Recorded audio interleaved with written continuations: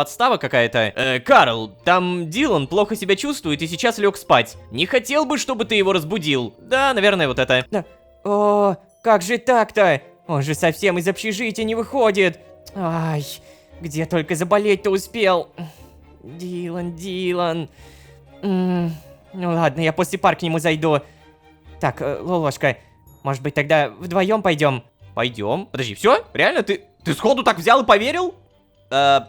Ну ладно. Брэндон, ты тоже там не засиживайся на учебу, все такое. Правда, то, что мы вот так сходу идем в универ, это не совсем то, что я хотел. Потому что, внимание, до этой серии я взял новое задание. Песок стекольному мастеру. Автор Кейтлин. Хобби моего отца переросло в прибыльный бизнес. В нашу мастерскую требуется 1600 кубометров песка и 10 плавильных печей. Задача: собрать 1600 песка и собрать 10 плавильных печей. Срок 7 дней. Награда 5000 стек. Господи, я хочу это выполнить. Скажу честно, есть еще одно крутое задание под названием «Я потерял ключи». Дается почти, сколько, 1700 СТ, и тут всего-то нужно 5 отмычек. Дается также уровень взлома и 500 опыта улучшения. За 4 дня.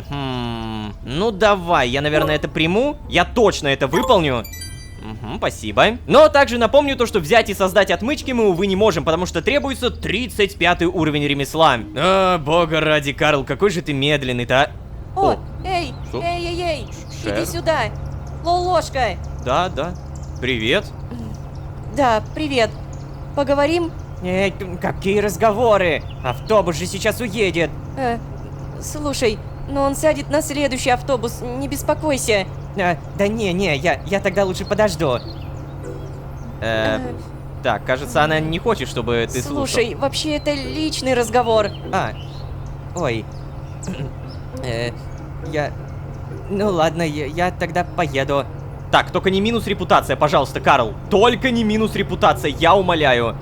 Че, все, он сейчас уедет, да? Давайте. Черный. Да, черный экран, прям как знал. В общем, Лолошка, я всю ночь думала о том, что ты рассказал мне.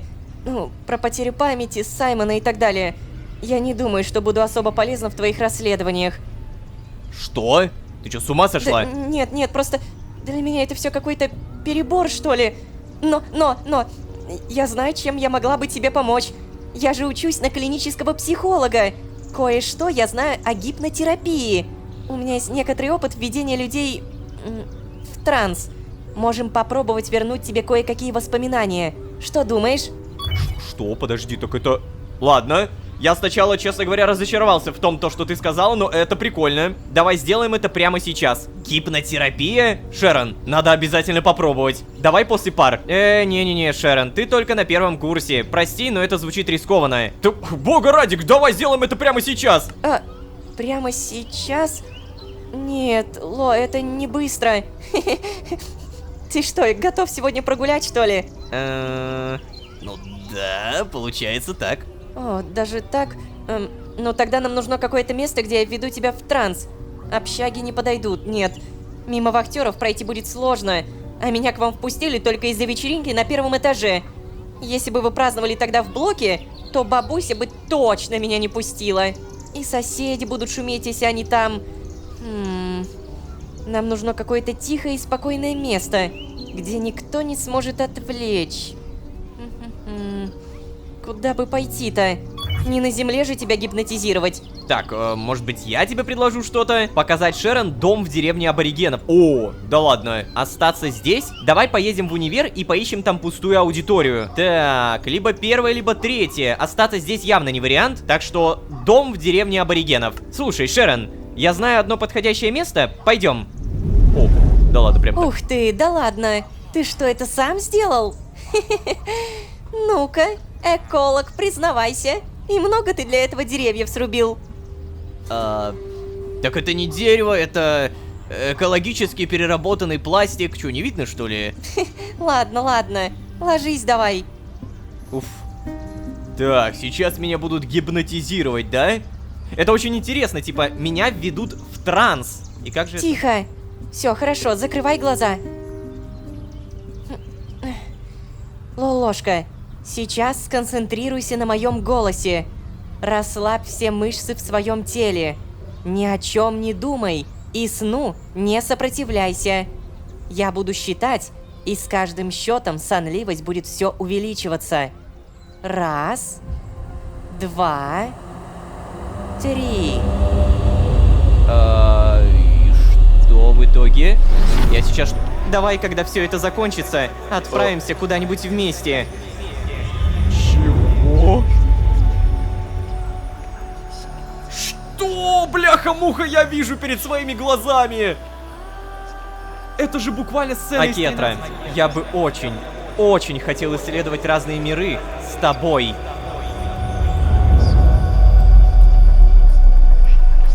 Это же пипец просто. Знаешь, Лолошка, я верю, что даже если нас раскидает по разным мирам, мы еще обязательно встретимся. Не может быть такого, чтобы мы познакомились случайно. За всю свою жизнь я не встретила ни одного мироходца, но стоило мне встретить тебя, как я узнала, что мне тоже уготовано нечто большее. Обалдеть! Это просто что-то сейчас невероятное. Да ладно. О, заметка. Так, отлично. Добавлена новая заметка. И давай-ка я сразу, наверное, О, все-таки проснулся? Да, погоди. Заметку сразу прочитаем на всякий случай. О, вау. Гипнотерапия Шерон сработала. Это больше не какие-то обрывочные видения. Это настоящее воспоминание. Я находился где-то в пустыне с... девушкой.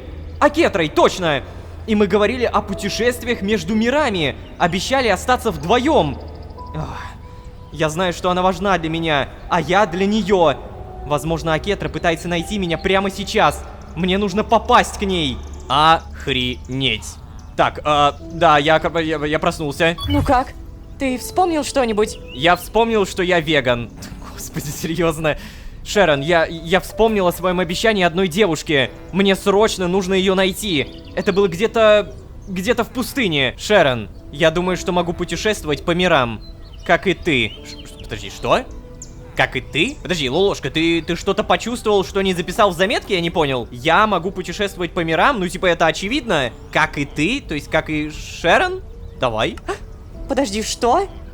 Так ты тоже? О, черт, я могла бы и догадаться, что ты мироходец. Вероятно, поэтому ты ничего не помнишь. У меня было точно так же. Чего? Подождите, я сейчас у меня... Ребят, клянусь, у меня сейчас мозг как будто взорвется. И как же ты вернула воспоминания, Шерон? Научи меня путешествовать по мирам. Я должен найти эту девушку. Бррр. Так, боже. Надо отдохнуть, погодите, я дам себе перерывчик, окей? О, итак, ребята, я снова здесь. Я так понял, значит, Лолошка почувствовал то, что до этого не мог почувствовать, и вспомнил то, что до этого не мог вспомнить. Короче, научи меня путешествовать по мирам, Шерон. О, конечно, конечно. Пойдем. Пока мы сюда шли, я неподалеку здесь видела полянку. Там нам никто не помешает. За мной. Итак, мироходец, сейчас я покажу тебе, как происходит перемещение между мирами. А потом объясню механику. Смотри. Что? Нет. Не поняла? Это... прости, я не... Нет. Почему? Что происходит? Почему это не сработало? Так, воу, Шерон, ты чё трясешься? Шерон! О, господи, нет! Шерон, вставай! Черт возьми, ну... Так. Алло, больница! Скорую, срочно! Алло, слушаю. Что у вас произошло? Я нашел бессознательную девушку. Моя подруга упала в обморок. Так, поподробнее. Где вы находитесь? Я понятия не имею. Где-то? Мы где-то на опушке леса, рядом с общежитием университета Lucky Charms. Угу, хорошо, мистер, записала. Для точного месторасположения мы отследим сигнал вашего телефона. Скажите, у девушки есть какие-то раны? Или что-то, что может угрожать ее жизни? Да нет, вроде. Она упала на землю и могла получить какую-то травму. Я не уверен. Угу, записала. Хорошо. Так, судя по вашей локации, вы недалеко от общажного шоссе. Постарайтесь выйти к дороге, мистер. Скорая сейчас подъедет. Понял, ладно. Боже, у меня так мозг пылает реально от всей этой информации. Даже то, что я немного сейчас передохнул, не помогло. Это такой поточище. Как будто, знаете, трубу включили на максимум, только вместо потока воды там поток огромного количества новостей. Новостей, которые нужно обязательно переварить. Так, Шерон, ко мне на руки. Ага, молодец. А теперь остается только понять, где мы находимся. А, вот она, деревня. Мне нужна дорога, и да, я вижу скорую. Ох, Шерон, держись, черт возьми, держись. Все будет хорошо. Вот, возьмите. Ох ты ж, ё-моё, какая скорая, ты погляди, а. Ну, молодцы, сразу прилетели. Как только появилась проблема, бам! И скорая на месте. Поехали. Так. Ага, и в итоге я в больнице. А где Шерон? Куда ее? Прошу прощения. Да, здравствуйте, чем могу вам помочь? Слушайте, у меня амнезия. Вылечите меня. Вы знаете, что с недавно поступившей в бессознательном состоянии пациенткой? С Шерон. В каком она кабинете? Так, сейчас. Угу. Да, у нее все в порядке. Состояние стабильное. Гостям к ней нельзя, простите. Ей необходим отдых. Приходите к ней в другой день. Так, вы... В смысле в другой день? Вы что, серьезно? О, задание самоопределения. То самое задание, которое так давно не обновлялось.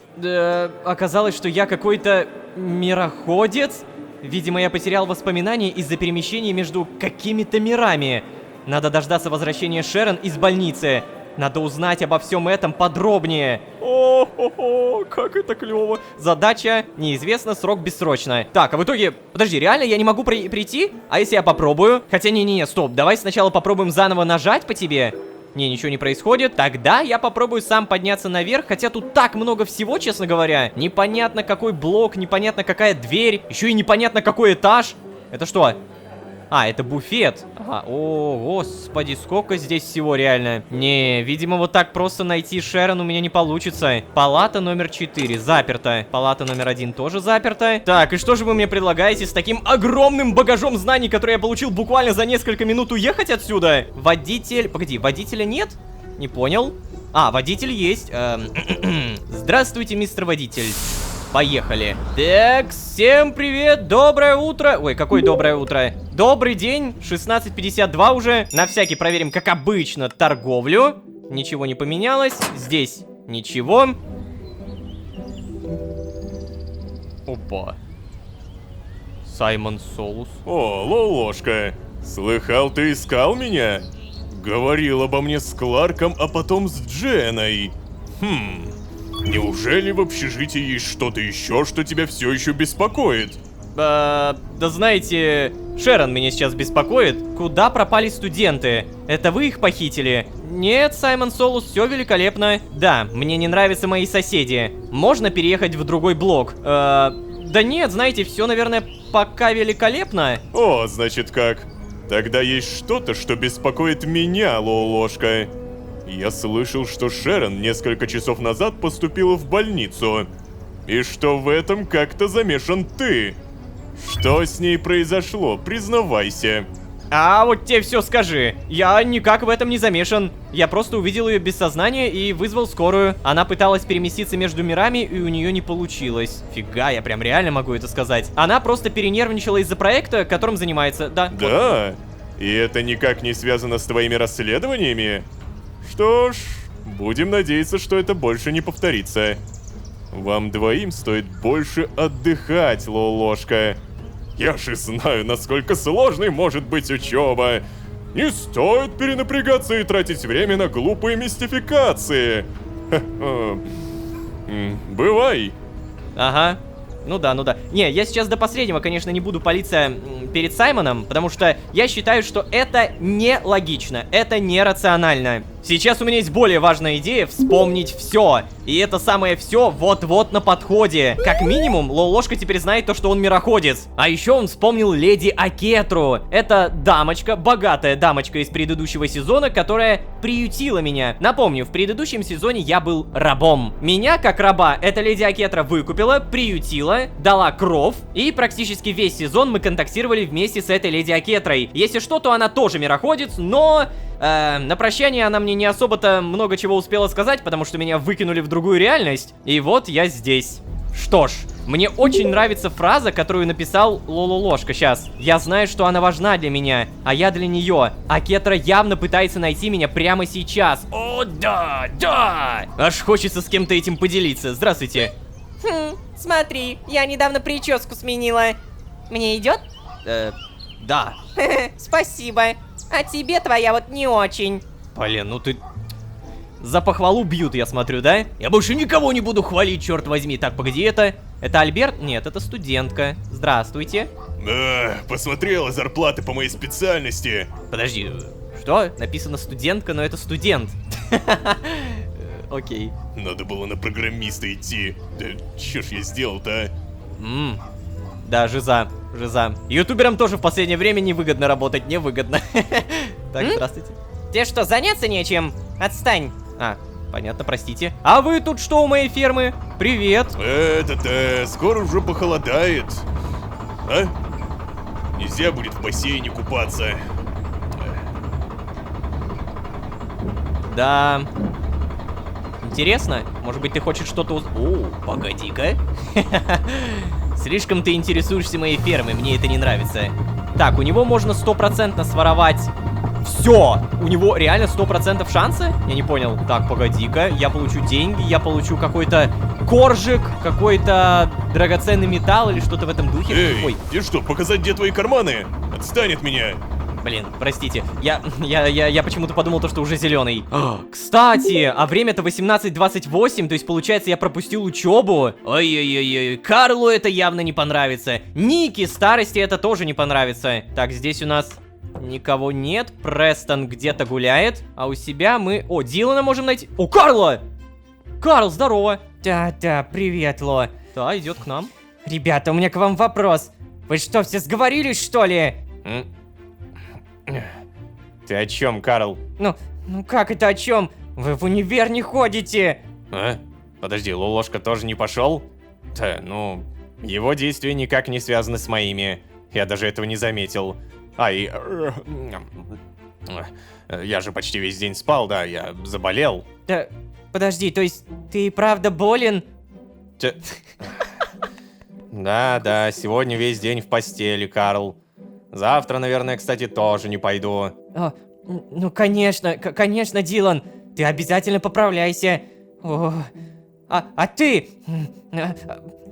Не будем мешать больному. За мной. Выкручивайся. Что ты смеешься? Ло, если ты не собирался приезжать в универ, ты бы сразу так и сказал. Все лучше, чем врать мне.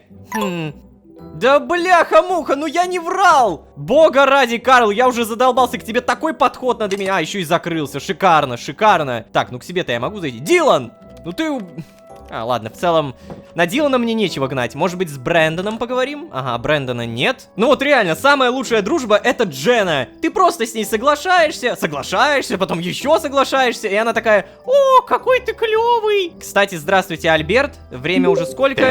Ага, что? Так вот, я хотел спросить, у вас это, можно отмычки? Блин, отмычки купить нельзя. И получается, я не выполню то самое задание, да? Где оно? Вот, отправьте 5 отмычек, собрать 5 штук, срок 4 дня. Дается очень много. Типа, за 5 отмычек это реально офигеть какая крутая награда. А теперь, дамы и господа, прежде чем я пойду выполню задание на 1600 песка, у меня отвратительные новости. Прям, ну реально отвратительные. Прямо сейчас у меня ремесло 25 уровня, да? Если я прописываю ремесло, нахожу книгу, то я вижу эффективный уровень характеристики 0+. Оказывается, если я прокачался до 25 уровня, мне нужна следующая книга. Следовательно, прямо сейчас у Смита я могу купить одну книгу не за 500, а уже за целую 1000. Это очень дорого. Я думаю, что мне лучше не покупать книги, просто прокачиваться у Смита и купить свою мастерскую. Она стоит 5000 СТ.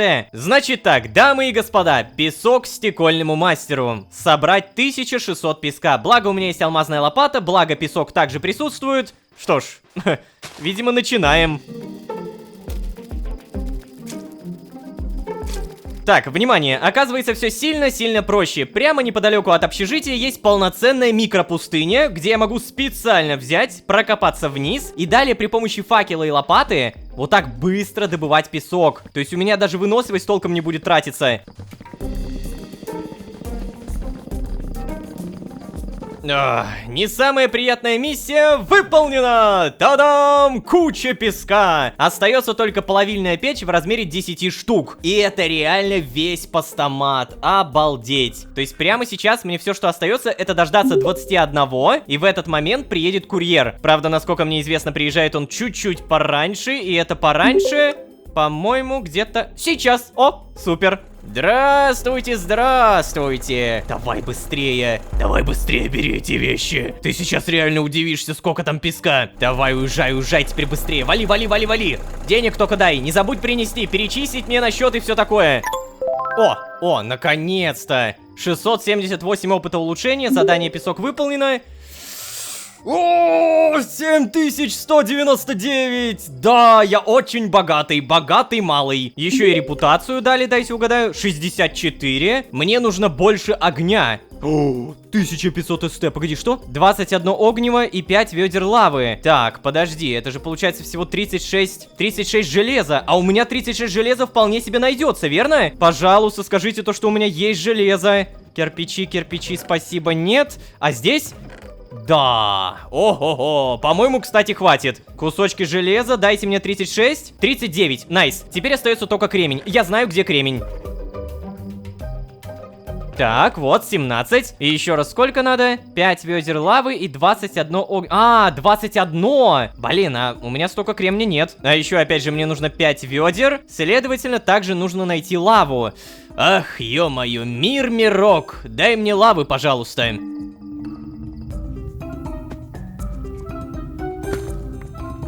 Здравствуйте. Так, быстро забираем. Быстро.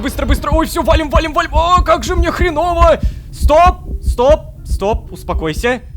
Фу. А еще мне нужен гравий, потому что кремния я все еще не нашел. Ага, вот, работа выполнена, найдена. Прошу прощения, мне снова придется воспользоваться этой нелепой тактикой. Ага, так, лаву убираем. Надеюсь, постамат не расплавится. Далее соединяем железо и кремень, огниво. И мне нужно сколько? 21, да? 1, 2, 3, 4, 5, 6, 7, 8, 9. Еще 12. Ах, черт возьми, как мало места. Складируем. И последний заход. 4 зажигалочки. О, да! Полностью заполненный постамат. Но за это мы получим примерно... Сколько? 1710 СТ. Мы обязательно принимаем. Угу, спасибо. И, блин, на самом деле я собой так горжусь. Мы столько денег заработаем. Хотя тут не то, что заработаем. Мы уже заработали 7200. Смотрите, если я прямо сейчас потрачу 5000 на мастерскую, останется 2000. И... О, Престон. Здорово. Ты как-то очень редко выходишь из комнаты.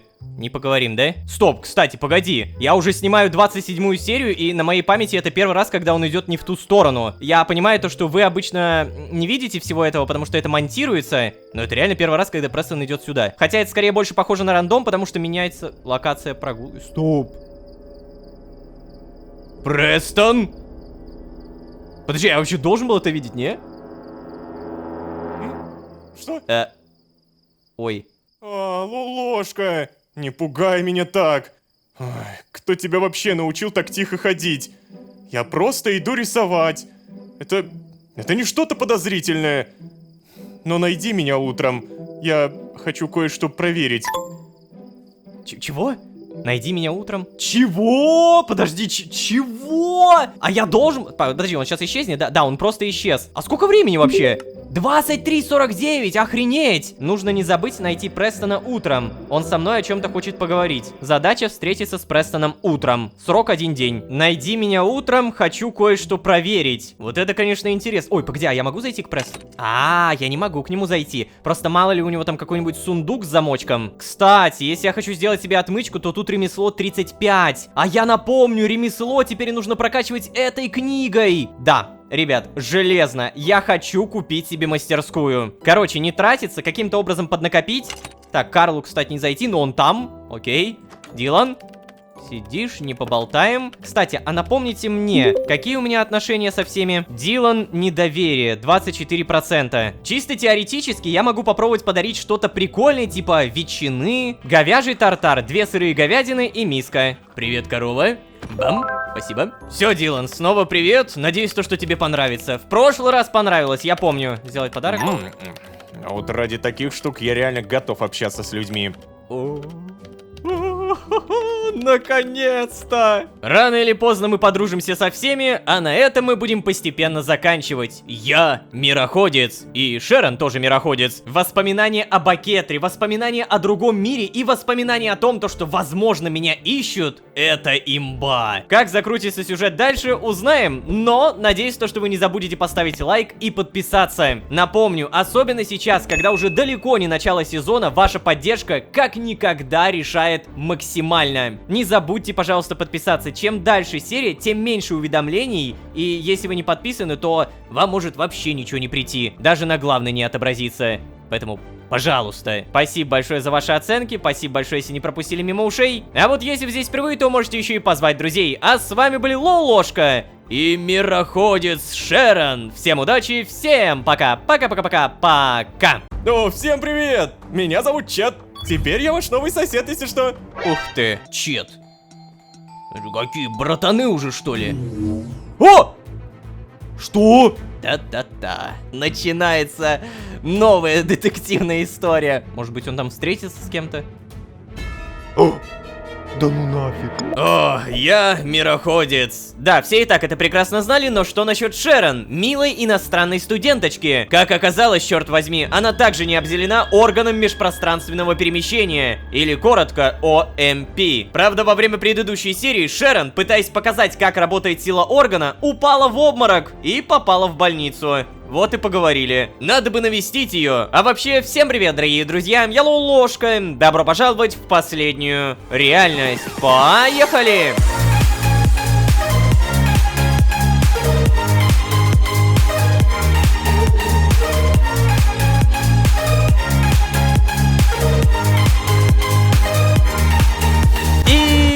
Снова всем привет, дорогие друзья, я Лолошка. Добро пожаловать в последнюю реальность, сезон, в котором мы сила. Да, черт возьми, мироходец — это не просто название. Мироходец — это буквально разумное существо, которое может являться расой человека, гоблина, нактира, багряника, котика, собачки. Короче, какой угодно расой, но при этом с органом межпространственного перемещения. В народе этот орган называется чуть-чуть попроще — искра. Именно искра позволяет мироходцам жить и не стареть сотни и тысячи лет, позволяет перемещаться сквозь другие миры, а также позволяет владеть магией. Во время предыдущей серии, благодаря Шерон, которая, как оказалось, тоже является мироходцем, Лолошка хоть и немного, но все-таки наконец-то вспомнил о своей силе и даже немного о своей прошлой жизни. И вот конкретно в этот момент воспоминаний происходит беда. Шерон, пытаясь рассказать и показать, как использовать силу, сама не смогла ее использовать. Так и мало того, что не смогла, еще и потеряла сознание. Я не понял, что произошло, почему у нее не получилось использовать силу и замешана ли в этом та самая черная дымка, которая как будто переписывает время.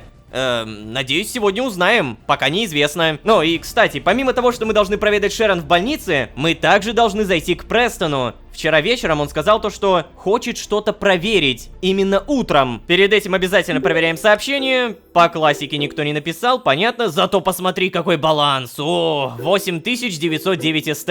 Да, за эти деньги я куплю себе мастерскую. Напомню, стоит она 5000. Даже поделиться с кем-то захотелось. Эй, Дилан, доброе утро. Да, доброе утро. Слушай, я еще, наверное, пару дней попритворяюсь больным. Карл, надеюсь, не будет заставлять меня идти в универ. Смогу наконец-то сосредоточиться на работе. И ты иди отсюда. Понял, ладно, работай. А Билку не забывай гладить. Эй, Карл, ты все еще дуешься на меня? Привет. Что, сегодня тоже никуда не идешь, да? Хотя, мне без разницы. Мне без разницы. Это не мое дело.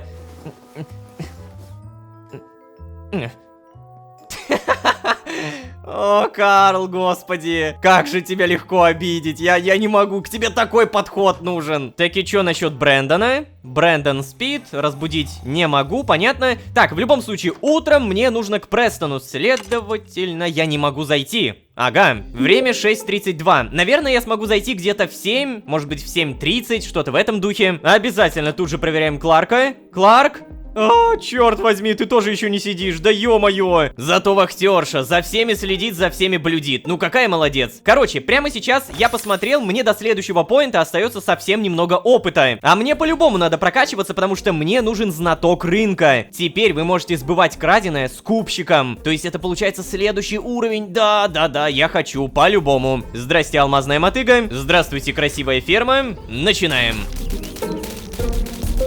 Йоу, как это легко! Просто за несколько секунд 1000 опыта, да ладно! Так, и сколько здесь надо? Ага, так не посмотреть, побежали. О, великая статуя единорога, скажи, пожалуйста, что нужен всего лишь один. Нет, да серьезно! Стоимость 2! Так как же я ненавижу это! Проверка. Прямо сейчас я почти добыл весь этот клочок поля. И за один такой клочок сколько я прокачаюсь? Проверяем. 3500!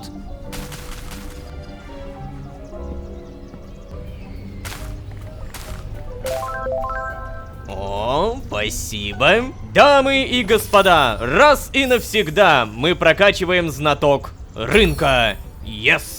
Теперь вы можете сбывать краденое скупщиком. Так, а я ж по идее могу это прокачивать, да? Цены у скупщиков на 10% выгоднее. Теперь краденое можно продавать не только скупщикам. То есть даже в ларек? Серьезно? Так, Кларк? Что? Погоди, а сколько времени-то? Ты чё еще не пришел? Где мой телефон? 7:42. И чё? Ты разве не на работе с 7? А чё насчет Престона? Я могу зайти? О! Я могу зайти к Престону, это уже что-то значит. Так, Престон. Привет. Ложка? Ты пришел? Значит, я вчера вышел, как и планировал, да? Ты говоришь так, как будто ты не знал об этом. Слушай, а ты не видел, как я вернулся? Или даже как меня вернули, получается? Нет, такого я не видел, ты ушел в лес. Подожди, ты этого не помнишь? Я вроде бы остался на ночь на том утесе, а проснулся уже здесь. Я думал, может, никуда не ходил, как и в прошлые разы, а это все был просто очень реалистичный сон. У меня, знаешь, часто такие... Я думал, что это просто одна из моих странностей, но с твоим появлением я начинаю думать, что проблема не во мне. Лучше бы была проблема во мне. Означает ли это, что прошлые разы я тоже не спал? Тогда почему я каждое утро оказываюсь здесь? Это они приносили меня сюда? Да кто они-то? Я не понимаю, о чем ты? Кто такие они? Может, ты просто забыл, как вернулся домой? Слушай, Престон, я вообще просто так пришел. Мы вчера не виделись. Ну, нет, тогда это, наверное, бредово нажимать. Кто такие они? А вот это не важно. Да. Знаешь, я вообще должен идти в универ. Что? Я думал, что я с ним телепортируюсь в универ. Я остался у него в комнате, реально. Добавлена новая заметка. Да, блин, непонятно, что здесь творится. Управляющие, интересующиеся мной по непонятным причинам, исчезающие здания и даже студенты. Но почему тогда не пропал Престон? Его было бы очень легко похитить этой ночью. Почему его кто-то возвращает назад, в то время как другие пропадают, и после них не остается ничего? Даже воспоминаний. Ладно, это все, конечно, интересно. Сколько времени? 8:20. Блин, погоди, стоп! На этот раз я, наверное, не пропущу университет. Кларк подождет. Кларк 100% может подождать. Сейчас бы мне дважды пропускать универ. Я думаю, что это жестко аукнется. Я не хочу. О, там, кстати, вон как раз все идут. Престон тоже. Не уезжайте без меня, пожалуйста. Так, о, да, я могу поехать. И поехали! О, Брэндон, здорово. Сегодня как-то не так уж и людно здесь. Здравствуйте. Первую пару отменили, а я уже здесь. Ну и что мне делать? Снимать штаны и бегать. Всего доброго. Эй, братан, да ладно тебе. Чё ты? Прошло же уже несколько месяцев. Уверен, скоро нам дадут отпуск. Ты сможешь улететь отсюда на пару недель. Да уж, я очень на это надеюсь. Ладненько. Студент с телефоном, это означает по-любому, что я могу подойти. Привет. Да, в этом году в универе вечно какие-то проблемы. Задолбали. Вот и я это заметил. Я тут первый год, но все-таки замечаю. Здравствуйте. Вы просто охранник, понятно. Так, ну тут люди, кстати, уже ходят, что-то фотографируют. Приветствую. Не поболтаем. надо записаться на ноготочки. Это самый важный диалог за всю историю сезонов, я уверен. В любом случае, мне нужен 207 кабинет. Всем здорово, я не опоздал. Сколько сейчас времени? 9:26, ё-моё! А чё вы в такую рань-то приперлись, а? На всякий случай, конечно, попробую сейчас поговорить. Тут студенты Рен. Понятно. До свидули. Нет. Тоже нет. Ника. Ника, как обычно, здесь. Ладно, видимо, мне нужно просто сесть. Yes. Плюс 1 скрытность, 1000 опыта улучшения. Плюс 1000 опыта дали, плюс 1 скрытность дали. Вот это, конечно, куда важнее, чем опыт, потому что данную шкалу я могу прокачивать просто махая мотыгой. А вот скрытность, это уже что-то новенькое. Это то, что в будущем явно мне пригодится, чтобы воровать. Так, все? Реально все просто разошлись? Вы что, издеваетесь? Никто со мной не поговорит, да? Так, сюда нельзя. Мне просто не совсем понятно, а как я могу навестить Шерон? О, Брэндон! Стоп, я только что видел Брэндона. Мне в предыдущей серии сказали то, что я могу навестить Шерон в любой другой день, но не вчера. То есть, получается, уже сегодня могу. Эй, Брэндон. Ага, не поговорим, ладно. Так, а ты, наверное... в спортзал идешь. Ну да, это твоя классика. О, черт, мне бы на самом деле тоже сходить в спортзал. В туалет захотелось. Всем привет. Что тут вообще никого? Видимо, не то время. Я просто ради туалета. Честно. О, хотя бы зайти могу. Так, где тут? Куда тут? Стоп. Во-во-во. Я уж думал, что нельзя. Фух. Шикарный день, шикарная обстановка. Вопрос, а мне, чтобы пользоваться этим спортзалом, нужно что? Типа, дождаться, пока сюда придет Брэндон, и потом я в любой момент могу ему предложить? Я бы, конечно, это проверил, но ждать Брэндона 1000 лет как будто. Да, он все еще идет и идет. Сейчас мне куда более интереснее, как мне попасть к Шерон. Погоди, а может быть просто написать? Нет. Так, время сколько? 14:53. То есть мне либо сейчас сесть на автобус, либо прямо отсюда где-то найти больницу. Давай, наверное, попробуем сесть. Эй, здравствуйте. Да, я могу уехать. И я сейчас в общежитии, но... Блин, мне-то нужно не в общежитие. Подождите, за меня все решили, забейте. Я тут уже понапридумал, как буду действовать, а оказалось все сильно проще. Здравствуйте. Здравствуйте. Чем могу помочь? Я хочу записаться к врачу. Я бы хотел навестить Шерон. Угу, так, сейчас. Как вас зовут? Так, меня, ложка. Угу, так, сейчас проверю. Вы не являетесь ее экстренным контактом или членом семьи? Вы уж простите, но нет, я не могу вас к ней пустить. Но ее уже очень скоро выпишут. Кажется, она чувствует себя хорошо. Просто подождите. Что? Подожди, что? Не, короче, на этот раз я точно попытаюсь куда-то зайти. Ну или как минимум я попытаюсь снова здесь пробежаться, потому что мало ли... Нет. То же самое сделаем здесь. Нет. О. Палата номер 4. Ой. Горожанка. Здравствуйте. Нет. Подожди, а почему я сюда смог зайти? Ну, Шерон здесь нет. Просто банально нет. До свидания. Здесь какие-то то ли надписи, то ли что. Техническое помещение. Могу зайти. Батюшки, почему я могу зайти куда угодно? Ну это просто типа столовая для работников. Палата номер 8. А в палату номер 8 я тоже могу заглянуть. Еще одна горожанка. В 5 не могу. В 6 тоже. И в 7.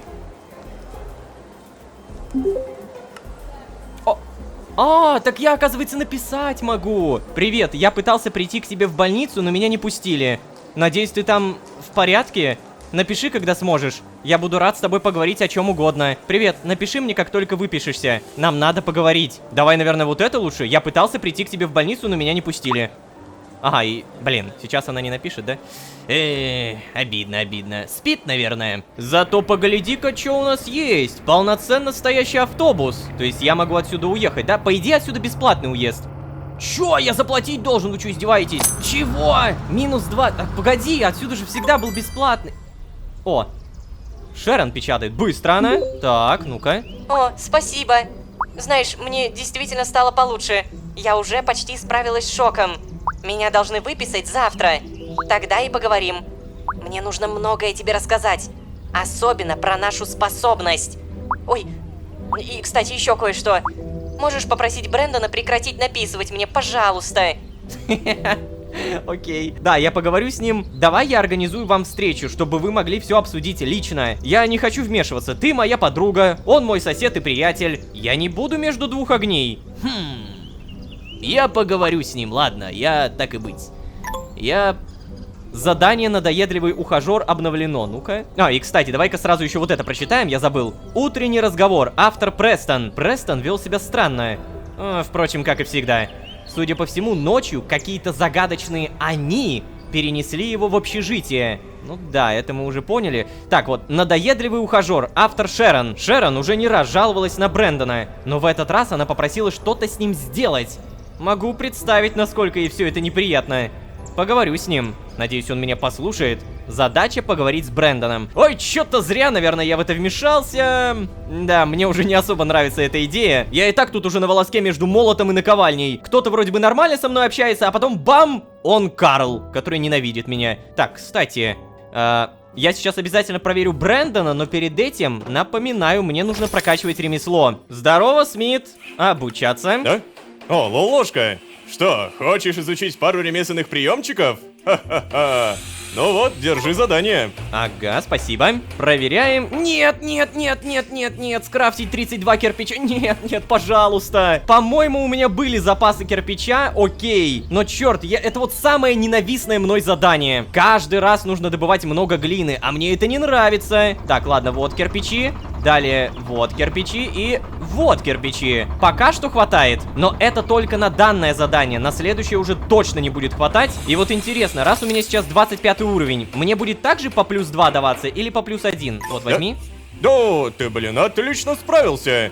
Смотри, самое главное в этом деле — получить плюс 2 ремесла. Да, спасибо. Уровень 27. То есть, несмотря на то, какой у меня здесь левел, все равно прокачивается по плюс 2. Так, и в итоге Кларк, давай-ка мы, наверное, все-таки зайдем к тебе. О, работаешь. О, приветствую. Чем могу быть полезен? Так, я хочу обновить обстановку в комнате. Конечно, без проблем. Что хочешь видеть в своей комнате? Мастерскую, пожалуйста. Руками поработать и я люблю. Да. То есть я... В общем, да. Я, если что, уже заказал верстаки, так что жди. Принял. Подожди, все? Подожди, жди, то есть... это не сразу произойдет. Так, на всякий случай проверяем. Здесь ничего. Здесь... Ой, мой кактус, кстати, надо бы добыть. Пока что на всякий случай посадим снова 3, остальное оставим здесь.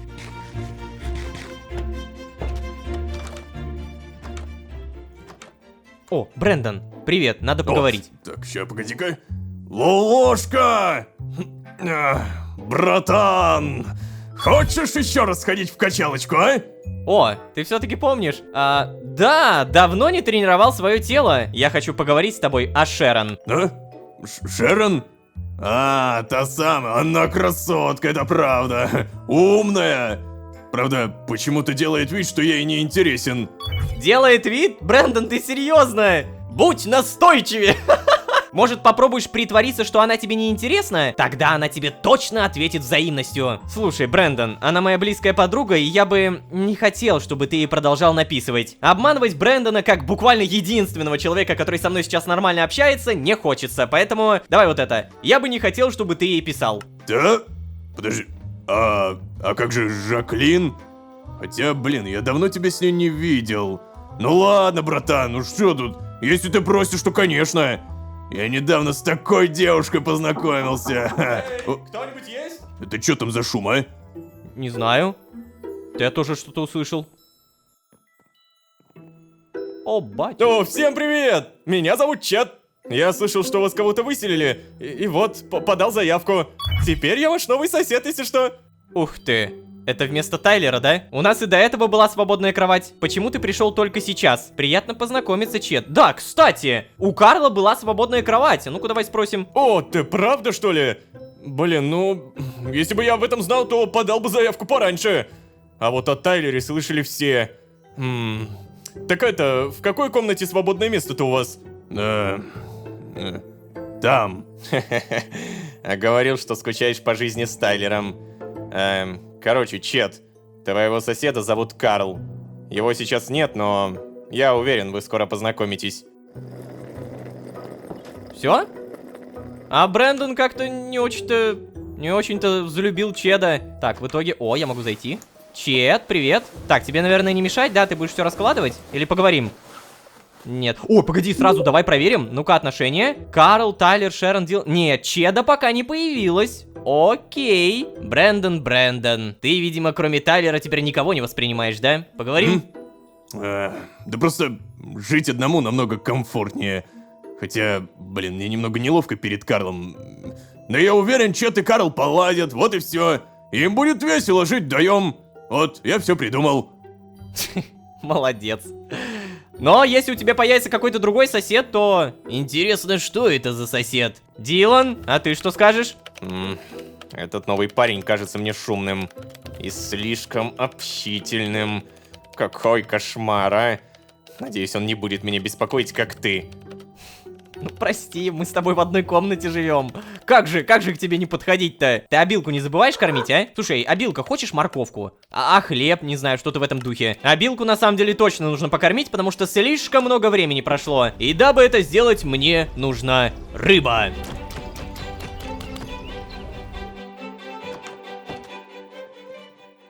Эй, стой. Ложка, да? Да? Что такое? Приятно познакомиться. Я слышал, ты на факультете экологии, да? Это так круто! Я учусь на кафедре животноводства, если что. Мы оба связаны с природой, прикинь! И слышал, у тебя даже есть собственная отдельная ферма животных. Надеюсь, ты мне ее когда-нибудь покажешь. Звучит-то увлекательно, если честно. Возможно, я даже смогу тебе там с чем-нибудь помочь. Я очень люблю животных. Ты посмотри, какая, а? Поверить не могу, что вам разрешили держать кошку в общежитии. Привет! Кись. Какая очаровашка! Я должен был привезти сюда свою кошку, если что. Кстати, чья это? Я так понимаю, здесь у меня есть вариант написать Дилана или моя. Я собственник, моя кошка! О, правда? А я тоже тот еще кошатник, кстати. Могу гладить ее вечность. Привет! Ты же, если что, это, не против? Блин, ну, нет, не против, нет. Угу. Хорошо. Все? Слушай, а я как раз ее пришел покормить-то на самом деле. Мне сейчас нужно пожарить карпа, или можно не жареного. Ну-ка, давай проверим. Обилка в скрипте, я не могу ее кормить. Выйди из скрипта. Черт. Так, ладно, я попробую сейчас просто подальше отойти, потом снова вернуться. И обычно в такие моменты... Да, все. Чеда нет, и я могу покормить. Плюс 20 опыта улучшения. Шикарно. Обязательно погладить. Давай-ка сразу проверим, как у тебя здесь... Емать! Вау! Обалдеть, ты тут уже преобразил комнатку-то, а? Так, поговорить не можем. То есть ты тоже у нас этот... Игроман. Компьютерщик, программист, кто ты? Так, значит, Карла еще нет. Мне просто очень интересно увидеть реакцию Карла. Я очень хочу это увидеть. Сейчас у нас время сколько? 18:40. Примерно в это время, кстати, Карл уже должен вернуться. Сейчас проверим, может быть, он уже даже возвращается. А вот и он. Реально возвращается. Сделать подарок, торговать. Слушай, а какой подарок я могу тебе подарить? Вот что интересно-то. Может быть, кактус, кстати? Эй, погоди, сделать подарок. Да, неплохо. Возможно, мне это пригодится попозже. Надо понять, что нравится Карлу, потому что я хочу с ним дружиться. Я в целом хочу дружиться со всеми, кто в моем блоке. Проверим еще раз. Чет появился? Чет не появился. Дилан все еще недоверие, а Брэндон... 42% равнодушие, ну, более-менее неплохо. Только вот что дарить Брэндону, непонятно. Я решил больше не совершать ошибки и просто задал вопрос, а что бы я мог кому-то подарить? И по поводу Брэндона мне дали невероятно крутую подсказку. Он любит автомобили и он любит мастерскую. Поэтому прямо сейчас я ввел слово гаечный ключ и погляди, что я могу создать. 4 медных слитка. У меня дофига меди, поэтому давай-ка попробуем. Ага. Это, кстати, оружие полноценное. О, и Брэндон. Здорово. Так, хочу тебе подарить это. Спасибо. Моя бабушка дарила мне такое, когда я был ребенком. Серьезно?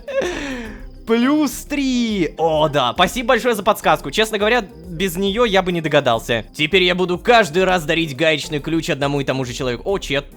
Ё-моё. Черные трусы. Понял. Так, Карл. О, Карл! Что скажешь? Я не могу поверить. Никто из вас даже не мог предупредить, серьезно.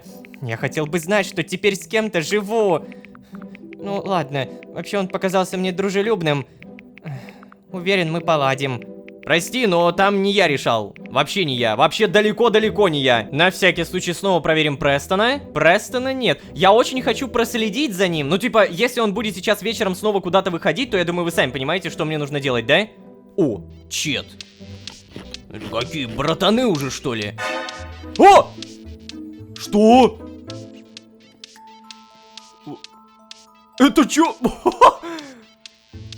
Бляха-муха, я обосрался в секунду, это ж... я понял, я понял. Я понял. Да ты чё? Погоди, а то, что я вот стоял прямо перед ним, это еще не считалось, да? Типа, мой персонаж решил проследить за Чедом, новым соседом. Знаете, это очень похоже, как за Тайлером тогда мы следили, потому что новый сосед слишком подозрительно. Так, тихо. Все еще зелен. А оно станет в один момент красным? О, да, вот оно. Та-та-та. Начинается новая детективная история. Чет создает, короче, ножи, и он не знает, куда пропало здание. Уйдет, дайте угадаю, он за амбар. Блин, на самом деле, если эта история сейчас повторится, то это уже... Это будет даже странно, скорее.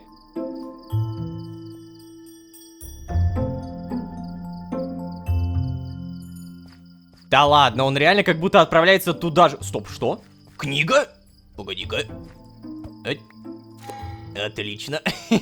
А я и не против, как говорится. Да, он реально отправляется туда же, куда и Тайлер. За амбар, но... Блин, ладненько, сейчас посмотрим, что будет. Может быть, он там встретится с кем-то. О! Да ну нафиг. Нет, серьезно, я не понимаю, почему вы не могли просто мне написать? Зачем вся эта встреча? Послушай меня, Чет. Этот парень вламывается в частные дома. Думаешь, он не украдет телефон, если этого захочет? Я предпочитаю вести дела лично. У тебя получилось расположить его к себе? Ты должен понять, что ему нужно. Если не знаешь, как сделать его отупевшим от счастья, загрузи его работой. Он умудрился даже Шерон отвлечь от ее книги. Это явно нужно прекращать, Чет. Да, господин управляющий, я понимаю. Сделаю все возможное. Очень на это надеюсь, Чет. Охренеть. Да куда ты отошел бы сначала, чтобы что-то записывать? Гений. Добавлена новая заметка. Так. Ага. Они в другую сторону пошли. И... Я, может быть, за ними снова прослежу? Или если я вот так сделаю, то... Ага, Саймон исчез, и скорее всего сейчас то же самое сделается с Чедом. Ну, кстати говоря, я тут же подумал о том, что Чед слишком подозрительный, когда он только-только пришел, и особенно тогда, когда ему сказали то, что у нас и так была свободная комната. Он даже растерялся в этот момент и не понимал, что ему сказать. Так, ладно, что я в итоге написал? О, Шерон. Так, погоди, прежде чем я ей что-то напишу, давай заметка. Чед был с самого начала подозрительным, и теперь я знаю почему. Я не должен доверять ему и позволять узнать о своих расследованиях. Возможно, я смогу использовать его для поиска информации про Саймона. Или же можно поиграть в собственную игру. Ха-ха-ха-ха. Именно так мы и поступим. Эй, Шерон, я только что послушал разговор, который касается и тебя. Нам нужно обсудить его завтра. Эй, Шерон, управляющий попросил какого-то студента следить за мной. Он также упомянул тебя.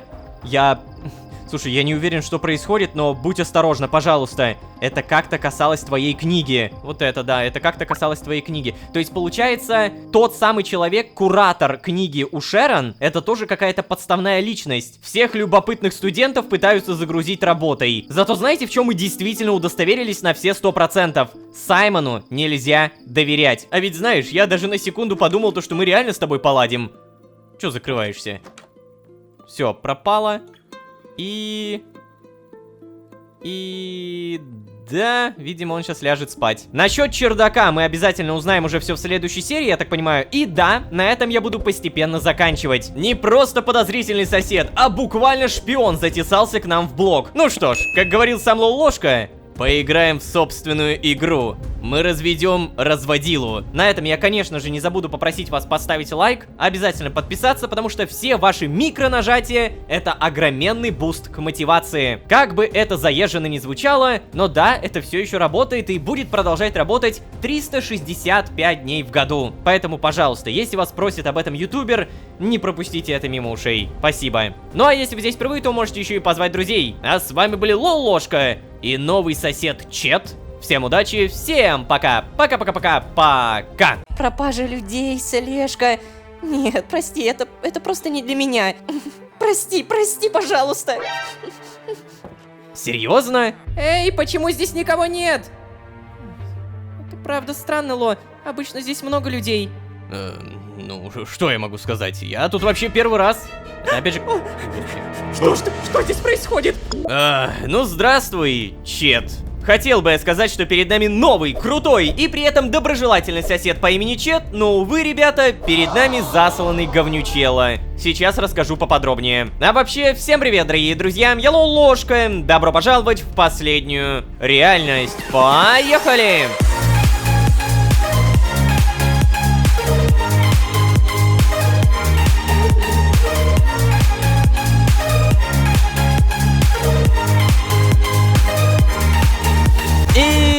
Снова всем привет, дорогие друзья, я Ложка. Добро пожаловать в последнюю реальность. Сезон, в котором мы вновь получили соседа. Да-да, напоминаю, в нашем блоке уже побывали такие люди, как Ложка, Дилан, Карл, Брэндон, Тайлер и вот теперь Чет. Нам важны двое последних. Тайлер интересен тем, что слишком по совпадению именно спустя 2 года проживания был отчислен, причем как будто надуманно. А Чет интересен тем, что сразу после Тайлера заселился сюда и оказался засланным говнюком, выполняющим указания Саймона Солуса. Да, предыдущая серия максимально подтвердила наши догадки. За нами не просто наблюдают, за нами буквально следят. А также мы узнали, что следят за Шерон, нашей новой подругой, являющейся мироходцем. И складывая все факты сезона с информацией предыдущей серии, появляется важный вопрос. Почему следят именно за мной и за Шерон? Моя догадка пока что такая. На меня и Шерон не действует что-то такое, что действует на других студентов. А на нас не действует, потому что мы мироходцы. Повторяюсь, это только моя догадка, и на самом деле она может оказаться полным говном. Так, ладно, в любом случае у меня есть тема, в которой я уверен, примерно на 5000 СТ. Покупка мастерской. Да, ребята, та самая покупка, сделанная в конце предыдущей серии, и которая сегодня должна прийти. Я очень на это надеюсь, и...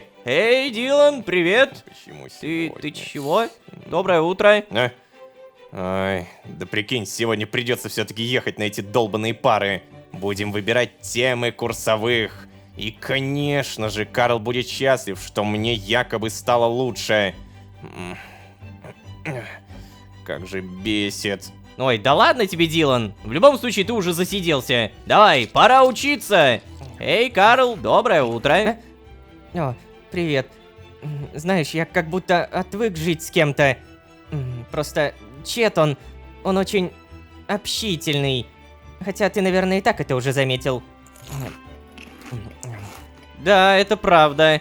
А еще я знаю о Чеде больше, чем ты. И ты. И ты тоже, обилка. Кстати, о ней надо бы, наверное, покормить. Ну-ка. Хорошо. Чет, кстати говоря, сидит. Ну, здорово, сыщик-шпион. Поговорим? О, доброе утро. Ой, знаешь, я так рад на самом деле. Мне больше не надо ехать в универ целых 3 часа. Теперь дорога занимает всего час.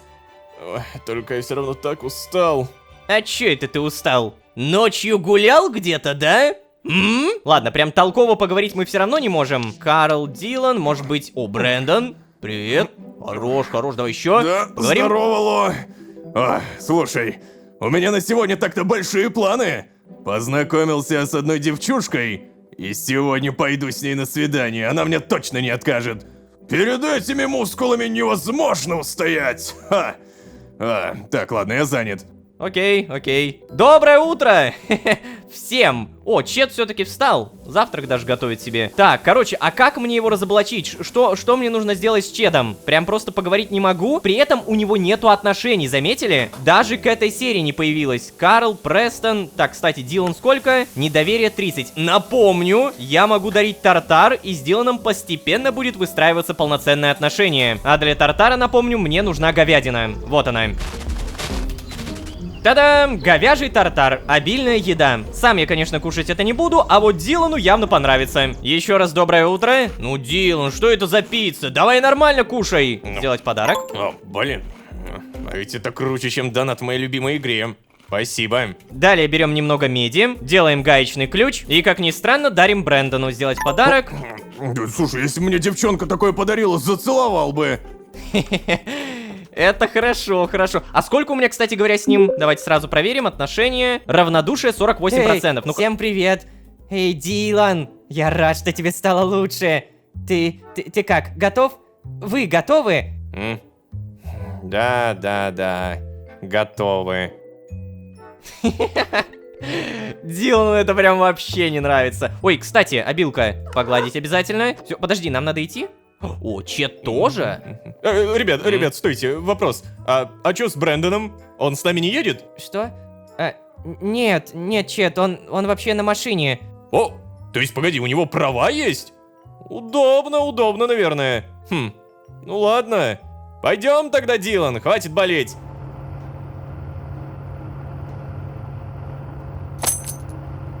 И О, Брэндон идет. Поехали! Поехали! Почему мы не едем? Что, поговорить надо с кем? А ведь мог сейчас в кровати быть. Но нет, я здесь. Так, ладно, пофигу, посмотрю что-нибудь. Ладно. Так, Карл. Слушай, я сегодня после пар пойду покупать новые удобрения. Мне должно было хватить его на семестр, а в итоге кто-то выкинул большую часть. Кажется, я понял, кто. Чет?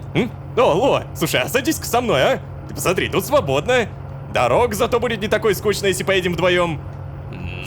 Ну ладно, мне можно даже не выбирать, я понял.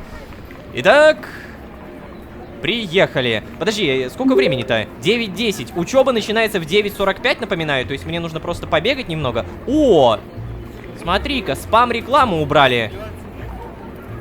Эй, парень, прикинь, я купил карточку, на которую охотился 2 месяца. У меня теперь есть вся коллекция, поздравь. Поздравляю! Очень важная информация. А я, кстати говоря, очень сильно в туалет захотел. Жена, привет. Да-да, приветики. Я так люблю наш университет. Да, я тоже люблю наш университет. Здравствуйте. Ай, забыла спортивную форму. Ладно, плевать. Прогуляю. Здание около моего дома отправили под снос. Столько пыли теперь, ненавижу. Зачем вообще эта реновация? Бесит. О, смотри-ка, а реновация это постепенно расползается, все больше людей они знают. Блин, я понимаю то, что как бы да, эту программу реновации запустили, но в то же время это же все фарс. То есть ее не должно было быть. Да, я понимаю то, что сама программа реновации это не самое важное в этом сезоне, очевидно. Но все-таки заставляет задуматься. Так, уборщик, нет. Чет, тоже нет. Ой, мне тут что-то подсказывает, что пора в туалет сходить. Хорошо. Так, ну а теперь пора на занятие. Время 9:31. Пожалуйста, кабинет, скажи, что ты открыт. Я тебя умоляю. О, хорошо. Здравствуйте. С кем-нибудь поболтаем. О, Рен. Ну-ка. О, привет. Второй день подряд на пары? Не знал, что ты так можешь. Все идет не по твоему алгоритму. Ты это, продолжай в том же духе. Может, преподаватели даже запомнят тебя. Так, погоди, стоп, это что сейчас было? Ты меня снимал? Ты обо мне что-то записывал? Еще раз. Все идет не по твоему алгоритму. Это очень странная фраза. 1000 опыта улучшения, да, спасибо большое. А почему только опыт улучшения? А там алхимия какая-нибудь или скрытность? Дали бы что-нибудь. Так, Ника все еще не... О, Шерон. Погоди-ка, Шерон. Печатает. Эй, Ло, привет. А я сейчас выписываюсь. Ай, дорого же это все обходится-то, лечиться. Ты сможешь подойти к больнице? Или уже в общаге встретимся? О, так. Так, Шерон, да, сейчас подойду. Я до города от общаги час буду добираться. Тебе легче самой. Прости, я сейчас немного занят. Давай в общежитии поговорим. Да, я сейчас подойду. Ну, а чё мне? Мне не сложно. Так, еще раз. Нет, ни с кем нельзя... О, Чет, ты что тут делаешь? О, Лолошка, еще раз привет. Слушай, а знаешь, мне Карл сказал, что у тебя вот, пары сейчас заканчиваются. А поехали в общежитие вдвоем, а? А то я не очень хорош в ориентировании пока что, вот. Боюсь потеряться. Да банально сесть не на тот автобус, понимаешь, да? Поехали в общагу вдвоем, прошу. Слушай, Чет, палишься. Конечно, пойдем. Прости, я иду в больницу к подруге. У меня сейчас факультатив, не могу с тобой пойти. Я думаю, то, что прямо сейчас на себя подозрение, то, что я все понимаю, не нужно делать. Так что я пойду в больницу к подруге. К подруге? Ну ладно, не хочу вам мешать. Я подожду тебя на остановке. Пойдем. Ты чё, издеваешься, а? То есть ты хочешь, чтобы ты меня подождал на остановке у больницы? А я вообще-то не хочу с тобой. Алло! Я не давал согласия, то, что хочу провести с тобой время, Чет. Реально. О, кстати, Карл. Вот он как раз и говорил то, что Чет какой-то общительный. Карл, привет, поговорим. А ты знал, что цианобактерии способны к фиксации атмосферного азота? Да, знал, ты это уже говорил. Самое главное то, что я теперь от него не отверчусь. Да, вон он бежит. Как бы мне ему сказать что-то в духе...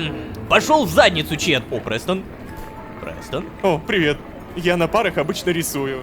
Понятно. Ты правда хочешь со мной? Ну ладно, я тогда это как-нибудь попробую Шерон передать, то, что за мной следят. Эй, Лолушка, если что, я тебя вот здесь подожду, хорошо? Давай, вот здесь, на этой скамеечке. Ты правда меня подождешь? Может быть, я тебе скажу, убирайся отсюда. О, господи, я не могу. Так, ладно, Шерон выписывается и выписывает. А вон она. Действительно выписывается. Я правда пытаюсь Что у вас вас там понять, но и вы происходит? меня. Это слишком дорого. О, Лолошка. Рада тебя видеть. Слушай, я не знаю, какую магию ты использовал, но Брэндон перестал мне писать. Возможно, это, конечно, временно, но я хотя бы дышать свободно могу. Я рад. Можешь спросить меня о чем угодно, Шерон. Рад, что ты в порядке. Слушай, помнишь, я писал, что Саймон послал студента следить за мной? Он прямо сейчас на остановке, Шерон. А? Что? За тобой прямо сейчас кто-то следит? Нет, я не получала сообщения об этом от тебя. Может, просто не отправилась? Стоп, подожди. Давай не будем говорить о слежке так открыто, хорошо? Поговорим в другом месте. Стоп, подожди, в плане не отправилась. Стоп. Еще раз, смартфон. Шерон. Хорошо, у женской общины. Стоп. А где это сообщение? Сообщение, которое я писал в предыдущей серии, его нет! What the fuck? Так, еще раз, что? Да, для этого надо как-то сбежать от Чеда. Давай поговорим тут, Шерон. А то Чед будет нас преследовать. Я не думаю, что у нас получится поговорить, Шерон. Либо надо как-то сбежать от Чеда, либо прямо здесь говорить. Но здесь тоже не то чтобы камильфо, поэтому надо как-то сбежать. Ну, смотри, он же не зашел за тобой сюда, верно? Значит, он пытается соблюдать нормы приличия. Можем сказать, что у нас свидание. Ну, или попросим кого-нибудь отвлечь его. Ай, ладно, в общем, что-нибудь придумаем. Вариантов у нас полно. Пойдем. Какая ты самоуверенная. А подожди, а тебе все нормально? Мы же поговорим о силе мироходца, да? Я надеюсь, то, что мы сегодня поговорим. Так, Чет. В итоге... Вон он все еще сидит, зараза. В телефончик что-то пишет. Эй, Лопс, Ой. а кто из этих твой Чет? Тот рыжеволосый парень у остановки, который в телефон смотрит. Пойдем познакомлю вас. Попробуй угадать. Короче, тот рыжеволосый парень. Так подожди, он же даже не смотрит на нас. Так, слушай, у меня идея. Давай просто убежим, пока он в телефоне. А потом с другой остановки приедем в общагу. Придем в тот дом, где я проводила сеанс гипноза, и уже там поговорим. Надеюсь, там-то за нами никто не будет следить. Хорошая идея, кстати, вот. О, реально убегаем. Не, нам не покажут, как Чет за нами. Это хорошо. Так, в итоге мы реально... Чет печатает. И еще какая-то заметка. Фу. Я знаю, что Чеда послали следить за мной, но... Мне очень не понравилось так поступать с человеком. Что если он там до сих пор ждет меня? Надеюсь, мне больше никогда не придется так делать. Придется, Лолошка, придется. Жить захочешь, придется. Так, в итоге Чет. У него откуда-то мой пейджер печатает. Эй, Лолушка, это Чет, если что. Ты не нашел меня и поехал в общежитие, да? Ой, блин, там была такая толпа, да, я и не удивлен как-то. Тогда я тоже возвращаюсь. Надеюсь, не заблужусь. Просто, знаешь, я хотел бы сказать, что это было очень грубо. Написал бы мне хотя бы. У Карла есть мой тег. Мог спросить. Какая двойная игра начинается. Ты слишком навязчивый, и мне не нравится твоя компания. Чет, так я ж сбежал от тебя. Ты ж шпионишь за мной. Прости, слушай, я и правда тебя не заметил. И он мне ничего не напишет, да? Так, в итоге, что у нас? Поговорим? Сбежали. А это было просто. Вот бы все было таким простым. Хотя ему, наверное, сейчас не очень весело. Да, Шерон, он уже едет сюда, надо поторопиться. Мне слишком неловко, может быть, подождем его? Не-не-не, надо поторопиться уйти отсюда. Серьезно? Ой, да, тогда пойдем. Так, надеюсь, что он сейчас не приедет? О, тот самый легендарный домик. Ну давай, рассказывай, что у вас тут произошло, пока меня не было. Так, блин, а что у нас произошло? А, вот. Слушай, Шерон, я проследил за Чедом и услышал, как он разговаривал с управляющим. Саймон поручил Чеду следить за мной и втереться ко мне в доверие. А еще Саймону почему-то не понравилось, что я отвлекал тебя от книги. Будь осторожна с ними, хорошо? О, боже, это просто кошмар какой-то. А если он послал кого-то следить за мной, а я даже и не заметила этого?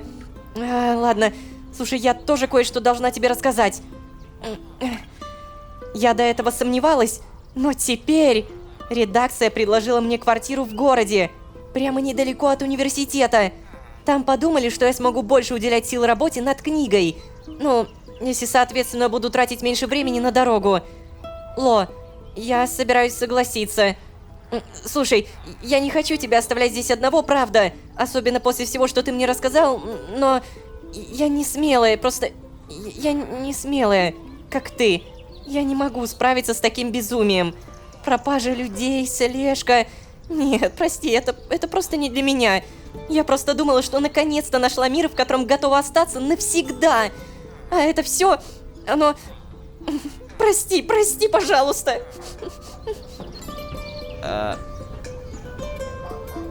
Серьезно? Обалдеть. Вот тебе и союзник нашелся. Может быть, как-то можем все-таки поговорить? Эй, Шерон, пожалуйста. Ну я... погоди, написать точно. Блин, нет. Эй, Жаклин, привет.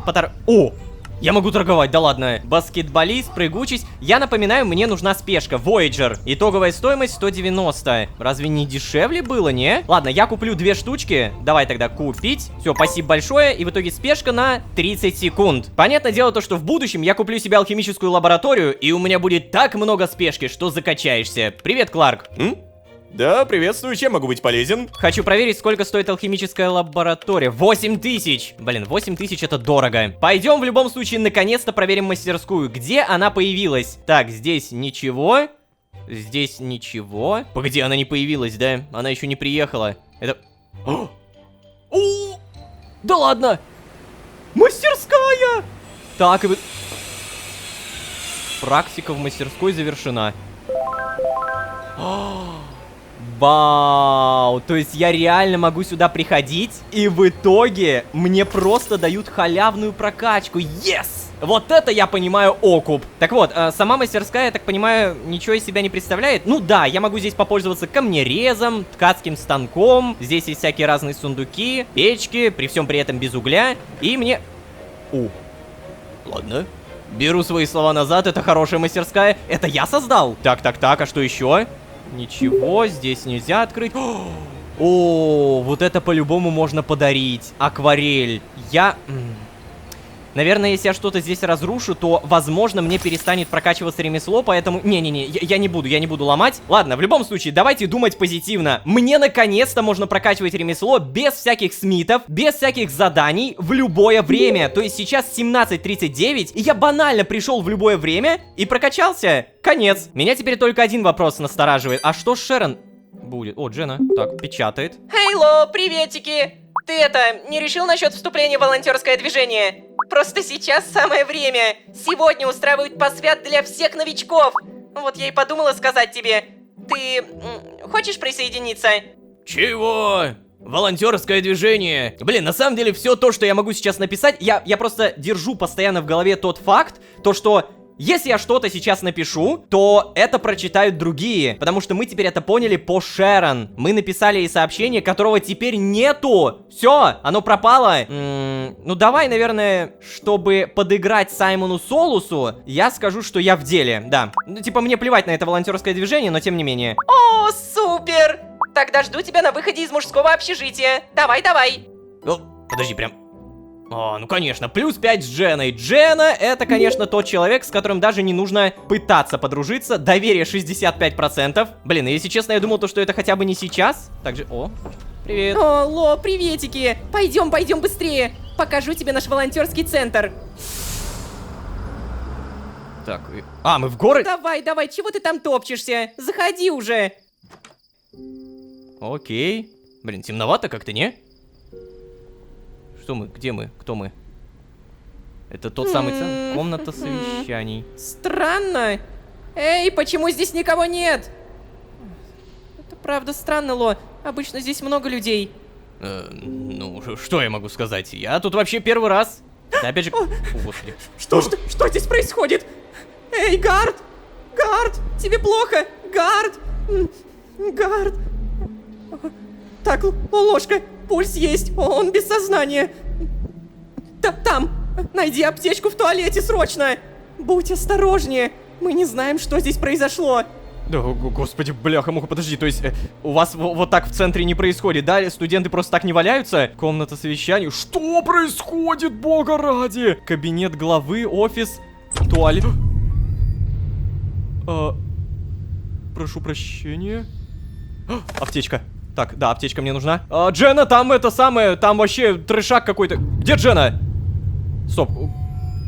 Куда идти? Эй, алло! Ты куда пропала, Джена? Это... Так, ладно. Бляха. Так. Так. Да, бляха-муха. Оп! Сюрприз! Что? Вы чё, серьезно? Ай, ты бы видел сейчас свое лицо. Ай, да ладно, тебе не переживай, здесь все через это проходили. Это у нас традиция такая. Вы чё, издеваетесь? Да, ты увидел реально свое лицо. Слушай, парень, сейчас придет еще один новичок. Хочешь притвориться трупом, а? Давай. Я реально думал, что... Ой-ой-ой.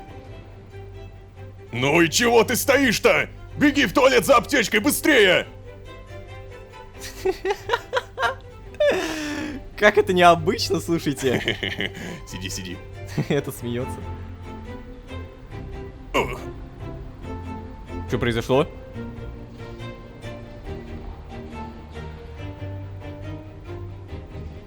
Подожди, ты чё лег? Чел.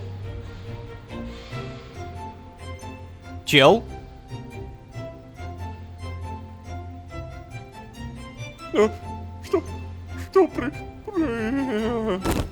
Ай, Ло, ну ты чего? Он бы не упал в обморок, не встань ты слишком рано. Я знаю, что ты хотел помочь Эрику встать, но это не было по сценарию. Мог бы и подождать. Ну ладно, в любом случае это получилось забавно. Вообще, ладно, не стоит, скорее всего, смеяться над таким. Все прошло очень весело. Я рада, что ты решил присоединиться, Ло. А вообще уже вечер. Сегодня больше ничего не будет. Пойдем. Прикольно. Ну, вот такой вот у нас центр. А теперь поехали в общежитие. Волонтерский центр, мне Ну нравится. все, давай, Ло, пока. Скоро будем видеться еще чаще. У меня столько дел. Не скучай. Ладно. Блин, резко ты как-то... Так, слушайте, я, честно говоря, такой спектр эмоций пережил за это. Типа, мне почудилось уже какое-то убийство, мистика, уже подрубил детектива, а тут на тебе, каждого волонтера так встречают, прикольно. Смогли поиграть на эмоциях, это правда. Так, в итоге, зато у меня осталась аптечка, стенной аптечный шкаф, спасибо. Но знаете, о чем я сейчас думаю? О, Престон.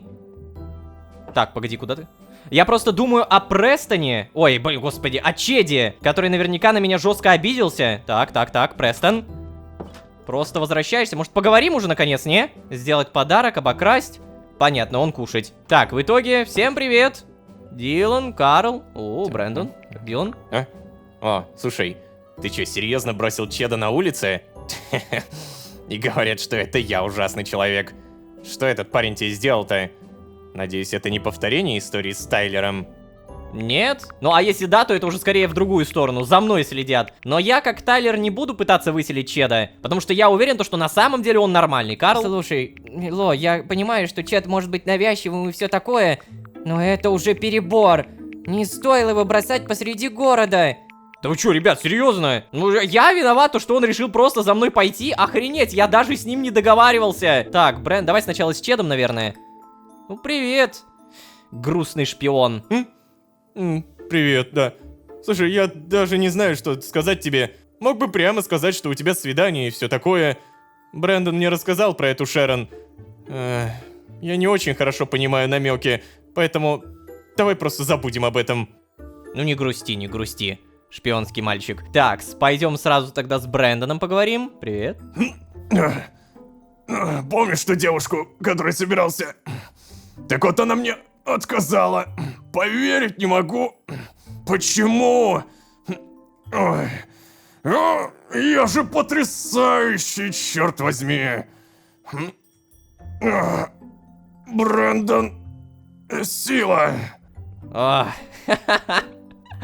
А я-то думал, там уже реально, наконец-то хоть кто-то с ним согласился на свидание пойти. Господи, Брэндон, сколько тебе уже отказали на моей памяти? 10, 20 человек. Ну, с Карлом все понятно, он меняет свое мнение, наверное, 10 тысяч раз на дню. Дилан просто офигел от меня, но... Чему я действительно благодарен, у нас отношение не упало. То есть вот Шерон равнодушие, так, Тайлер... ну Тайлер не... Кстати, а Тайлер-то все еще есть. А Чеда при этом не появилась. Возможно, там Чед рано или поздно появится, но пока что его нет. Сейчас я, скорее всего, как и вы, очень сильно разочарован Шерон. Мы ждали ее кучу времени, а она хоть и является мироходцем, но... Она боится. Ее можно понять, но, честно говоря, это не то, что мне сейчас нужно. Мне нужно найти хоть какого-то союзника. А у меня до сих пор такого нет. Это действительно единственный сезон за все время, где у меня нету явного помощника. Я тут до сих пор один. То есть мне нужно выстраивать отношения очень скрупулезно, а не так то, что «Эй, братан, давай дружить, йоу!» Да, заметно то, что этот сезон сильно этим отличается, но, в общем, будем выстраивать эти самые отношения. Надеюсь, то, что вам понравилась данная серия. Надеюсь, то, что мы найдем союзника. Может быть, даже Шерон передумает и никуда не уедет, черт возьми. Слежка за нами продолжается. И прежде чем вы отключитесь, пожалуйста, ребят, не забудьте поставить лайк, не забудьте подписаться. Вы досмотрели до этого момента, и это означает, что серия вас, наверное, как-то завлекла. Вы же посмотрели все. Поэтому, правда, эти микронажатия — это огромный буст к мотивации. Спасибо большое, если не пропустили мимо ушей. Ну а если вы здесь впервые, то можете еще и позвать друзей. А с вами были Лолошка и следящий Чед, избежавшая Шерон. Всем удачи, всем пока. Пока. Привет. Можем встретиться. Я уже через час уезжаю и хотела попрощаться. Да ты чё, реально все-таки уезжаешь? Что это? Гопник! Что? Прошу прощения. Ой. О, нет. Нет. Господи бога ради! Отстань! Отстань от меня! Ой, Лолошка, прости, мне так страшно. Я сваливаю. Да, ребят, вот такой мироходец нам попался. Как вернуть свои силы и память без Шерон, неизвестно. Нам нужен ее гипноз. Нам срочно нужно переубедить ее. А вообще, всем привет, дорогие друзья. Я Лолошка. Добро пожаловать в последнюю реальность. Поехали!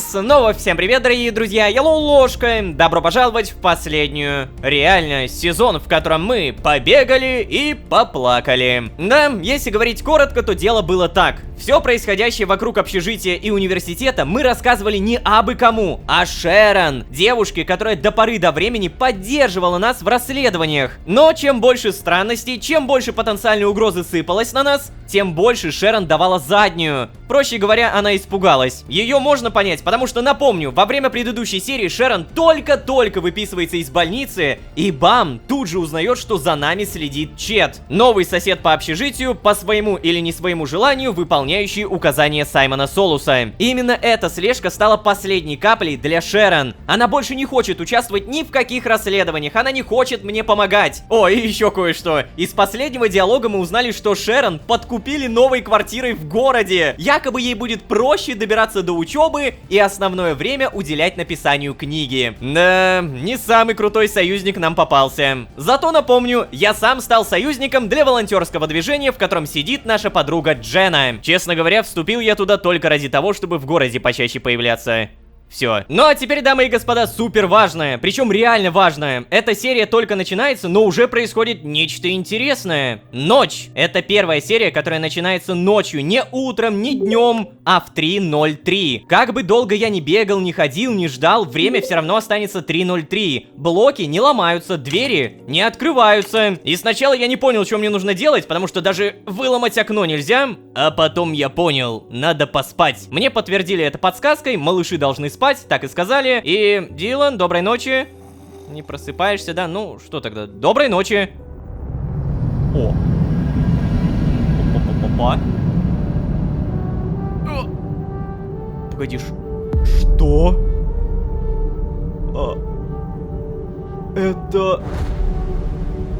Это буквально воспоминания из 13 огней. Похороны скульптора.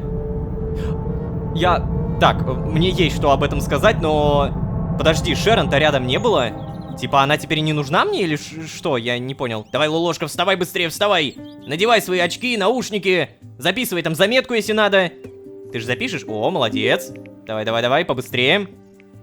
И да, прежде чем я что-то скажу, добавлена новая заметка. Давайте мы ее прочитаем, потому что мало ли там все будет сказано. Вау, а вот и результат гипнотерапии. На этот раз это было действительно полноценное воспоминание. Правда, хотел бы я увидеть что-то более счастливое. Похороны скульптора были очень тяжелыми. Зато теперь воспоминания об этом четкие, как никогда. Я точно знаю, что происходит и с кем я. Надеюсь, я смогу вспомнить все остальное. Да, это действительно были похороны скульптора. Думаю, пока что не так важно знать, кто эти персонажи, но давайте я все равно напомню, кого мы вспоминали. Скульптор в виде Дилана, Дана в виде Шерон, Абди в виде Престона и Джодах в виде... какой-то учительницы. Если вы не смотрели предыдущий сезон 13 огней, то самое главное, что нужно знать, меня выкинули из той реальности, где были все те люди, и выкинул не абы кто, а GDH, другая версия меня, Лолошки. А вообще, если подводить короткие итоги данной заметки, это было прикольно.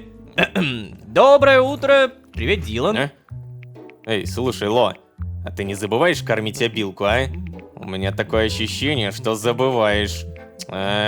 Кто вообще тебе доверил животное, а? Иди покорми. Ладно. Так я вообще-то кормлю, если честно. Рыбы, правда, у меня сейчас нет. Чет, привет. О, доброе утро, Лолошка. Как тебе спалось, а? Ой, знаешь, выглядишь ты что-то не очень. Может, в больничку сходишь, а? Понятно. Подколоть решил, да? Так, подожди, обилку покормить, я понял. Это очень хороший намек. Тартар из говядины. Ты будешь покормить? Бляха-муха, не будет. Эй, рыба, привет. И впредь, пожалуйста, не надо мне говорить то, что я не кормлю обилку. Вот! Прямо перед твоими глазами. Ты это видел? Видел? Надеюсь, увидел. Так, Брэндон, могу зайти. Что? Господи. Поговорим? О, Ло, здорово. Сегодня я снова пойду к Элеоноре. Уверен, во второй раз она мне точно не откажет. Жди меня, Элеонора. Понятно. Сколько раз я уже говорил фразу, что у Брэндона ничего не меняется. Так, здесь тоже ничего. Эй, Карл, привет, что делаешь? Ло, привет. Прикинь, Чет, как оказалось, многое знает о кормовых культурах. Я, конечно, вообще не должен такому удивляться, но это была очень приятная дискуссия на тему люпина. Даже не знал, что его можно есть, прикинь.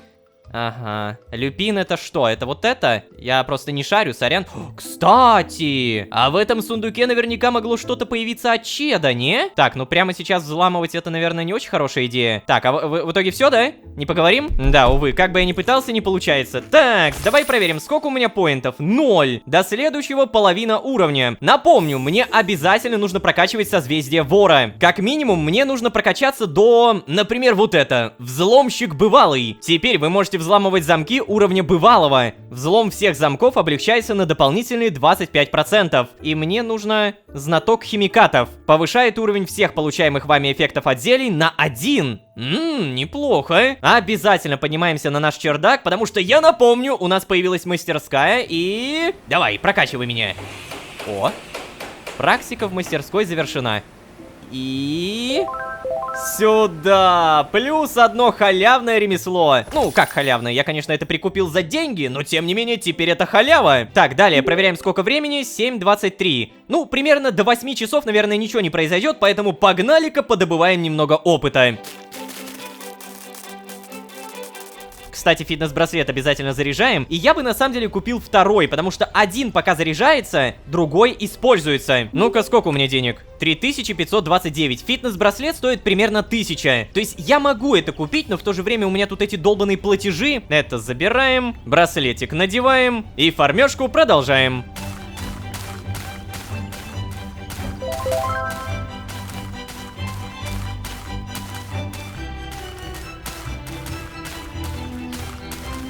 Итак, практически за всю эту добытую ферму мы еле-еле получаем 2 поинта. Ой, кстати, прям немного остается. Ну-ка. Давай, последний. Сюда. Здравствуйте, созвездие вора. Итак, знаток химикатов. И взломщик бывалый. Да ладно, реально хватило. Так, ладно, в любом случае, время уже 7:58. И примерно в 8 часов к нам приходит Карл, да? О, да, я вообще-то уже тут. Дилан, ты что, реально уже готов? Да, Карл, пойдем уже. Вот это читаемо, то, что он приходит к 8, но не читаемо то, что Дилан так быстро собирается. Чет стоит. Че, меня ждешь? Да опять вместе хочешь пойти или что? Ничего себе! Да уж, ребятки, сегодня вы быстро. Да, пойдем уже. Что-то я не понял. Ой, Брэндон тоже идет. Ты посмотри-ка. Ребят, а вы что, еще не ушли, что ли? Это, кстати, хорошо. Ну да, не успели. Ребята! Мне тут просто в голову пришла отпадная идея. А поехали-ка завтра в поход, а? О, господи. То, Брэндон, отличная идея. Я люблю походы. А куда ты предлагаешь, кстати? В лес? В горы? Ты куда это спешишь-то так, а? Мы еще даже не согласились. Я, например, против. Я... Знаете, я никогда раньше не ходил в походы. Я не думаю, что это мое, Брэндон. Эй, Карл, дружище. Да ты чё? Ты же еще даже не пробовал, а уже так говоришь. Не парьтесь, ребята. У меня даже палатки есть. Я нас всех подвезу. Давайте, соглашайтесь. Знаете, ребят, я, наверное, предпочту остаться дома и поучиться. Ну, вот видите? Плохая эта идея, Брэндон. Никто туда не хочет. Эй, Дилан, вообще-то это 2 на 2. Лолошка все еще не проголосовал. Ну точно. Я думаю, я знаю, что он выберет. Ну, вообще, прикольно, наверное, в поход-то сходить, Дилан. Чё уж ты на меня так смотришь? Я хочу остаться в общежитии. Поход звучит весело, пойдем. Как раз раскроем Чеда как персонажа, давай. Ну конечно, так я и думал. Плевать. Ничего, ребят, он остынет. Эй, Дилан, я с тобой. Ты, блин. Ну ладно, я уверен, что они передумают. Пойдем за ними. Так, ладно, пойдем. Подожди, а в итоге мы на учебу, верно? И, Чет, мы можем как-то... Нет, не можем поговорить, пока идем, ладно. На всякий случай быстренько попробуем забежать сюда. Ну-ка. О, продавец уже работает. Торговать. И, конечно же, ничего нового у тебя не появляется. Господи. Не знаю, уже просто по приколу хоть постеры покупай. Постер «Тетрадь смерти», клинок, рассекающий демонов. Ну, не знаю, давай «Тетрадь смерти» купить. Все. Ребят, сори, сейчас... О, надо еще с кем-то поговорить. Дилан? Блин. Поверить не могу, что проведу свои выходные в долбанной палатке. Там же будет неудобно. И много насекомых. Почему я вообще потакаю Брэндону? Ты не потакаешь, ты просто дружишь. Понимаешь, чужие интересы вопреки своим тоже иногда нужно учитывать. Так, Карл? Я просто волнуюсь, что в походе может что-то произойти. Это же опасно. Дилан только выздоровел и... В общем, ладно. Дилан, который даже не болел. Да, а знаешь, а я рад, что ты поддержал идею Брэндона. Давно я не ходил в походы.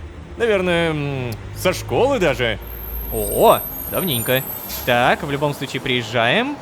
Ну, ладно, тогда потом еще поговорим.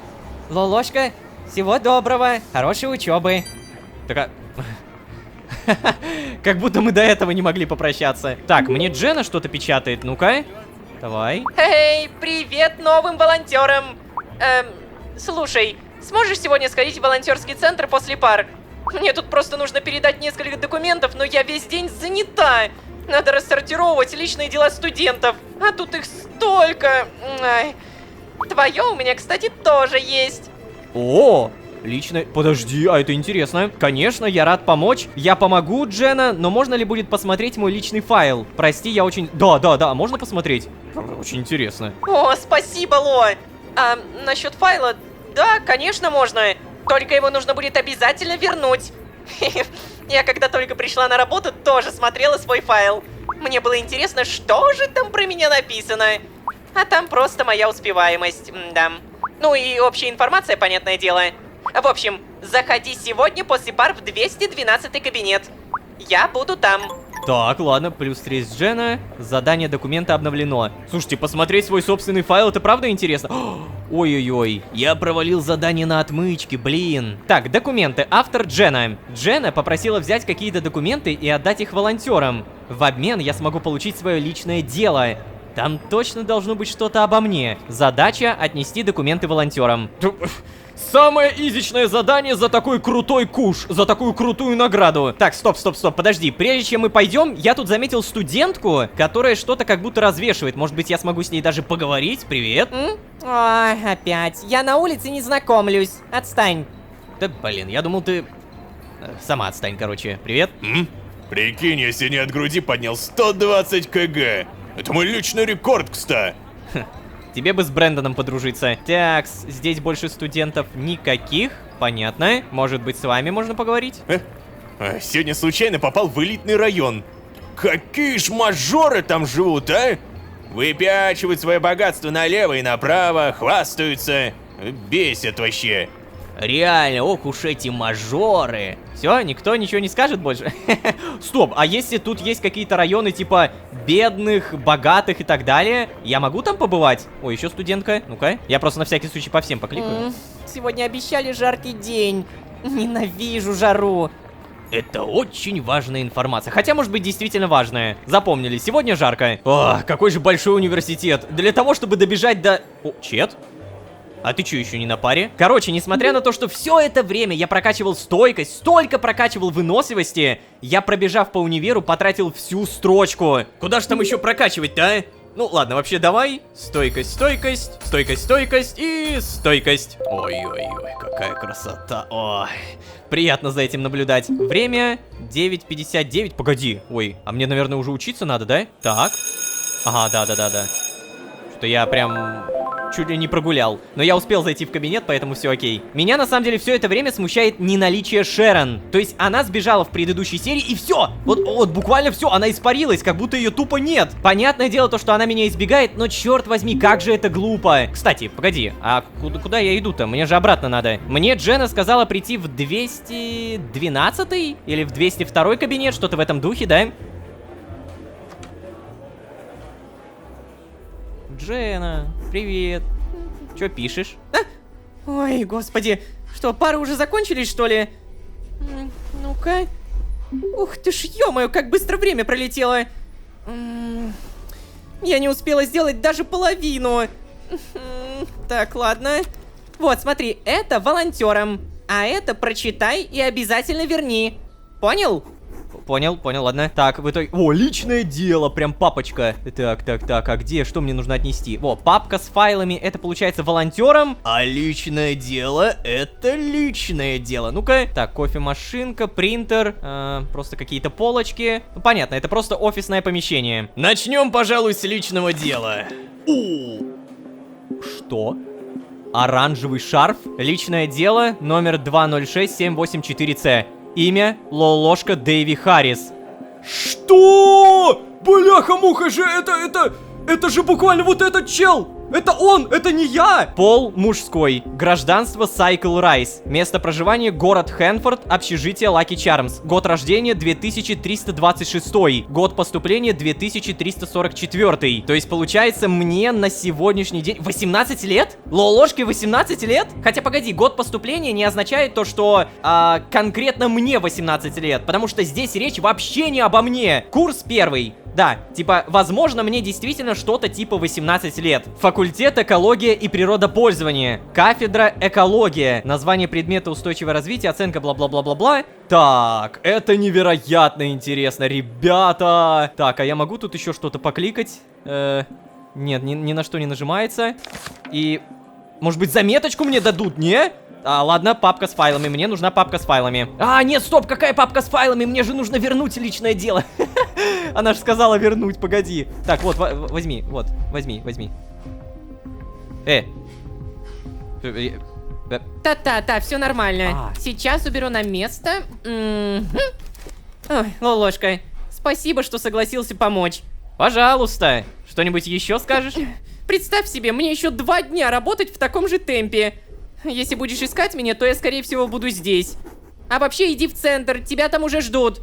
Понял, ладно. Так, передать папку с файлом. Обалдеть! Ребята, каждая серия этого сезона это просто что-то с чем-то. У меня мурашки по коже от того, что происходит. Наконец-то начали говорить обо мне. То есть, понимаете, здесь уже задействована не только локальная история, но уже более глобальная. Скажем, назовем ее Лололошкинковская. Господи, ладно, это ужасно. В общем, история о Лолошке. Мы все больше погружаемся в лор нашего персонажа. И я, черт возьми, наконец-то могу сказать: ура! Так, окей, мне нужно сюда, наверное. Деньги у меня имеются. Вот, возьмите. Мне, пожалуйста, волонтерский центр, там все такое. Угу, спасибо. Где я? Подожди, что это за место? Так это торговый центр! Лол, я понял, где я нахожусь. Осталось только понять, где находится этот волонтерский... счастье. Да, мне нужно счастье. Так, я могу пройти через эту дорогу. Просто, если какая-то машина проедет, то это быстро. Эй, Лолошка, иди сюда. Здравствуйте. Что, работаешь в первый же день? Похвальное рвение, похвальное. Джен написала, что ты передашь документы. Пойдем. Окей, пойдем. Так. Давай, не оглядывайся, за мной. Да ладно, чё уж, я успеваю и за вами, и посмотреть. Комната совещаний, зал для выступлений. Надо, кстати, посмотреть, что здесь. Кабинет главы и офис. Да, я просто все это время забываю. На всякий случай в туалет сходим. Вы глава? Положи документы туда. Куда? Куда? Сюда?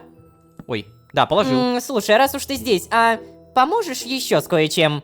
Блин, если я еще заработаю с этого, то давай. О, спасибо. Тогда можешь отнести в промзону корма для животных. На заводах очень любят собак. Подкармливают, заботятся. А собаки хорошо охраняют территорию. И из-за этого их как раз до сих пор не забрали в приют. Нам регулярно жертвуют на корм для них. Надо отнести. Так, если что, я сейчас предупрежу Луиса о тебе. Это рабочий, присматривает за собаками. Он как раз-таки и заберет у тебя корм. Понял, ладно, Луис. Промзона? А где эта промзона находится-то? Так, понял. Давай сюда. Сколько корма мне съесть? Ой, в смысле отдать. Так. Сейчас... Все, я им написала. Иди. Он встретит тебя рядом с остановкой. Задание документы выполнено, 300 опыта улучшения. Задание корм для животных, хорошо. Так, сразу давай посмотрим, где это может находиться. Что ж, теперь я волонтер. А значит, должен выполнять работу для волонтерского центра. Меня попросили принести какому-то Луису корм для собак. Сегодня я, видимо, работаю курьером. Задача отнести корм Луису. Срок 1 день. Окей. Так, а что мне в итоге просто... Во-первых, на машину не наткнуться. Как тут мало машин-то, ё-моё. Скорее всего, мне нужно... О, едет.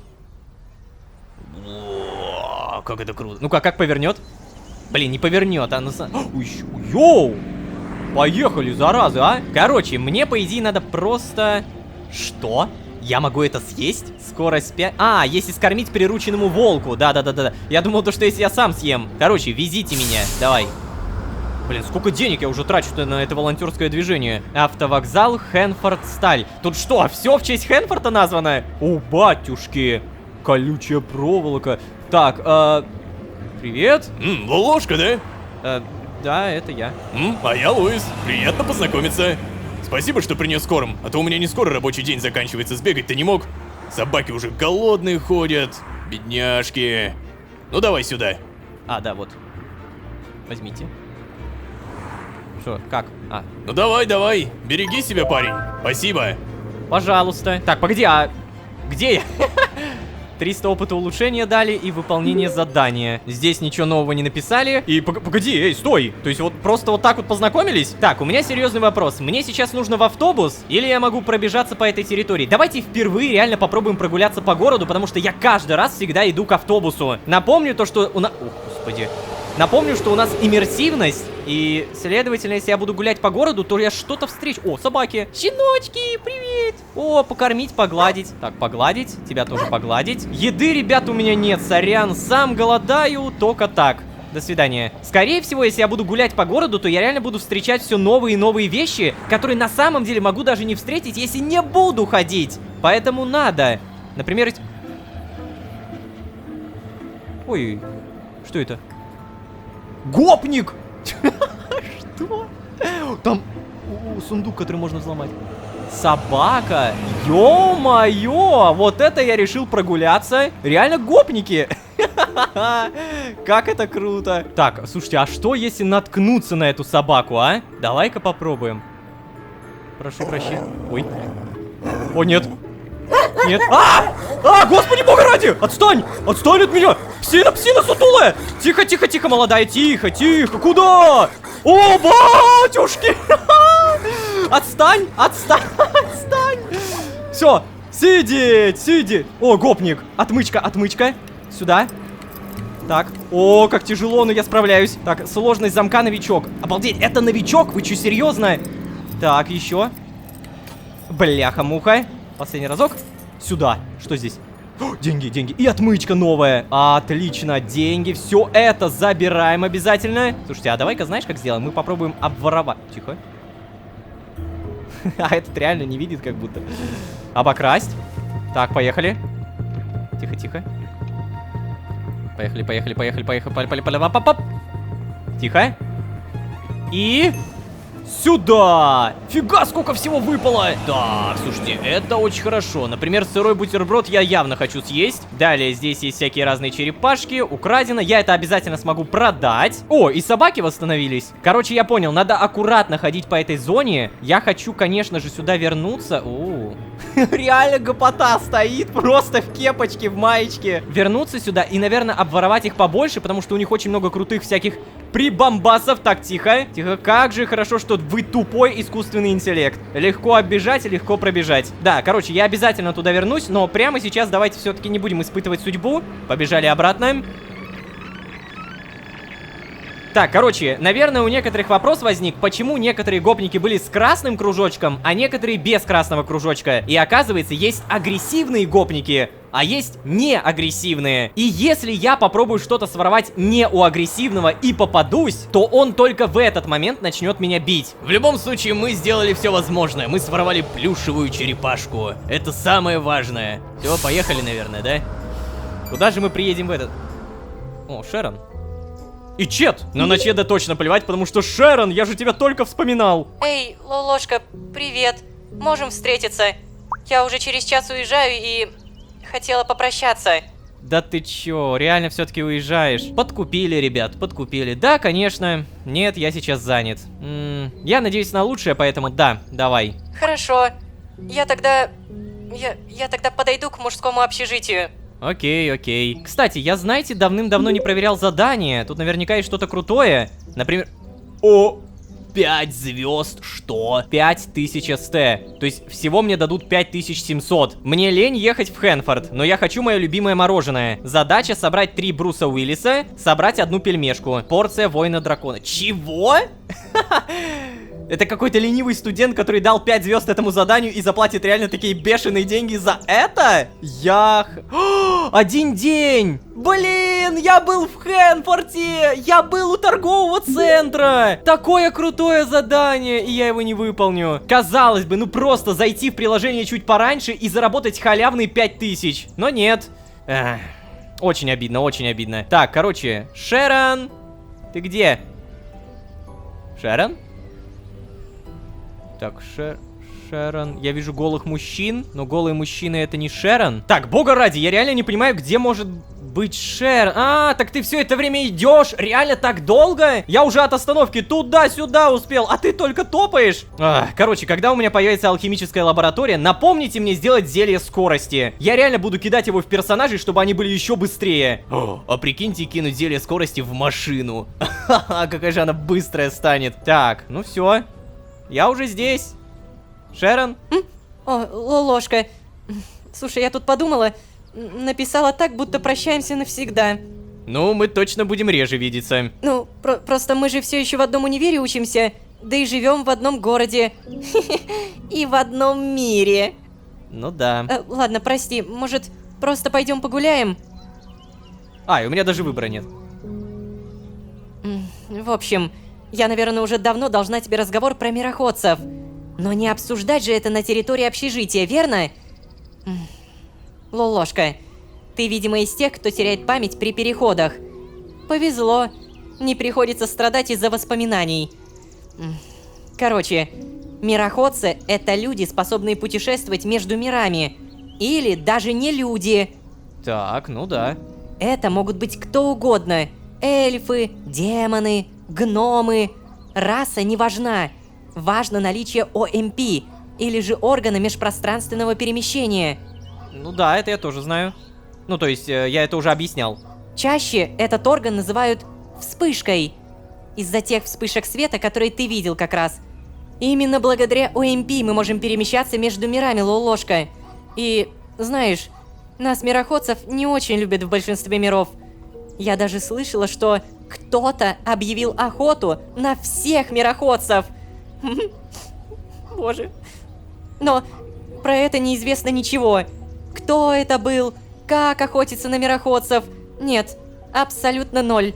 Известно только то, что многие мироходцы разом исчезли и продолжают исчезать. Никто не знает куда. Это началось около 17 лет назад. Ого, в этой реальности ведомнее существует? Я очень долго искала спокойный мир, вроде этого, где на нас не будут охотиться. Но, Лолошка, ты все равно будь осторожен, хорошо? Никому, никогда не рассказывай про себя. Это на самом деле все, что я хотела себе рассказать. Может быть, уже вернемся?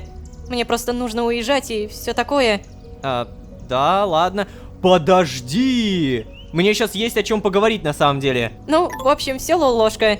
Издательство заказало мне машину, которая доставит мои вещи до новой квартиры. Опять же, я должна идти.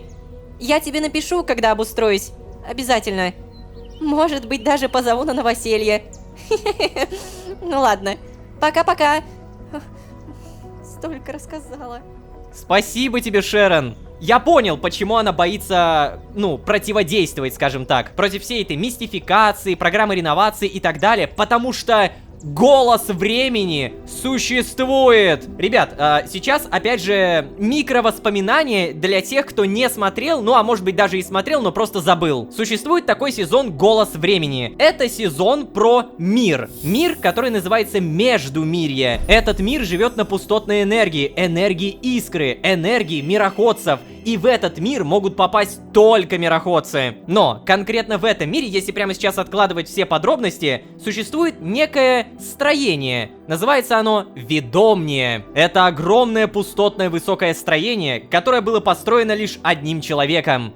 Фарагондой. Женщиной, которая практически всю свою жизнь потратила на то, чтобы отомстить мироходцам. Преступников-мироходцев, если быть точнее. И для того, чтобы отомстить этим самым мироходцам, она забирала их силу. Силу искры. Делала она это как раз при помощи той самой огромной тюрьмы. Ведомнее. И на самом деле в этой реальности всего этого может не существовать. Но при всем при этом вот эта сила противодействия против мироходцев вполне себе может быть. А все потому, что в этой реальности может быть все, что угодно. И это что угодно вполне себе может быть похоже даже на то, что было в моей реальности. Напомню, в «Голосе времени» мы уничтожили Ведомнюю. Больше этой тюрьмы не существует. Но здесь она вполне себе может еще даже стоять. Да, это интересно. Интересно. Мы мало что знаем о мультивселенных. Сразу скажу, что весь этот монолог — это одна большая моя теория. Не нужно за нее цепляться. Пока что будем смотреть, как развивается сюжет дальше, но это чертовски интересно. И если вам так же интересно, как и мне, обязательно подписывайтесь и ставьте лайки. В этой вселенной кто-то охотится на мироходцев. Вот что мы пока что точно знаем. Обязательно подпишитесь, чтобы не пропустить, что будет дальше, потому что дальше больше. Ну а если вы здесь впервые, то можете еще и позвать друзей, поставить лайк. А с вами были Лолошка и новая шикарная информация от уехавшей Шерон. Всем удачи, всем пока. Пока. Все, у меня есть абсолютно все вещи. Пойдем положим. Эй, дорогой! Тебя не учили не врываться без спроса, м? О, Ло, ну чё, готов к походу, а? О, вау. Эй, ребят, погодите-ка. А это еще что там? Там забор? Да какой забор, ты что, не видишь? Камера. Подожди, чего? О, дамы и господа, важные новости. Я Джеди Эйч. А еще за мироходцами ведется охота. Вот почему Шерон не хочет помогать нам и вмешиваться в странности, происходящие вокруг общежития и универа. Сейчас расскажу поподробнее. А еще у нас сегодня поход в лес. Всем привет, дорогие друзья, я Лолошка. Добро пожаловать в последнюю реальность. Поехали!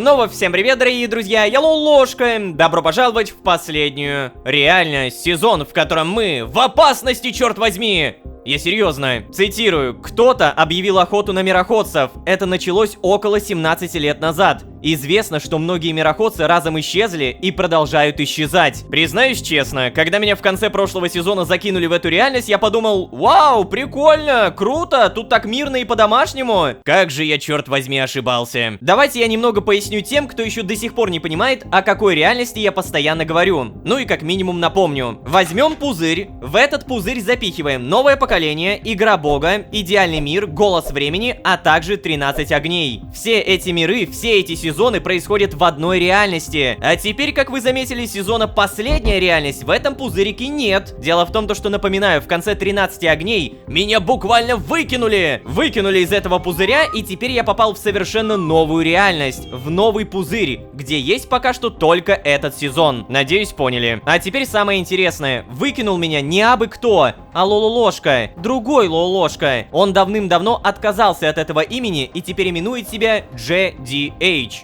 Джон Дэйви Харрис. Многие зрители, да и честно говоря, я сам долго думали, неужели я попал в реальность, где GDH когда-то жил? И вот оно, в предыдущей серии мы получили самый прямой ответ. Да, жил. Вот только GDH не просто исчез из этой реальности. Мы поменялись с ним местами. Заглянув в личное дело универа в предыдущей серии, мы выяснили, здесь меня зовут Лололошка Дэйви Харрис. На фотографии GDH, не я. Возраст якобы 18 лет. Но мы-то все знаем то, что мироходцы не стареют сотни и тысячи лет, так что, возможно, там не 18, а 118. Все это, конечно, очень важная и крутая информация, но она вообще никак не отвечает на вопрос, зачем GDH поменялся со мной местами. А также, кто в этой реальности ведет охоту на мироходцев. Мне бояться? Мне уже прятаться? Ладно, давайте пока что без лишнего шума. А вообще напоминаю, сегодня вместе с нашей братвой типа Чеда, Карла, Брэндона и Дилана мы собираемся в поход. То ли в лес, то ли в горы. Я так и не понял. Эй, Дилан, ты как? Я просто надеюсь, что мы остановимся там, где будет интернет. Слушай, мы точно не можем все отменить? Типа, ой, голова болит, можно я не пойду? Ладно, я в целом все равно уже собрался. Жду остальных. Понял. Так, ну, раз уж ожидаешь, что, наверное, надо поторопить. Эй, Карл, привет. О, привет, Ло. Слушай, если что, я уже набрал еды. Надеюсь, на всех хватит. Я, кстати, даже маршмеллоу купил. Пожарим на костре. А еще я аптечку и репелленты взял. Надеюсь, в том лесу не водится ядовитых змей. Ух, страшно. Нормально все, я рядом, у меня топор, ни одна змея не выстоит. Так, Чет, что смотришь? Доброе утро. О, Ло, привет. Не могу дождаться. Выходные на природе, хотя бы детство вспомню. Даже организовывать ничего не надо, представляешь? Все взяли на себя Брэндон и Карл. Я, конечно, предлагал им помощь, но они отказывались, так что просто ждем. Понял. Ага, Брэндон и Карл. Ну да, хорошо, Брэндон, давайте зайдем. Ты чё? О, Ло, ну чё, готов к походу, а? Ха-ха, погляди, я вот как раз собираюсь. Неплохо. Блин, честно говоря, надеюсь, ничего не забуду. Ха-ха, иначе кому-то придется спать на земле. Скорее всего, мне, кстати. Зная характер Дилана, он точно меня выгонит. Так, а мы вроде со всеми поговорили, мы идем или нет? Ну сейчас раннее утро, наверное, даже автобусы не ходят, поэтому надо просто подождать. На всякий случай проверяем сообщение, никому ничего. Ну, тогда погнали наверх. Уж чего-чего, а про мастерскую я точно не забуду. Каждый раз могу прокачивать халявное ремесло, давай. Оу, Практика в мастерской завершена. Ну-ка. Ага, 100 опыта улучшения, ремесло, спасибо. Итого у меня уже 30 уровень. Еще 5, и я смогу наконец-то создавать отмычки. Так, здорово, кактус. Тебя, наверное, надо поломать, заново поставить. И, кстати, вот этот песок бесполезен, потому что кактус здесь не выращивается из-за вот этих блоков. Поэтому убираем. И в другое место расставляем. Значит так, пока у нас есть время, шикарные новости. Рельсы, шпалы, кирпичи. Найдено задание на 1710 СТ. Также прокачка, опыт улучшения. И это надо сдать за один день. Тут требуется, ну, получается, редстоун, немного железа, а также еще немного редстоуна. Ну, давай, принять. Так, спасибо. Все, надо тогда прямо сейчас это сделать до 9 часов. Так погодите, у меня ж, по-моему, был редстоун. Да, 59. О, и говяжий тартар, кстати. Дилан, привет. привет. Сделать подарок. Вот ради таких штук я готов общаться с людьми.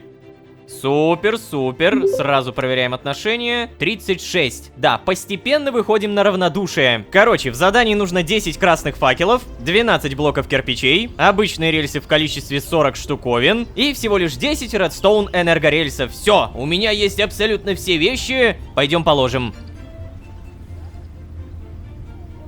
Эй, дорогой! Тебя не учили не врываться без спроса, м?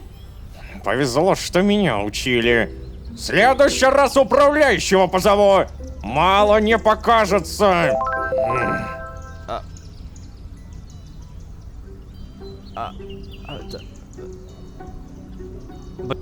Серьезно? Обыграли! Да ладно! Какого черта? И дай-ка мне... Да, срок 1 день, все еще могу сдать. При этом самое смешное то, что его здесь нет, но он появился. Да, открыть я не могу. Обалдеть! Круто. Время 8:10. Так, может быть, я уже могу прийти? Эти... О, батюшки! Брендон, ты погляди, что делаешь? Так, давай. Хорош! Так, ну у нас, получается, будет 1, 2, 3, 4, 5 рюкзаков. Ох, господи, Брендон, силач!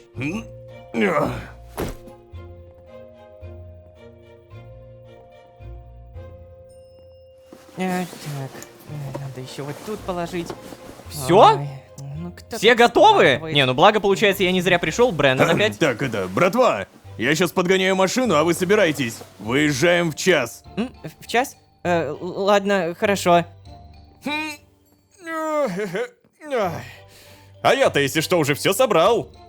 Скорее за тебя все собрали. Тут ровно 5 рюкзаков. Обалдеть, какие красивые. Так, а мне в итоге, может быть, с кем-то можно поболтать? Не? Давай, Чет. О, Дилан. Куда идешь? Да вот как раз тебя спросить. Чем мне с обилкой-то делать, а? Мы же не можем оставить ее тут без еды, верно? С собой ее брать тоже не вариант, поэтому я остаюсь присматривать за кошкой. А сколько счастья от этой идеи, Дилан. У меня есть подруга, у которой есть своя кошка. Уверен, она согласится присмотреть и за обилкой. О, Жаклин, кстати. Давно они не вспоминали. Тебе лишь бы остаться, Дилан. Она же кошка. Может, сама себе еду поймать. Ну давай реально, Жаклин. Уверен, она согласится присмотреть и за обилкой. Счастье было так близко. А ты заранее подумал о своей кошке, или это была импровизация, а? Ладно, не отвечай, я и так знаю ответ. Да все, не изви. Иди договаривайся. И знаешь что? Если она откажется, то я остаюсь. Да ты, Дилан, ну ты серьезно? Короче, мне срочно нужна Жаклин. Я, честно говоря, не знаю, где ее найти. Хотя погоди, я знаю, где ее найти. Она же в баре работает. Блин, вот только за все это время я не выучил ее расписание. Сейчас время 8:47. По-моему, где-то в 10, может быть, в 11. А теперь ну-ка, откройте мне дверь. Так, да. Нет! Я не могу зайти! Я не могу зайти, пока почтальон здесь! Черт! Ладно, окей. По идее, прямо сейчас, когда он уедет, я смогу сюда положить, и потом он приедет вечером. И, как вы понимаете, я наконец-то сдам этот долбанный квест. Ага, давай. Вали отсюда. Так, по-моему, я заперт. Откройте мне. Спасибо. Если у вас есть вопросы, как я здесь оказался, не задавайте. Получается, кирпичи, энергорельсы, рельсы и... Я забыл, что еще нужно. Редстоуновые факелы. Да уж, обидно то, что не смог прямо сейчас. Но в любом случае, сегодня оно точно сдастся. И давай тогда, наверное, сразу найдем какое-то еще задание. Баскетбольный мяч, Михаил. Куплю баскетбольный мяч очень... Сколько? 9090 СТ?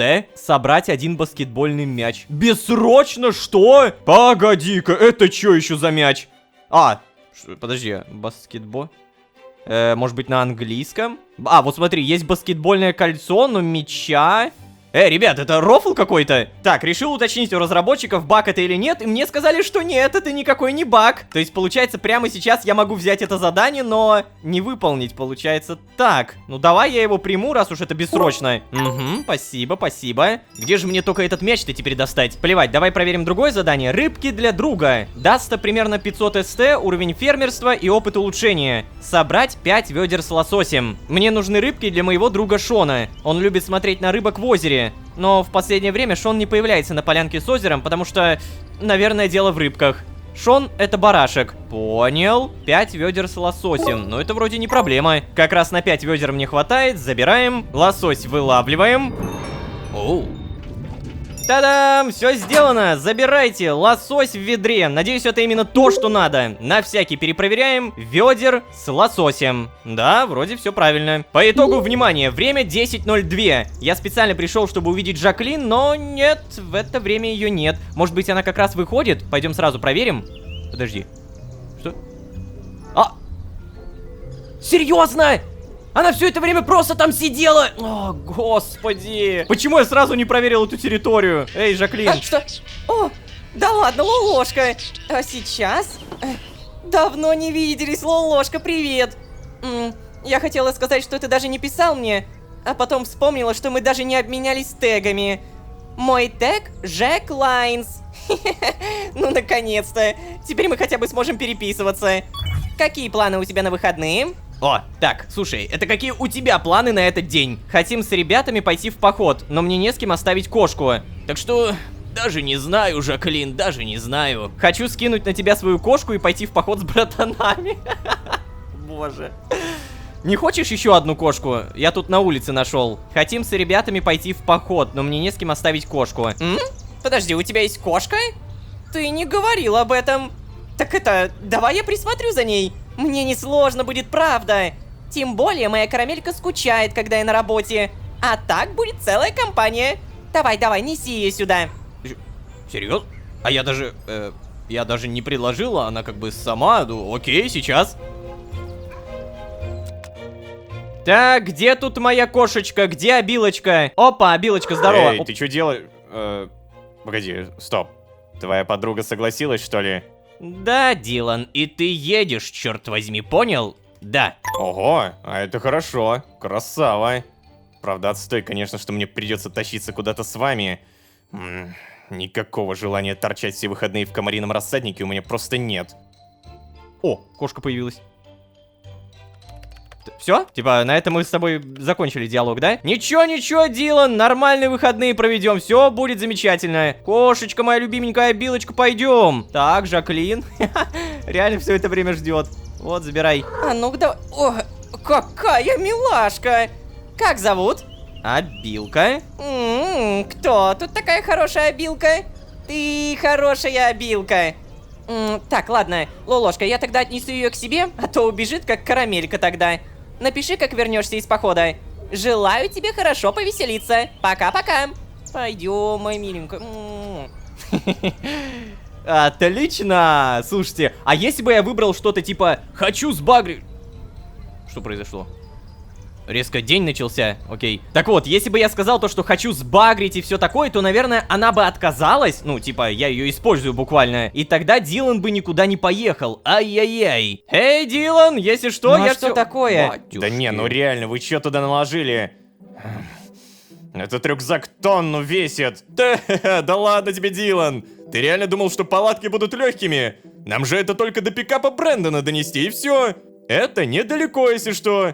Давай уже. Я ведь говорил. Я говорил тебе, Дилан, надо в зал ходить. Сейчас бы не жаловался. Не, стоп, погодите. А лагерь мы где разобьем? Рядом с машиной, что ли? Я так не думаю, мне... Эй, да ладно тебе, Дилан, ты чего? Уже поздно жаловаться. Мы все собрались.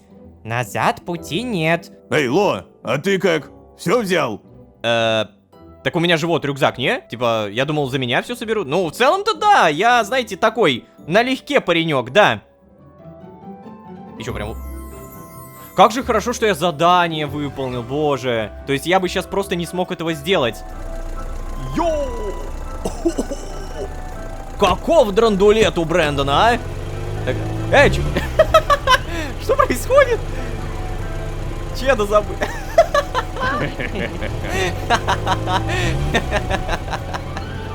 Вот это было смачно. Бедный Чед. Слушайте, прикольный пикап у Брэндона, а? Крутая у него тачка. Фу, да уж, поездочка. Ну что, идем искать хорошую полянку? Пойдем. Блин, такие рюкзаки у всех прикольные. И где же мы вообще будем-то? Эй, ребят, стойте. Это какой-то кошмар. Я все. Можете бросить меня, я, честно, даже не обижусь. Вот мы, кстати, получается, и выбрали место для лагеря, да, ребят? Ну, получается так.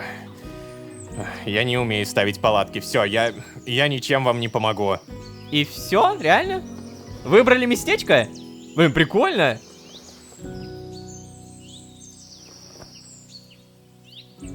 О, вау. Дилан. Реально ловит. Да не будет тут связи. Ну-ка, да, тут не будет связи. Но я, конечно, посмотрю, что он будет в итоге делать. Блин, я же в свою игру не заходил сегодня. У меня там ежедневные награды. Батюшки, ну велика проблема-то, бедняга. Нет, я найду интернет, я найду. Ладно, не будем мешать. Слушайте, а тут прикольно. Смотри как. Белка летит. Эй, Ло, ты можешь принести хворост? Пособирай каких-нибудь сухих палок и все такое. Да, так, ладно. Эй, Карл, ты если чего? Мы тут с ночевкой, палок будет мало.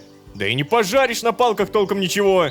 Надо попытаться найти какое-нибудь сухое поваленное дерево. что- Ладно, так в итоге что мне нужно делать? Вы что тут Дилан? обсуждаете, а? Чет, ты как это дерево распилишь, умник? Ну так я же не первый раз в лесу, Дилан. Взял с собой топор. Не переживай. Я не позволю тебе замерзнуть ночью, принцесса. Че за... Иди-ка ты, а? Эй, ребят, ну не ссорьтесь, не надо. Что в итоге нужно делать? Палки, хворост? А у меня идея. Пойдем за дровами вдвоем. Нам надо много, а один я точно не управлюсь. Эй, Брэндон, вам же ложка сейчас не нужен? А? Чего? Я-то совсем справлюсь, не парься. В ваших палатках я тоже все разложу. Какой красавчик Брэндон, а? Эй, Дилан, ты если так будешь сидеть, то простынешь. Плевать, Карл, плевать.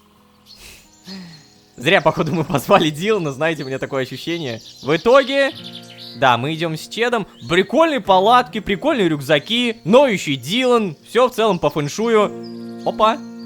И вперед. Все, мы пришли. Смотри, какое. Заметил, когда мы еще шли до сюда. Как знал, что пригодится. Слушай, давай так. Я нарублю это дерево, а потом поищем еще. Будем вместе ходить по лесу. Ай, какая крутая идея-то. Да, круто. Знаешь, а ведь тебе очень повезло, что ты иностранный студент. Вам всем предоставляют места в общаге по умолчанию. Я добивался своего места больше года, прикинь. Фу. Я ведь не особо умный, просто поступил на платное, а общагу не давали. Вот. Ага. Ну так вот, приходилось жить с родителями на дальней части острова. Там просто небольшая деревня. Добираться до универа оттуда — это такая мука. Фу, я очень много работал, чтобы заслужить место в общежитии. Фу. Я очень рад, что у меня такие классные соседи. Знаешь, слушай, я тебе кое-что рассказать хотел. Я это... Ой, блин, как бы... В общем, да, блин. Закончил с этим бревном, вот, смотри-ка. Да, я это и хотел. Бревно теперь полностью порублено. Этого, наверное, будет мало, нам же еще сидеть на чем-то надо и все такое. Давай я отнесу это к костру, а ты поищи еще бревен. И палок мелких. Наверное, да. Все, давай, встретимся. О, Чет, да ты же неплохой парень, но ты только что хотел мне рассказать, что работаешь на Саймона. Да, ну вот прямо сейчас, благодаря его монологу, я понял, почему он выполняет указания Саймона Солуса. Я очень много работал, чтобы заслужить место в общежитии. Я ведь не особо умный, поступил на платное. Общагу не давали, приходилось жить с родителями. В любом случае, что у нас по заданиям? Костер, автор Чет. Чет сказал найти мне сухих деревьев для костра. Думаю, срубить несколько деревьев будет быстрее, чем искать поваленные. Задача 5 березовых бревен, 30 палок. Не проблема. Вот так надо работать с топором, чет, вот так. Хе-хе-хе. Далее, палки у меня тоже присутствуют. Ну, по сути, я выполнил. Эй, ребята, я супер-пупер-мега быстрый. Кому тут надо отдать? Вот. Ложка? Блин, а быстро ты? Ха. Так, давай-ка. Вот здесь. Вот здесь.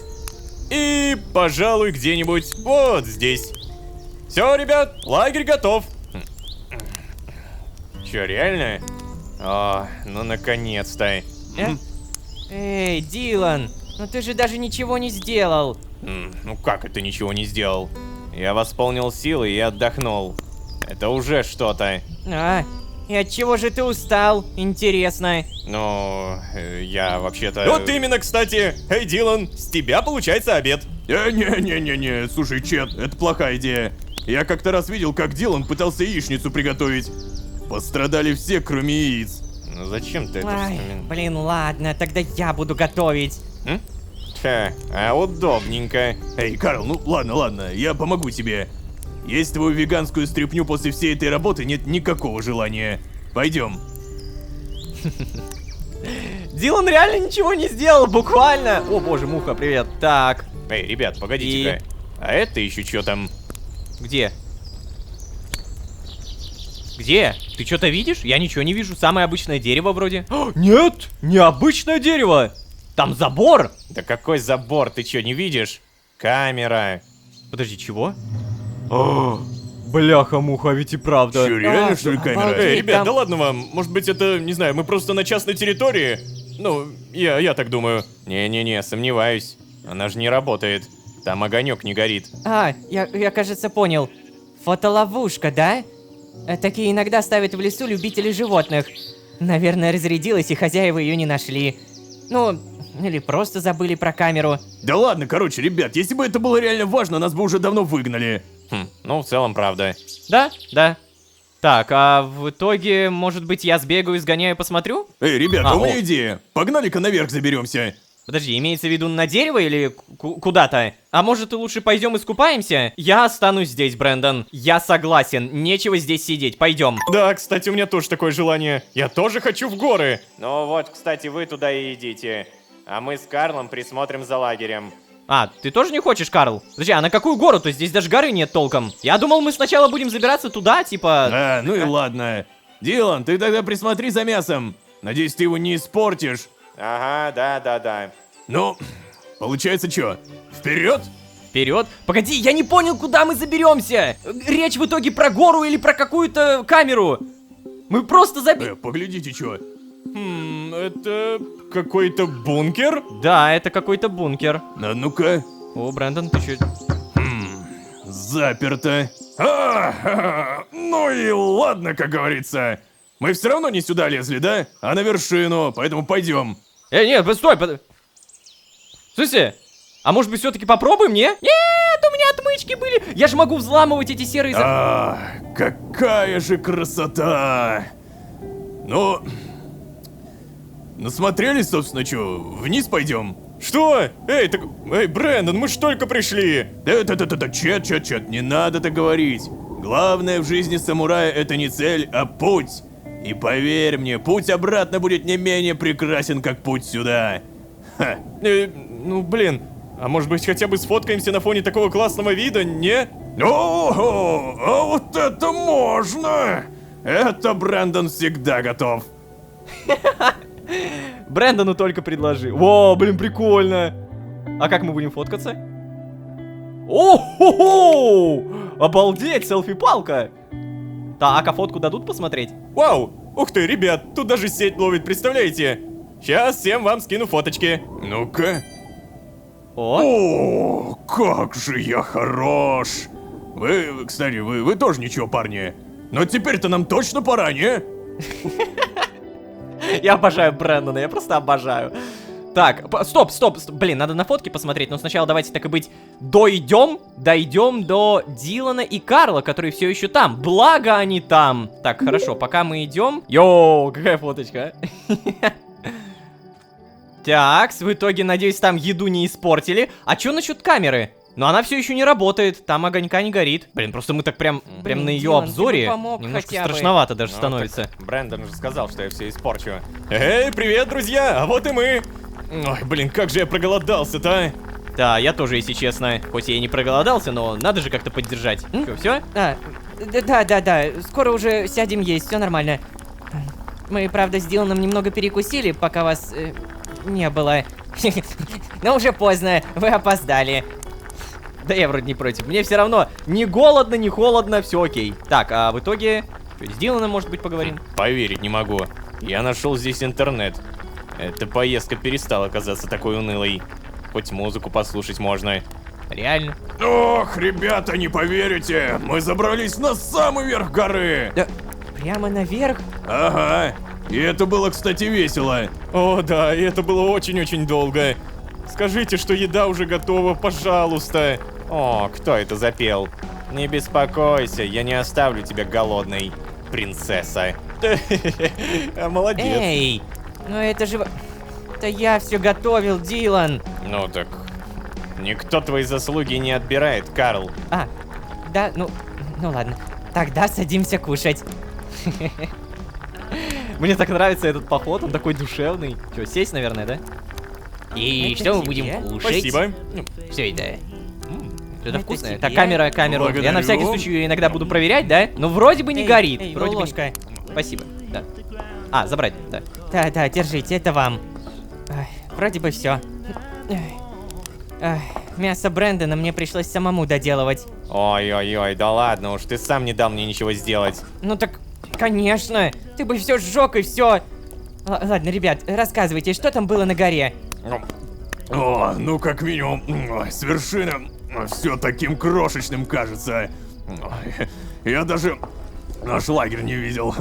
А еще мы классно пофоткались. Хотя могли пойти туда завтра еще раз, да? Да, что, реально, еще раз? Зачем? Тебе одного раза мало. Да не-не-не, ты просто не понимаешь.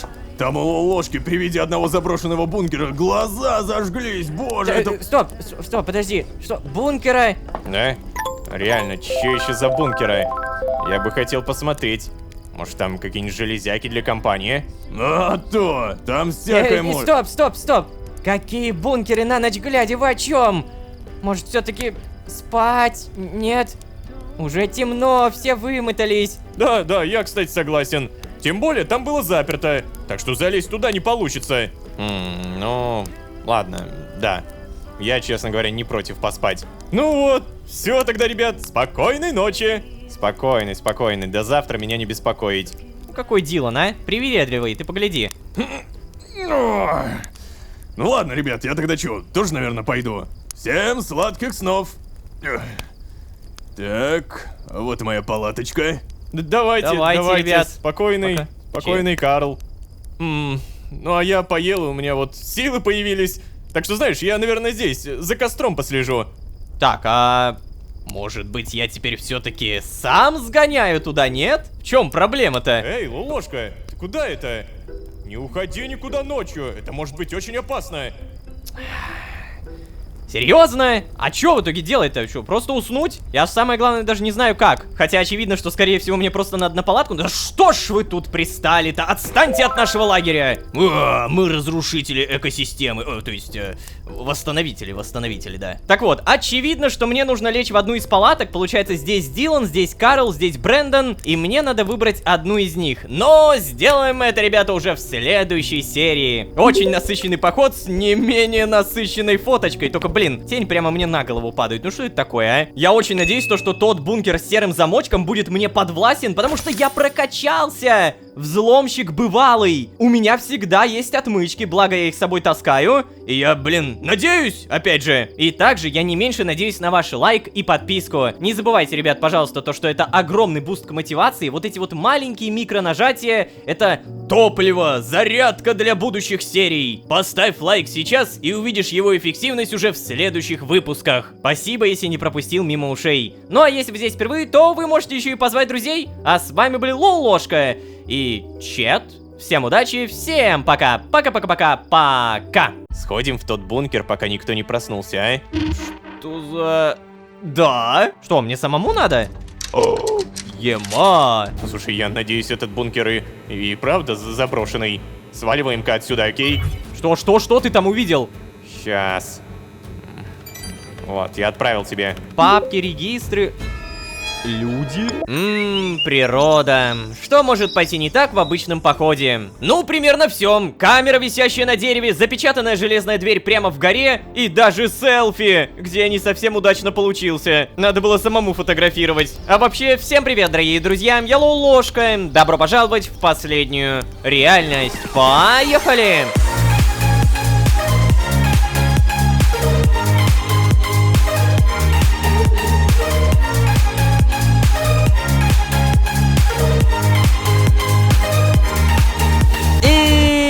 Снова всем привет, дорогие друзья, я Лолошка. Добро пожаловать в последнюю реальность, сезон, в котором мы на природе выдыхаем, отдыхаем. Да-да, природа, поход, сожители, птички поют и, черт возьми, камера, смотрящая прямо на нас. Во время предыдущей серии, конечно, нам сказали, что у камеры не горит огонек, а значит, возможно, она даже выключена. Но что насчет двери прямо в горе? Двери, на которой висит железный замок, открывающийся только с этим навыком. Взломщик бывалый. Теперь вы можете взламывать замки уровня бывалого. Взлом всех замков облегчается на дополнительные 25%. Хорошо. Короче, как вы понимаете, у меня сейчас только одно желание. Пожалуйста, дайте мне гору, дайте мне эту дверь. Я хочу взломать. Время 6:01. В сообщениях...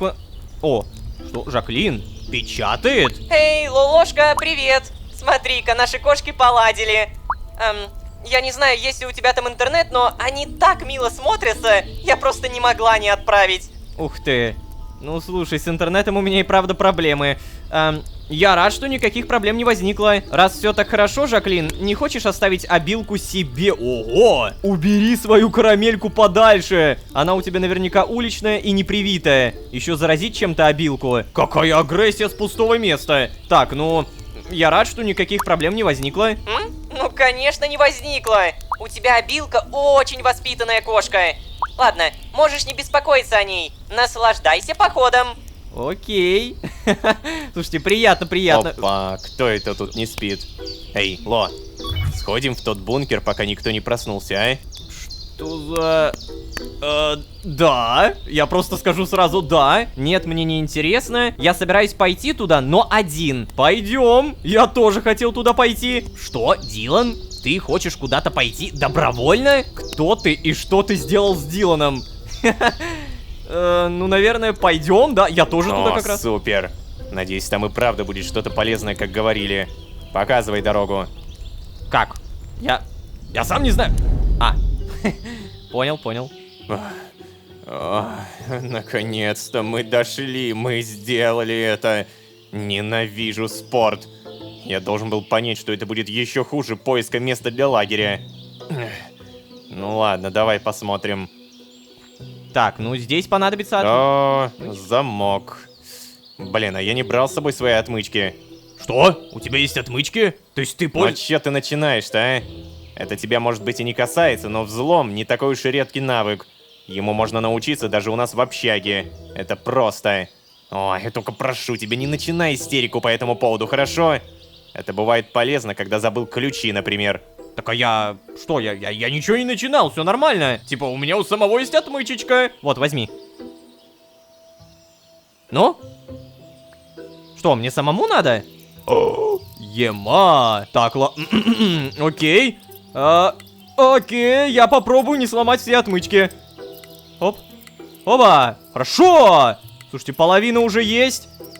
Остается всего 2 и... Ба! Нет, сказал ба! Да... Ба! И... А? Так ты чё, реально тоже так можешь? Я замечаю за тобой все больше криминальных наклонностей, Ло. Ладно, плевать. В любом случае, сами сейчас идем туда. Вместе. Пойдем. Да.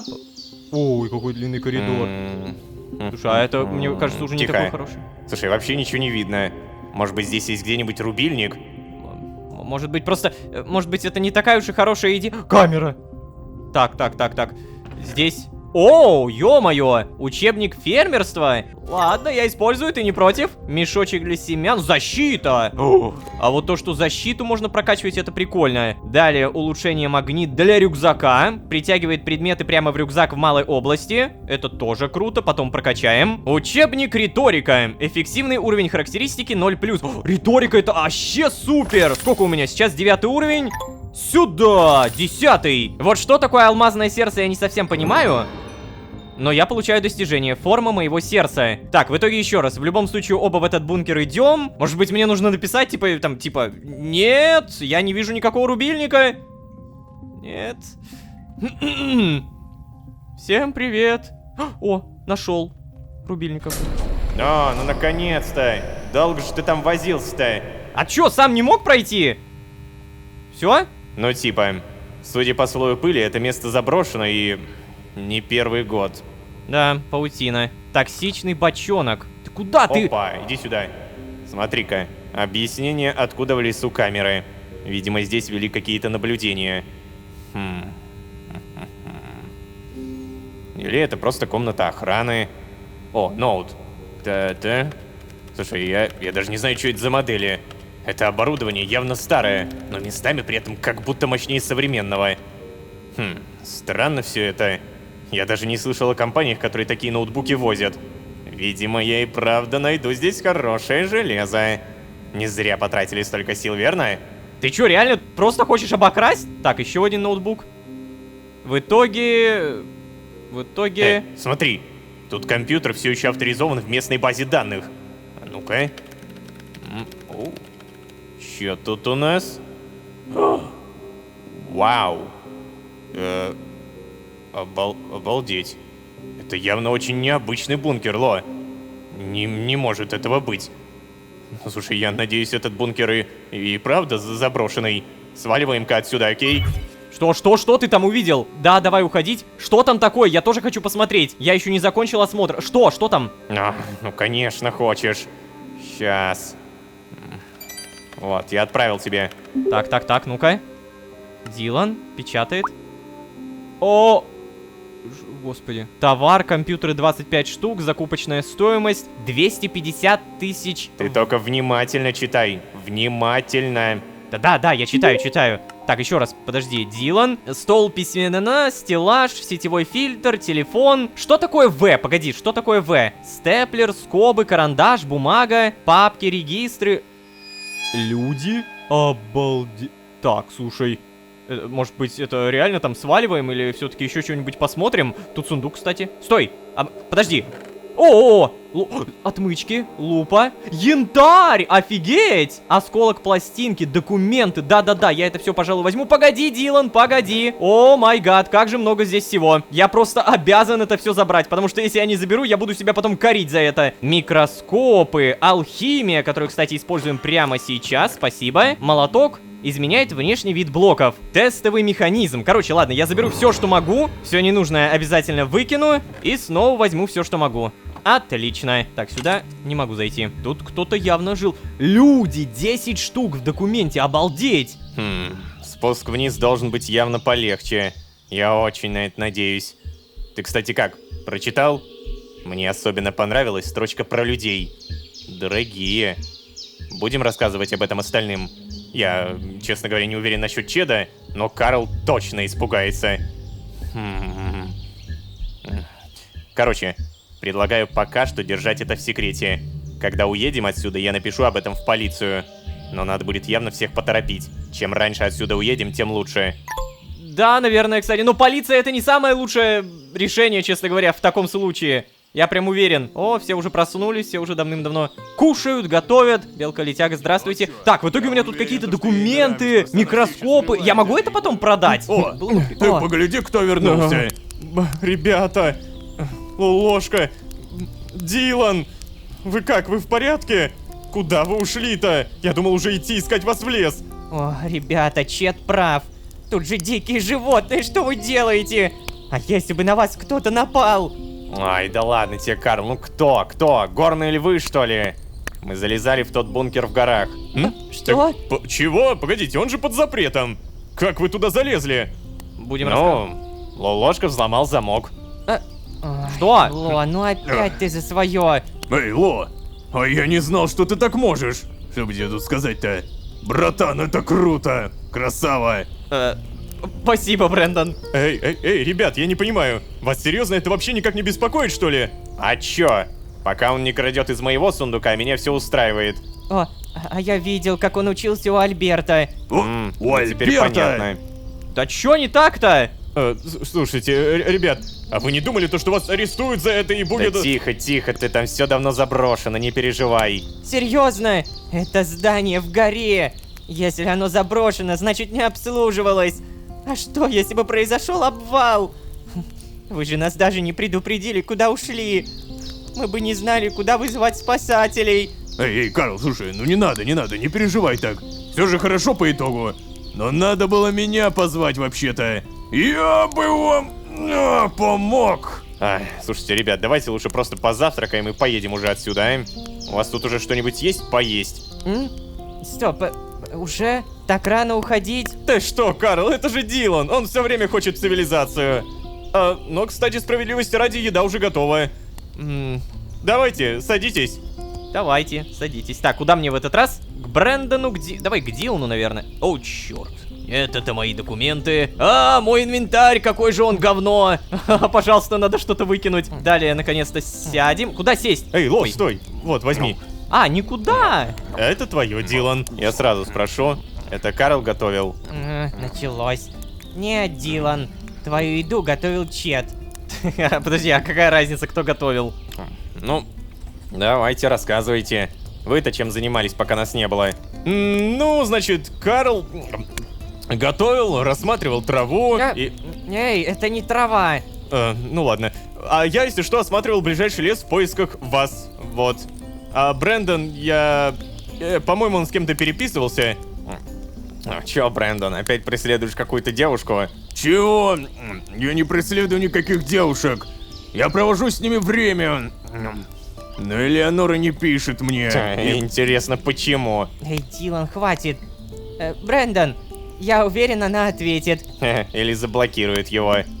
Слушай, Брэндон, а ты хотя бы спросил, есть ли у нее парень-то?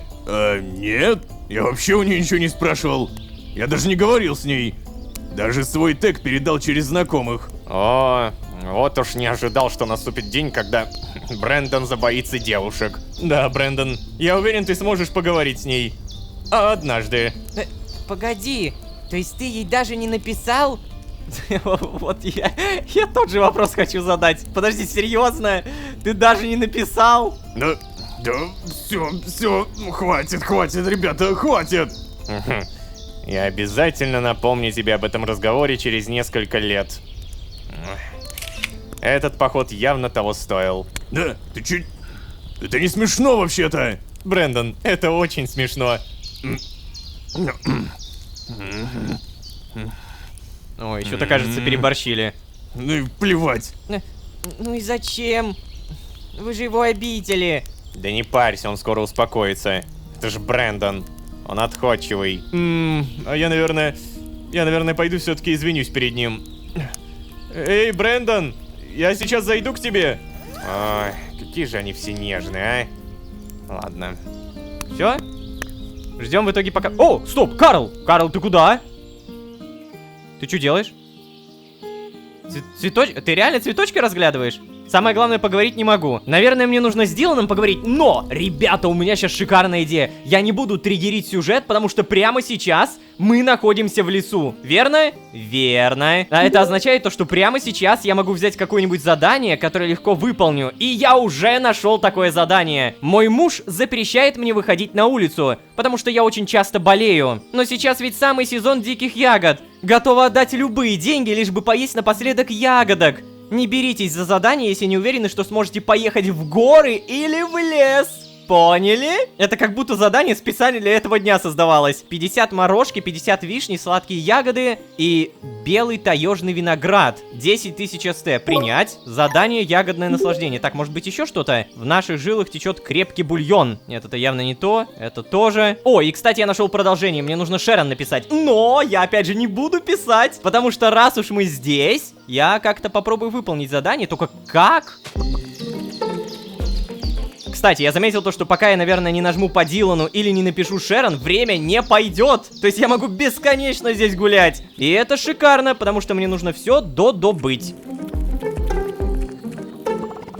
Та-дам! Добыто. Ровно стак каждой ягоды. И прямо сейчас у нас сколько?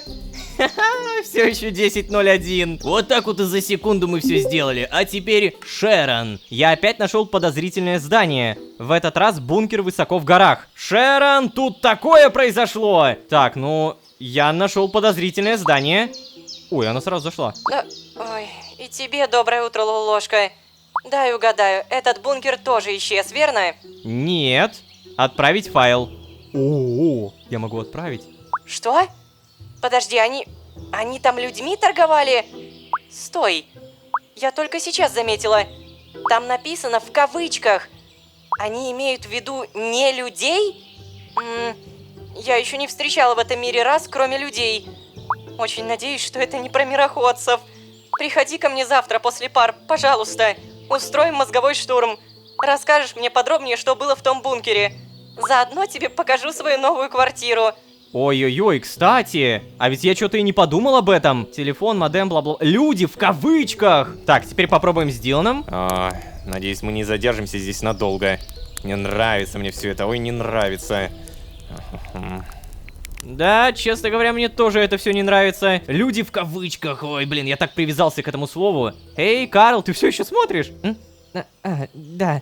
Я просто хочу забрать отсюда несколько редких растений. Я буду очень хорошо за ними ухаживать.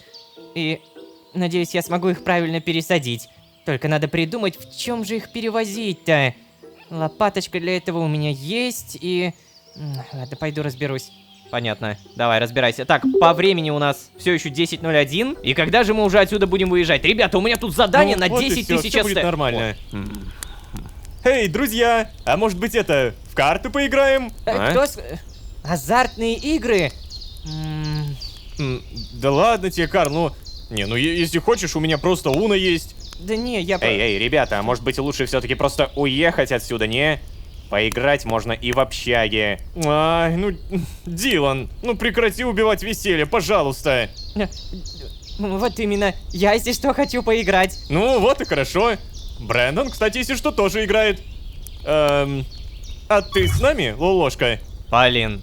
Так, давайте сыграем. Нет, мне не интересно, я просто посмотрю. Да, давайте сыграем. Ну ты че, серьезно? Ладно, я с вами. Да ладно, все равно уже большинство за. Я подумал, что от моего голоса ничего не зависит. И... Воу! А, это плеер. Давайте, я садитесь. подумал, что это такое. Это Только типа не плеер. жалуйтесь потом на проигрыш. Хе-хе. Так, тебе. Вот, всем поровну. Все знают правила игры? Надеюсь, да. С такими картами я точно выиграю. Серьезно? Ты же знаешь, что это не покер, Брэндон. Тут суть не в изначальном наборе карт. Да, конечно, я знаю. Я собираюсь победить. Круто. Так это, слушай, Брэндон, а что там в итоге с твоей девушкой? Да, блин, Чет, я знаю, что ты пытаешься меня отвлечь.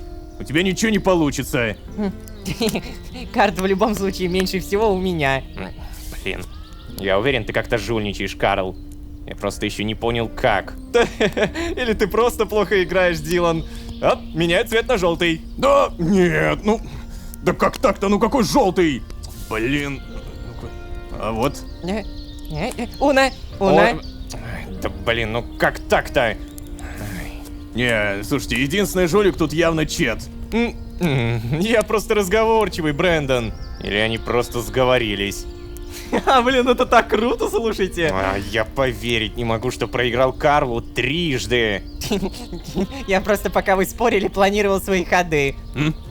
Ну так, на Лота, кстати, посмотрите. Он тоже молчал. Но это же не мешало ему проиграть. Ну, тогда, видимо, мне везет. Или это какой-то заговор? Я просто обожаю за этим наблюдать. О, ловкость рук. Круто. Опыт улучшения. Хорошо. Так, ну ладно, я думаю, надо уже начать собираться, ребят. Мы же не хотим возвращаться по лесу в темноте. Это правда. О, ну наконец-то. О, Чет! Это хороший план, кстати. Блин, Брэндон, а можно было ударить еще сильнее, а? Нет, нельзя. Тебе, кстати, стоит записаться в качалку, Чет.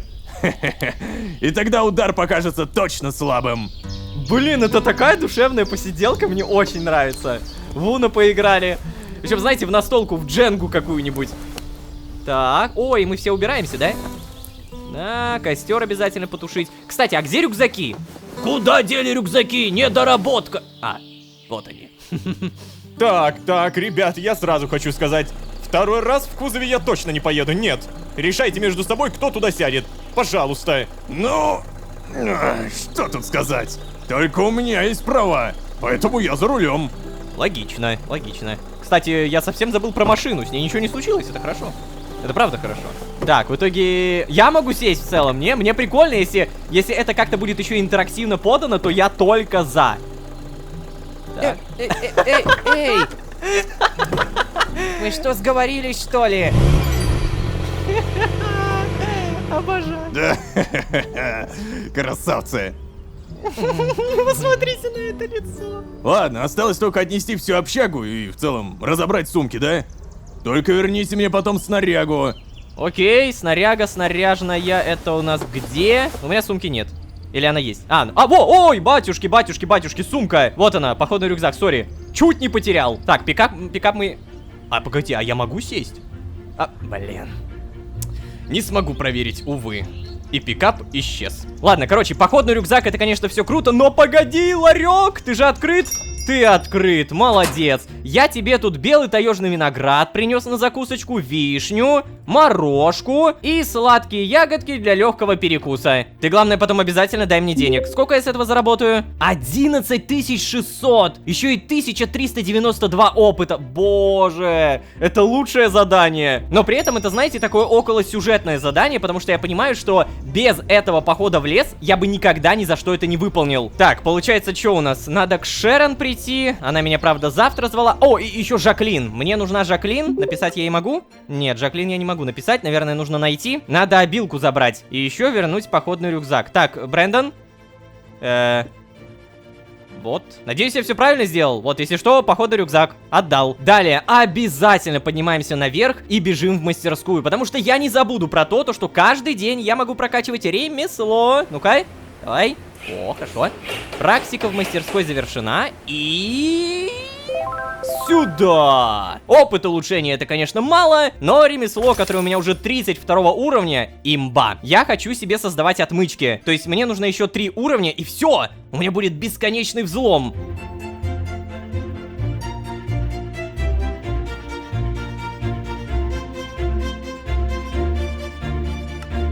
О! Погоди, я могу написать Жаклин. Я вернулся. Встретимся? Я заберу обилку. Да, давай. О, уже возвращаешься? А я так привязалась к обилке. Ладно, я принесу ее к бару к 16:00.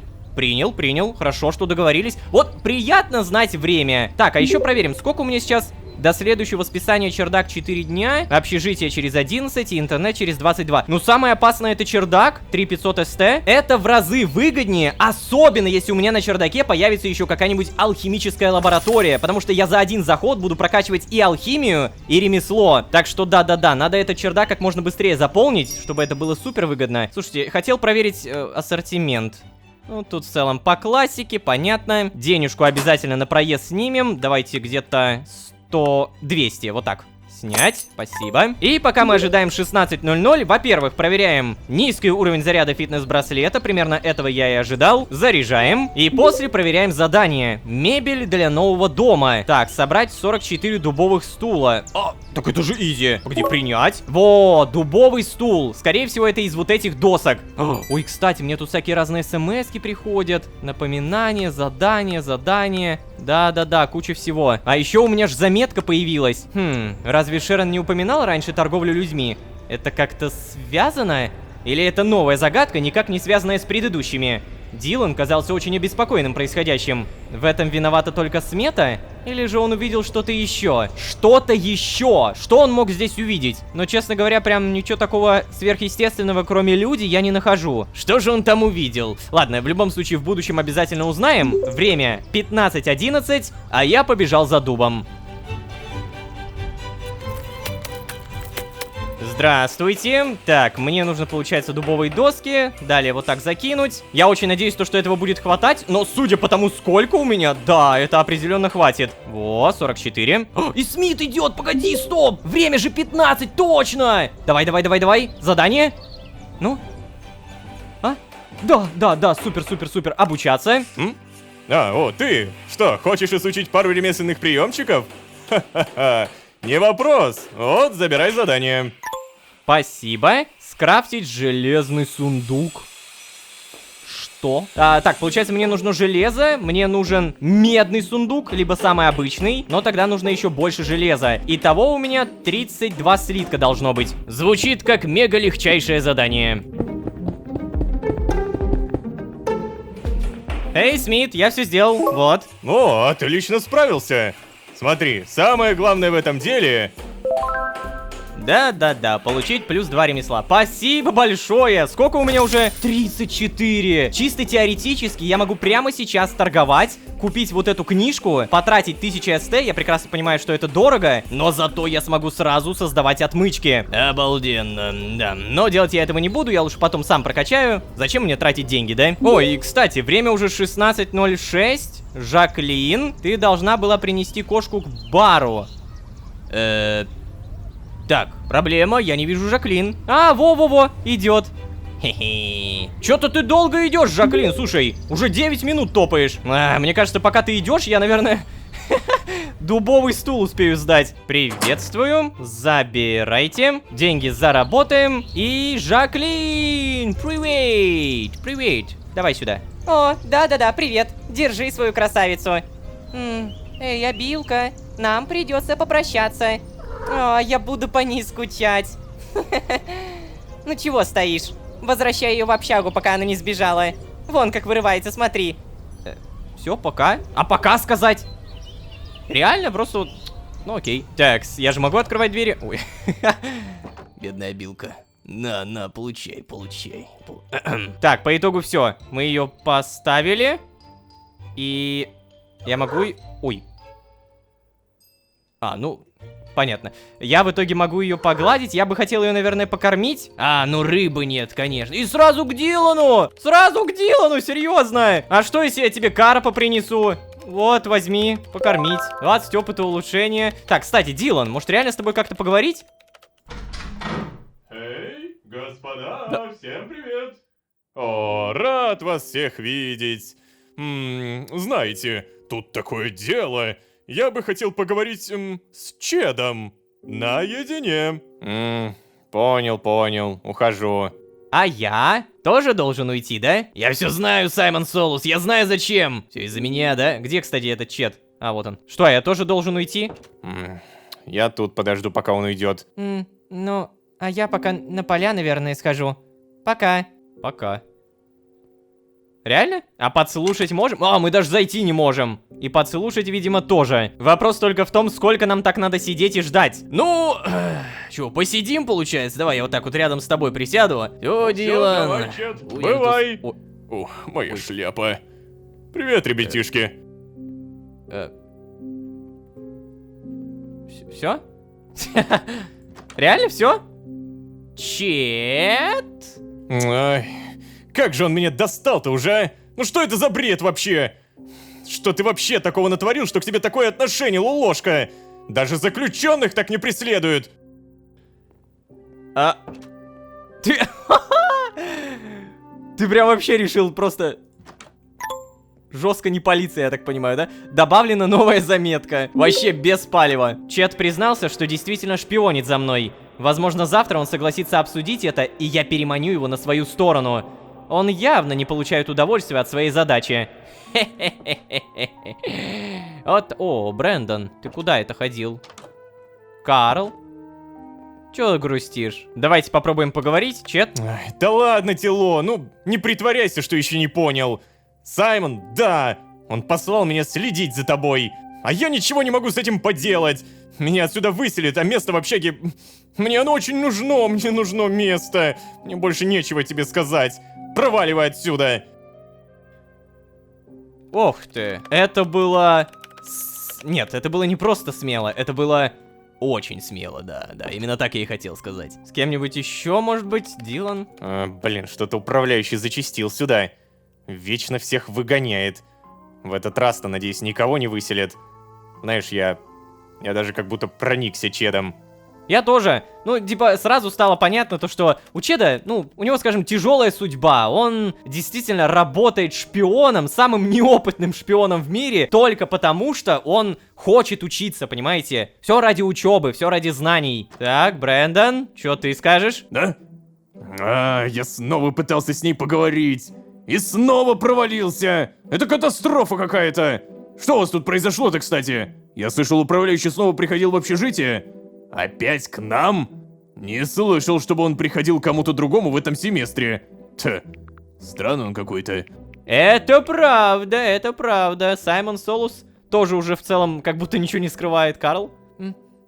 Слушай, Ло, Чет сказал, что управляющему что-то не нравится в тебе.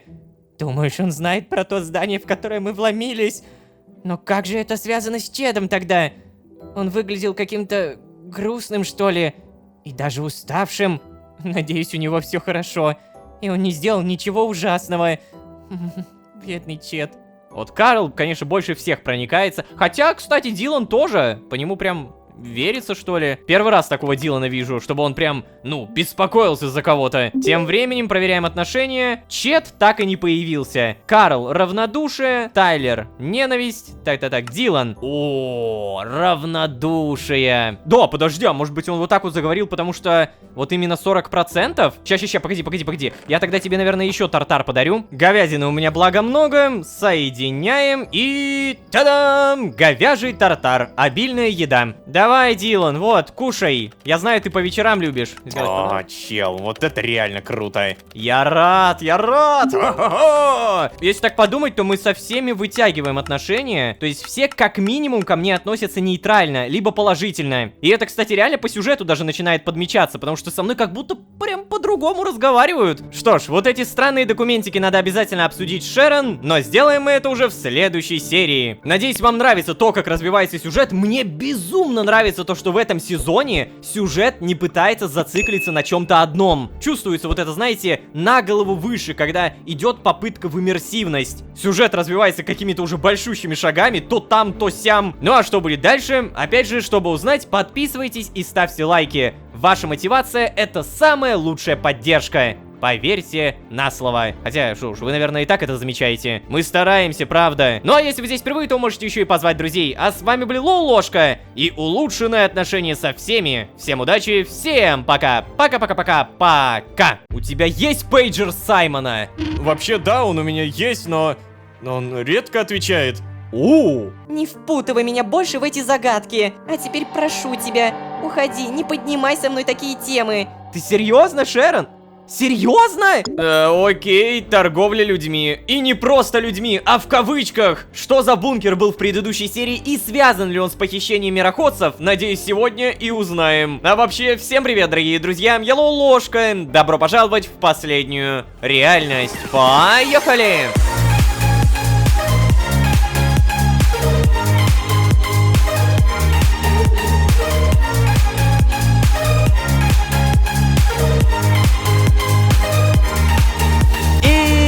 Снова всем привет, дорогие друзья, я Ложка. Добро пожаловать в последнюю реальность, сезон, в котором мы собираемся в гости. Да-да, друзья, напоминаю, предыдущая серия была явно не милой прогулкой, а буквально криминальной историей. Бункер, покупка людей, странные записи. Забить на все это явно невозможно. Именно поэтому сегодня, во-первых, мы пойдем к Шерон, у нее теперь своя квартира. А во-вторых, мы расскажем Шерон все, что видели и все, что знаем. Может быть, она тоже что-нибудь добавит? Короче, ребят, меня уже с самого начала серии распирает кое-чем поделиться. Некоторые наверняка уже заметили, но...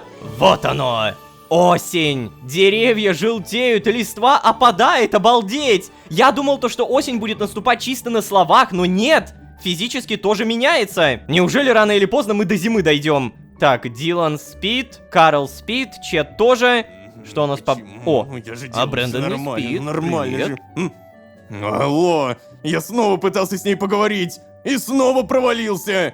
Это катастрофа какая-то.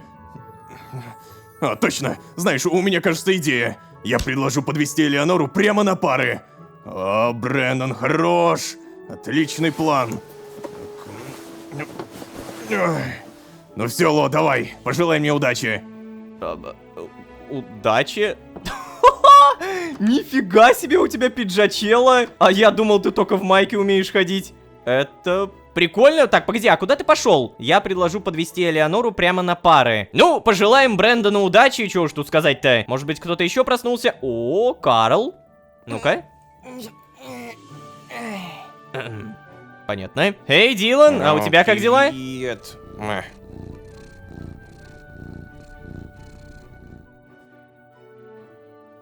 А, блин, а я первый раз такую анимацию вижу. Поговорим? Блин, Ло. Вчера, конечно, был очень насыщенный день, но я не собираюсь становиться разговорчивым из-за этого. Я все выходные провел, общаясь с вами. Так что проваливай. Серьезно? Ну и тебе доброе утро. О, Карл встал, привет. Да? О, привет. А я вчера пересадил цветы, которые нашел, Ло. Кажется, они здоровые и приживаются. Хе, они такие красивые. Я рад, что смог найти их. Это ты про цветы, которые в лесу нашел? Молодец, молодец. А где они? Божечки, и правда? О, боже, сколько у тебя цветов-то? Так, Чет, а ты когда проснешься? Что-то время-то на часах уже сколько? 6:31. На всякий случай к Престону не зайдем, понятно? Потом поднимаемся в мастерскую. Наша самодельная мастерская — это залог успеха. Чем больше мы не забываем, тем больше прокачиваемся. И... поехали! Практика в мастерской завершена. Спасибо. Так, давайте.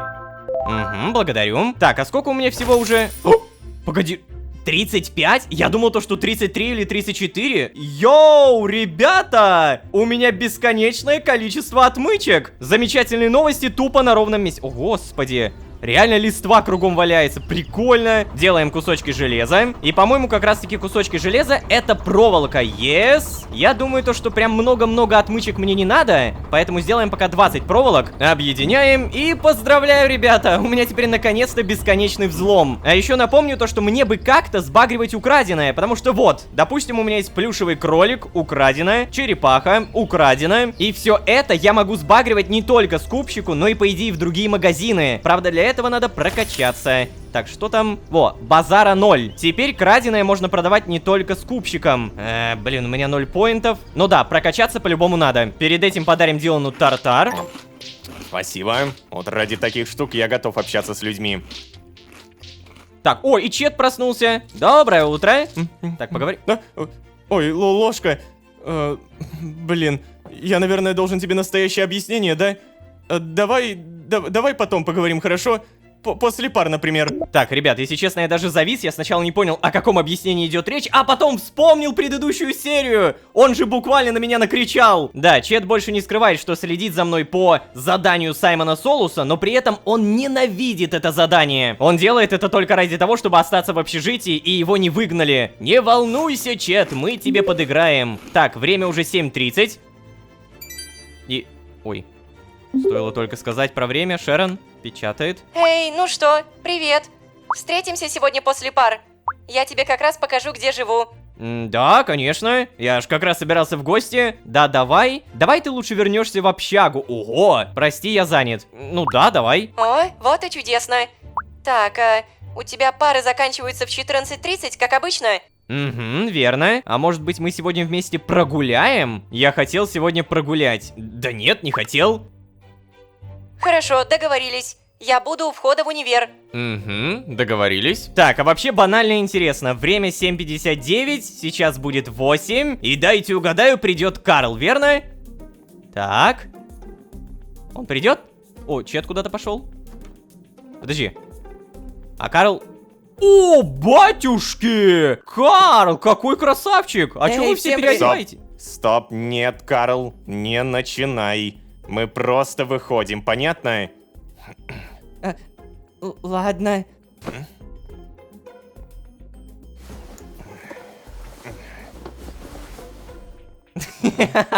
Так. А, как же его уже достали, а? Дилан, но я все равно скажу.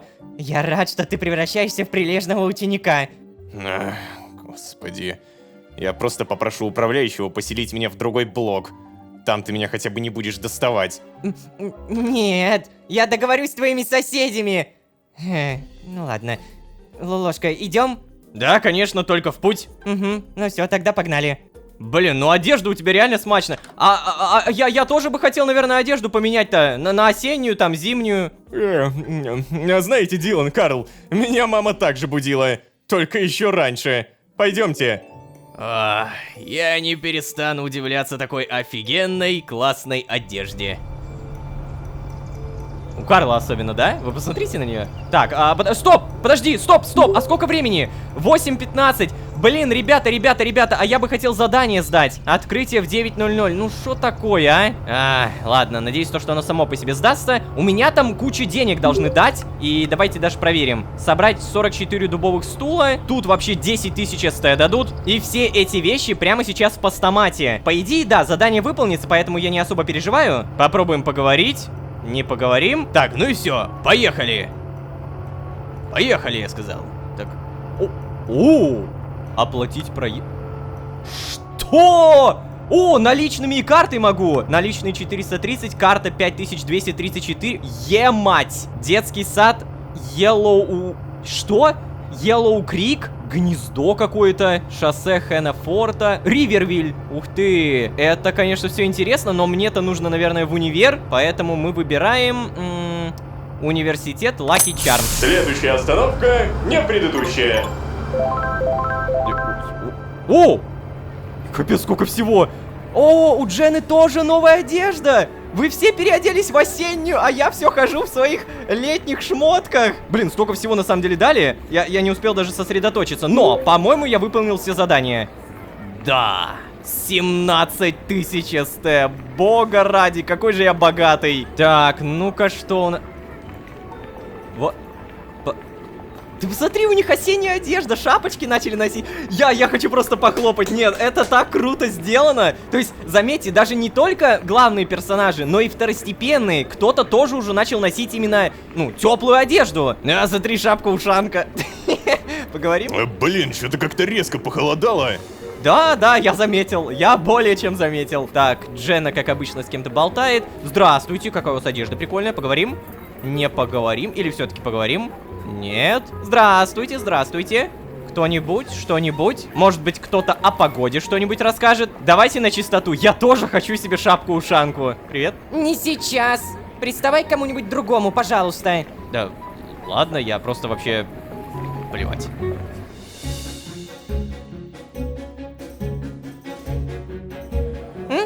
Ой, привет.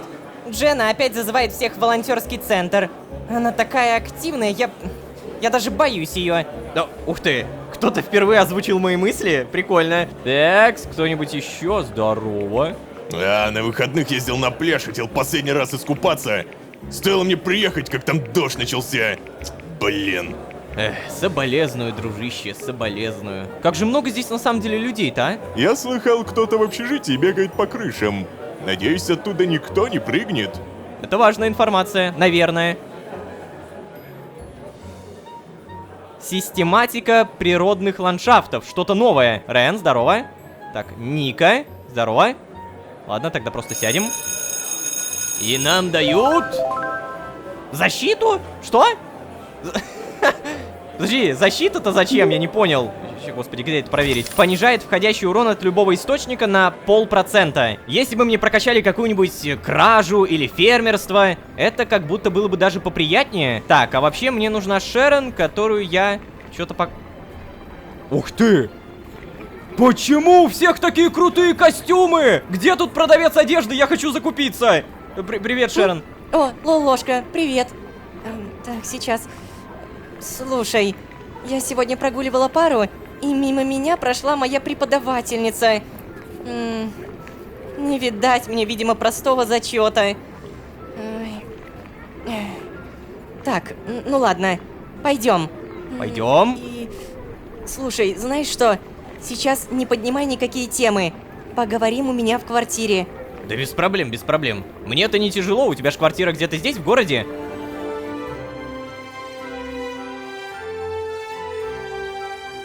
О, а это что такое? А, это нам сюда и надо. Здесь стоят, что? Так, вендинговая машина, автомат с питьевой водой. И в итоге это какой-то перекресток. Я просто пытаюсь найти название улицы, а здесь такого нет. Она ведь серьезно со мной не хочет говорить не в квартире. Видимо, чего-то опасается. Ну вот. Та-дам! Ну как тебе? Ну, прикольно, наверное, я не то чтобы успел посмотреть. Самая обычная квартира, ничего особенного. Это лучшая квартира во вселенной, Шерон, просто потрясающая. В ней хороший ремонт. Рад, что у тебя теперь своя квартира. Ну, давай вот так. Ну нет, это не совсем моя квартира. Она же все же принадлежит издательству. Но она мне тоже очень нравится. Очень уютная. Я не могу здесь делать полноценный ремонт, но могу закупать свою мебель. У меня на нее большие планы. Понял. Давай, не стесняйся, присаживайся. Хорошо. Так, да, дверь. Блин, а если у тебя тут какая-то прослушка? Не? Прослушка, камеры. Нет такой? Ну все, давай, рассказывай. Че рассказывать? Я все тебе рассказал в сообщении. Ну, в общем, слушай. Там был бункер с большим количеством компьютеров, а в округе были даже камеры наблюдения. Здание выглядело уже несколько лет как заброшенным, но, по словам Дилана, оборудование лучше современного. Да, кстати, это правда. Ничего не понимаю. Как ты умудряешься находить подобные вещи? Ладно, начнем со списка. Ты заметил? Что? Там цена была не в СТ. Я не знаю, что это за валюта, Лолошка. Может быть, это откуда-то с материка? Знаешь, мне это что-то не нравится. Почему вообще люди написаны в кавычках? Да вот, фиг его знает, я тоже заметил. Да и вообще, Ло, это я как-то чрезмерно реагирую или ты просто какой-то слишком спокойный? Кто вообще вставляет в смету людей? Кто-то решил пошутить или... Хотела бы я ни о чем из этого не думать, но не могу просто проигнорировать тебя. Поэтому, пожалуйста, Лолошка, не впутывай меня больше в эти загадки. Я не хочу становиться частью этого, не хочу. Все эти загадки меня очень пугают. Поверь мне, я просто хочу спокойной жизни. Да я и так это уже понял, на самом деле, Шерон. Я понимаю, прости за беспокойство. Да, опять же, я понимаю, но ты единственный мироходец, к кому я могу обратиться. Можешь научить меня путешествовать между мирами, и я больше не буду тебя беспокоить. О, слушайте, хороший вариант. Ой, Шерон, перестань, ты боишься какой-то ерунды. Нам ничего не угрожает. Неужели ты не хочешь разобраться? Ну серьезно. Нет. Давай вот это. Можешь научить меня путешествовать между мирами, и я больше не буду тебя беспокоить. О, Серьезно? ну ты же видел, что у меня ничего не получилось. Я понимаю, что ты хочешь увидеть свою подругу, но я тебе здесь не помощник. Попробуй просто вернуть свои воспоминания, не знаю. Возможно, ты уже знаешь, как использовать ОМП, но просто забыл. А теперь прошу тебя, уходи, не поднимай со мной такие темы. Ты серьезно, Шерон? Серьезно? Бога ради! Так, ты... и все, я не могу открыть. Блин, надо было сначала посмотреть квартиру. Опа. И тут же Джена. Здорово. Ща, погоди, Джена, у меня тут заметка. Ну вот, кажется, Шерон напугана, а еще очень раздражена. Она снова попросила меня не впутывать ее, но... Чего она боится? Я надеялся, что она обучит меня путешествовать между мирами, но вместо этого она просто прогнала меня. Ну как я теперь должен искать Акетру? Вот, кстати, правда. Позвала меня в гости, и только ради того, чтобы я ее больше не впутывал. Ну офигеть теперь. Ладно, что у меня там... Джена печатает. Хейло, привет. Ты же не занят? А то тебе тут приготовили задание в волонтерском центре. Ты же теперь часть команды, не забывай. А значит, к тебе будут иногда обращаться с заданиями. Ну да, точно. У меня дела, извини, Джена. Как выйти из вашего движения? Нет, я уже не занят, Джена, давай. Что такое? О, супер, я рада. Тогда иди к волонтерскому центру. Там тебе скажут, что делать. Если что, меня там не будет, потому что сегодня я помогаю в доме престарелых. Повеселись. Повеселись? А что, там будет какое-то крутое задание? Так, ну... Я, честно говоря, не то чтобы знаю, что мне сказать. Опять же, я уже дважды или трижды повторил. Прекрасно понимаю Шерон на более чем все 100-200%. Но из-за того, что она мой единственный лучик надежды, я не могу ее просто взять и отпустить. Так, ладно, мне нужно куда там, я, честно говоря, не помню, оплатить проезд. Азур, шоссе Хэнафорта, кампус Лаки Чарм, гнездо. Вот что такое Азур? Крепче за баранку держись, шофер. Окей. Прикольно. Азур. Это что за место? Воу! Что? Я тут первый раз. А куда мне надо? Я же даже не знаю. Мне нужно как-то прийти к счастью. Я помню то, что у них над волонтерским движением было написано «Счастье». Шоссе Хэнафорта, кстати. Возможно, оно. Или гнездо. Давай сначала шоссе Хэнафорта попробуем. От винта. Так, и в итоге мы появляемся. Да. Вот оно. Это то, что мне нужно, потому что вот это торговый центр. Мне, конечно, в торговый центр сейчас не нужно, но мне нужно... Ой, тихо. Не давите меня. Мне нужно вон туда. А вот и оно. О, боже, больше. Надо через переходы переходить. Счастье написано, и всем привет. Здравствуйте. Ну, привет, Лолошка. Да, это я. А, мне написать, да? Это я. Значит так, Лолошка, сегодня ты идешь в центральный парк убирать мусор. Обычно мы не кидаем на такие задачи новичков, чтобы не разбежались сразу. Но Дженна за тебя поручилась. А волонтер, который должен был выйти на задачу, сломал ногу, прикинь. Не переживай, это не так уж и плохо. Тем более, ты там будешь не один. Там будут уборщики, поэтому тебе нужно будет просто им помочь. Поверь мне, сортировка мусора намного хуже. А если что, никаких отчетов по работе не нужно. Как только закончите, можешь уходить. То есть я могу просто даже обмануть тебя? Задание уборка мусора обновлено. Так, и мне в итоге нужно в центральный парк убирать мусор. В центральный парк. Если будет такая остановка в автобусе, то я в целом не против. Если не будет, то я даже не знаю, где этот парк находится. Ой, тихо, батюшки! Что-то я реально за свою жизнь вообще не беспокоюсь. Давайте лучше вот так вот по переходику, безопасненько. И проверим задание. Автор волонтерский центр. Итак, надо помочь с уборкой мусора в центральном парке. Надеюсь, мне не часто будут давать подобные задания. Это будет не очень интересно. Так, ладно, центральный парк, это где-то здесь? Университет, городская больница. Вот, городской парк. Я так понимаю, то, что это оно. Давай, поехали. От винта.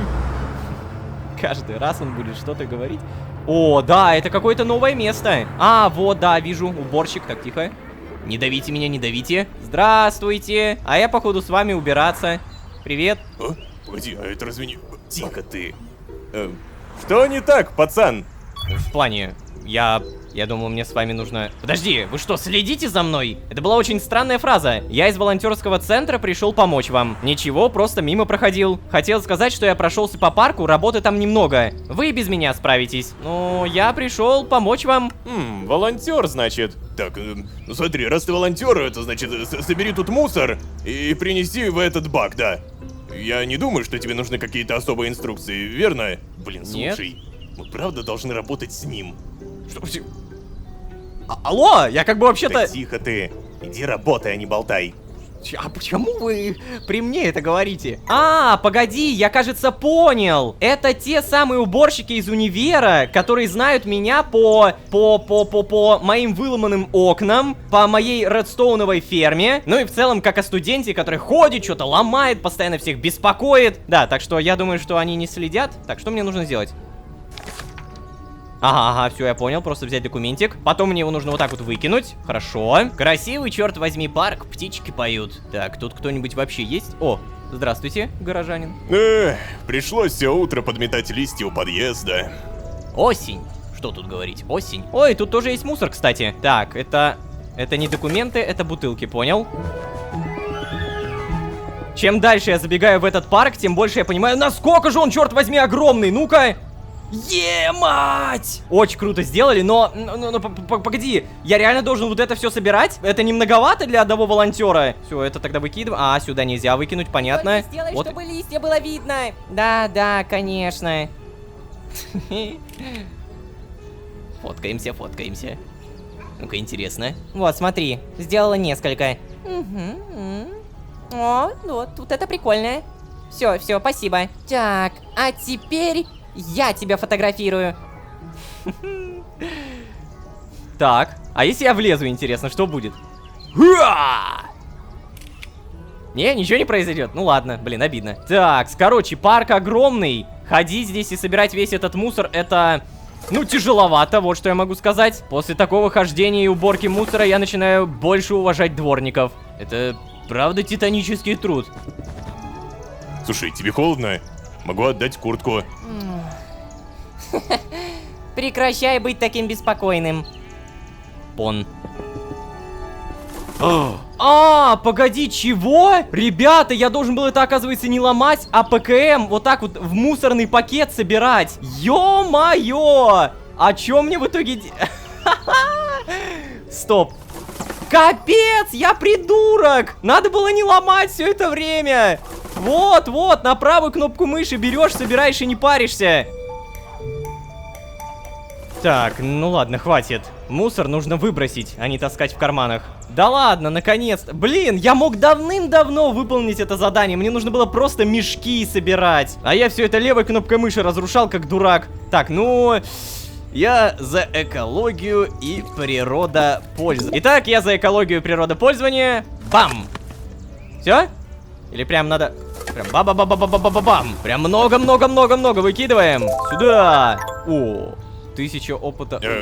Ой. Это, парень, спасибо тебе, получается. Здорово, что такие, как ты, нам помогают. Я передам волонтерскому центру, что ты отлично справился.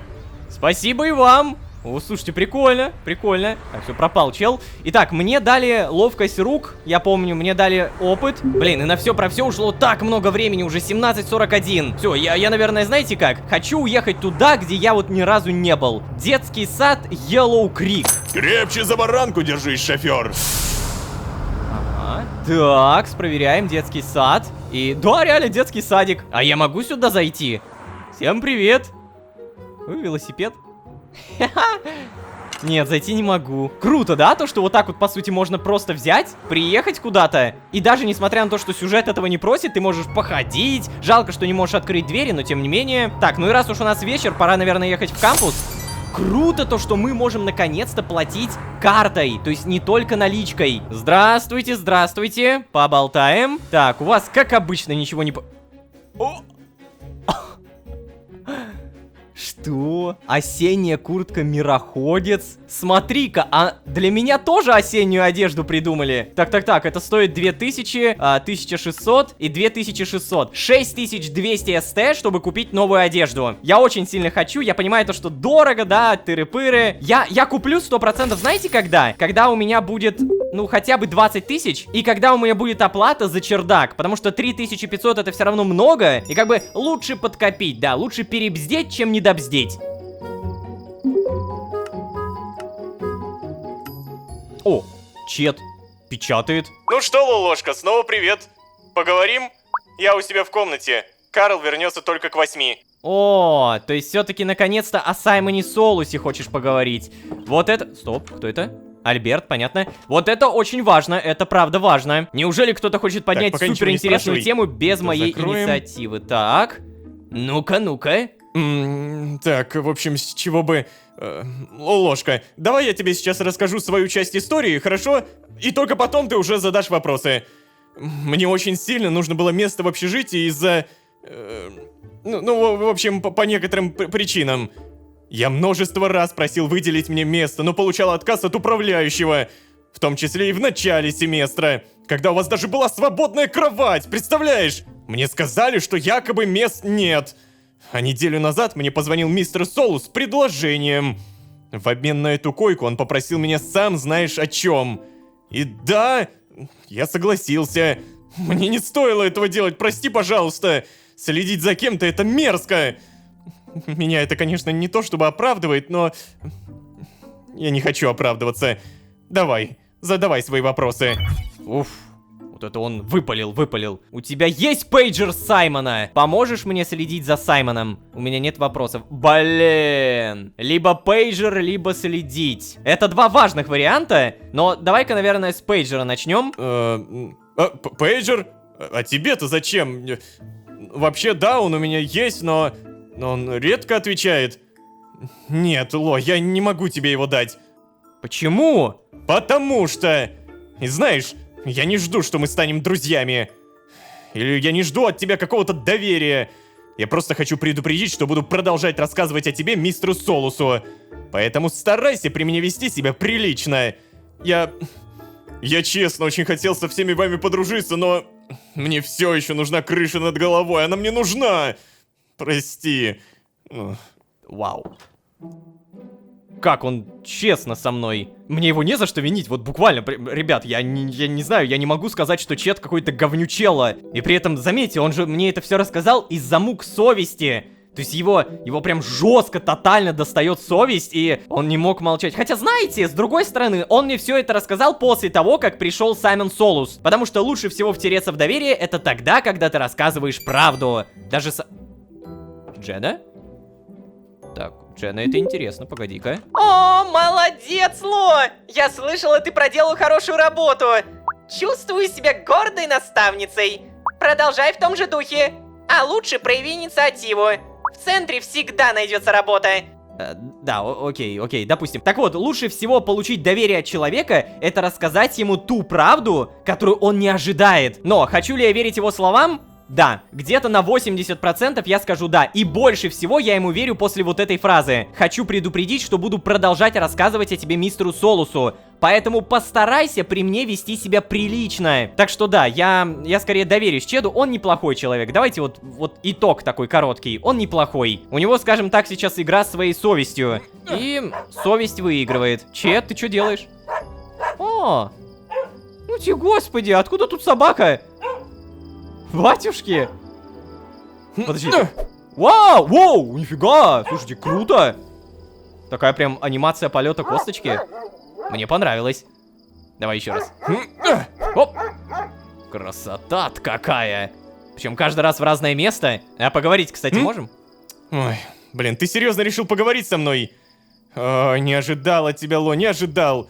Но мне же нечего тебе рассказать. Теперь, когда ты все знаешь, мне даже очень неловко, поэтому отстань от меня, пожалуйста. Понял.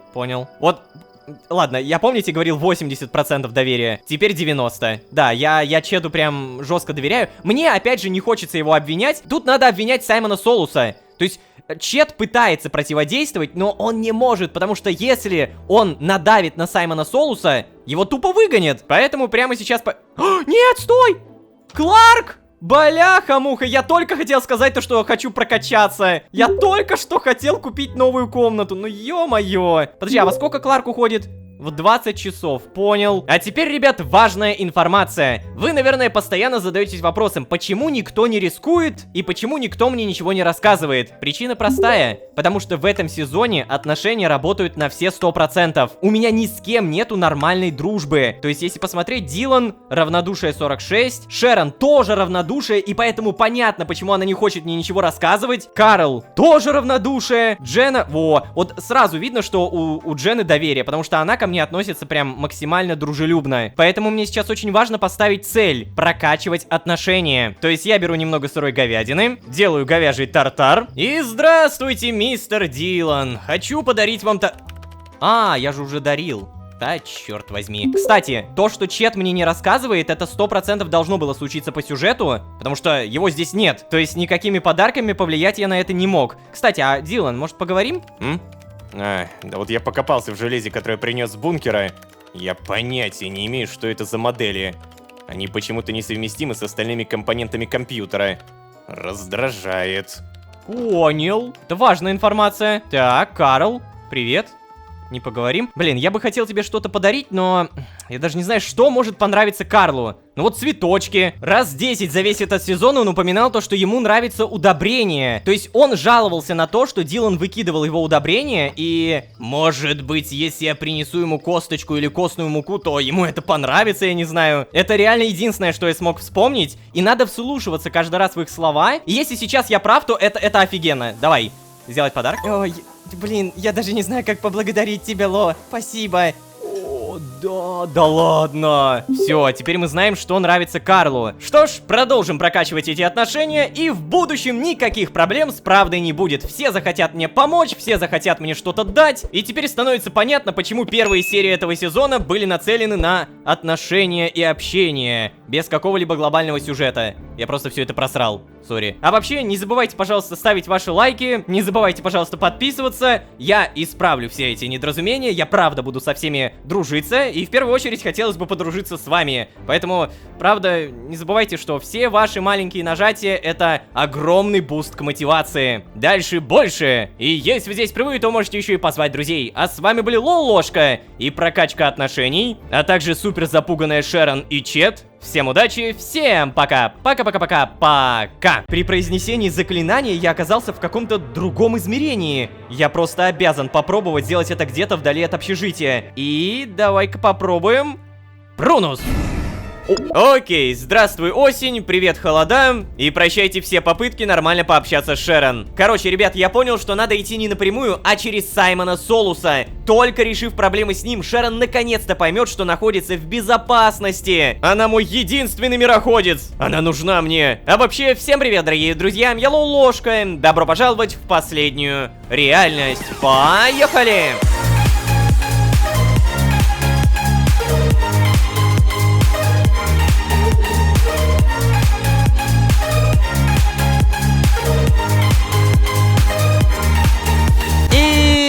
Снова всем привет, дорогие друзья, я Лолошка. Добро пожаловать в последнюю реальность. Сезон, в котором мы говорили и нет, не уговорили. Хотя правильнее будет сказать, мы сделали только хуже. Шерон теперь не просто не хочет обсуждать силу мироходца, она буквально произносит: пожалуйста, не впутывай меня в эти загадки. Я не хочу становиться частью этого. Окей, повторюсь, и Шерон, и Чеда, который признался, что работает на Саймона Солуса, можно понять. Вот только, черт возьми, мне проще от этого не становится. Я тут вообще проживаю чужую жизнь другого Лолошки по имени JDH. Хотя, признаюсь честно, местами мне нравится. Так, ладно, отбросим все жалобы, отбросим все волнения, потому что, внимание, во-первых, у нас осень, а во-вторых, данная серия, вторая серия в сезоне, которая начинается ночью. Это что же получается, мне поспать надо, да? Так, Дилан спит, и на часах у нас 3:03. Понял. Не будем тогда медлить, сразу попробуем поспать и... О! А вообще, знаешь, я хотела поговорить немного о другом. О магии.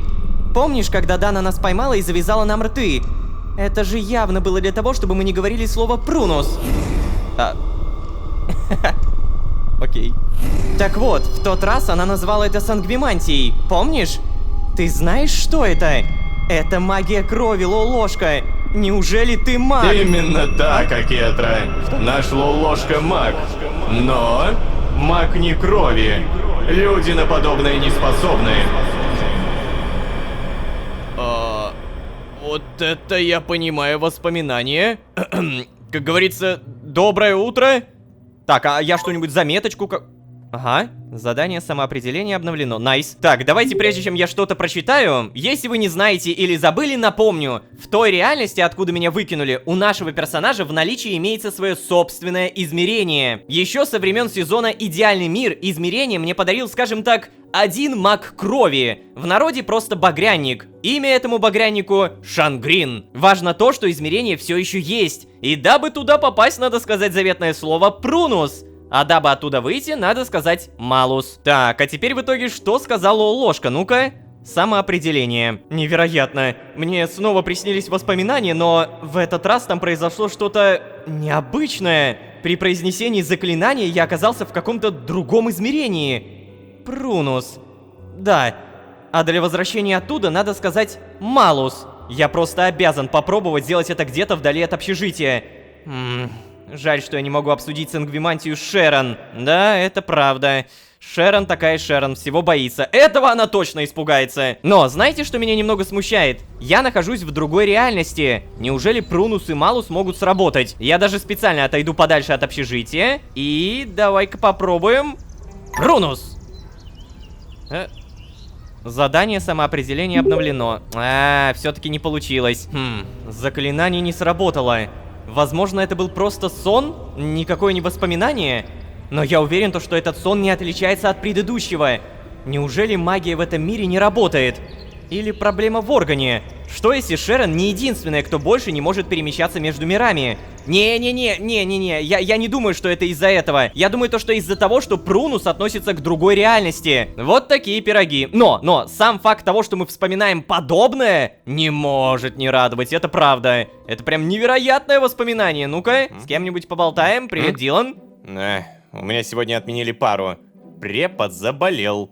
Вопрос только в том, как убедить в этом Карла. Хотя плевать. Пусть думает, что хочет. Справедливо, справедливо. Дай бог здоровья твоему преподу. Так, попробуем с кем-нибудь еще поговорить.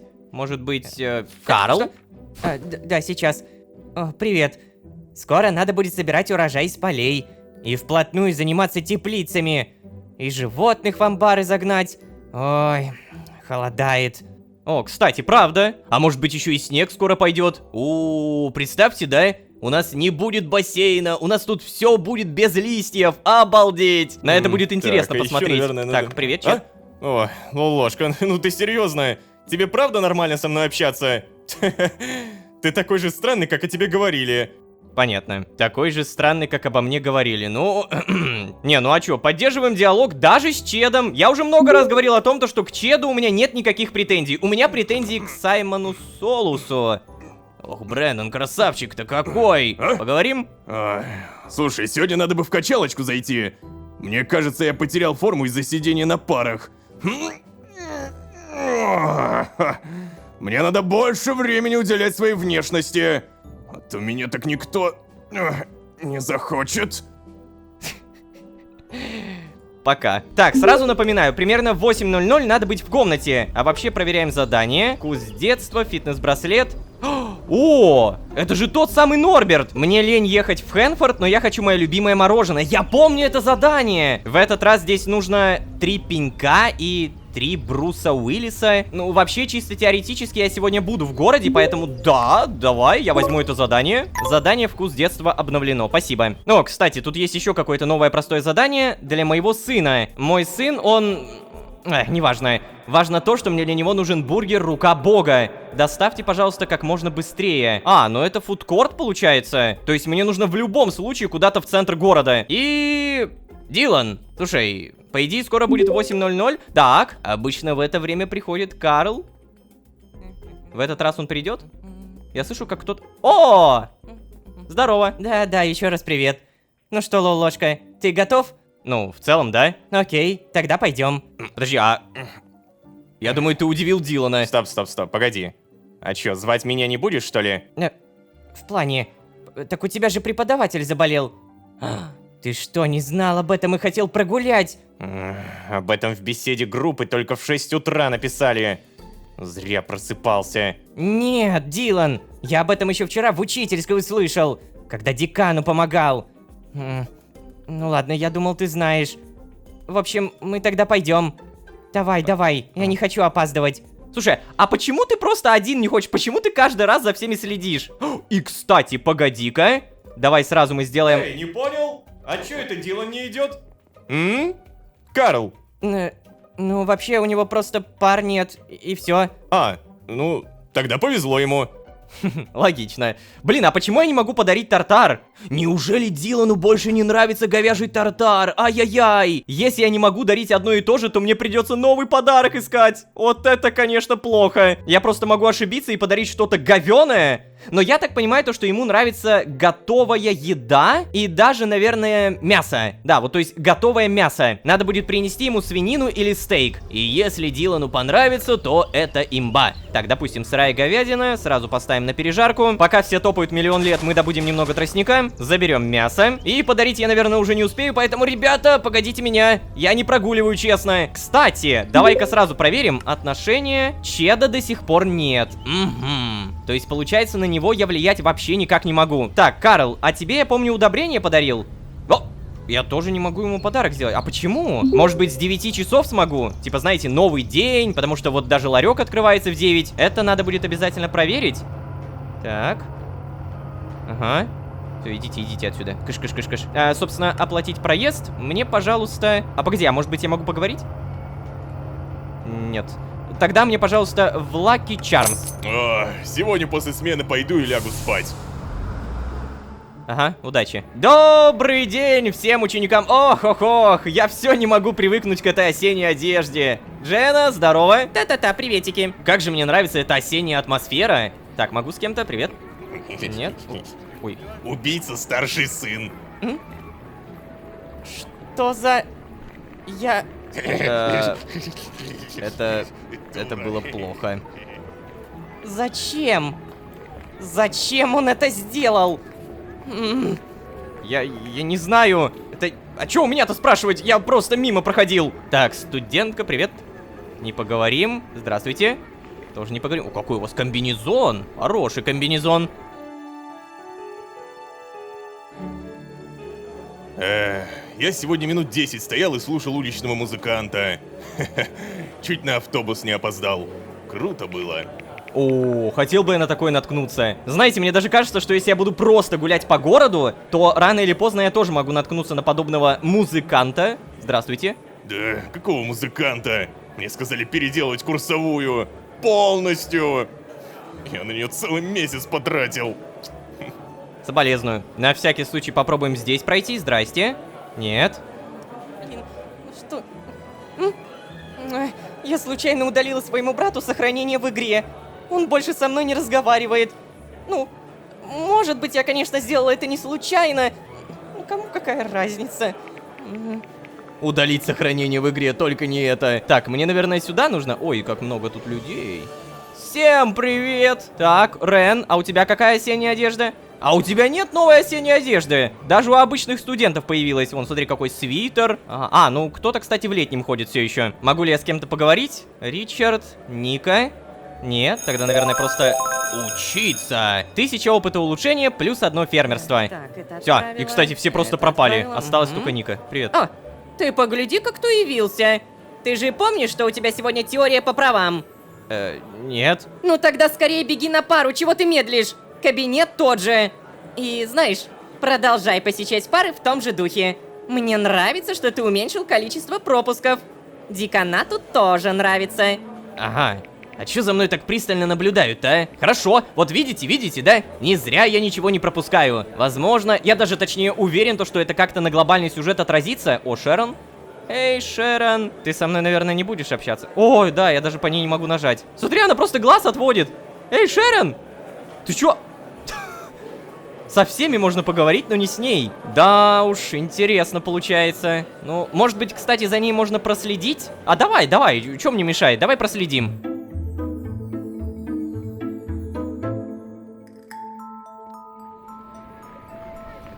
То есть она просто сесть хочет. Да, все, садится. Ну, я на самом деле что хочу сказать. Очень круто то, что в этом сезоне можно следить за любым персонажем, и рано или поздно он придет в какую-то точку Б. По итогу, кстати, поговорить я все равно с ней не могу. Ну, понятно, игнорирует. Я помню то, что Брэндон сегодня собирался в качалку. Надо будет обязательно проверить. Здравствуйте.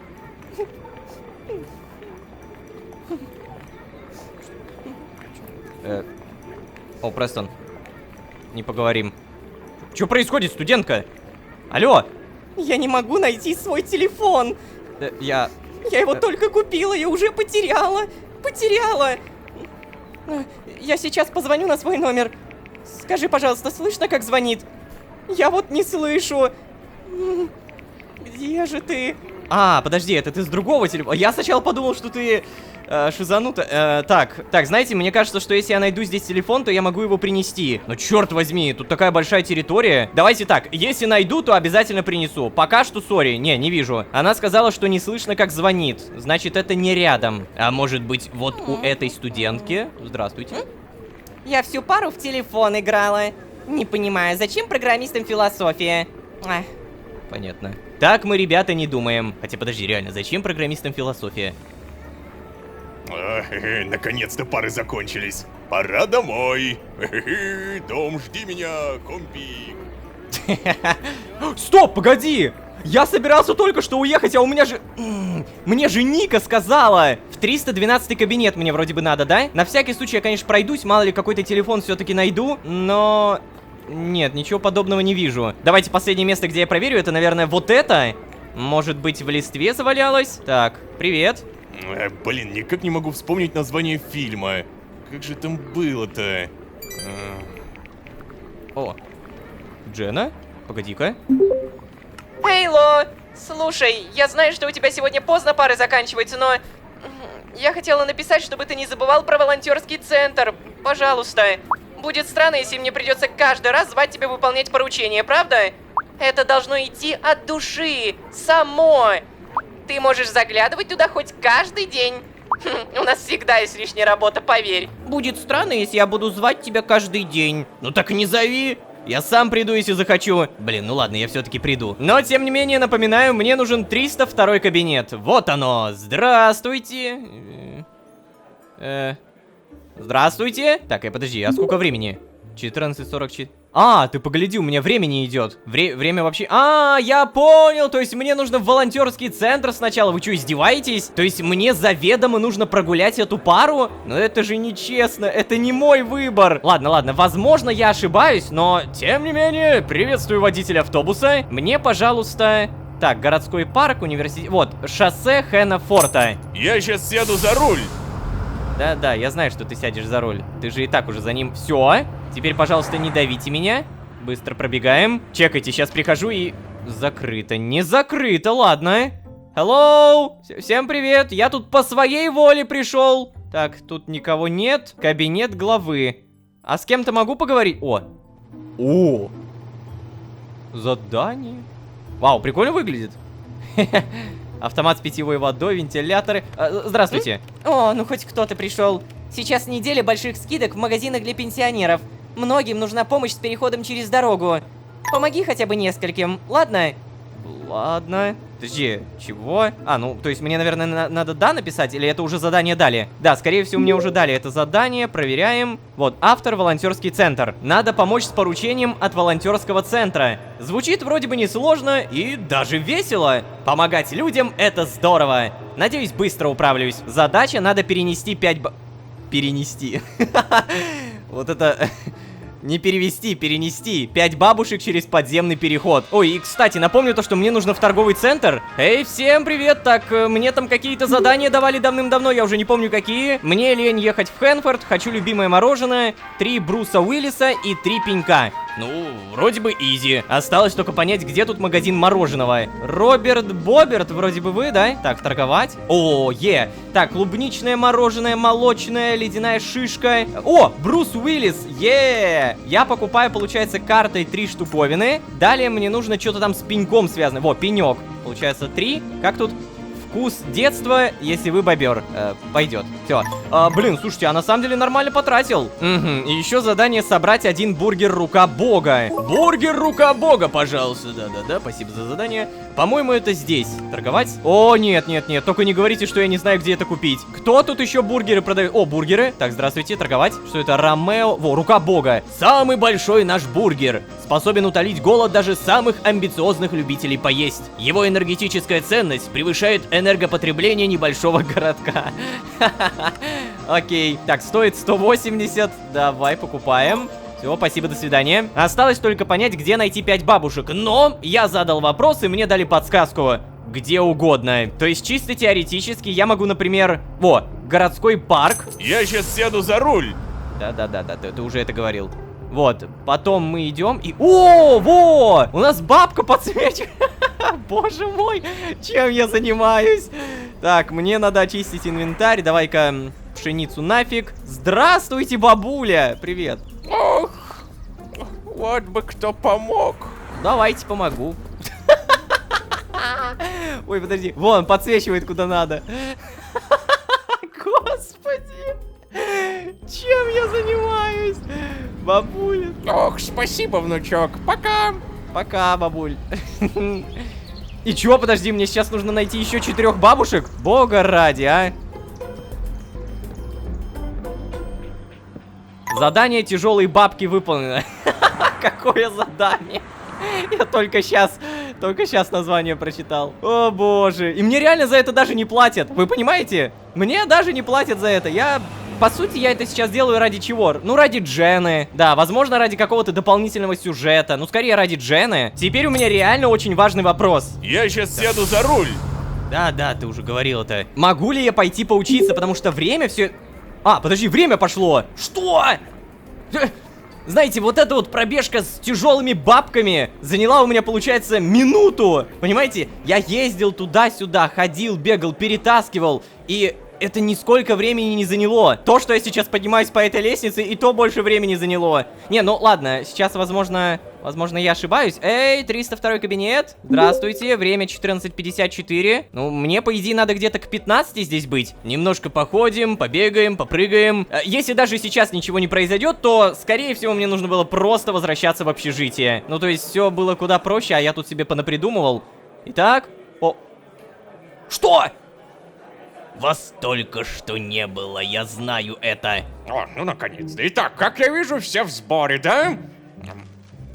Сейчас.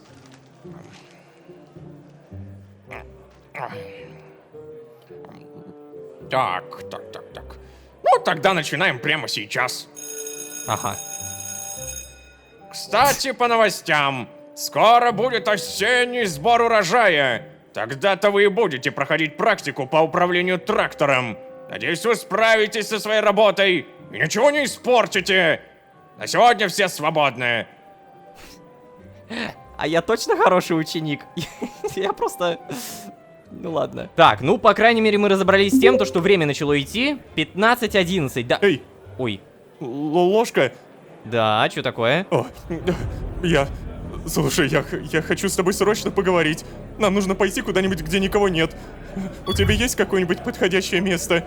Так, господи бога ради. Слушай, у меня тут в голове только одна учеба. А ты хочешь еще о чем-то поговорить? Ну, есть. Но оно в общежитии. А? Подожди, правда?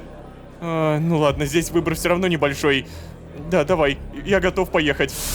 Серьезно? О, минус 20 СТ, конечно. О, ух ты! А я думал, что мы в деревню придем. Ну, знаешь, да, здесь нам точно никто не помешает. Я думаю, что... Забыл что-то, Ложка. Я не помню даже наших разговоров. Хотя я знаю, что они были важны. Я думаю, что узнал что-то очень важное, что планировал тебе рассказать, но... Ничего не могу вспомнить. Опа, это ужасно, дружище. Давай я перескажу наши разговоры, и, возможно, это поможет. Я знаю одну девушку, она занимается психотерапией и умеет работать с потерянными воспоминаниями. Ну, давай я перескажу наши разговоры. О, а давай попробуем. Так, ну, короче, там было это, и тоси-боси, и потом ты на гору какую-то пошел, я не помню уже точно. Вот, потом ты вернулся, сказал то, что утром прийти, да. О, это ужасно. Я не помню ни про Бри, ни про Митчелла, ни про кого-то еще. О, черт. Кажется, раньше я знал намного больше. И боялся я намного сильнее. Я хочу найти ответы. Почему я был так напуган? Что же я узнал? Что же это было? Я уже говорил о потере воспоминаний. Да, возможно, я смогу вспомнить повторно. Я смогу. Пойду порой в своих картинах. Вдруг там что-нибудь найдется. Давай, вау. Слушай, круто! Он забыл то, что что-то боялся и поэтому осмелел.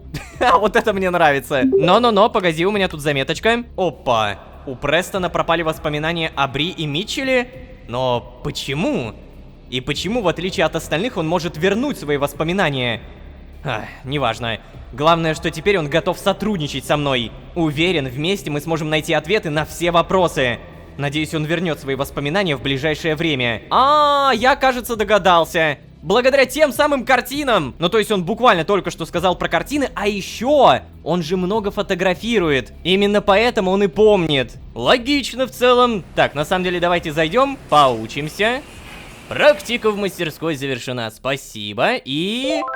сюда! Ремесло. А теперь супер важно. Хочу наконец-то задание сдать. Пенек мороженое, потом какой там Брюс Уиллис. И остается... вот, рука бога. Фух, я по идее с этого получу нормально денег. Значит так, союзник в виде Шерон отменяется, но появляется очень решительный Престон. Да, я очень рад, что хотя бы кто-то начал интересоваться этими долбанными воспоминаниями. Кстати, всем привет. Сегодня со мной хочет поговорить управляющий. Знаешь что? Будет, как обычно, спрашивать про тебя. Виделся сегодня с Шерон? Не, а почему я должен тебе что-то говорить? Ну, вообще нет, но... Ну вот, а он точно про это спросит. К счастью, он хотя бы перестал требовать личной встречи. А ведь раньше говорил, что ему так удобнее, бла-бла-бла. Ай, как же меня это все достало. Понимаю, Чет, ну ты потерпи, я подыгрываю тебе, и ты мне подыгрывай. Так, Брэндон? Ох, Ло, жаль, что ты не пошел со мной в качалочку. Ты хоть и сильный, но мышц у тебя нет. Это надо исправлять, Ло. А то как ты жить-то будешь, а? Ладно, потом поговорим. Хорошо. Так, о, Карл! Не переоделся даже. Что-то пишет. О, а мне сегодня родители звонили. Спрашивали про университет. Я, знаешь, совсем забыл, что обещал приехать к ним на выходные, и... Да, неловко как-то получилось. Я так увлекся идеей похода. Надо какой-нибудь подарок, наверное, купить. Извиниться, что ли. Ой, что-нибудь придумаю. Давай. Блин, прикольно то, что упоминаются родители этих людей, а вот у меня нет родителей. Что скажете? Я без родителей. Вот так, я сирота. Эй, Дилан. Ну что опять? О, кстати, прикинь, я сегодня не только не учился, но и даже не работал. Устроил себе настоящий выходной. Не тот, что поход. И в бункер, кстати, мы зря ходили. Пришлось продавать все, что я оттуда вынес. Ну, хотя бы неплохо заработал. Подожди, что ты сделал? Зачем? Я просто на самом деле думал, то, что эти детали как-то мне могут пригодиться. Зачем ты продал? Ну вот зря на самом деле. Я уверен, то, что это может как-то аукнуться. Так, погоди, вот тут двери на самом деле у Престона открыты. Я могу зайти? Эй. О, Престон? Да? Что такое, Ло? Нет, если что, я ничего не вспомнил, если ты из-за этого. Не думаю, что это быстрый процесс. Но я тебе, знаешь, расскажу, если что-то изменится, окей? Окей. Ну, я в целом на это и рассчитывал. А, подожди, у него мыслительный процесс, посмотри на это. А может быть ему что-то подарить такое, знаете, с красками связанное? Вот у него коробка с красками художественной академии Луфи. Я, конечно, не знаю, что это за академия такая, но сам факт то, что подарить бы ему что-нибудь. Так, все, поговорить не можешь. Ой, погоди, а может быть я... Да, я могу подарить. Вот. Крутяк.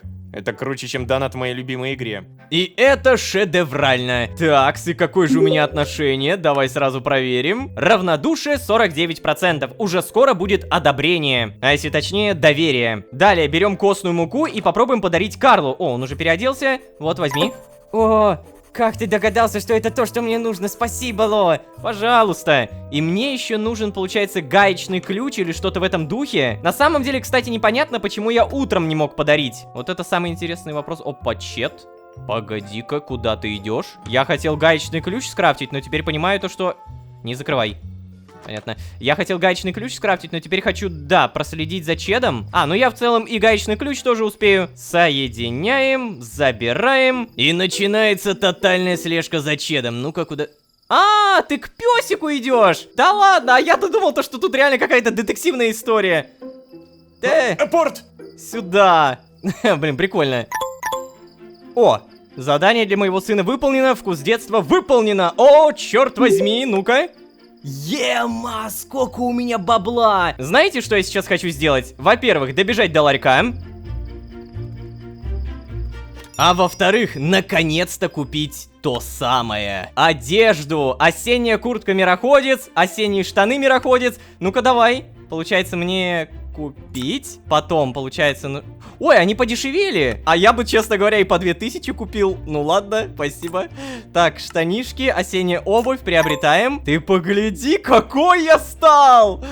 Это реально буквально мой скин, но более теплый. Слушайте, это очень круто. И теперь погляди, как я тепло выгляжу. Мне даже кажется, что это может аукнуться на, ну, какой-то сюжет. Так, Брэндон. Это... А где Брэндон? Вообще я знаю то, что Брэндон по вечерам гуляет по улице, но... Да, вот он, Брэндон. Вот она, его подруга-студентка. Пипец, тут целая братва.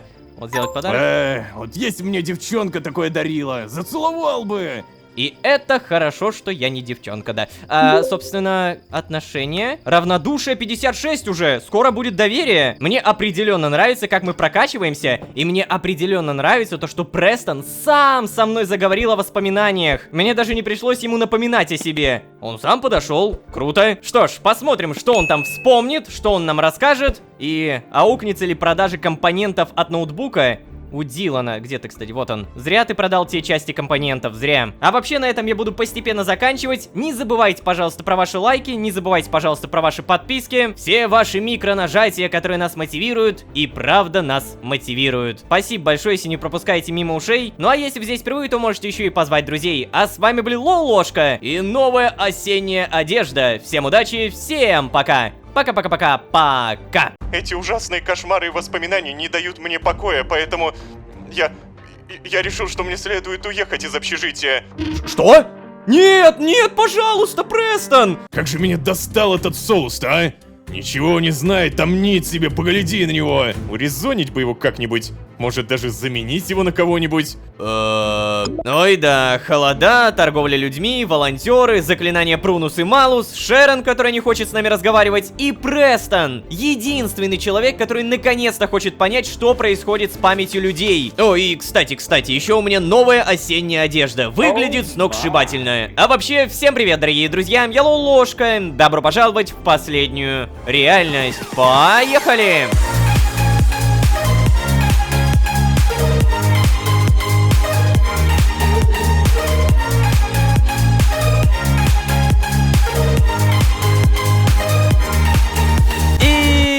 Снова всем привет, дорогие друзья, я Лолошка, добро пожаловать в последнюю реальность, сезон, в котором мы забыли. Да, ребят, событий на квадратный сантиметр становится все больше и больше, и вместе с этим мы частенько забываем о главной проблеме этого места — воспоминания. Если верить Престону, который чаще всего поднимает тему потери памяти, совсем недавно он снова что-то забыл. Он даже забыл, что мы уже подробно обсуждали данную тему. А под конец, когда он уходил, добавил очень важную фразу: «Пойду пороюсь в своих картинах, вдруг там что-то есть». Что ж, пожелаем ему удачи. Может быть, он сегодня действительно что-то вспомнит. Но, сам Престон — это не единственное, что происходит в округе. Если не думать о мелочах, то напоминаю, за нами уже почти открыто продолжает следить управляющий Саймон Солус. Помимо этого, у нас имеется некий бункер с документами о покупке людей в кавычках, с ценником В. Что такое В, непонятно, мы знаем только СТ. Надеюсь, сегодня мы со всем этим разберемся. Так, а вообще у нас Чет спит, Карл тоже, Дилан дрыхнет и... Брэндон, да. То есть поболтать ни с кем не могу. Сообщения при этом пустые, написать никому не могу. Обидно, досадно, но ладно. У меня есть другая тема, которую я давным-давно могу реализовать. У меня 2 очка умения. А это означает только одно — мастерство. Добыча блоков больше не расходует выносливость. Я этот навык хотел прокачать еще серии 5 назад и... Бам! Оу, е. Так, следующая горячая штучка. Вы можете переплавлять предметы в левой руке, как в обычной печке. Хочется, но черт возьми, дорого. Что, Престон? Чего? Печатает. Эй, привет, Ло. Слушай, я знаю, что ты подумаешь о чем-то ужасном, когда я уеду. Поэтому я решил написать тебе. Эти ужасные кошмары и воспоминания не дают мне покоя, поэтому я решил, что мне следует уехать из общежития. Оно явно очень плохо влияет на мое психическое здоровье. Поверь, мне очень жаль, что после вчерашнего я оставляю тебя одного, но для меня так будет лучше. Удачи тебе, Ло. Что? Нет, пожалуйста, Престон! Стой, давай встретимся. Что-то случилось? Я могу помочь, если да. Стой, давай встретимся, пожалуйста, не уходи. Только не ты. У меня буквально были Шерон и ты, Престон. Если сейчас и ты уезжаешь, на самом деле это очень уже закономерная какая-то хрень, да? Как только кто-то начинает интересоваться, бам, тут же пропадает. Престон, а ну-ка. Нет. Пожалуйста, нет, Престон. У меня сейчас слезы на глазах наворачиваются. Ну что, серьезно? И ведь уезжал он явно в спешке. Так, белая чашка. Здесь у нас ничего. Здесь... Что? Записка?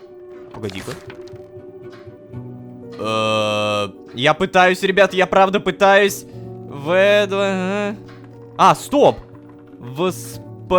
ВСП СПЭ... О, не-не-не, тут, по-моему, ничего нельзя прочитать, да? Признаюсь честно, я начинаю задумываться, то, что они все уезжают не по своей воле. Типа, Тайлера выгнали намеренно, Шерон подкупили, а Престон... Ну, как будто ему вложили какое-то ложное ощущение, чувство, из-за которого он вот, решил уехать. Эти ужасные кошмары и воспоминания, они не дают мне покоя. Угу. Так, опять же, записку мы на всякий случай оставляем. И как у нас... О, Почему сегодня-то? А, господи! Я сначала Почему? испугался. Брэндон, что такое? Да, блин, сегодня сказали сдать наработки курсовой, дать правки и все такое. Я даже тему не выбрал, Ло! Как же теперь быть-то? О, черт, что же я... Ага, я... Ладно, учебная тема это не так страшно, как розовая футболка, которая издалека выглядит как кровь. Я реально подумал, что это обрубленная рука. Сори, ребят, сори, что я это говорю, но я правда так подумал. Так, остальные что у нас? Эй. О, Дилан.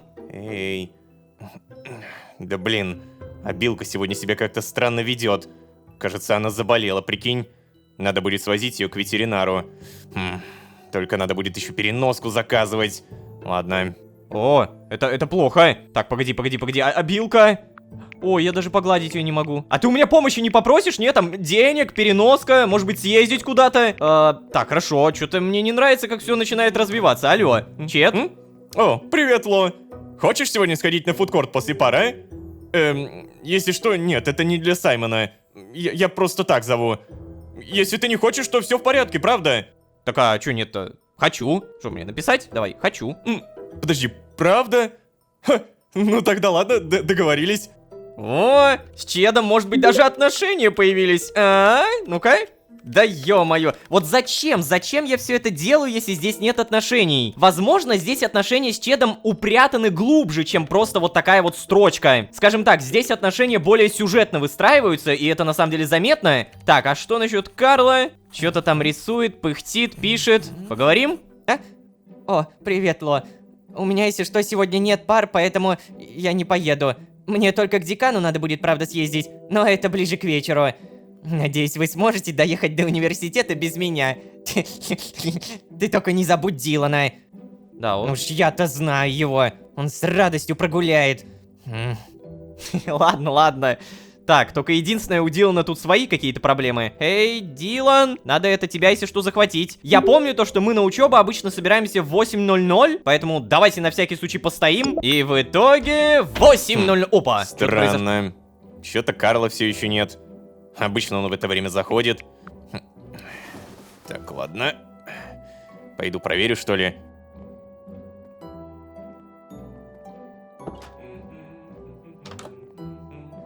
А? Эй, Чет, Да?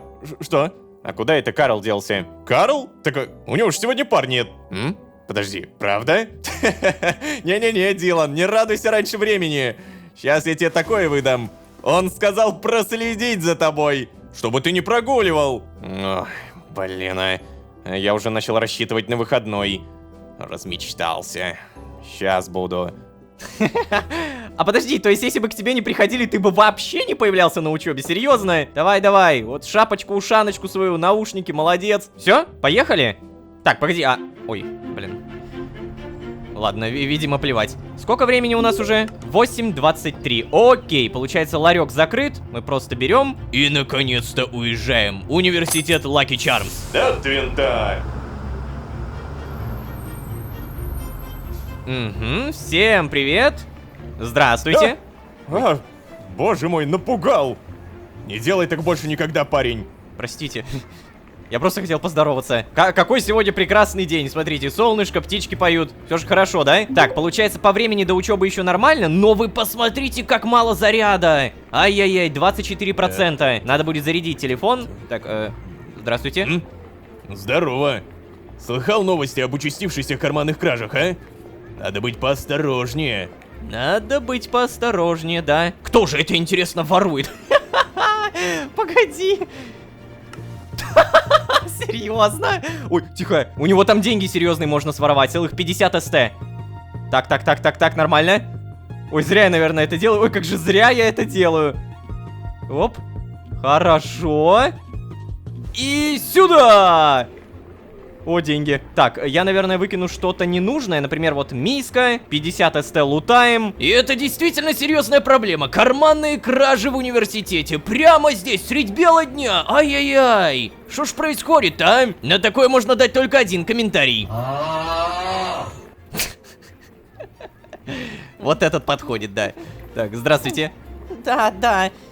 Я разбила экран у телефона. Надо новый покупать. Соболезную. Вот эта девушка зато, смотрите, как чилит. О, тебе солнечные очки-то не мешают, а? Уже вообще-то осень. А, да? Ну, нет, не мешает. Ну, кстати, можно снять. Сейчас, погоди-ка. Блин, а ведь и правда, я могу носить без очков. Прикол, прикол. Ну, я буду носить. Так, короче, кабинет номер 200... Стоило только сказать. Получено новое СМС, уведомление о посылке. Что? Подожди, это что-то новое. На ваше имя пришла посылка. Пожалуйста, заберите в пункте выдачи по адресу Липовая аллея, строение 3. Магазин «Ларек». Срок хранения посылки 3 дня. Что? Точно! Там же в ларьке не только красный постамат, но еще и синий. На мое имя что-то пришло. Вау! Хорошо, ладно. Только надо поучиться, наверное, сначала. Здравствуйте. Кто-нибудь с кем... Ой.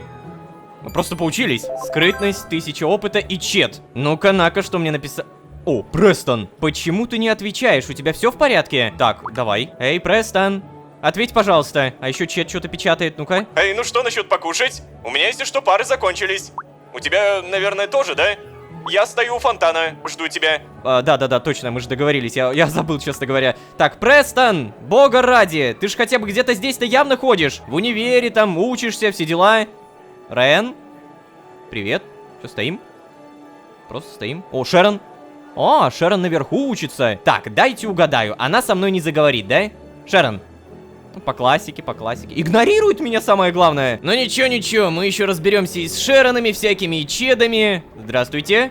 Не поболтаем. Так, значит, мне нужен чет. Чет, вон он. Все, я уже вижу его у фонтана. Давай нормально пообщаемся, так, чтобы ты там не узнавал что-то. я здесь! Я здесь! Иди сюда! Ну что, пойдем? Пойдем, да. Так, получается, мы сейчас на фудкорт. И на фудкорте, возможно, кстати, мы сможем пообщаться об этой записке с Чедом, но... с Чедом этот диалог вести, это, конечно, самоубийство как будто. И пока Чед идет, сразу проверяем. Престон.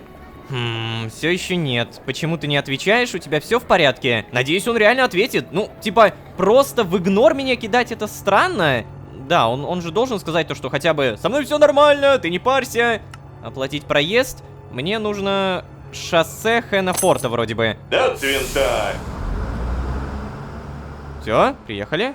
Всем привет. Так, Чет, ты подожди меня. О, просто телепортировал, слава богу. Знаешь, а мне Дилан сказал, что обилка заболела. Уже знаете, что с ней? Понятия не имею. Нет, Дилан должен отвезти ее к ветеринару. Чет, а с ней вообще-то все в порядке. Понятия не имею, за ней Дилан следит. Ну, Дилан должен отвезти ее к ветеринару. Ничего себе, кто бы мог подумать, что Дилан такой заботливый. А ведет себя при этом так сурово. Хотите зарабатывать больше и путешествовать по миру? Тогда присоединяйтесь к нашему онлайн-курсу «Как стать фрилансером». Давай-ка, наверное, вот здесь сядем, да? Ленивые профили на самоклеющей основе. Так, что я, кстати, буду? Знаешь, я, наверное, возьму пиццу. Давно я не ел пиццу. Хотя ее, наверное, будут долго готовить. Ай, ладно, посмотрю, что там есть. Если передумаю, то просто уйду. Оки-доки.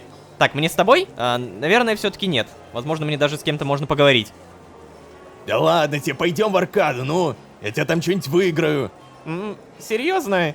Да я и сама себе приз выиграть могу. Но... Пойдем. Покажу тебе, как играют настоящие мастера. Ой, кстати, а это что? Папа Гусь. Я здесь еще не смотрел продукты. Ну-ка. Воу, Дахун Пао, Маньтоу, Мотти винограды. Блин, сколько тут всего! Я так понимаю, то, что это все можно поесть, это восстанавливает сытость, да? Пельмешка, порция воина дракона. О, это же для того самого задания, я помню, было такое. Даже давайте на всякий случай проверим, я брал? Нет, я такое задание не брал, но, наверное, оно осталось. Картинная галерея, накормить мир. Нет, растения для оранжереи, хочу барана. Слушайте, а все, походу, больше нет того задания. Короче, да, там надо было принести ту самую пельмешку, но, видимо, забыли. Прикинь, да? Меня сегодня кто-то толкнул. Прямо в метро. Я с лестницы из-за этого упала. Боже, а ты в больнице-то была? А если у тебя что-то сломано? Ну, блин, она, конечно, болит. Ладно, если двигается, значит не сломано. Медицина. Народная медицина. Двигается, значит не сломано. Так, кстати, а это что такое? Магазин какой-то без вывески? А, нет, это все огромная вывеска. И похоже это на... как будто хот-дог, знаете? Крошка хот-дошка, да, это реально хот-доги. Но мне в любом случае это не интересно. Здравствуйте. Отстань от меня. У меня был долгий день. Понял, простите. Мне опять задержали зарплату. Закажите любой телевизор сейчас и получите бесплатную доставку в подарок. У нас самый... Ай, как же достали эти волонтеры со сборами подписей. Куда? На волонтеров гнать не надо, волонтеры лучшие люди на планете. А еще, кстати, надо что-то купить. Давай-ка что-нибудь подешевле, пожалуйста. Вот 180, это крошка хот-дошка классическая. Карта, купить. Спасибо, спасибо. Обильная еда, вкуснейшая крошка хот-дошка. Так, Чет, а ты где? О, погоди. Стоп! Я только сейчас понял то, что здесь есть 3-й этаж! О май гад! То есть, получается, туда можно подняться и что-то поделать, да? Так, привет. Ничего не скажешь? До свидания. Да уж. После этого фудкорта чё? худеть придется. Да, худейте обязательно. А я чеда нашел, кстати. Ты погляди, реально пиццу взял. Я, если что, тоже взял. Не пицца, конечно, крошка хот-дошка, но тем не менее. Так, мне, наверное, нужно сесть с ним. Подожди, а как сесть? А, понял. Ну-ка, показывай, что взял. Ну, крошку. Понял, ну, приятного аппетита тогда. Знаешь, Ло, теперь, когда я живу в общаге, я так сильно экономлю на проездах, ты бы знал. Раньше я бы в жизни не потратился на пиццу. Фастфуд такой дорогой, если ты питаешься им регулярно. Я, кстати, вот хотел это прокомментировать. Заметили вы или нет, но нам явно дают понять то, что Чет с очень бедной семьи. Во-первых, говорилось о том, что он живет очень-очень далеко. Говорилось о том, что он много экономит, как минимум даже сейчас это подтверждается. И если посмотреть на его одежду, то она, знаете, такая мешковатая. Как будто, знаете, на него напялили мешок картошки. Что-то в этом духе. Такая обношенная уже одежда. И то, что он очень сильно хотел попасть в общежитие, но не мог, это даже еще одно небольшое подтверждение тому, то, что он с очень небогатой, с очень бедной и малообеспеченной семьи. Он знаете даже на кого похож? На Рона Уизли из Гарри Поттера.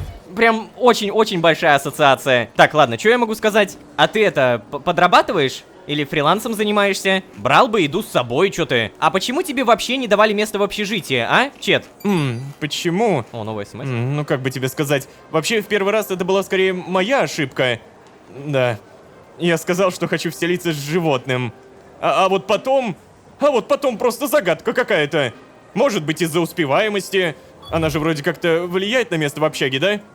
То есть ты не очень прилежный ученик, да? Стоп, что? Чет, меня об этом не предупреждали. То есть, если я буду плохо учиться, то меня выселят? А почему вообще так сильно нужно было место в общежитии? Во.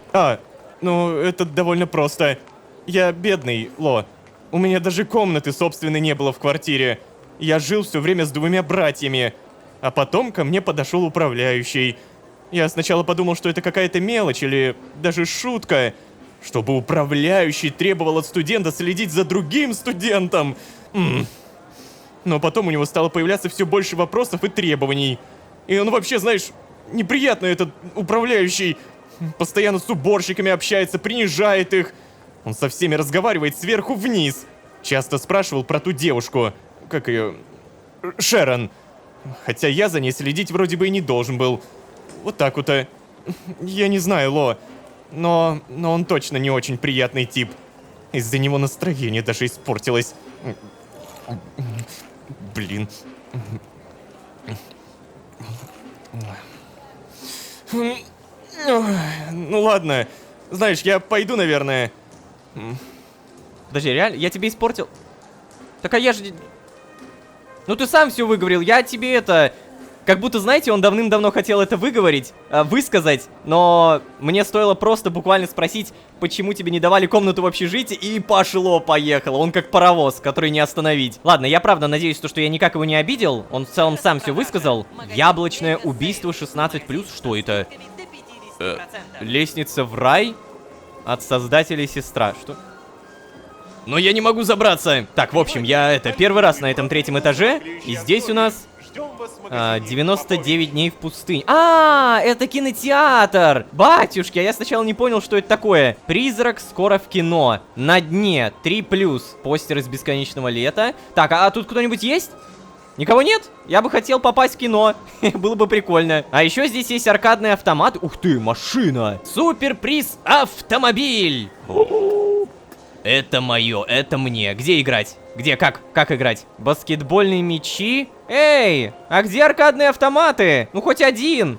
Блин, то есть поиграть я не могу. Магазин комиксов здесь есть. Аренда помещения. О, то есть я сам смогу, наверное, даже арендовать в будущем какое-то место. Ну, это, знаете, так, догадочки. А вообще, пора бы уже, наверное, валить отсюда. Только прежде чем свалить, давай сразу проверим сообщение. Престон. Это, блин, все еще не отвечает. Да что ж такое-то? Здравствуйте, оплатить проезд. Мне, пожалуйста, кампус Lucky Charms. Автобус отправляется! Угу, спасибо. Так, здесь у нас, по идее, открыто. И интересно, что мне в итоге пришло? Смотри-ка, реально по ссылке. Ага, подарок. Джена 65%. Карл 50%. Чего? Так, окей, допустим, возьмем Карл. Ну, в целом и Джену тоже возьмем. И бам! Что? Алмазная мотыга? Зачем? Записка еще, кстати, какая-то, ну-ка. Эй, привет, Ло. Я знаю, что ты любишь фермы так же сильно, как и я. Это сделанная на заказ мотыга. Лучше нее ты ничего не найдешь. Твой Карл. Погоди, я, кажется, понял. Там было 50%. Это благодаря тому, что у нас хорошие отношения, да? Да, то есть у нас выше 50%. И из-за этого он мне больше доверяет и считает меня то ли другом, то ли что. Ну, это прикольно. Погоди, а Джена? Джена 65%. Проверяем, сколько у нас сейчас. 69%. Ага. Прикол. Ну, открываем. Фига себе. Испытание завершено, если ты не выдержишь жару. Потратьте целый назеритовый слиток, чтобы улучшить свой нож. Или свалить из кухни. Погоди-ка, записочка. Эй, привет. Удивительно, что такие вещи можно отправлять почтой. Это же небезопасно. Зато я могу не придумывать длинную речь, выручая лично. Спасибо, что ты такой хороший друг, Джена. Вау! Блин, спасибо! Назеритовый нож, который делается на 65 уровне ремесла. Я бы такое в жизни не создал. Слушайте, это правда круто, то что, оказывается, наши отношения еще и дают подарки. Поняли, да? Я им дарю подарки, и они тоже мне дарят подарки. Как это мило, блинский. Так, ну что ж, назеритовый нож я явно буду использовать. Я, получается, могу даже железный выкинуть. Где он у меня тут? Кремниевый. Ну вот, кремниевый, до свидания. А еще я точно могу сказать то, что 2 мотыги мне явно не понадобятся, поэтому вот эту до свидули. Привет. О, здорово. Блин, видал, да? Престон так неожиданно отчислился. И почему из университета уходит все больше людей? И он, как и Тайлер, перестал отвечать на мои сообщения. Что с ними происходит-то? Погоди, то есть Тайлер тебе все еще не написал? Ага. А вот это, кстати, уже интересно. Ну тогда получается очевидным тот факт, что и Престон мне не напишет. Блин, а вот эти вот задания с фотографиями, это получается все? Мы больше не учимся фоткать. Эй, всем привет. Кто-нибудь еще дома? Нормально. Ой. Все же было хорошо. Ой-ой. Ты чего? Эй, все нормально. Слушай, я сейчас иду в ветеринарную клинику. У меня нет времени говорить. И желания тоже. Окей, без А проблем. вообще лучше не опаздывать. Давай, пока. А что? Я ничего не делал. Если ты меня в чем-то подозреваешь, я обилки только добра хотел. Клянусь! Блин, что происходит в этом универе? Почему всем либо плохо, либо у них какие-то кошмары, либо они просто отчисляются? Даже обилки хреново стало. Так, слушайте, мне это прям определенно не нравится. Карл? Уже вернулся. Ой, Дилан так заботится о кошке, не могу. Я в жизни от него такой инициативности не видел. Он даже игрушек ей накупил, прикинь. Чет сказал, что он у него спрашивал советы. И можно ли там кошкам кошачью мяту, вроде что-то в этом духе. Ой, какой же молодец, а. Это правда, молодец. Но вот только надо понять, что в итоге с обилкой. Кстати, не забываем о том, что раз в день я могу посещать свою собственную мастерскую. Ага, практика завершена. И после этого получать поинты и опыт улучшения. Спасибо большое. Ой, погоди, а сколько у меня денег? 20 тысяч. Слушайте, так а мы же, наверное, можем даже купить что-нибудь новенькое, да? О, стоп. Чего? Замок? Я не туда спустился, погоди, мне вот сюда надо было? Замок, это интересно. Так, здравствуйте. Я хочу обновить обстановку в комнате. Склад, тренажерный зал, мастерская. Ну, я думаю, то, что тренажерный зал это круто. Да, но стоит 10 тысяч. Давайте попробуем купить сейчас что-то супер-мега дешевое, хотя бы просто посмотреть, как это будет реализовано. Склад, 1500 СТ. А ведь действительно, место для хранения никогда лишним не будет, верно? Да, верно. Это все, заказал. Скоро привезут. Спасибо, Кларк. Быстро ты, на самом деле. Прям реально быстро. В который раз, на всякий случай, проверяем Престона. Нет, ну, самое, смотрите, важное. Комната открыта, здесь никто больше не живет. И по итогу все, как бы, ни Престона, ни других студентов. Отвечать он мне явно так и не собирается.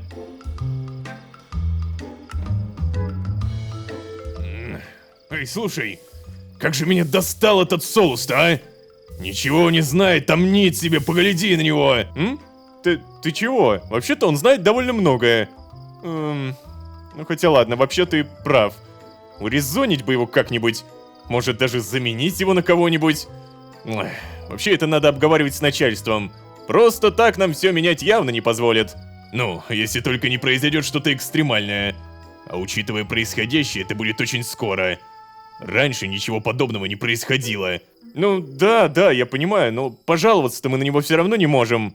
Не зря же мы просто уборщики. Подожди. Учитывая происходящее, что экстремальное, раньше ничего подобного не происходило? О чем речь? Почему вы не договорили? По итогу, кто-нибудь мне объяснит, что экстремальное тут происходит? Так, тут мы в итоге... О, Брэндон, может еще раз поговорим? Я сегодня за пару успел написать несколько страниц курсовой. Хе-хе-хе. Меня похвалили, прикинь. Сказали, что я единственный, кто работал над заданием. А то! Я всегда знал, что лучший. Как же недовольны были мои однокурсники. Их лица надо было видеть, Ло. Там Джейку 2 влепили за плохую работу, прикинь. А я ведь знаю, что он весь месяц работал над этим. А ведь у него просил списать. А он-то отказался. Ну и кто из нас теперь победитель, а? Ой. Ну что могу сказать, поздравляю. Хотя у меня такое ощущение, что тебе специально завысили оценку, потому что я рядом. Ну ладно, это уже, конечно, бред. Но тем не менее. А вообще, привет, Дилан. О, кошечка вернулась. Чё, как? Нормально? Чего? Обилка в порядке, если что. Мне с тобой не о чем говорить сейчас. Я занят. Поговори с кем-нибудь другим, окей? Уверен, им это будет интереснее, чем мне. Подожди, а что в итоге с обилкой-то? Расскажешь? Обилка, ну, самое главное, что теперь все окей. Смотрите, реально переноска появилась. Игрушка для кошки. Хорошо, ну, может, потом расскажет. Карл, Чет. О, слушай, Ло, прикинь, мне сегодня написал управляющий. Сказал, что больше ничего для него делать не нужно. Если что, я понятия не имею почему. Он написал, что у него появились неотложные дела. И что толку от моей слежки? Все равно ведь не было никакого толку, да?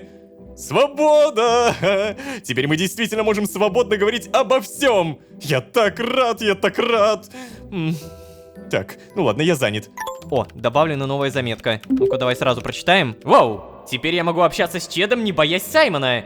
Я знал, что он на самом деле хороший парень.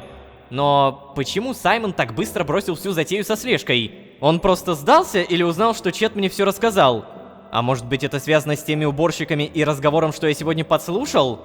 Или я опять ищу связи там, где их нет? Ну, фиг его знает, типа, пока что я не могу ничего не сказать, как минимум потому, что мы не знаем вообще, о чем был разговор. Единственное, что я смог выцепить, даже уборщики не особо-то любят Саймона Солуса. Эй, а у тебя как дела, Карл? Декан выдал мне задание. Сказал подготовить вам какое-нибудь практическое занятие. Ой, чтоб всем еще интересно было. Я уже, прикинь, всю голову себе сломал этим заданием. Но такое придумал! Тебе я об этом занятии ничего не расскажу, если что. Иначе у тебя будет несправедливое преимущество, Ло. Узнаешь вместе с остальным курсом. Все, давай. Хо-хо-хо. А подожди, а о чем у него там будет практическое задание? Я помню то, что примерно там больше 5 серий назад он в автобусе рассказывал о том, то, что ему разрешили первокурсникам дать какое-то задание. Тут, как говорится, поживем, увидим. Слушай, Дилан, я знаю то, что ты не хочешь сейчас со мной общаться, но тартар-то прими. О, чел, а вот это реально круто. О, и новая смс-ка. Что? Уведомление о посылке? Чего? Какие-то новые посылки пришли? Серьезно? Ну проверить я не смогу, потому что ларек закрыт. Вот черт, а! Надо будет реально проверить. А вообще не забываем про подарки Карлу, не забываем про Брэндона. Нам, по идее, нужно удобрение для Карла и Брэндону обычный гаечный ключ. Еще раз здорово. Вот, забирай. О, если бы мне девчонка такое подарила, зацеловал бы, Ло. Да я помню, спасибо. Карл, тебе то же самое, вот, возьми. Да, спасибо, Ло. Я очень ценю это, правда. Я уже понял. Благодаря тому, что вы начали тоже мне дарить какие-то подарки, я осознал, что отношения это мега важно. Если мне подарят, допустим... Блин, я даже не знаю, что мне конкретно нужно. Я бы хотел, наверное, получить вот это. Автоотмычка. Но в то же время я понимаю то, что, наверное, она в будущем как-то по сюжету откроется. И она не крафтится. По крайней мере, пока что. Это, знаете, наверное, для тех замков, где какие-то будут алмазные замки или золотые. Все это мы обязательно узнаем. А что, черт возьми, происходит с Саймоном Солусом и уж тем более с университетом? Раз об этом говорят даже уборщики. Узнаем в следующих сериях. Не забывайте, пожалуйста, ставить лайки. Не забывайте подписываться. Дальше явно больше. И это самое больше подкрепляется вашей мотивацией. Поэтому, правда, вот эти маленькие нажатия, не пропустите их. Спасибо большое. Ну а если вы здесь впервые, то можете еще и позвать друзей. А с вами были Лоушка и какие-то странности, экстремальные странности, происходящие на территории общежития и универа. Всем удачи, всем пока. Пока. Эй, Ло, иди в общежитие. Хочу с тобой поговорить. Чё? Помнишь, я говорил, что продал все из того бункера? Да, помню. Слушай, я не хочу объяснять подробности о найденном оборудовании, но оно позволило мне получить доступ к твоему телефону. Что? Запоминаем. Те, кто знают, покидают. Данная короткая фраза хорошо описывает тех людей, которые покинули общежитие, даже несмотря на то, что именно они изначально хотели помочь мне в разгадке странностей. Заметьте, не я был инициатором, они. И именно они покидают. Что происходит? А еще какие-то странные записки. В-23, С-23, В-23. Чё? Короче, всем привет, дорогие друзья. Я Лоушка. Добро пожаловать в последнюю реальность. Будем разбираться. Поехали!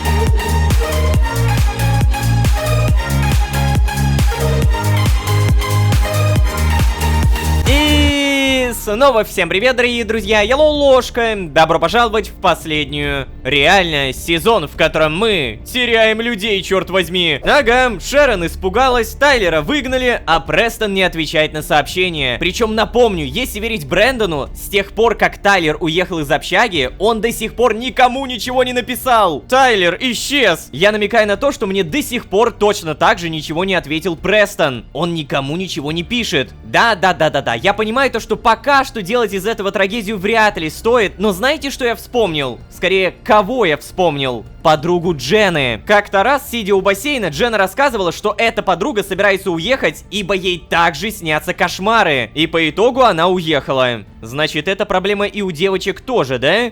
Понятно. Хотя ладно, если честно, ничего не понятно. Короче, у меня тут завалялся список странностей, которые окружают нас последние 3 серии. Бункер, продажа людей, непонятная валюта Ви, Саймон Солус и записка из комнаты Престона. Самое интересное. Данную записку мы нашли в комнате Престона, когда он уехал, и оставил ее он или кто-то другой, пока непонятно. Записка гласит: В-23, С-23, В-23... Короче, ничего не понятно. Мне нужен какой-то дешифратор. Тот, кто сумеет расшифровать данную записку, и, возможно, это, кстати, Дилан. Эй, привет. Нет, Ло, я занят. Ничем не могу тебе помочь. Сходи с ума где-нибудь в другом месте, а? Или хотя бы не при мне бесишь. Ну, понятно, доброе утро. Чё-то сегодня Дилан как будто не в настроении. Эй, Чет, а у тебя как дела? Ты же, по идее, за мной больше не следишь, верно?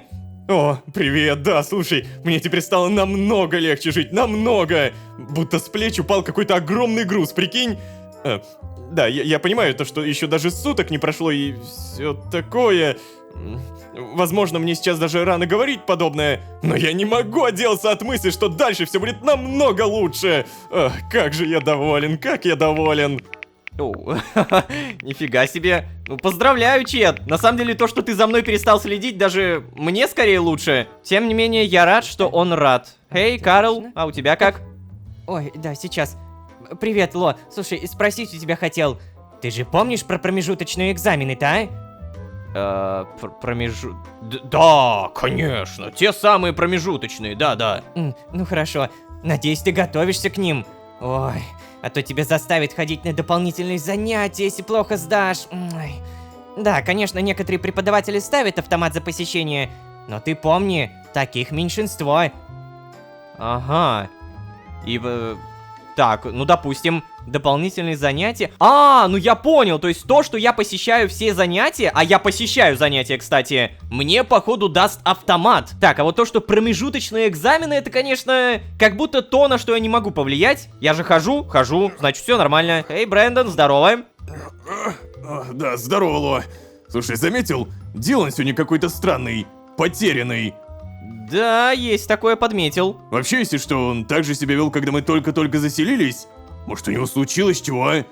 Хотя он обычно становится агрессивным, когда злится, а сейчас просто отказывается говорить, разворачивается и уходит. Ну ладно. Понятно. А мы это, может быть, как-то обсудим? Ну, типа, я тоже заметил. Дилан странный. Нет, мы не обсудим, понятно. Либо можно обсудить это с самим Диланом, но тоже нет. Кстати, а где обилка? А, вот она, фу, боже. Так, проверим, сколько времени. 7:00. Ощущение такое, что времени идет. А, не, 7:01, окей. Так, у меня кто-нибудь что-нибудь написал? Я могу написать Престону. Эй, Престон, у тебя все в порядке? Почему ты даже не читаешь сообщение? А, он даже не читает? Вот оно как. Могу ли я к нему зайти? Нет. Кстати, это первый раз, когда после того, как он уехал, я не могу зайти. Неужели туда кто-то заехал? Надо запомнить. Если потом я смогу зайти, то это будет еще страннее выглядеть. А вообще, кстати, напомню, в предыдущей серии мы купили новое помещение под названием склады. И вот оно! Да, я уже проверил, я посмотрел, и оно действительно появилось. Если что, то само помещение не дает никаких навыков, это буквально просто склады, это просто помещение, в котором я могу хранить вещи. Наверное, я буду это использовать. Так, а это что такое?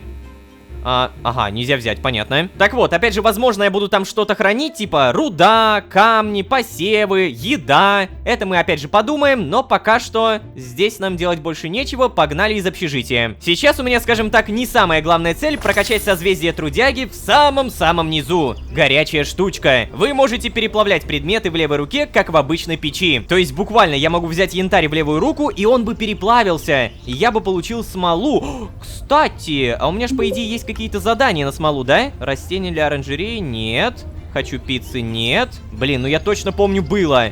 Во! Принести 5 единиц смолы. Награда 400 СТ, 450 опыта улучшения. Принимаем. Угу, спасибо. Заранее переплавляем. И все было бы намного проще, если бы была левая рука. И для того, чтобы прокачать этот навык, мне требуется сколько? Так, блин, непонятно. Узнать это можно только у статуи. И, надеюсь, 2. Фу, слава богу. Если бы было 3, то это было бы дорого. Да, ферма отрастает не супер быстро, но все-таки отрастает. Следовательно, прокачиваемся.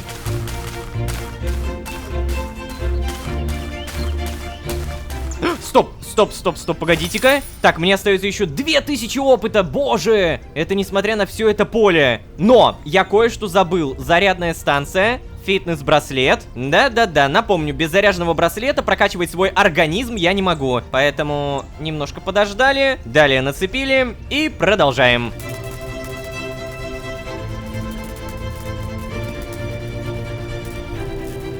О, ну наконец-то. Я добыл практически все это поле. Практически все, что было в общежитии, больше добыть нельзя. Мы понимаем то, что все это добытое поле, это примерно 10 тысяч опыта. Да уж, постепенно это поле становится невыгодным.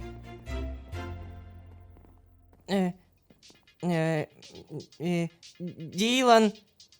Дилан. Пора вставать, Дилан. Нет, я сегодня никуда не поеду. Вон, забирай его и уходите. Но ты чего это, Дилан? У тебя что-то случилось? Да нет же, я просто занят. Идите уже. Ну ладно. Что, Лот, тогда пойдем втроем? О, Дилан. Ну, ладно. Что ж, и без Дилана поучимся, как говорится. Пойдем-ка. Ну да, пойдем.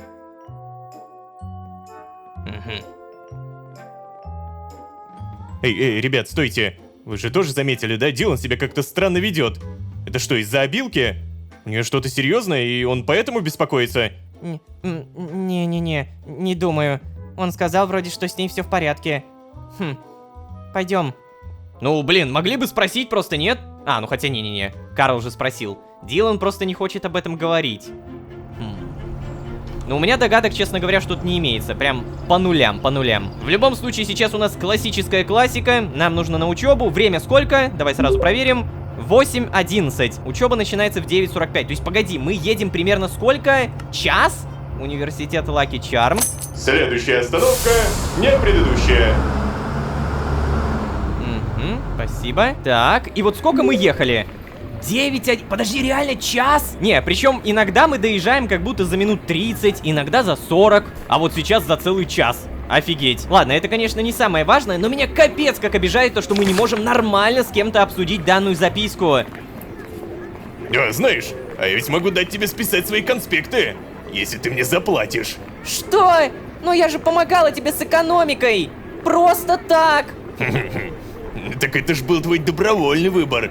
А я бесплатно помогать не стану. Ах, вот как. В жизни тебе ни с чем помогать больше не буду. Ну и ладно.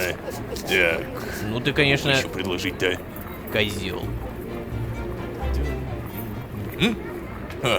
Слыхал, недавно поймали какую-то банду сатанистов. Идиоты разместили свой адрес прямо на сайте фриланса. Вот дурни-то, а. Что ты сейчас сказал? Сатанистов на сайте фриланса? Я, кажется, понял. Это те самые, которые платили 666 СТ за задание. Им там надо было принести нож, баранину, вроде бы даже шерсть. Прикольно. Я сразу понял, о каком задании речь. Так, здрасте. Не поболтаем. Приветствую. Получил сегодня в доставке поломанный товар. Мне отказали в его возврате. Ну ничего, я им еще покажу. Покажи им там всем, покажи. Суды, разбирательства, батюшки. А вы чё такая знойная дама? О, что-то я как-то холодновато оделась. Так, да? Что-то вы холодновато оделись, это правда. Так, а вы? Нет. Так, ну ладно, что-то я буду, наверное, сейчас много ходить, со всеми разговаривать, болтать и так далее. Просто погнали, может быть, на кого-то наткнемся. Вот их наверняка можно послушать. Привет. Слушай, может, не нужны нам эти пары, а? Ну пойдем в ТЦ, поедим, купим что-нибудь в магазине. Пожалуйста.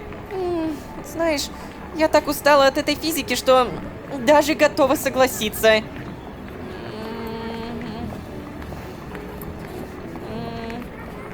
Ну, ладно, давай. Я согласна.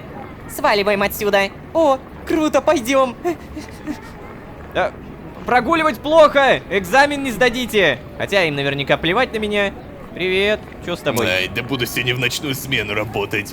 Как мне после этого на пару-то идти, а? Ой, как же я устал.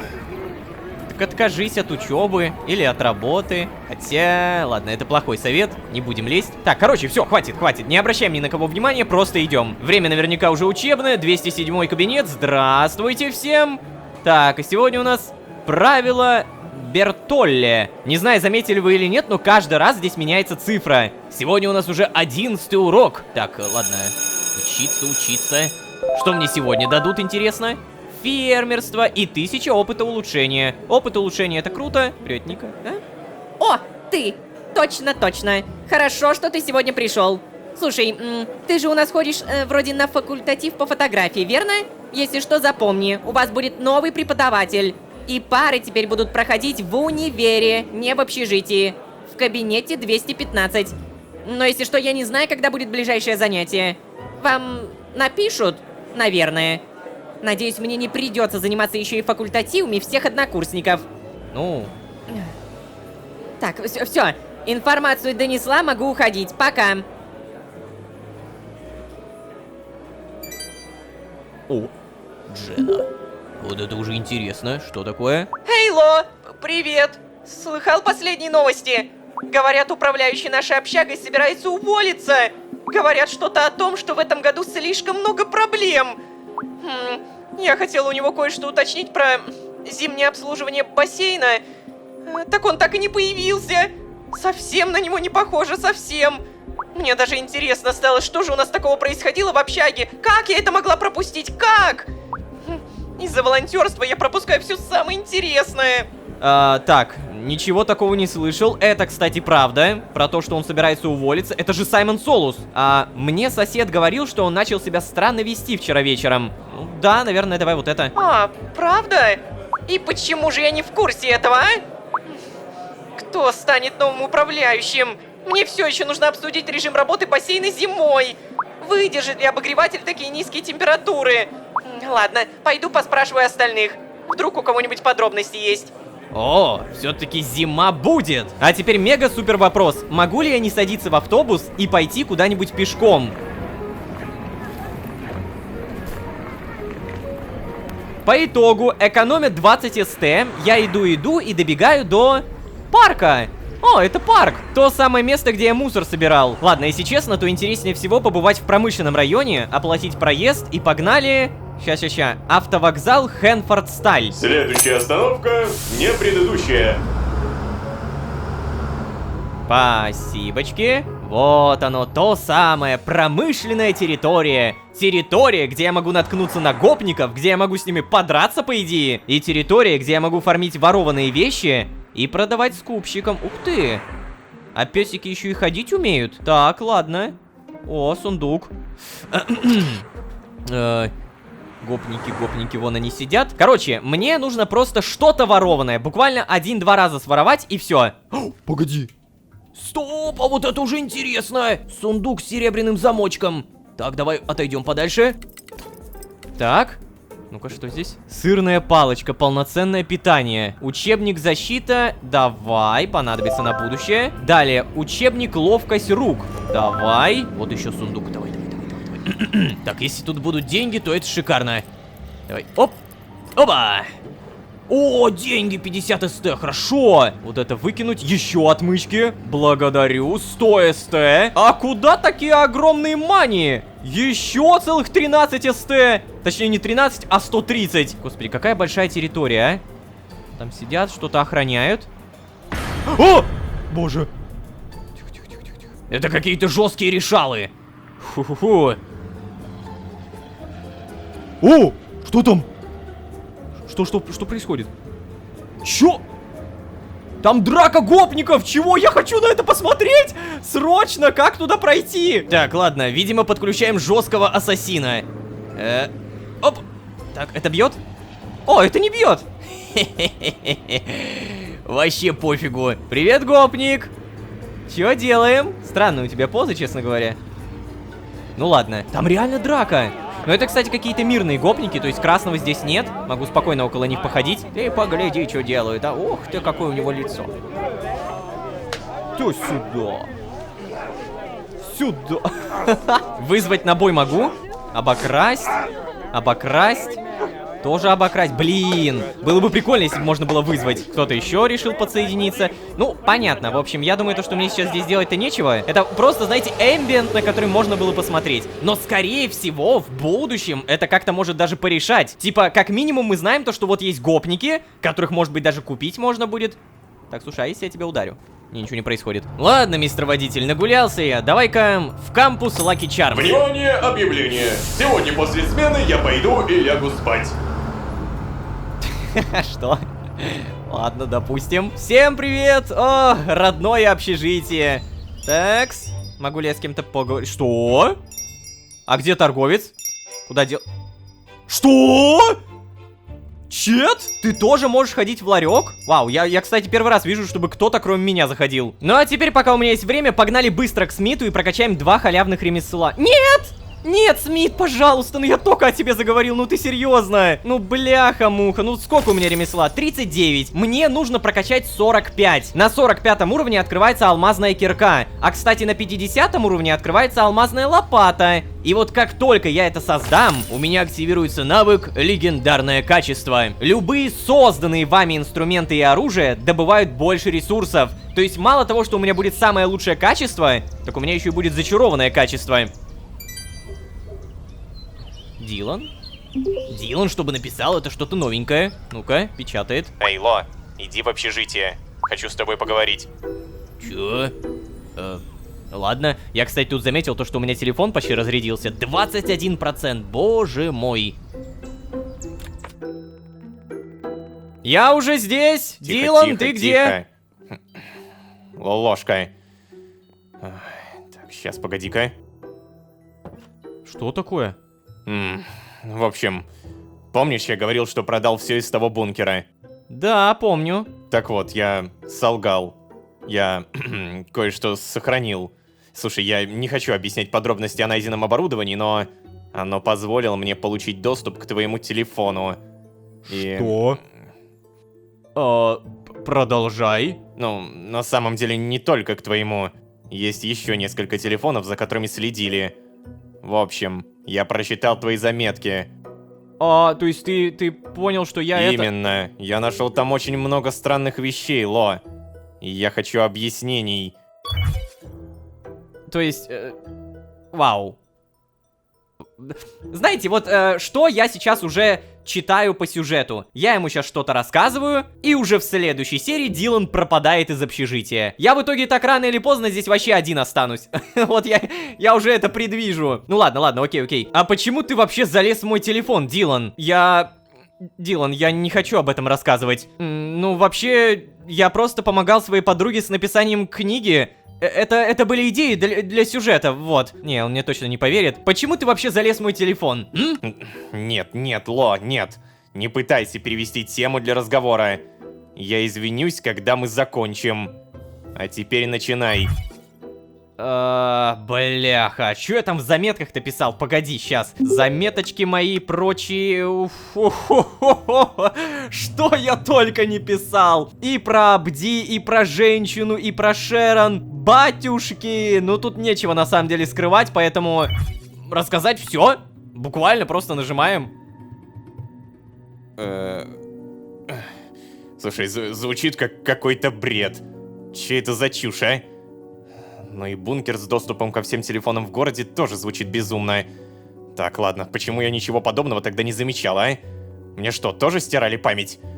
Или ты все же сошел с ума? Что происходит? Просто впутываешь меня в этот странный бред, да. Как доказать, что это правда, если все доказательства уничтожаются? Включая даже воспоминания? Если твои слова правда, Ло, то я просто все забуду, ты же понимаешь это? Все улики будут уничтожены. Вот ведь совпадение-то, а? Ни Шерон, ни Престон это не подтвердят. Блин, я отказываюсь верить в это. Я отказываюсь. Так, ну давай, раз уж ты впутался в это, давай как-то будем решать, как тебе, если что, вспомнить. Да, вот это правильно он сказал. Любой, кто как-то пытается вникнуть в эту тему, он, во-первых, все либо забывает, либо, как бы уходит из общежития, либо просто не хочет со мной больше общаться. Я это тоже подметил. И я так понимаю, то, что Дилан может быть следующим. Это не совпадение, Дилан, это часть заговора.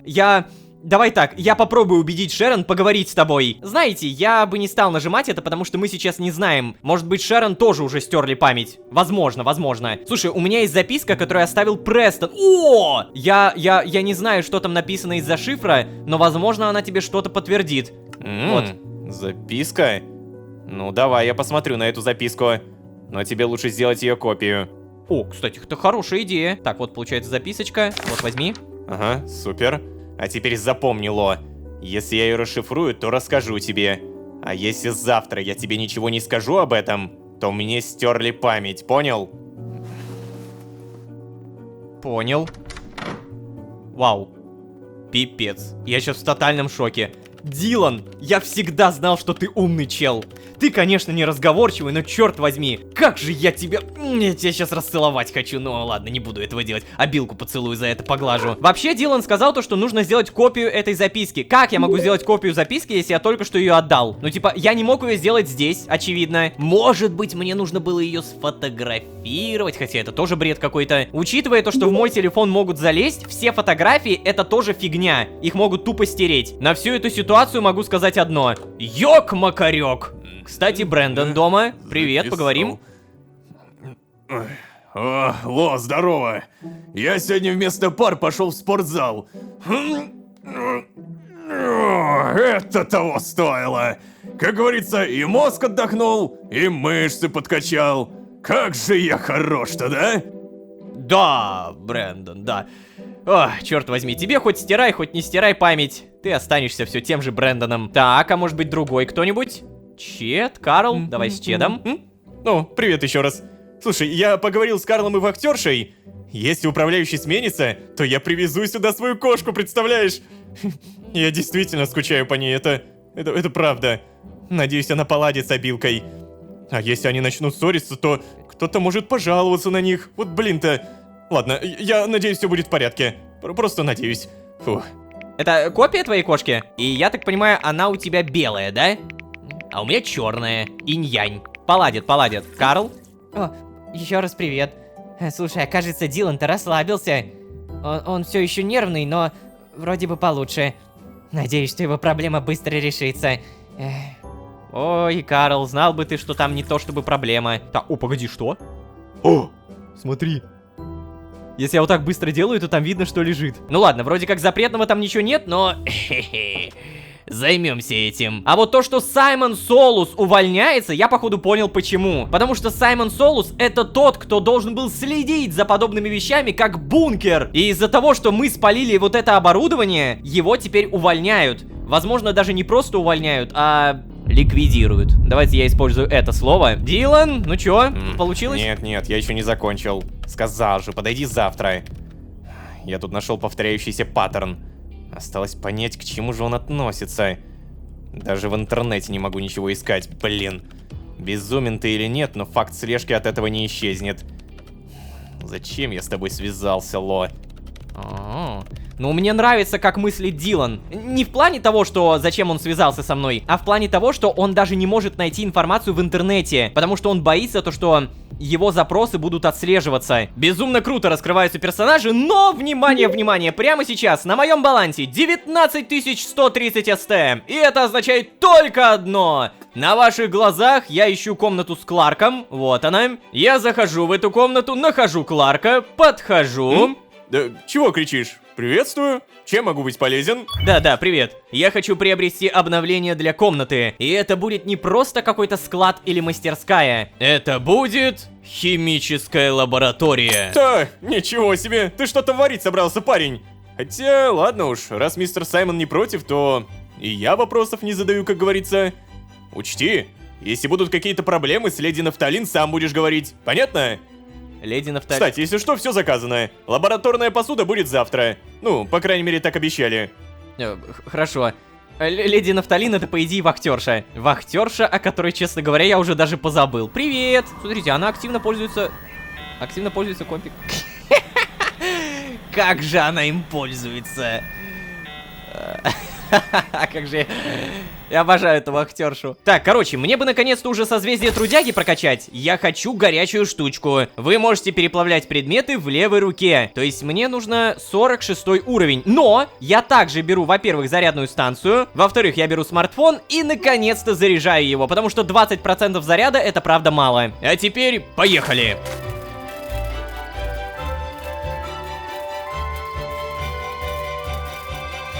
По итогу за всю эту недоросшую ферму я получаю 8000 опыта. А, нет, даже меньше. У меня было 2000, то есть получается 6000 опыта И надо еще примерно столько же фермы. Черт, как же долго ты растешь. Если я нахожусь рядом, то по идее растет оно быстрее, потому что, внимание, я прокачиваю фермерство. Увеличивает скорость роста культур на 1% за уровень. То есть, чем больше будет фермерство, тем быстрее я буду вот так вот по кругу гулять, оно будет расти, я снова добывать, и оно будет снова расти. Да, для этого нужна бешеная прокачка или Карл. Вот Карл продает фермерство. Можно же, кстати, купить, реально. Зарядную станцию со смартфоном забираем. 50% заряда, найс.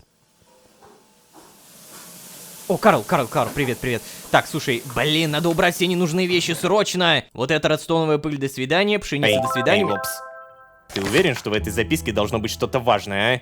Тут просто написано «Попробуй заснуть на улице». И проснуться с пневмонией, да? К твоему сожалению, это ничего не доказывает. И не кажется особенно полезным. У меня нет причин тебе верить, Ло, прости. Пусть это и объясняет многие твои странности. Еще множество удивительных совпадений, правда. Нет, во что-то подобное не хочется верить. Может быть, потом ты скажешь, что у нас в общежитии инопланетяне, а? А Саймон Солус — тысячелетний вампир.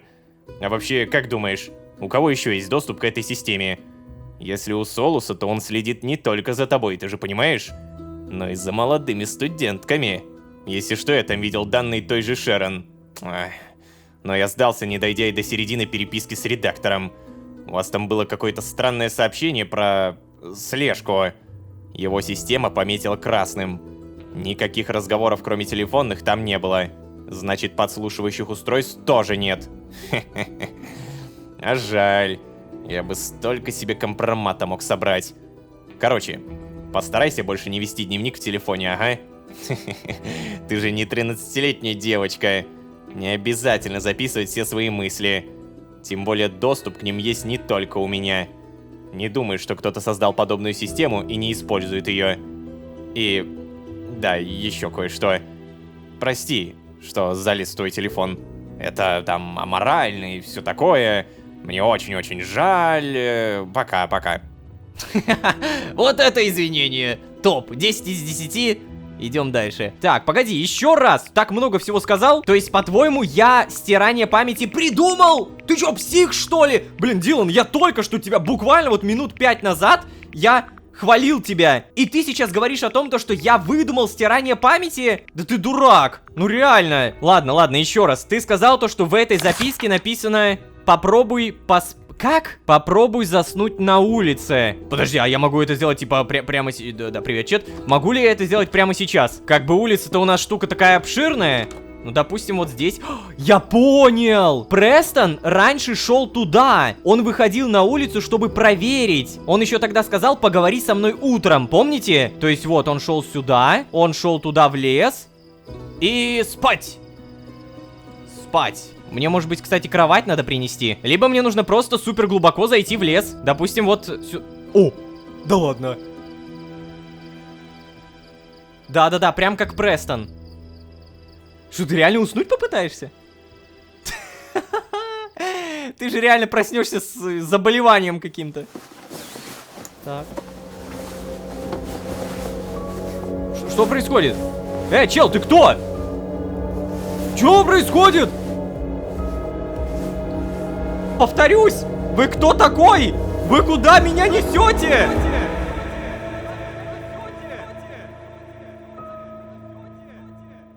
Я посмотрел, к чему еще телефону у меня есть доступ. Там есть еще один человек из нашего университета. Парня зовут Ричард. Ты никогда не замечал ничего странного в этом универе? Что тебя насторожило сильнее всего, а? Пропажа воспоминаний, да?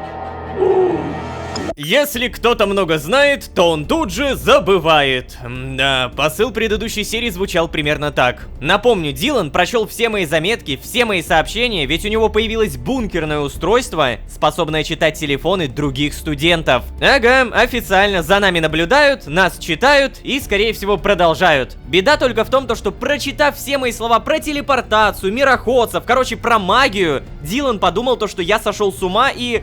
нафантазировал все это. Дилан, ты серьезно? Да я бы такое в жизни не выдумал. Ай, Ладно, еще Дилан расшифровал вот эту непонятную записку пропавшего Престона. Как оказалось, на ней была надпись «Попробуй уснуть в лесу». Я долго не думал, зашел в лес, уснул и бам! Увидел, как меня кто-то тащит обратно в общежитие. Примерно о подобном говорил Престон. Он засыпал на горе, а просыпался уже в общежитии. То есть, получается, я сейчас тоже должен быть просто на кровати. Сама серия закончилась на «Продолжение следует», и что же это за продолжение, давайте узнаем. А вообще, всем привет, дорогие друзья, я Ложка. Добро пожаловать в последнюю реальность. Поехали!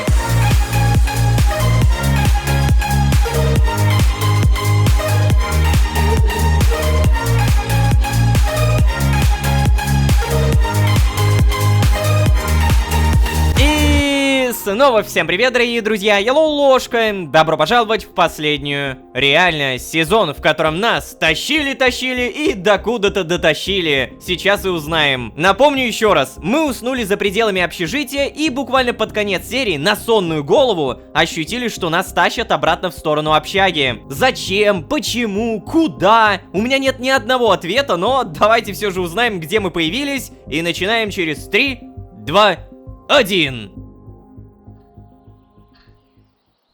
Так, и... Подожди. Что? Нет. О, нет. Ну... Это общежитие, это мой блок, это мой инвентарь, а это мои соседи. Так, на всякий случай проверяем. Здесь записка какая-то новая? Тоже нет. Заметка, возможно? Нет. Эй, Дилан, ты это видел меня вечером? Ночью, может быть? Черт возьми, спит. Время давай сразу проверим. 6:05. А, ну да, раннее утро, наверняка все спят. Карл, Чет, что по Брэндону? Тоже спит. Короче, мне нужно дождаться примерно 7 утра. В этот момент все просыпаются, и я смогу, наверное, как-то спросить, типа: «Эй, ребят, ничего странного не замечали? Не?» На всякий проверяем сообщение. Тоже пустота. Так, слушайте, а что если я выйду из общежития и снова пойду в сторону леса? Я точно помню то, что уснул около этих деревьев, но сколько бы я ни искал, сколько бы я ни пытался здесь что-то найти, нет, тоже, черт возьми, пусто. Тогда у меня немного другая тема. Напомню, в предыдущей серии мы купили алхимическую лабораторию. Стоила 8000 СТ, и по идее прямо сейчас она должна приехать, да? Так, это мастерская, ну-ка. Давай, практика завершена, спасибо. Но все-таки алхимическая лаборатория. Я точно потратил на нее 8000 СТ. Где... О! Батюшки. Ну-ка. Лабораторная окончена. Что? И мне что за это дадут? Чего?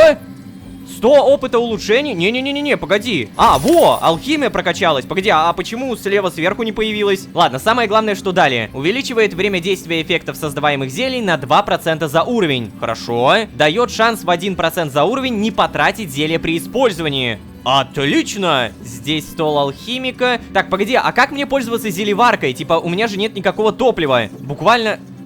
А, все. Окей, вопрос отпал. Сразу тогда уберем огненный порошок. И давай подумаем. Мне по-любому нужна какая-нибудь скорость, и мне по-любому нужна какая-нибудь спешка. Спешка, так и называется. Почему его нет? Так, ладно, ребята, это на самом деле серьезная проблема. Я даже скорость нашел, плюс 60%, но никакой быстрой копки, никакого быстрого копания нет. Как будто его специально вырезали. За что, черт возьми, за что? О, и кстати, мне кажется, или у меня появилось зелье силы? У меня до этого точно не было, то есть каждый раз, когда я прихожу и что-то варю, у меня появляется рандомное зелье. Круто! Так, на всякий случай проверяем время. Ух ты ж, батюшки, 7:16 уже. Наверняка многие проснулись. Эй, о! Доброе утро всем, Брэндон, Дилан, Карл. Поговорим? О, здорово, Ло. Слушай, я вчера поздно лег спать, а тебя все еще не было в общаге. Хе-хе-хе. Ты очень поздно вчера вернулся. Хе-хе-хе. Точнее, сегодня. Поди с девчоночкой тусил, да? Не беспокойся, я никому не скажу. Ты можешь проводить ночи с кем угодно. Брэндон разрешает. Спасибо, Брэндон. Но нет, увы, у меня были немного другие дела. Доброе утро, Дилан. О, здорово. Ты что, решил проигнорировать записку, что ли? Не похоже на тебя. Ты обычно за любую глупость. Ну ладно, отстань. Погоди, что? Но я не проигнорировал. Я не игнорировал, я правда уснул ночью. Там, прямо в лесу. Но, как минимум, об этом, я так понимаю, никто не знает. Потому что об этом уже явно бы кто-то что-то бы рассказал. Эй, Карл, а может быть ты? Привет, Ло. Ой, слушай, стал помощником декана только в этом году. И даже не думал, что там такая нагрузка. Ай-яй-яй. Я не то чтобы жалуюсь, конечно. Просто времени совсем нет. Некоторые мои растения требуют особого ухода. Что, если я однажды не успею? Проблема. Не волнуйся, Карл. Если чё, я полью твою, энциану. Да, энциану, тот самый мой любимый цветок. Эй, Чет, привет. Привет, Ло. Ой, моя группа сегодня поедет на какую-то ферму, прикинь? Будем помогать с уходом за скотом. О, как же, я надеюсь, что мне достанутся овечки. У них такая мягкая шерстка. Вот бы проснуться только. Ну, просыпайся. Блин, в итоге никто мне ничего не скажет, серьезно. Все настолько плохо. Нет. Ну, главное то, что записка у меня осталась. Вроде бы в ней ничего не поменялось. Так, и новых записок у меня опять же тоже нет. Это записка от Карла. А это записка, по идее, от Джены, верно? Да. Спасибо, что ты такой хороший друг, Джена. Короче, несмотря на то, что пока что мы ничего не понимаем, у меня есть кое-что более понятное. Задание. В самом начале серии я взял задание, которое гласит... Сейчас расскажу. А, я его не взял, вот я придурок-то. Вот, еда для гурмана. Моя кошка гурман. Она предпочитает мясо со сладкими ягодами. Поэтому мне требуется некий запас. Собрать 20 тефтелек со сладкими ягодами. Делается очень просто. Соединяется свинина со сладкими ягодами. Потом это все запекается. И та-дам! Тефтельки. Я, как вы понимаете, уже все пожарил, все подготовил, поэтому задание можно выполнить хоть сейчас. Бляха-муха, точно. Я же не смогу сдать задание. Черт!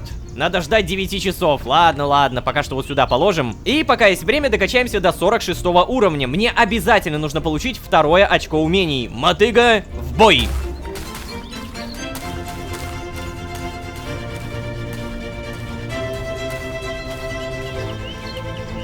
О, да, только черт возьми, мне опять не дали поинт с фитнес-браслета. Ну что ж такое-то, а? Как же ты, зараза, быстро разряжаешься. Низкий уровень заряда фитнес-браслета. Сколько тебя заряжать можно? Буквально каждую серию нужно это делать, понимаете? Так, ладно, самое главное то, что у меня появился второй поинт. Прокачаемся мы чуть-чуть попозже, потому что скоро 8:00, а в это время приходит Карл. Напоминаю. Эй, Ло. Что? Слушай, я посмотрел, к чему еще телефону у меня есть доступ, и никого из моих знакомых, прикинь, за исключением тебя и там какой-то девушки, которая кидала мне ссылку. Шерон вроде бы, да? Интересно, почему именно вы? Кстати, там есть еще один человек из нашего университета. Я не знаю, кто это. Он даже не живет в общаге, если что. Зато он учится на факультете экологии, прямо на твоем курсе. У тебя же Ника староста, да? Парня зовут Ричард. Ты его знаешь? Если нет, узнай. А я попробую найти телефон кого-нибудь известного мне. Ага, Ричард это... Доброе утро еще раз. Я помешал? Не-не, мы уже закончили. Так. Давайте, пойдем. А, о как, фига. Без палева, без палева. Знаешь, кажется, он сегодня бодрее, чем обычно. Ну ладно, рад, что он пришел в себя. Пойдем. Пойдем. Так, погоди, Ричард это, по-моему, тот, кто меня фотографировал. Помните, в один момент я говорил с Реном, и меня фоткали. Я это прям точно помню. Чувак вроде бы даже зеленую одежду носит. Тем временем мы едем, но погоди-ка, сколько времени? 9:11. Это означает только одно. Забираем 20 тефтелек и сразу же отдаем. Я не понимаю, почему у меня не убрались вот эти мороженки. У меня было задание на мороженое и было задание на руку бога. Я точно получил халявные денежки за это, а вещи из постамата не убрались. Это баг. Ну давайте я, чтобы не обузить баг, я выкину это мороженое. Ну, бывает. Все, если что, кушай. Приятного аппетита. Так, здравствуйте, оплатить проезд. Мне нужен университет Lucky Charms. Я сейчас сяду за руль. Да ты уже какой раз садишься за руль. Всем привет! Ох, как много студентов-то сегодня. Да, говори. Приветствую. Да нет же, нет, я тебе реально говорю, она подошла и влепила мне пощечину. Ни за что. Я же ей просто комплимент сделал. Да ты лучше вообще молчи. Слышал я парочку твоих комплиментов. Разборки студенческие, вот бы мне такие. Знаешь, как-то я замерзла. Иди ко мне. Ой. Э, Ну, так лучше? Ну, конечно, с тобой всегда лучше. Но еще лучше пойти в университет. Там хоть ветра нет. Ну, да, пойдем.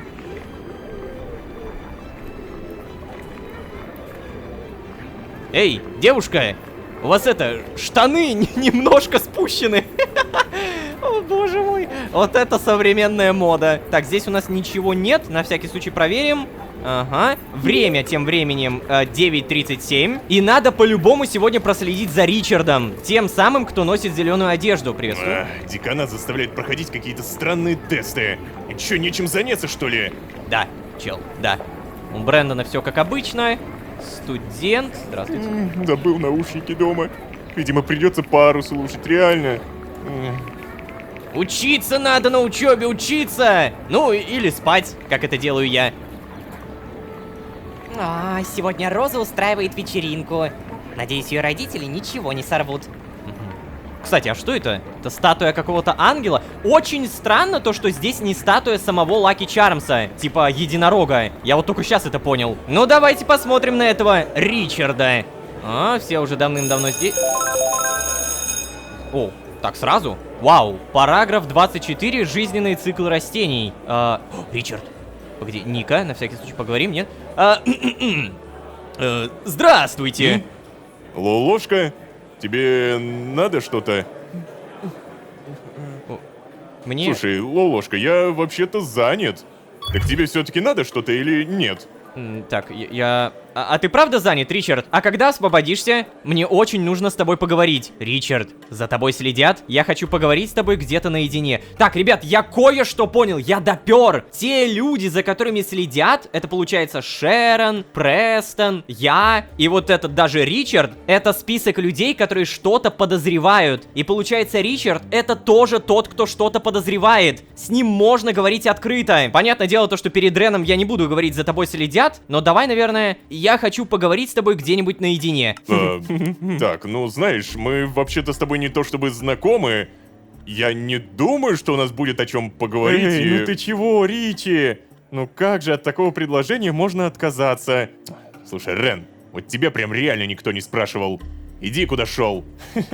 Да ладно, я же просто пытаюсь помочь тебе поладить с людьми, Ричи. Хо-хо-хо. Это ты себя человеком сейчас назвал, Рен? Ну и ладно, хорошо. Не буду мешать. Да. Иди.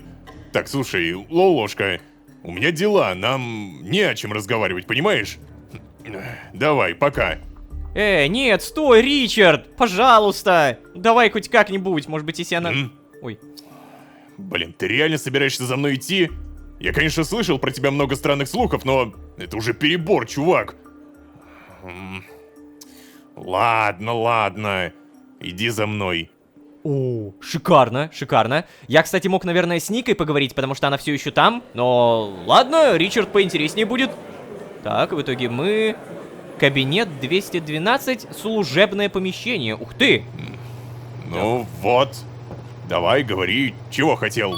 Так, окей, ты, получается, тоже что-то можешь подозревать, за тобой следят. Единственное, я не совсем понял, почему он меня фотографировал. Возможно, он во мне заметил тоже чувака, который что-то подозревает. Но... Что? Ты мироходец? Не, Ричард не мироходец, это точно. По крайней мере, я не думаю, что были хоть какие-то предпосылки. Я думаю, он скажет что-то в духе... Чё? Это еще кто такой? Так, давай, за твоим телефоном следят. Ты никогда не замечал ничего странного в этом универе? Во, вот это идеально. Ты подожди, серьезно? Это правда то, о чем ты хотел со мной поговорить? А почему ты вообще спрашиваешь? А ты замечал? О, да, я замечал. Может быть, все-таки как-то мы сейчас разболтаемся? Да, вот так прямо? А почему ты решил задать этот вопрос именно мне, а? У нас же вроде как большая группа. Мы раньше не то чтобы общались. Ты мог подойти к кому угодно. Но подошел-то именно ко мне? Что? Ты что-то заметил, да? Я сделал что-то не так? Ну, скажем так, ты просто попал в не самый удачный список. Конечно, ты был очевиден. Я ничего такого не заметил. А что ты мог сделать? Ты тоже понимаешь, насколько все странное, да? Обычно мне нужно всем все объяснять. Кстати, да. Он даже ничего такого не спросил про это. Конечно, все же довольно очевидно. Я понятия не имею, почему этого никто не замечает. Или не замечал раньше, как минимум. Что тебя насторожило сильнее всего, а? Пропажа воспоминаний, да? Другие странные вещи. И все-таки почему ты решил поговорить именно со мной, а? Так, ну вот тут, наверное, надо как-то себя не то чтобы дискредитировать, рассказать все, рассказать про бункер. Просто ты, знаешь, показался мне наиболее подходящим кандидатом. Давай, наверное, про все рассказывать мы не будем, но расскажем про бункер, из которого следили. Вот. Вот оно как. Как здорово, что я узнаю об этом от тебя. Слушай, парень, я на самом деле действительно должен идти. Насчет слежки через телефон я думаю, можешь не беспокоиться. Мы еще поговорим об этом завтра. Тег свой давать не буду. Пока. Понял. Окей. Ой, господи. Бога ради. Простите, мы тут заняли вашу кладовочку. Так, и в итоге Ричард наверняка сейчас просто исчезнет. Да. Оки-доки. Получается, мы теперь понимаем то, что те, кто находится в списке, который прямо сейчас есть у Дилана, это те люди, которые такие же, как и я, что-то подозревают. И это такие же люди, с которыми можно в целом даже поболтать. Может быть, у них есть какие-то подробности, может быть, они свою детективную историю сделали. О, Шерон? Так, погоди-ка, что? Шерон спустя кучу времени мне пишет. Так, печатает. Эй, привет, Лолошка. Как у тебя дела? Я знаю, что написала, что не хочу во всем участвовать и так далее, но это не означает, что я хочу потерять тебя как друга, ты же понимаешь это? Я надеялась, что мы продолжим общение. А о чем же нам общаться, Шерон? Ты меня буквально послала в предыдущую встречу. Ах. Ну, я в полном порядке. Все не очень хорошо, но я справлюсь. Не беспокойся. Нашу переписку перехватывают. Мы должны поговорить об этом лично. Все не очень хорошо, но я справлюсь. Не беспокойся. Давай вот это. Ну-ка. Ладно, я рада. Спасибо, что не стал рассказывать подробности или лгать. Надеюсь, ты там совсем справишься, и мы сходим куда-нибудь потусить, как ты станешь посвободнее. Угу. Да, мне просто показалось, что вот этот вариант самый нормальный, такой нейтральный. Ибо, опять же, помните, Шерон сказала: не впутывай меня в эти все делишки, не говори со мной об этом. Да, она даже буквально диалог с этого начала. Написала, что не хочу во всем этом участвовать, но не хочу потерять тебя как друга. Да, поэтому вот этот вариант самый такой нормальный, подходящий был. Кстати, у меня сейчас достаточно времени, чтобы кое-что сделать. На часах 15:55, и я не поеду в общежитие, нет, я поеду к Дженни. Оплатить проезд. Так, далее нам нужен шоссе Хэнафорта вроде бы. Якорный бабай! Жму! Окей, так вот, нам нужно прямо сейчас сюда и пойти к Дженни в волонтерский центр. Сама Дженна мне не нужна, мне нужно задание, которое повышает с ней отношения. Я, по идее, могу в любой момент приходить и... Господи, я испугался. Так вот, я могу в любой момент прийти и, по идее, повыполнять, да? Здравствуйте! О, привет, опять ты. Напомню, сейчас неделя больших скидок в магазинах для пенсионеров. Многим нужна помощь с переходом через дорогу. Помоги хотя бы нескольким, ладно? Да, окей. Задание «Тяжелые бабки». Это то же самое задание, которое нам уже давали. Я, насколько знаю, здесь есть рандомные задания, которые могут выдать, но мне не повезло и дали одно и то же. Окей. В общем и целом, мне просто нужны переходы и бабульки. Но я пришел на главную площадь, и мне интересно, тут что-то новое начали продавать? Здравствуйте. Обокрасть? Стоп, что? Продажи? А, вот, торговать. Хлеб с медом, круассан. Бля, стой. Дайте что-нибудь поинтереснее. О, тот самый торговец. Бомба, рыбоискатель. О, кирка слепого шахтера. Она стоит... Блин, она стоит даже столько, сколько у меня нет денег. Она стоит 13 тысяч. Такс, ну все остальное мне, наверное, пока не надо. Здравствуйте. Вино не надо. Так, ладно, не отвлекаемся. Мне нужны бабки. Здрасте. Ох, тяжело. Да, бабуся, понимаю. Полезайте ко мне на плечо. Погнали. Блин, вы вот реально, получается, просто перейти не можете. Какие же у вас слабые колени. Ох, спасибо, внучок. Пока. Пока, бабусь. Все, осталось 4 бабки. Итак, последняя тяжелая бабка. Бам! Ой, да спасибо, внучок. Yes! Задание «Тяжелые бабки» выполнено. Мне же за это что-то дадут, верно? мне же за это что-то дадут? Алло, погоди, а что я выполнил? Типа отношения там... Джена, доверие 69. Блин, я не помню, сколько было до этого. Может быть, было там 68-67, но мне не написало, что дали отношения. Черт! При этом задание действительно выполнено. Эх ты ж, ё-моё, походу я зря все это делал. Далее, у нас есть задание собрать один вок с говядиной и собрать одну пельмешку порция воина дракона. Это у нас по-любому торговый центр. Спасибо, спасибо за задание. Я не особо тороплюсь сейчас домой, потому что я привык то, что где-то до 18 или где-то до 17:30 ничего не происходит. Так что лучше всего действительно покататься, повыполнять задания. Следующая остановка не предыдущая. Да, и просто позарабатывать деньги. Вок с говядиной, это, по-моему, Папа Гусь. Вроде бы здесь. Здравствуйте. Так, Хаката, Саппора, О, пельмешка порция воина дракона. Во, то, что нужно. Сколько? 180 стоит. Приобретаем. А вок с говядиной, такого здесь нет. Понятно, надо где-то в другом месте приобрести. Смотри, кого я нашел. Скупщик! Так, если что, вок я пока что не нашел, но скупщик это интересно. Молоток, до свидания. Здравствуйте. Торговать? О, я могу продать. Недостаточно товара. А, мне же нужен украденный. Погоди, ну у меня же было что-то украденное, я точно помню. Например, вот, плюшевая черепаха украдена. Итоговая, блин, 100, ну да, это мало. Ладно, продать. И мне за это 100 СТ, ребята! Хе-хе-хе-хе.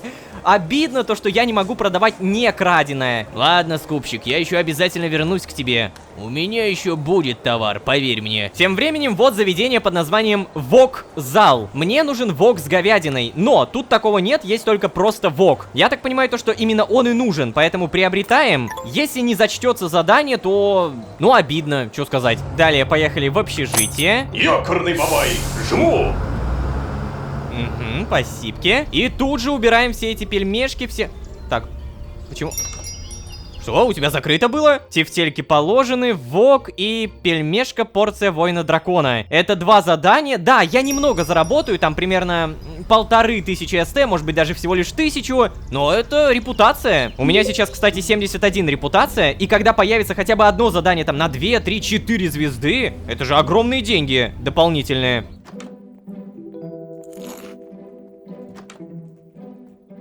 О, Дилан. Да, здорово. Ну как? Нашел Ричарда? Поговорил с ним? Ух ты, а тебе прям не терпится узнать? Ну, да, поговорил. Угу. Ожидаемо. А попробовать наладить с ним отношения ты не думал? Прежде чем рассказал ему обо всех своих секретах. Что? Подожди, ты... Он что-то написал? Или это просто твоя догадка? Так я не все секреты ему рассказывал, только про слежку. Я вообще ничего ему не рассказывал. Да ладно тебе, Дилан, успокойся, Ричард классный парень. Уверен, он все понимает. Так я ему только это про слежку рассказал, вот. Ну ладно, тогда это меняет дело. Сам запретил тебе вести дневник, и теперь не могу следить за тобой. Просчет с моей стороны. Знал же, что за тобой нужен присмотр. А то еще глупости натворишь. Кстати, я так и не спросил тебя утром, почему следят именно за тобой с Шерон и за этим Ричардом? Это из-за той штуки с твоим, как ты там сказал-то, мирохождением? И магией. Вытащишь мне кролика из шляпы, а? Ну или превратишь Карла в лягушку? Или ты уже... Я не заметил, что что-то изменилось. Ага. Так, ладно, сори, я отвлекся. У вас есть что-то невыдуманное общее, что ли, а? Да нет. Вроде нет. Значит ли это, что Ричард тоже мироходец? Тогда все остальные контакты в моем шпионском устройстве это чё? Тоже какие-то там мироходцы, что ли? Блин, что это вообще значит? Что это за слово? Это какая-то секта у тебя, что ли, а? Почему вас так много? Ай, плевать, какая разница. Я полазал по случайным телефонам, и если верить их перепискам и заметкам, они ничего не замечают. А значит, и смысла связываться с ними нет. Пойду покопаюсь еще, что ли. У других людей личная жизнь поинтереснее моей. Погоди, стоп! Если верить их перепискам и заметкам, они ничего не замечают. И почему вас так много? Ну окей, Шерон это подтвердилось. Это подтвердилось со мной. Да, мы мироходцы. Далее Ричард. Я не думаю, что это правда. А если даже и так, то надо бы как-то с ними об этом поговорить. Понимаете, эта вся догадка звучала бы как натягивание совы на глобус, но... Жаклин. Да, сейчас Жаклин. Я просто помню то, что у нас были люди. Помните, написано «люди» в кавычках. Здесь можно строить миллиарды этих догадок, но давайте все-таки прочитаем, что там Жаклин написала. Эй, Лолошка, привет! Как у тебя дела? Не хочешь зайти ко мне в бар? Я тебя угощу. Ну, конечно, почему нет? А я думал, мы больше не общаемся. Я сейчас занят, прости. Да, конечно, давай подойду. Эх, Жаклин, самый миролюбивый персонаж. Приветствую. О, Лолошка, привет. А вот и ты. Сейчас. Вот, держи. Ну, велосипедист. Спасибо. Так, как мне это? Ага. Благодарю. Кажется, я становлюсь профессионалом в создании напитков. Может, ну его этот художественный перевод.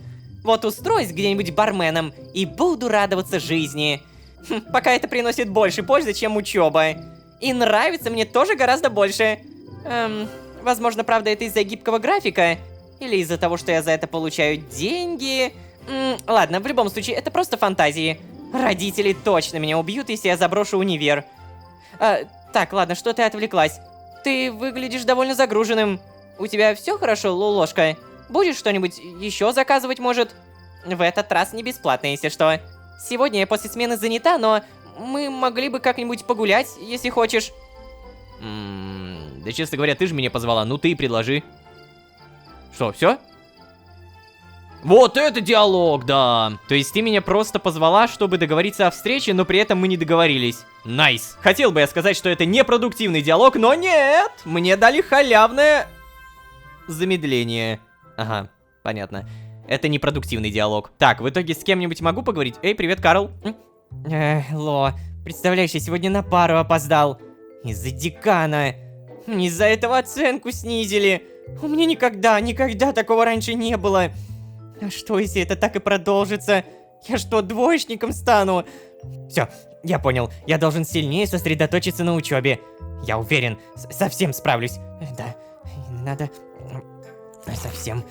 Молодец, Карл, молодец. Чет, привет. Слушай, на самом деле я хотел сказать, я ведь слежу за всей этой ситуацией с управляющим. Надеюсь, его действительно уволят. Сегодня он закатил какой-то скандал прямо в университете, прикинь? Уборщикам пришлось его успокаивать. Кажется, увольнение сильно на него влияет, да? Но мне не очень-то его жаль. Возможно, ему не следовало следить за студентами. А вообще, я думаю, что произошло что-то ужасное. Не стали бы его увольнять так быстро. Там же надо, типа, заранее предупредить и все такое. Но надеюсь, он все равно получит по заслугам. Хотел бы я, правда, понять его мотивы, что ли. Что бы он подумал, если бы узнал, что его бывший шпион теперь шпионит за ним. Так ему и надо. Ух, выпалил всю свою правду мыслительную. Так, Брэндона нет. Дилан. Может быть, еще раз поболтаем? Ну что опять? Ты нашел еще что-нибудь загадочное? Если нет, то мне не интересно. Кстати, я перечитывал твои заметки и сообщения и... Что ты на меня так смотришь? Я никогда не говорил, что больше так не сделаю. Короче, не о моих моральных выборах сейчас речь.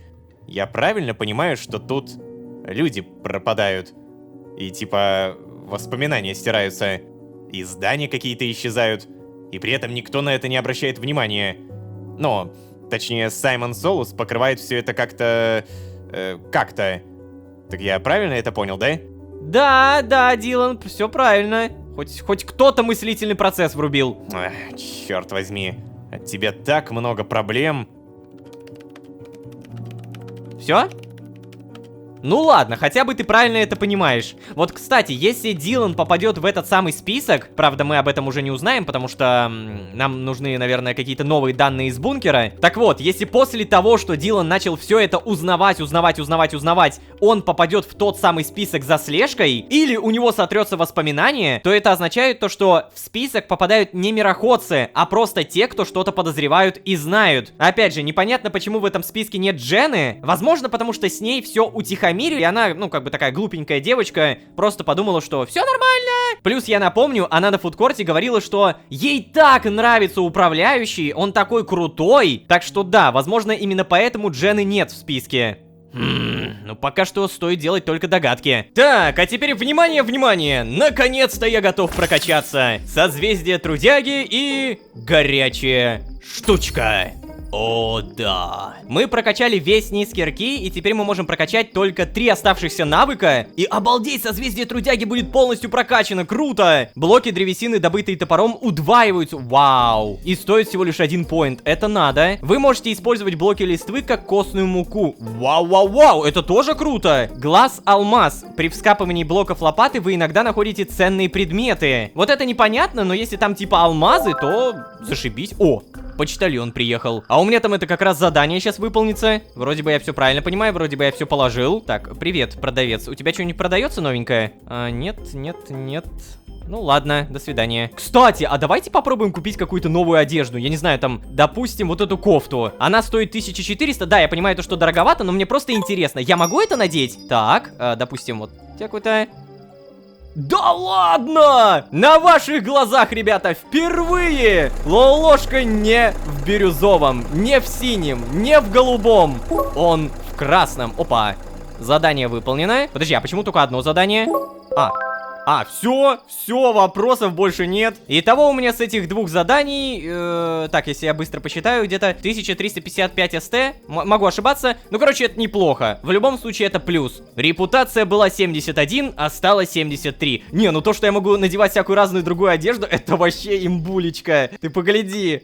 2 одежды. Опа. Ну... Иногда будем носить другое, окей. И все эти мирохотческие дела с потерей памяти мы будем разбивать уже в следующей серии. Жалко то, что Престон так и не ответил. Но ничего, на это мы тоже получим ответ. Я на 3000% уверен. И чтобы это не пропустить, не забывайте, пожалуйста, про ваши оценки. Не забывайте про подписки. Да, я понимаю то, что весна, подготовка к учебе, экзамены, тыры-пыры. И забывается даже подписаться, но я надеюсь, то, что вот эта фраза, она как-то промотивирует вас, что ли. Хотя какая это мотивация? Это просто напоминание. Спасибо большое за ваши маленькие мотивирующие нажатия. Ну а если вы здесь впервые, то вы можете еще и позвать друзей. А с вами были Лолошка и странный список людей. Всем удачи, всем пока. Пока.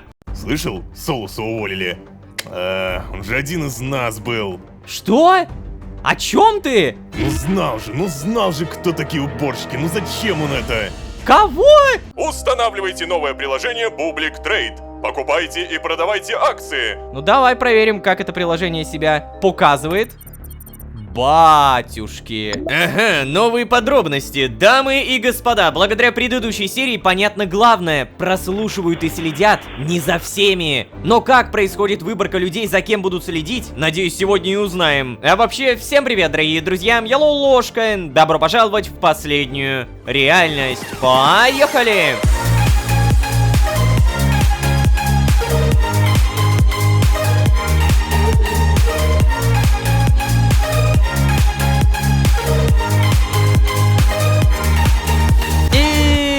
Снова всем привет, дорогие друзья, я Лолошка. Добро пожаловать в последнюю реальность, сезон, в котором мы не одни. Да-да, как говорится, беда приходит не одна. Или правильнее, беда приходит не к одному. Есть люди, определенно попавшие в список. Список людей, за которыми нужно вести постоянную слежку. Зачем? Почему именно эти люди? Непонятно. Но сейчас мы точно знаем то, что в данном списке не только я, не только Шерон, но и какой-то Ричард. Хотя, если верить Дилану, то список достаточно большой, но Ричард это именно тот, кого мы знаем. Это наш одноклассник. Несмотря на то, что видели мы его много-много раз, знаем мы о нем примерно ничего. Кроме того, что он очень дерзко и резко избегает почти любого общения со всеми. Подключив свои дедуктивные и эмпатические способности, мы таки смогли поговорить с ним 1 на 1. И я рассказал ему не все. Я ему рассказал про бункер, про слежку, про то, что он попал в список. Он не то чтобы этому удивился, потому что давно замечал какие-то странности и непонятки.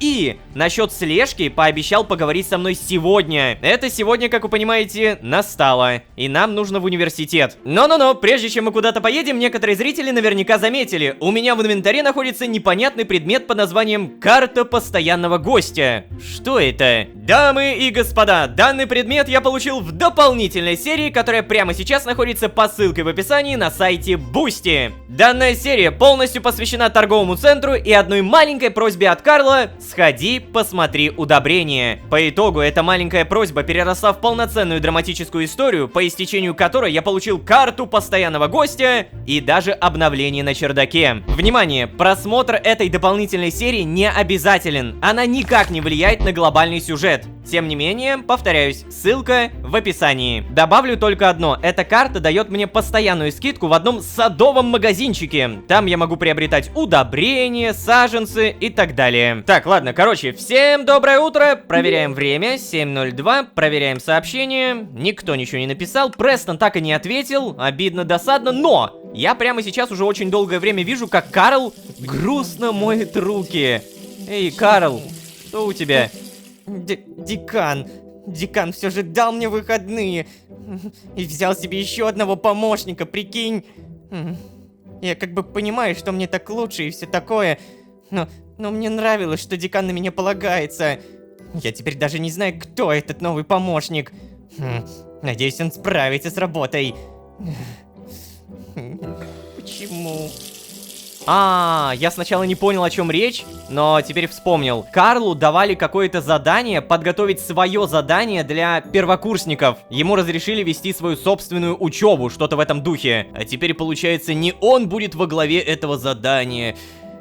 Карл, ну что могу сказать, обидно, но зато у тебя теперь появится больше времени на свою учебу. Не? Во всем надо искать плюсы. Давай. Так, обилка, погладить. Проверяем на всякий чеда. Чед спит, понятно. Проверяем Дилана. О, Дилан, привет. Что? Слушай, опять ты.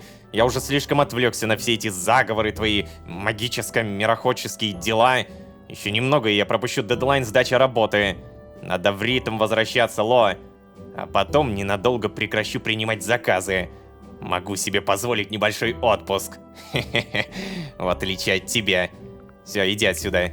О, то есть ты мне больше не помощник? Так, здесь... О, тут Брэндон был. О, Брэндон, поговорим? Не поговорим. Чет уже не вот спит. бы тебе Ты чё аквариум-то делаешь? какой... О, Ло! Солуса все же уволили, представляешь? Уволили, а не он сам ушел, как он пытается все выставить. Мне об этом подруга написала. Она с Кларком уже много лет дружит, с его секретарем. И он ей, типа по секрету рассказал, бла-бла-бла. Надо попросить Брэндона подвести меня до дома. Наконец-то кошку свою заберу. О, поздравляю! Тут будет 2 кошки! О, Жаклин. Чё, Жаклин, это интересно. Так, печатает. Эй, Лолошка, привет! Думал, я опять пропаду, да? А я взяла и не пропала. Сходим сегодня после пар погулять. Погулять. Блин, у меня сегодня по планам Ричард. То есть мы должны были обсудить вот эту слежку и все такое. Но я думаю, мы это сможем совместить, поэтому да, давай. О, вот и супер. У меня, если что, пары заканчиваются в 16:00, поэтому давай в это время и встретимся около универа, хорошо? У тебя позже заканчивается? Так это вообще шикарно. У меня пары в 14:30. Ты не хочешь часть прогулять? Не, я не буду, у меня там Ричард. Давай лучше в общаге встретимся. Да, конечно, окей. Вот и чудненько. До встречи. Хорошо, договорились. Брэндон, доброе утро. Поговорим? Не поговорим, да? О, у нас, кстати, как раз время 7:59. Я напомню то, что примерно в 8 часов Карл собирается на учебу. Он у нас пунктуальный. Прямо сейчас 8:00. И в итоге... Так. Да, смотри, он просто берет, одевается и, видимо, сейчас ко мне идет. Ну-ка. Классика, всегда 8:00. Я уже прям подметил это. Привет. Да, привет, Ло. Эй, Дилан, доброе утро. Время идти в универ. Классика. Мы помним, Карл, помним. Сейчас. А вообще, знаешь, кажется, я должен начать запирать эту дверь. Да ладно тебе. А как я буду попадать? Ну а чё? Ты же совсем даже не стучишься. А если у нас тут важный разговор? Ну тогда ты был бы рад, что я его остановил. Ты ведь так любишь разговаривать, Дилан. Ну да, Карла так просто не заговорить. О, Чет. Так, на всякий случай, обилка, ты давай, сиди здесь, не бузи. Вот у тебя когтеточка, лежанка, все есть. Итак, всем еще раз доброе. Наконец-то. Все, давайте, ребят, пойдем. А с каких пор мы, кстати, договорились, то что все вместе ходим? Типа, раньше мы вроде как и по одному справлялись. Время по итогу 8:13. И по идее мы приезжаем всегда примерно в 9:10. Я это тоже уже привык замечать. Университет. Внимание, отправляемся. Угу, спасибо. Так, сразу проверяем. Время 9:07. То есть в этот раз мы доехали примерно за 50 минут. То 40, то 50, то час. У него как будто иногда ускоритель подрубается. Так, здравствуйте. Что? А знаешь, мне нравится твоя прическа, парень. Спасибо. Мне кто-то сделал комплимент. О, батюшки, я чуть не растаял бы. Опять эта ангельская статуя, на нее пялится. Привет.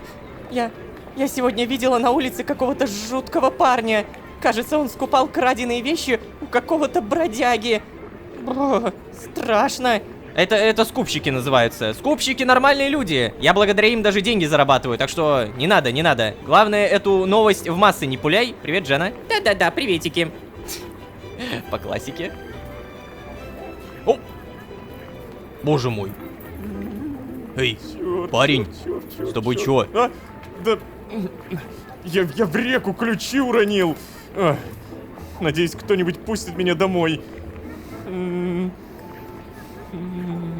Так а ты позвони-то мне, что-то в этом духе, узнать, ключики пустят или нет. Чё сразу паниковать-то? Кто в нашей жизни не терял ключи, ребят? Как будто домой не попадали. Или реально есть такие люди? Я ж, кстати, все, устроился на работу доставщиком. Реально? А ты уверен, что справишься с такой нагрузкой-то? Нам как бы много задают по учебе. А если ты скатишься в рейтинге студентов? Да ладно, чё, там оставалась последняя вакансия. Не было времени на раздумья.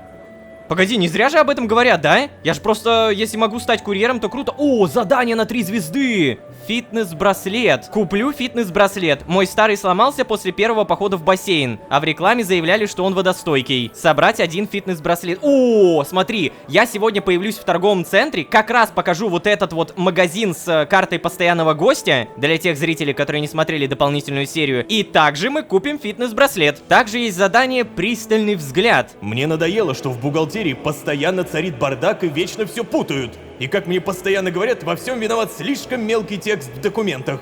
Пора это исправить. Мне нужны 4 лупы и 4 микроскопа. Для каждого сотрудника отдела, чтобы больше мелкий шрифт не был проблемой. Срочно! Ого! Задача 4 лупы и 4 микро... Стоп! Так а я же как раз микроскоп таскаю уже сколько? По-моему, 5 серий подряд. Да я даже больше скажу, у меня лупа есть. Правда, там 4 надо, а у меня 2. Делается из, вроде бы простых материалов и изумруда. Окей, легко. За это задание мне дадут 4428 СТ. И еще уровень блокирования. Да, я точно это принимаю. 3 дня будет. Замечательно, спасибо. Так, ну и, наверное, нужно пойти уже на учебу. Здравствуйте. До свидания. Так, 207-й, здравствуйте. 24-й параграф, жизненные циклы растений. При всем при этом на этой доске, как обычно, ничего не меняется. Эй, Лолошка! О. Рад, что ты сегодня пришел. Я не был уверен, когда ты ходишь на пары, просто не очень обращал внимания на однокурсников. Ну, понимаешь, да? Сам знаешь, они не стоят нашего времени. Но я рад, что ты появился. Ты... давай, садись со мной. Давай. Ладно, что-то ты какой-то прям задористый. Что-то хочешь мне рассказать? Да 1000 опыта. Ты прости, что я вчера так рано ушел и все такое. Мне просто идти надо было. Да и ты меня врасплох застал немного. Мы из-за этого нормально-то и не поговорили. А мне вообще-то не хватало кого-то моего возраста. Ну там есть, конечно, несколько человек, но они ничего не понимают вообще. Живут свою лучшую жизнь или вроде того. А из тех, кто знает, то только старики. Давай. Что? Знают только... Подожди, ты о чем? Если ты думаешь, что я понимаю о чем-то, я Кстати, не... о стариках. Слышал? Солуса уволили. Он же один из нас был. Что? О чем ты? Ну знал же, кто такие уборщики. Ну зачем он это? Кого? Все-таки не понимаю, чё ж этот Солус пошел на конфликт, а? Очень недальновидно с его стороны.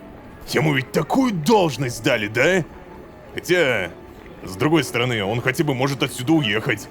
А вот мне родители запрещают. Они же знают, что для меня лучше, да уж. Чего? Я в 4-й раз повторяюсь, Ричард, если ты думаешь, что ты поймал дзен с каким-то чуваком, который понимает, о чем ты сейчас говоришь, то нет, я вообще ничего не понимаю. Такое ощущение, что он сейчас... Да, ладно, короче, посмотрим, что он еще скажет. Ну так это чё? Пойдем куда-нибудь? Может, в ТЦ, в аркады сыграть, не? Вот это, кстати, плохо, у меня Жаклин. Не, слушай, ты какой-то странный. Что-то пугаешь меня, Ричард. Я никуда с тобой не пойду. Да, конечно, пойдем. Прости, я уже договорился о встрече сегодня. Чё? С кем? С кем-то из этих, да? Ты чё, серьезно? Блин, ну, дело, конечно, твое, но это же бессмысленно. Я пытался с ними общаться, когда был ребенком. Это всегда заканчивалось одинаково. Не советую даже начинать с ними дружбу, не надо. Не-не-не. Ну все, давай, я пошел тогда, раз уж у тебя планы. Еще успеем, видимо. Чао. Что? Ричард, ты как будто сейчас мне рассказал то, что я не должен был знать. Я пытался с ними общаться, когда был ребенком. Это всегда заканчивалось одинаково. Не советую начинать с ними дружбу. С кем? Эй, Лолошка, ой. Лолошка, привет. Ну как у тебя? Я не опоздала? Да, привет, я тут просто задумался, даже не заметил, что ты идешь. О, даже так? Слушай, а ты не против пойти в парк? Я хотела там прогуляться, пока не слишком холодно.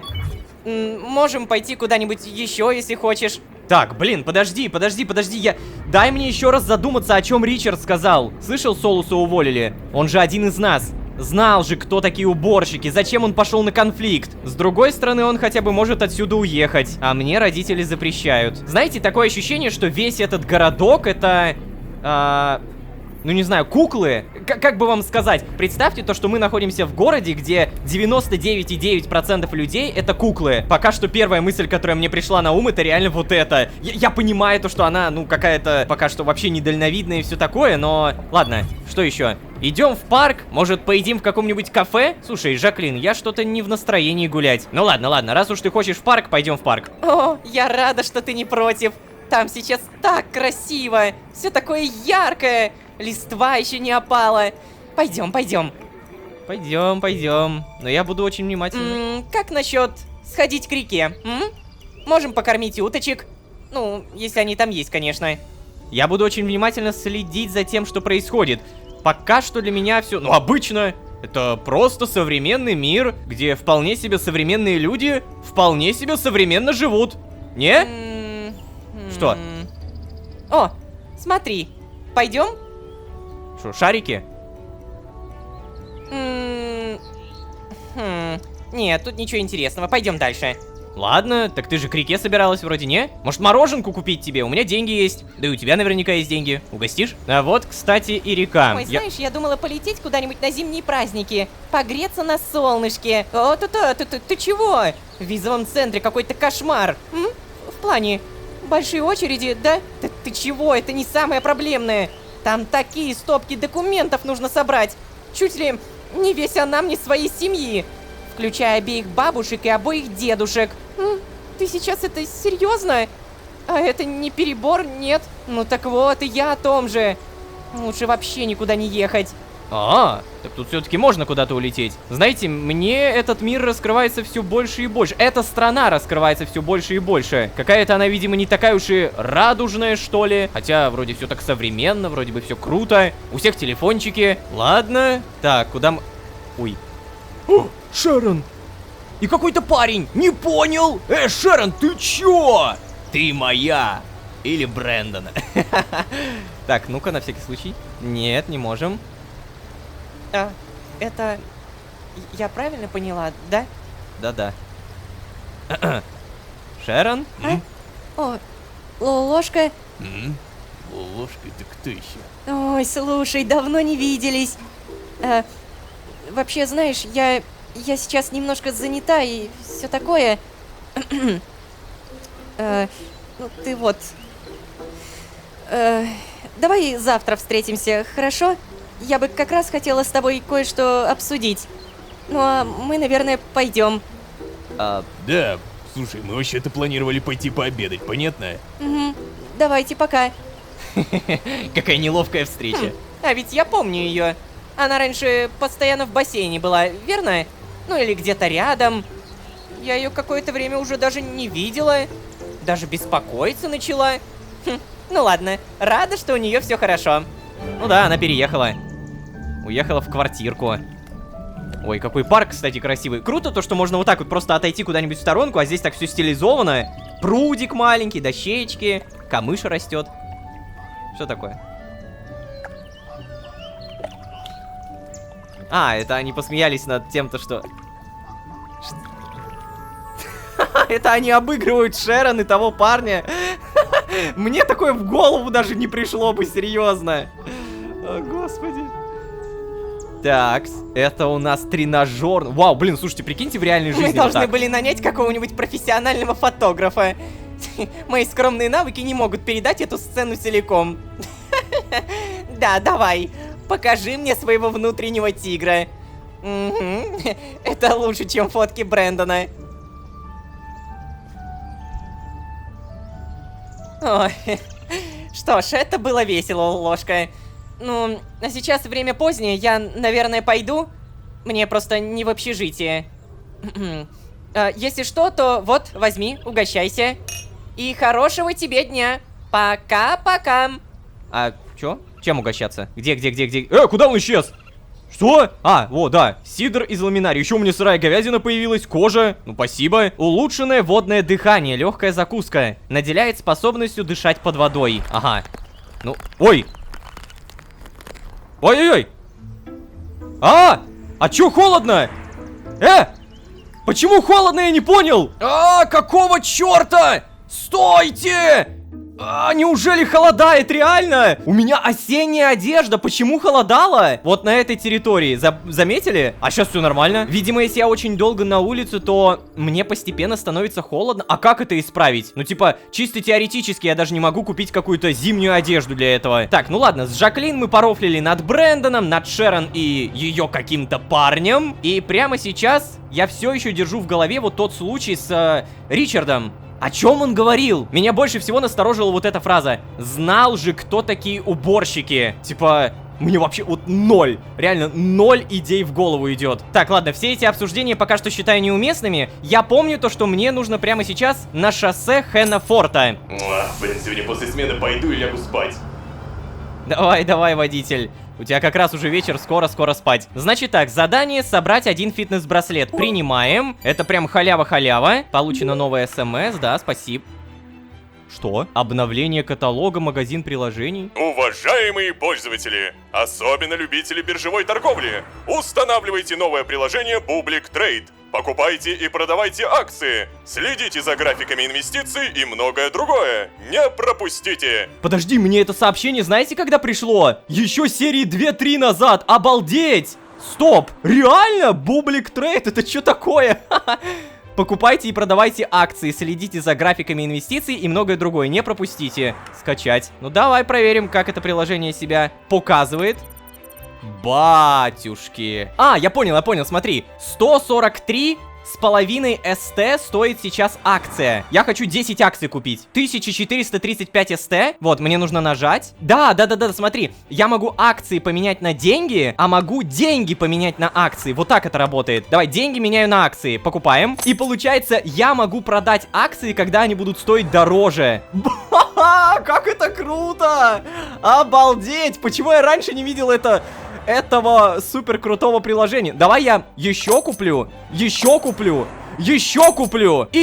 куплю 50 акций. Я очень надеюсь, что я не продам их потом по 130. Ой. Обновилась прямо сейчас! Я, по-моему, заработал немного, да? Я могу продать чуть-чуть подороже. Короче, это круто, будем ждать, пока вырастут акции. Тем не менее, я напомню, мне нужно прямо сейчас, во-первых, показать вам вот эту дополнительную серию, ну, точнее, часть этой серии, карта постоянного гостя. Находится это на 3-м этаже, а вот и 3-й этаж. Далее нужно пойти в эту сторону, и вот оно, магазин под названием Флосс. Прямо сейчас здесь... никого нет! Ай-яй-яй-яй, черт. Блин, ну сейчас поторговаться, получается, не можем. Здесь тоже никого. А чё, все уходят, что ли? Время-то вроде как, ну, вечер, да, но не такой поздний. Ладно, надеюсь, хотя бы браслеты могу купить. Я помню то, что они здесь продаются. Торговать. Вот оно. Тут появился, кстати, голубой браслет. Прикольно. Я в целом куплю просто черный. Почему нет? Хочу купить картой. Стоит 1700... Что? Стоп! Чего? У вас дороже, чем в ларьке?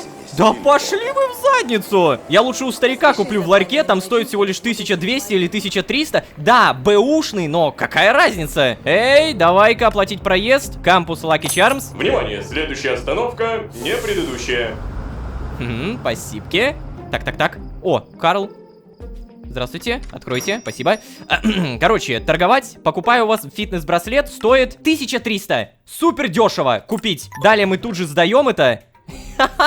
И это реально самая простая сдача квеста. Надо просто дождаться 21:00, и за это задание мы получим сколько? Примерно 1800 СТ. Найс. Так, а еще сейчас, кстати, акция должна обновиться. Вот сейчас будет 19:00. Ну-ка, давай, вверх. Пожалуйста. О май гад! Это сколько? Сейчас, подожди, я могу одну акцию продать за 150! Стонкс! Продавать или не продавать? Вот я не знаю, продавать или не продавать. Черт. Ладно, я не буду пока продавать. Пока что будем хранить акции в кошельке. Потом сделаем мега стонкс. Будем продавать акции по 300 СТ, поняли? Я очень на это надеюсь, но все-таки это мечты. Всем привет. Так, кто-нибудь дома есть? Брэндон нет? Карл что-то пишет. Дилан стоит в позе боевой готовности. Привет. Ну это же какой-то кошмар. Слушай, Ло, как ты вообще справляешься со всей этой чушью, а? Я не верю и в половину, что ты мне рассказал, а мне уже хочется напиться. Ой, поверить не могу, что Тайлера выселили из-за ножей. А я ведь и правда думал, что это ты подсуетился как-то, подкупил или что-то подобное. Я бы такого хейта со стороны всех не выдержал. Но и на твоем месте я бы тоже не оказался. В отличие от тебя, я знаю, как избегать конфликтов. Не общаться с людьми. Так, ладно.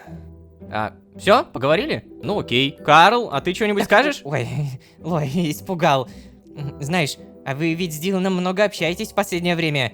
С прошлым соседом он так не ладил. На самом деле он пытается переехать в мою комнату. Говорил, что Терри слишком активный для него. Шутил, что меня легче терпеть. Ай, забавный этот Дилан. Ну да, забавный. А еще он больше тебя знает. Он знает, что Эй, Ло. Что? Брэндон и Чет куда-то уехали. Ну ладно, мне же лучше. Теперь здесь хотя бы тихо. Брэндон и Чет куда-то уехали? Ты уверен, что они просто уехали? Просто я не был бы так уверен, что это просто уезд. Почему все вокруг меня пропадают? Я как бы... Дайте ответы. Вот что я хочу. Просто дайте мне ответы. Так, слушайте, то, что Чет и Брэндон уехали, мне не особо нравится, потому что... Ну, они же могут не вернуться. Мы уже знаем кучу примеров, то, что люди не возвращались. А вообще, как там с заданиями? Так, фитнес-браслет все еще есть. Время 20:12. А акции?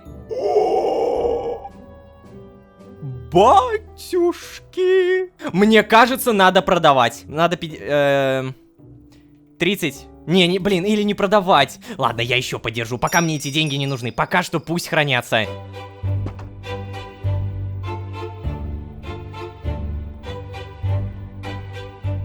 Да, давай прямо здесь. Все, лежи. О, привет, Ло! Смотри, это лиса. Теперь она будет жить с нами. Будем надеяться, что она и обилка поладят. Ой, спасибо большое, Брэндон. Да ладно, мы ж типа друзья, да? О, так вот оно что. Точно, Чет же хотел позвать Брэндона съездить за лисой. Теперь у нас 2 кошки. Погоди, а обилка это вообще кошка или кот? Я забыл. Это кошка, я вспомнил. Это кошка, а лиса это... Ой, где... Стоп. Куда лиса делась? А вот она. А лиса это, получается, тоже кошка. Прикол. А Дилан же, получается, не знает об этом, да? Я бы хотел узнать реакцию Дилана. У нас тут кошечка появилась. А Дилана, кстати, нет. Куда-то делся чел. О! Задание фитнес-браслет выполнено. Найс! Денежки халявные. 1833 СТ. Ну, что ж, лиса как минимум не напала на обилку. Это, знаешь ли, хороший знак. У меня такое чувство, будто Дилан прибьет меня, если с обилкой что-то случится. Звучит как правда. Осталось только понять, где, черт возьми, Дилан? Ты все это время здесь? Знаешь, в моем сердце есть место только для одной кошки. Но, ладно, я могу потерпеть вторую. Наконец-то я узнал хоть что-то. Что ж, получается, прямо сейчас у нас имеются акции, которые растут и падают. Это шикарно. У нас есть новая кошка, и у нас есть Ричард, который как будто сказал то, чего я не то чтобы должен был знать. Но, Ричард, я правда не понимал, о чем речь. Саймон Солус один из нас. Один из... Кто? Я примерно на 99% уверен, что речь не о мироходцах. А еще вот эта вот фраза «я пытался с ними поговорить, когда был ребенком». И только старики все знают. Я думаю, что надо просто дождаться следующей серии и все прояснят. Не забывайте, пожалуйста, ставить лайки, не забывайте подписываться, потому что дальше больше подробностей. Ну, это как минимум. Ну и, конечно же, если вы не посмотрели дополнительную серию, которая прямо сейчас на Бусти, то переходите, ссылка в описании. Ребят, правда, спасибо большое вам за вашу поддержку. Это вот самое лучшее топливо для того, чтобы продолжать делать то, что мы делаем. Ну а если вы здесь впервые, то можете еще и позвать друзей. А с вами были Лоло, акции и кошка по имени Лиса. Всем удачи, всем пока. Пока. Вот, возьми это. Спектакль сегодня в 8. Дамы и господа, а дальше на сцену выходят наши новички. Оливер Кринг и Карен Свот. Поприветствуем! Оливер Кринг... О! Стоп! Окей, цитата. «Я пытался с ними общаться, когда был ребенком. Это всегда заканчивалось одинаково. Не советую даже начинать с ними дружбу». И как это понимать, черт возьми, что это значит? Ричард имеет в виду что? Каждый житель инопланетянин? Речь явно не о мироходцах, но что он тогда имел в виду? Да и кто тогда Ричард? Вот эта фраза «Саймон Солус был одним из нас» вообще вогнала меня в ступор. Может быть, все намного проще и речь о бедных и богатых? Короче, сегодня, надеюсь, узнаем. А вообще, всем привет, дорогие друзья. Я Лолошка. Добро пожаловать в последнюю реальность. Поехали!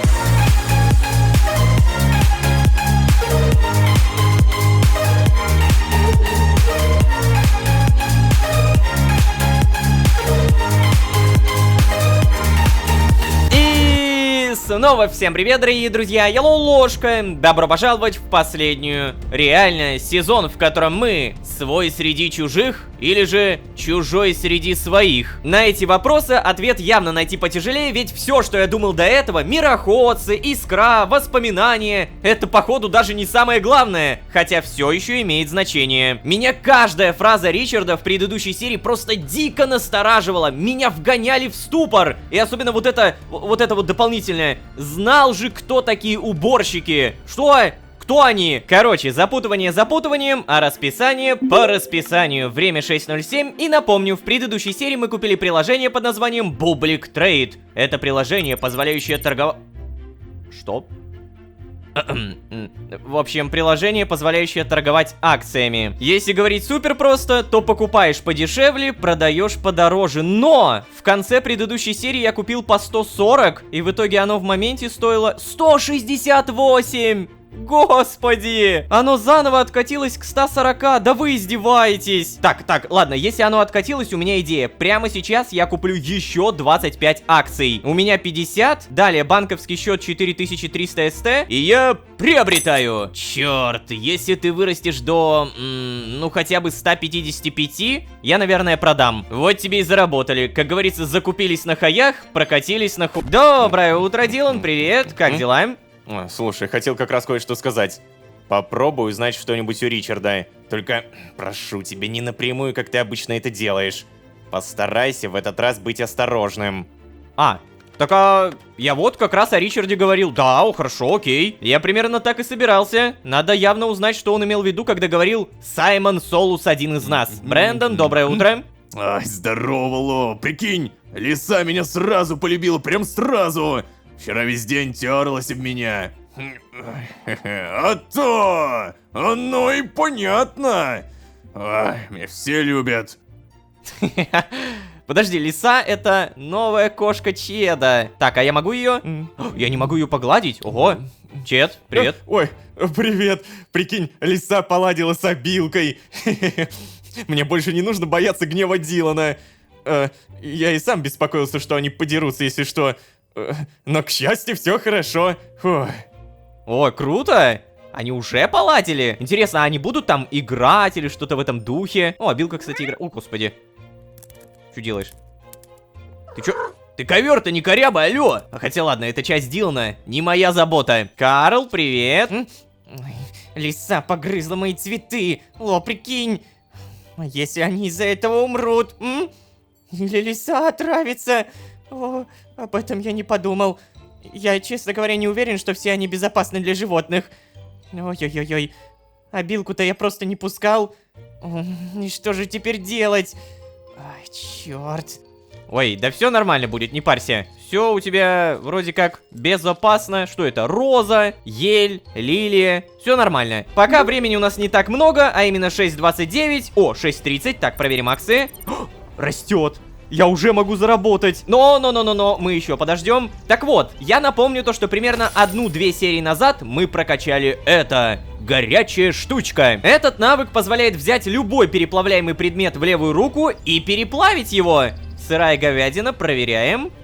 О, как это круто. Давай еще. В любом случае, есть у меня одна тема, которую на самом деле подняли вы в комментариях. Мне написали о том, что почему я не возьму задание под названием «Накормить мир». Для исследований мне нужно 250 костной муки, 300 пшеницы и 100 картошки. Я, по сути, давным-давно могу это выполнить, да? Здрасте, мотыга, здрасте, поле. Начинаем.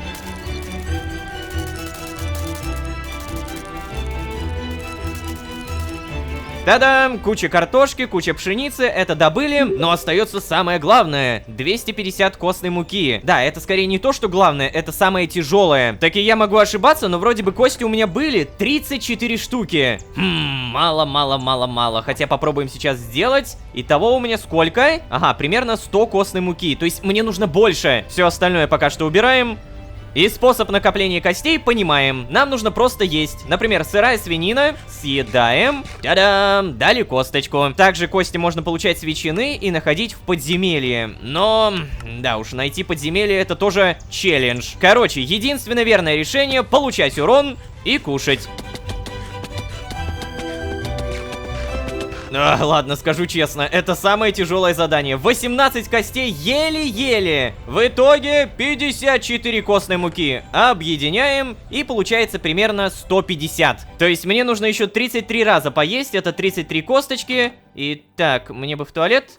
Спасибо большое. Ладно, напомню, мне нужен Ричард. Ричард — это учеба, а учеба примерно с 8 часов, когда приходит Карл. Карл должен прийти, мы знаем то, что он каждый раз приходит. Давай, 7:59, 8:00. Так, сделано мне... О, идет. Классика. Эй, привет. Эй, привет, Ло. Дилан, пора вставать. Я же совсем не просил тебя стучаться, да, Карл? Ты тогда это серьезно, что ли, говорил? Прости, я думал, ты шутишь. Раньше тебе это не мешало, Дилан. Я тогда пойду. Пока. Началось. Ну ты его обидел, ну шо ты, Дилан? Ну зачем ты такая? Карл неплохой человек.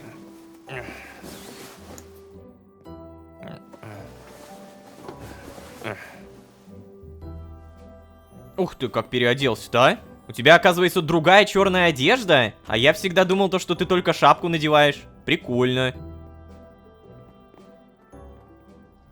Ага. И нам, напомню, нам сейчас нужен Ричард. То есть, по сути, я учусь, получаю 1000 поинтов и очень надеюсь, то, что Ричард будет. Правда, перед этим проверяем время. 8:27. Блин, я бы вещи хотел положить. Ладно, видимо, потом. Здравствуйте, мистер водитель. Мне, пожалуйста, университет. Ой, ёкарный бабай, жму! Спасибо. Быстро, быстро. Сколько? 9:10. Классика. О, и, кстати, напомню то, что сегодня, по идее, со мной хочет встретиться Шерон. Мы ее увидели в предыдущей серии, она была со своим парнем или что-то типа этого. Да, и она сказала то, что именно сегодня поговорим. Здравствуйте. Сегодня наткнулся на видео какого-то блогера, прикинь. Это какая-то жестокость, а не пранки, блин. Чё они только не удумают. О, пранки должны быть добрыми, это правда.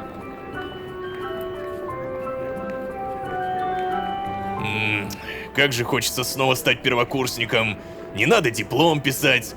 У нас даже курсача на первом курсе не было. Мечты, мечты.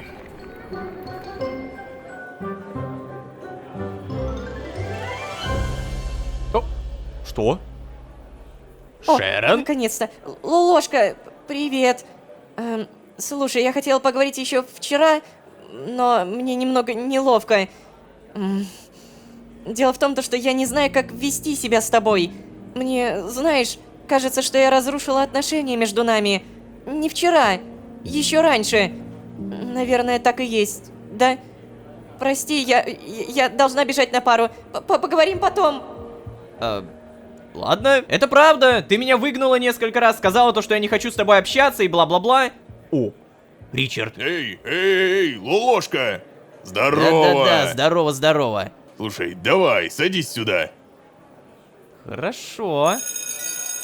О, новая смс-ка? Чего? Риторика, 1000 опыта улучшения. Ричард, это хорошо, что ты появился. Давай это, может, побал. Тихо. Слушай, я сегодня должен рано вернуться. Родители, сам понимаешь. Зато я тебе кое-что могу рассказать.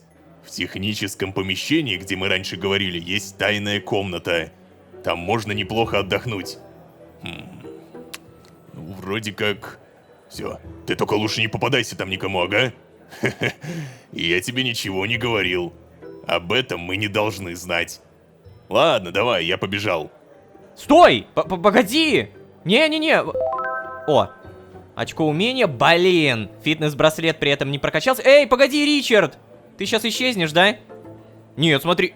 А, да, исчез. Честно говоря, мне симпатизирует то, что он хочет, чтобы я с ним сидел и все такое, но я думал, то, что у нас будет какой-то продуктивный диалог и все такое. В техническом помещении, где мы раньше говорили, есть тайная комната. Так, он, получается, говорил про вот это служебное... Как же я устал мыть эти полы, ну его нафиг, а! Мне высшее образование есть, Да я что... тихо ты. У всех у нас высшее образование, не драматизируй. На такую работу устроились.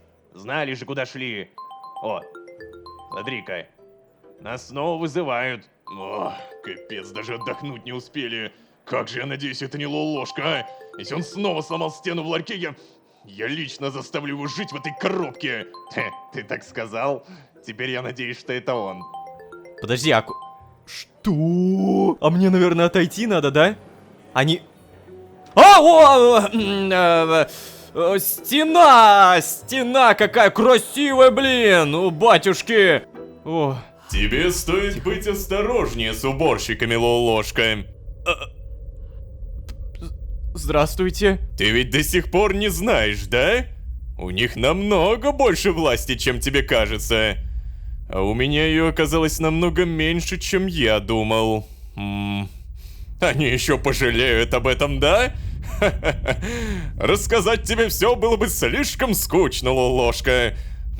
Ой, такс. Вот, возьми это. Ладно. Как говорится, лучше все увидеть самому, да? Спектакль сегодня в 8. Сам реши, с кем пойдешь. Но не опаздывай. Давай, удачи. Я не знаю, что говорить, ребят, клянусь, у меня просто такая пустота и вот эта мартышка, которая... Рассказать тебе все было бы слишком скучно, тем более лучше увидеть все самому, правда? Спектакль сегодня в 8. Так, погоди, а сколько времени? 15:42. Ой, так это через 4 часа.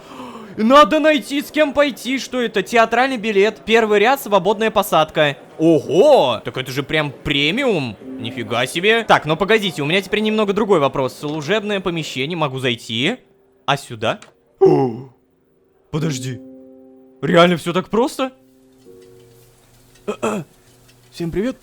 Так, тут никого нет? Ой, надо быстро. Давай, что это? Ноутбук? Могу включить, выключить. А зачем мне эта территория? Мне тут нечего делать, да? Нифига себе подсобочка, ты погляди! Тут даже настольный теннис можно поиграть. Офигеть! У уборщиков намного больше власти, чем ты думаешь. Ладно, Саймон Солус, в этот раз я тебе поверю. В любом случае, у меня есть театральный билет, мне надо кого-то позвать. Давай, кто последний, тот лох. Батюшки, а ну не бегать! Мне нужно позвать кого-то, и скорее всего это будет Шерон. Эй, Шерон, ты как-то сегодня очень быстро убежала. Не хочешь поговорить нормально? Шерон, не хочешь сходить со мной в театр сегодня? Отличная возможность нормально поговорить. Шерон, а пойдем в театр сегодня вечером? У меня 2 билета в первый ряд. Тут либо второй, либо третье. Давай без намека на разговор. Вот это. У меня просто 2 билета, пойдем в театр. Ага, и она мне сейчас не напишет. Ну ладно. Сейчас, скорее всего, надо в общежитие, но сначала проверяем акции. Боже, это просто пипец. Надо было продавать вот здесь. Это что такое? 120 стоимость, 120, это трэш. Я в таких жестких минусах, ребята. Эй, акции, пожалуйста, растите. Я сейчас еще куплю. Я куплю 5 акций за 600. Пожалуйста, вырастите, я умоляю вас, я хочу денег. И погоди, у меня же было задание вроде бы какое-то прикольное, да? Во, задача 4 лупы и 4 микроскопа. Награда 4000 СТ. У меня 4 микроскопа есть, и мне нужно 4 лупы. Сейчас у меня 2. Так, ладно, тогда точно возвращаемся в общежитие, оплатить проезд, кампус. До винта, поехали. Угу, спасибо. В общем, если я хочу эти лупы, мне нужен колотый глубинный сланец и мне нужен бирюзовый краситель. Ребят, я, конечно, не эксперт, но, по-моему, бирюзовый краситель можно найти здесь, да? Голубая гортензия. Это, дайте угадаю... А! Оно просто не выпало. Пипец. А это? А! Простите, синий василек. А ты какой краситель? О, синий. Погоди, это же идеально. Так, мне срочно нужен кактус. Берем. Далее пережариваем. И оказывается, высокая лаванда и голубая гортензия попали мне прямо в рюкзак. А я думал, они просто пропали. Так, фиолетовый и будильник. Привет, будильник. Та-дам! 4 микроскопа и 4 лупы. Кладем. Все, задание точно будет выполнено, и я получу дополнительные 4000 СТ. Оу, е. Самое главное, что за это время акции могли подрасти, да? Ага, они опять упали. Боже, все, я не хочу на это смотреть, я не хочу. О, хорошо. Так, по итогу, Шерон мне что-нибудь написала? Шерон ничего не пишет? Эй, Шерон, ты чего? Так, здесь у нас по итогу Брэндон. О, Лолошка! Чё такое? Ой, О, я могу пригласить его в театр! Сходим еще в качалку? Ну-ка, погоди, а я реально могу пригласить? Театр? Не-не-не, прости, братан, это не мое. Я в театры не хожу. Позови кого-нибудь другого, а? Так, погоди, то есть я могу кого угодно пригласить, да, Дилан? Ща, погоди. Ну чё, как оно? Что-нибудь узнал у Ричарда? Ой, кстати, да, точно. Нет, Ричард сразу после пар ушел, но ко мне подошел Саймон и дал билеты в театр. Сходишь со мной? Нет, Ричард сразу после пар ушел, но ко мне подошел Саймон и дал билеты в театр. Сегодня пойду туда. Интересно, а от чего зависит замочек? Ну, давай позовем в театр. Чё, на свидание приглашаешь? Не, слушай, я не очень хочу выходить из дома, окей? Хотя, с другой стороны, это бесплатно. Да и то, что они тебе достались от нашего таинственного управляющего... Там может быть что-нибудь интересное. Угу. Да, окей, я пойду. Но если это окажется обычный и скучный спектакль, я тебе больше не помогаю, окей? Ой, блин.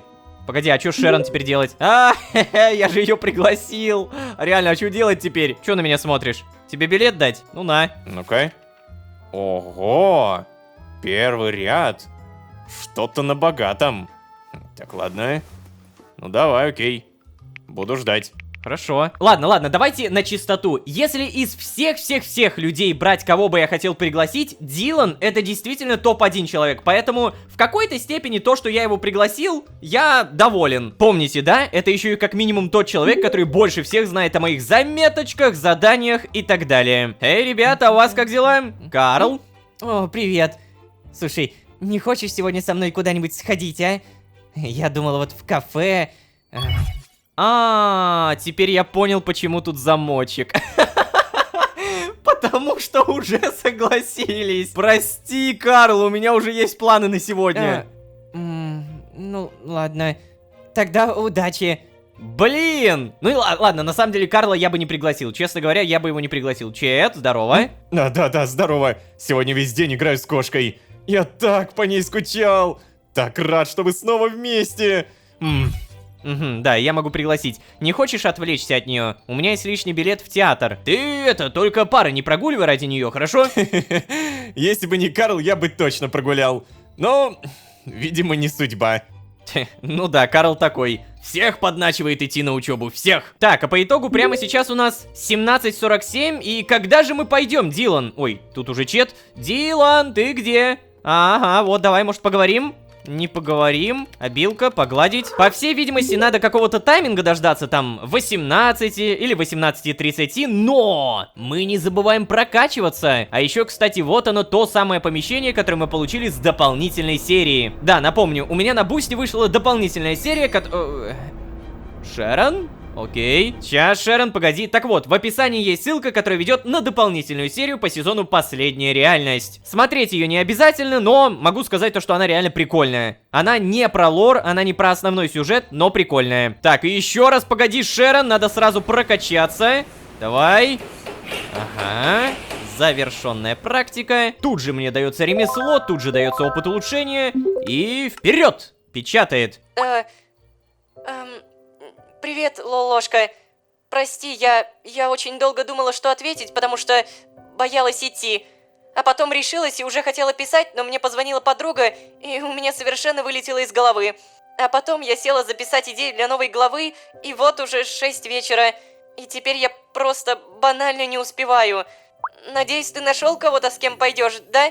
Прости, что я опять все порчу, прости. Да ничего, Шерон, мне на тебя плевать уже. То есть я имел в виду, да, я уже нашел. Ничего, Шерон, все в порядке. Не переживай так, это просто театр. Шерон, я тебя не понимаю. Сначала ты говоришь то, что хочешь нормально поговорить, а затем убегаешь и отказываешься под глупыми предлогами. Знаешь, я думаю, нам лучше совсем прекратить общение. Нет. Ничего, Шерон, все в порядке. Да, типа, давайте пока нейтральную позицию займем. Нам сейчас самое главное, чтобы акции росли. Ну-ка. Так, было 120, стало 121. Ну, пока что это не плюс. Пока что это жесткий минус. Также не забываем про выполнение другого задания. Берем каменный меч на остроту и добычу. И здорово, сырое мясо. А ну-ка сюда.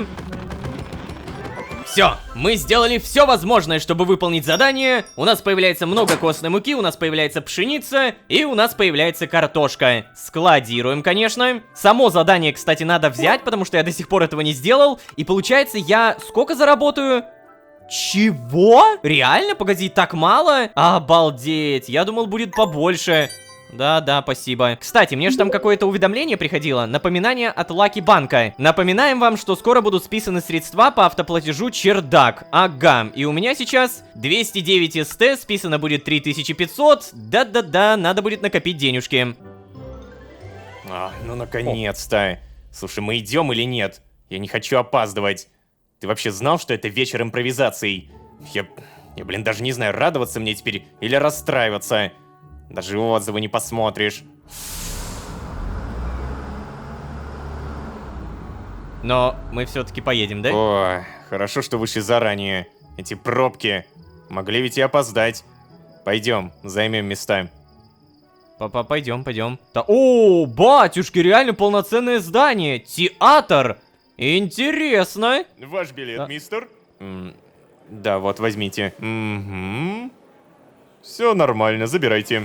Спасибо. Хорошего вам вечера. Мистер, ваш билетик. Вот, возьмите. Да, все в порядке. Проходите. О, гардеробная. Прикольно. Ой, слушай, Ло, давно я в театр-то не ходил. Что там дальше? Ща, погоди-ка. Где там наши места? Та-та-та. Если отсюда... Ну, по идее, нам лучше входить по центру. Да. Фу, блин, волнительно как-то. Пойдем. Пойдем, только погоди, а у меня вопрос. Мне-то раздеваться не надо? Осенний... О, господи, нет. Пожалуй, не надо, все нормально. Уу! Обалдеть, сколько тут посадочных мест. Там еще и люди сидят. А у нас при этом первый ряд, напоминаю. Сейчас посмотрим на мега-топ выступления. Я с тобой, да? Окей? Ща, погоди-ка. Что такое? Да яркость надо уменьшить, а то еще мешать будем. Ну, да, справедливо. Начинается. О, уже сколько людей-то пришло. Только что было меньше. Офигеть. Настолько много людей, что даже немного подлагивает. О, какая люстра, спасибо.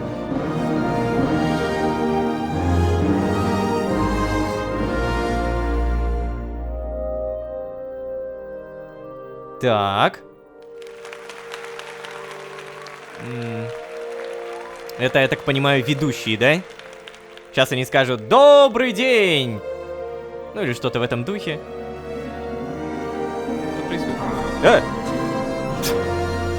Это не ведущие. Что происходит?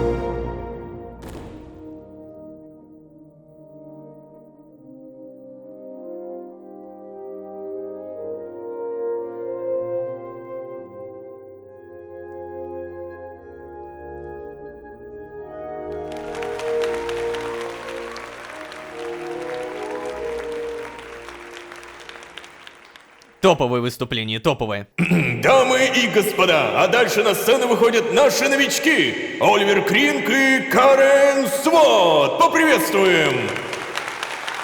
Оливер Кринг. О! Стоп! Тайлер?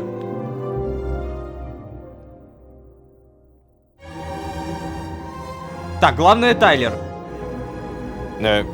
Стоп, погоди. Это Тайлер, что ли? Почему его назвали по-другому? Или это... Погоди, или это просто похожие люди? Они правда слишком похожи? Я не понимаю. Ну, чел. И жили они долго и счастливо целых 1,5 часа. Ну, вообще, как бы, да, я тоже увидел, что это Тайлер. Тоже подумал о том, о чем и я, да? Надо найти его. Пойдем. Эй! О! Эй, Тайлер! Ой-ой-ой. Оливер Кринг? Прошу прощения. Знаете, я думаю, вы меня с кем-то спутали. Меня зовут Оливер, и я должен идти. Да, Всего эй, доброго. Что за бред, а? Это что сейчас было? Это был он, это был Тайлер, я уверен. Не только внешность, но и голос был тот же. А, черт, пойдем отсюда. Лолошка, ты же понял? Ты понял? Он потерял воспоминания, сменил имя. А что насчет его семьи? Они что, тоже его забыли? Или теперь думают, что их сына зовут Оливер? Черт. Поверить не могу, что это правда. Не знал, что уже существуют технологии для такого. Интересно, могу ли я стереть себе парочку воспоминаний? Я бы с удовольствием забыл про эту Джену. Надо подумать обо всем этом. Это... Подожди. Стоп, и все? Мы же не будем вот на этом прекращать диалог, да? Нет! Нет, ты не можешь просто взять и думать один, Дилан! Так. О, Чет, здорово. Блин, не поговорим, да? Что насчет Карла? Тоже нет. Так, погоди. А у меня, может быть, что-то написалось? Ничего не написалось. Задание тоже пусто. Так, погоди, а может быть сообщение... По нулям. К Престону зайти я не могу, понятно. Блин, на самом деле, то, что Саймон Солус дал мне этот театральный билет и сказал то, что лучше все один раз увидеть, чем услышать... Я не скажу, что мне прям помогло это. Скорее, это наоборот добавило новые вопросы. Но мы уже точно можем как бы быть уверены, то что да, у нас есть какая-то работа именно с памятью. Как будто, знаете, потеря памяти это то, что нас немного пытается отвлечь от главного. Не, ну понятное дело, это тоже важно, я не спорю. Но есть что-то более глобальное. О, Дилан, может быть теперь поговорим? Ну а что я скажу? Ну что дальше? Магия твоя тоже настоящая, да? Ты, то есть, не сошел с ума? Блин. Ну да. Погоди, да. Буквально да. Ну-ка, здесь кто... О, Чет, Карл. О, Ло, а вы с Диланом куда-то ходили, что ли? Знаешь, кажется, вы сильно сблизились. Ты, как бы тебе, хорошо на него влияешь. Молодец. Угу, сблизились. Учитывая то, что Дилан со мной пошел только потому, что мне эти билеты подарил Саймон Солус, не более. Эх, во всей этой истории самое обидное то, что Лолошка перестал писать заметки. Он понял то, что эти заметки читают другие люди и перестал написывать. Эх, обидно, досадно. Кстати, а что у нас по акциям? О, нет. 110! Да вы издеваетесь! Я же реально бомжом скоро стану! Я мог их продать по 168! Это трэш! Короче, кто такие уборщики? Кто такой этот Ричард, который про Саймона Солуса говорит, он же один из нас? И самое главное, если Ричард говорит, он один из нас, упоминая Саймона Солуса, у меня вопрос, почему за Ричардом следят? Что это? Странно все это как-то запутано, блин. А еще и Саймон Солус, про которого я сначала думал, что вроде как злодей. А не, нифига, не злодей. В этом сезоне как будто вот эта грань злодейства, она смазана. Непонятно в итоге, нету вот этого такого главного антагониста. Это с одной стороны прикольно, но с другой стороны делает историю тяжелее. В любом случае, узнаем, что будет дальше. Надеюсь, то, что вам понравилось. Не забывайте, пожалуйста, про ваши лайки и подписки. Это огромный буст мотивации и супер крутое топливо для всей команды. Не пропускайте мимо ушей. Опять же, пожалуйста. Ну а если вы здесь впервые, то можете еще и позвать друзей. А с вами были Ложка и Театральный билет. Всем удачи, всем пока. Пока. Оливер жив. Ой, то есть, погоди, я имел в виду Тайлера. А, нет, погоди, я имел в виду Оливера. Господи, ситуация становится странной. Такому исходу событий удивился даже Дилан. Человек, который скептически ко всему относится. Сейчас расскажу, что странного я в этом вижу. А вообще, всем привет, дорогие друзья. Я Ложка. Добро пожаловать в последнюю реальность. Поехали!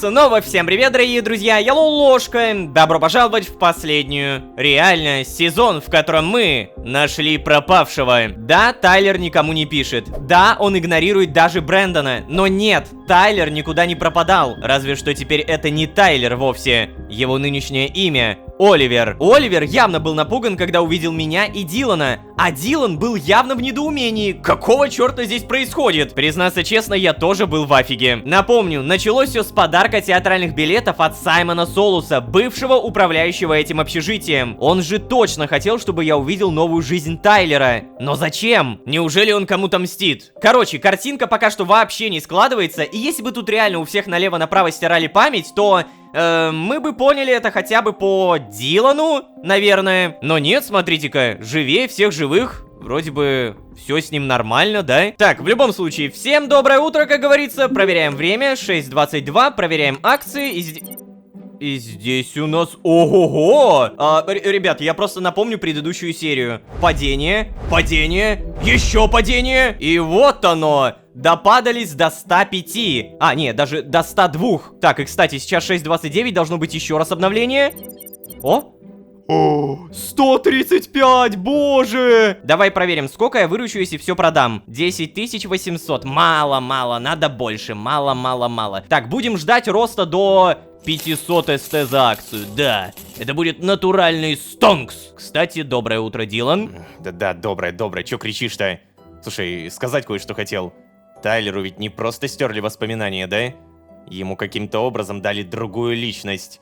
Я могу представить, как вызывают какую-нибудь амнезию или что-то в этом духе, но это... Как можно изменить кому-то личность? Как можно изменить жизнь целиком? Надо думать. Но знаешь, Дилан, я думаю то, что у Тайлера не полностью пропала личность. Я думаю то, что какой-то вот этот настоящий Тайлер все еще там живет. Я очень на это надеюсь. Кстати, доброе утро, Карл. О, привет, Ло. Как видишь, я убрал все вредные для животных цветы. Грустно, но безопасность кошек важнее. Зато теперь Чет и Дилан могут быть спокойны за своих питомцев. А я могу пускать обилку к себе в комнату. Надеюсь, они будут довольны. Будут, конечно. Погоди, а ведь и правда, обилка ни разу сюда не заходила. А, и цветы пропали, смотри. Тачка теперь просто пустая, здесь пусто. Остается только, что это? Азалия, Энциан. Ель, ты тоже хочешь перенести? Серьезно? Давай заранее проверим Брэндона. Опа. А Брэндон, походу, уже проснулся, да? Где-нибудь здесь умывается, верно? О, умывается, ладно. Так, акция. Еще растет. 137 почти. Ай, да, хорошо. Давай, вырасти до 500. Ну ладно, до 1000. И тогда я продам. Я шучу, конечно, но я точно продам только в плюс. Я не буду продавать в минус, знаете это. Кстати, до начала этой серии мне пришло напоминание. Напоминание от Лаки Банка. Скоро оплата за чердак. Списание будет через 1 день. Так, а у меня сколько сейчас денег? 6001 СТ, нормально. То есть, если так подумать, будет 3500 здесь, 2500 здесь и еще 160. Ну, короче, мы оплачиваем. Здесь вообще еще целых 19 дней, поэтому не паримся.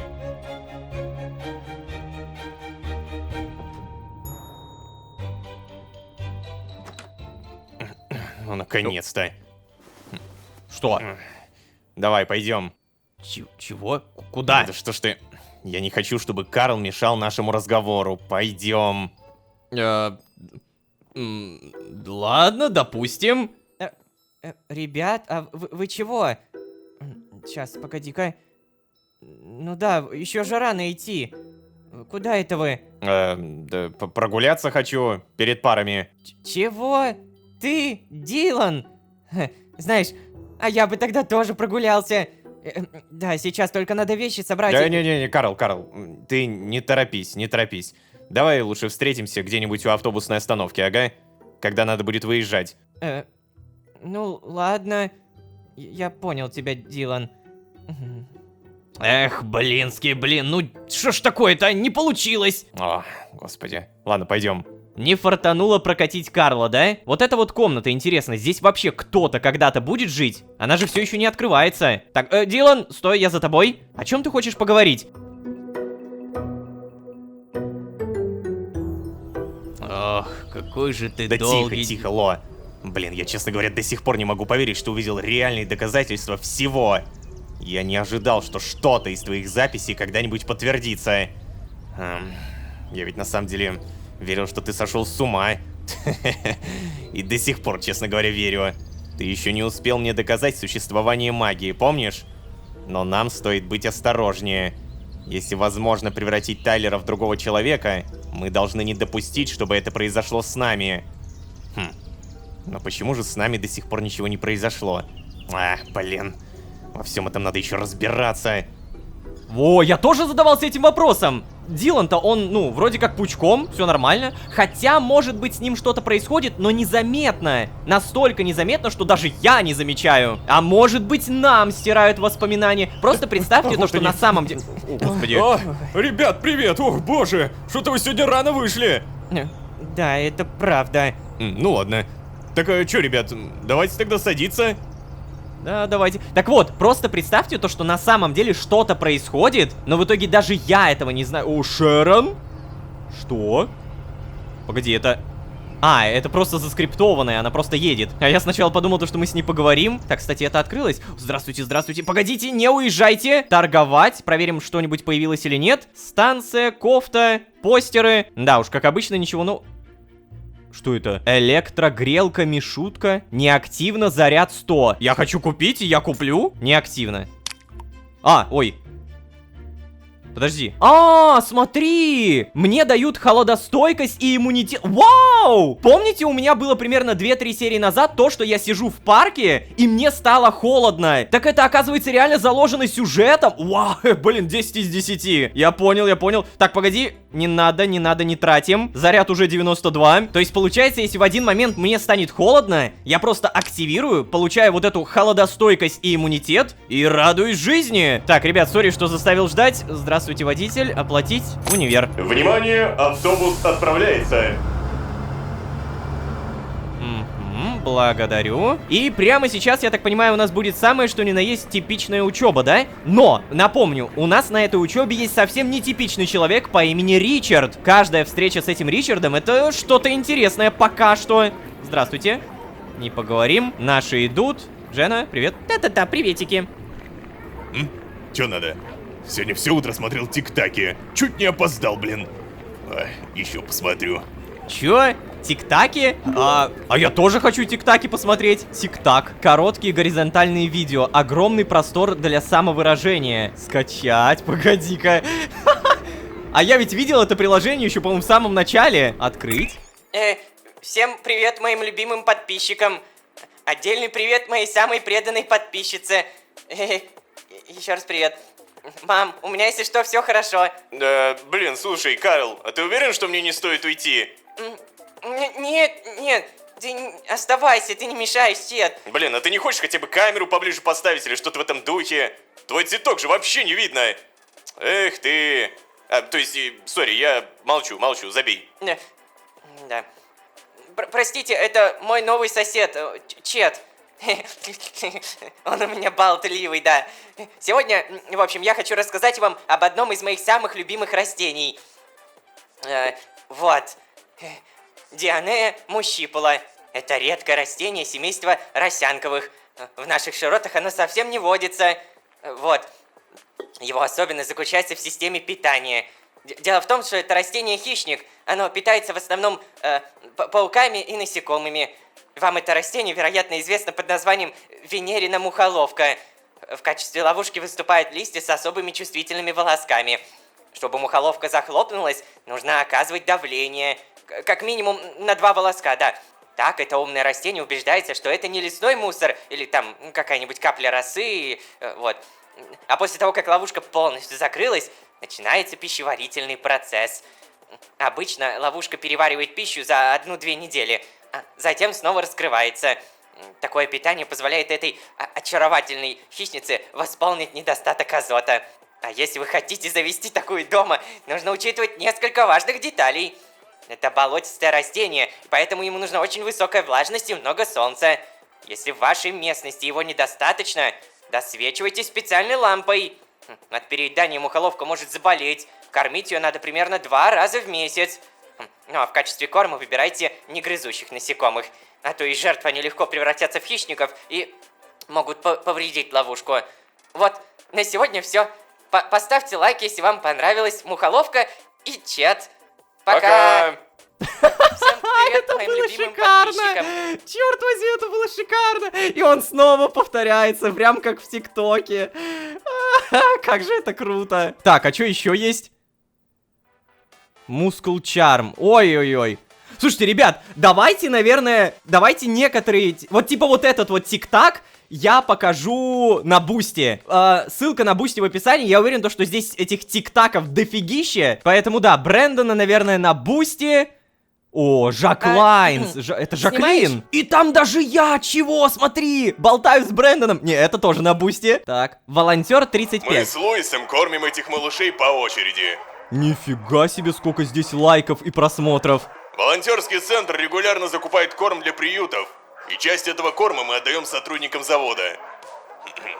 Вы посмотрите, какие они хорошенькие, да? Вы можете поддержать работу нашего центра, оформив разовое или ежемесячное пожертвование. А также вы можете вступить в наши ряды и помогать другим вместе с нами. Вот. Давайте вместе дарить миру счастье. Как это клево. Блин, я не могу. Они реально реализовали ТикТок в виде ТикТака. Так, что еще? О, стоп, что за... Эй, чем пахнет твоя мамуся? Что за... Да не парься, чел, это был просто пранк.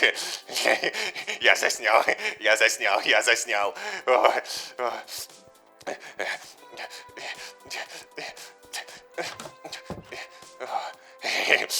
Подписывайтесь на канал, чтобы не стать жертвой моих пранков. Господи, это просто шедевр! Это шедевр!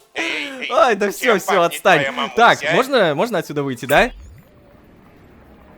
Да уж, это было реально офигенно. Слушай, в этих тиктаках можно сидеть и сидеть. Но, опять же, ребят, по ссылке в описании мы посмотрим на эти тиктаки. Я так понимаю, то, что их там может быть очень много. И... Здравствуйте. Чё? Блин, надеюсь, я сегодня ничего не завалю. Удачи вам. Шерон, привет. Что? Кто? О, привет. Ложка? Блин, вчера я снова убежала. Прости за это. Да ладно, я с Диланом сходил в театр. Просто я не очень хорошо с этим справляюсь. Знаешь, почему я так остро тогда отреагировала? Ну, в моей квартире. У меня больше не получается использовать свою вспышку. Я всю жизнь ее ненавидела, всю жизнь мечтала от нее избавиться, потому что я думаю, что мне не повезло. Я оказалась слабым мироходцем, Ло. Научилась сохранять воспоминания только в подростковом возрасте. Из-за этого я не помню своего детства. Я не помню своего родного мира, семью. Я даже не могу переносить с собой вещи. По всем мирам к мироходцам относятся со страхом и презрением. Да, есть миры, где о мироходцах почти ничего не знают или вовсе не знают. Меня даже однажды в таком мире приютила пара. Я попыталась там остаться. Я прожила с ними несколько десятилетий, завела друзей, а потом узнала, что мироходцы живут дольше, чем обычные люди. Я не могла вести полноценную жизнь ни человеком, ни мироходцем. Да, я знаю то, что и в этом мире живут обычные люди, но здесь я хотя бы могу отдохнуть от преследований. Могу наконец-то исполнить мечту. И по итогу я поняла, как сильно полагалась на свою вспышку только тогда, когда не смогла ей воспользоваться. Я по-настоящему испугалась, что не могу ее больше использовать, понимаешь? По итогу мне потребовалось время, чтобы осознать, что случилось то, чего я хотела все это время. Быть мироходцем всегда ощущалось мной как какое-то проклятие. И вот оно, казалось бы, наконец-то, мое проклятие снято. Я могу прожить полноценную, спокойную жизнь. Именно поэтому я так благодарна, что ты и правда меня ни во что не впутываешь. Ло, спасибо тебе за все это. Я рада, что нашла кого-то настолько понимающего. И я бы очень хотела остаться друзьями. Узнать твою другую сторону. Ту, которая не занимается мистикой и расследованиями каждую секунду. У тебя же есть эта другая сторона? Нормальная жизнь. Блин, мне, кстати, уже пора на пары. Но я рада, что мы поговорили. Давай, пока. Так, ну вообще, вот этой другой стороны, вот этой другой жизни у меня, честно, нет. Я, по-моему, первый раз встречаю мироходца, который так открыто говорит о том, что он ненавидит быть мироходцем. Ее можно понять, потому что вот просто представьте, да? Вы живете, вы в одном мире пожили, в другом мире пожили, в другом мире пожили. И там, в каждом мире, вы нашли друзей. А теперь просто представьте то, что вы не стареете, а ваши друзья постепенно уходят, назовем это так. Рано или поздно, конечно, хочется прожить нормальную жизнь, но, Шерон, ты упускаешь кое-чего главного. То, что ты не можешь телепортироваться, не означает, что ты не будешь стареть. Ее логика мне не совсем понятна. Черт, Чё? черт, Боже мой. черт. У тебя что Что? такое? Да у меня 10 пропущенных от мамы. Боюсь теперь перезванивать ей. Черт. Ну, вот у кого-то такие проблемы. Ладно, в любом случае, у нас есть свои проблемы, а именно учеба. Кабинет 207. Ричард есть. На базе, на месте. Так, здесь не поговорить ни с кем. С Реном не поговорить. Так, остается Ника, ты- привет. О, Лолошка. Доброе утро. Сейчас-ка погоди. Так, ага. Я надеюсь, тебе передали, что у нас промежуточные, да?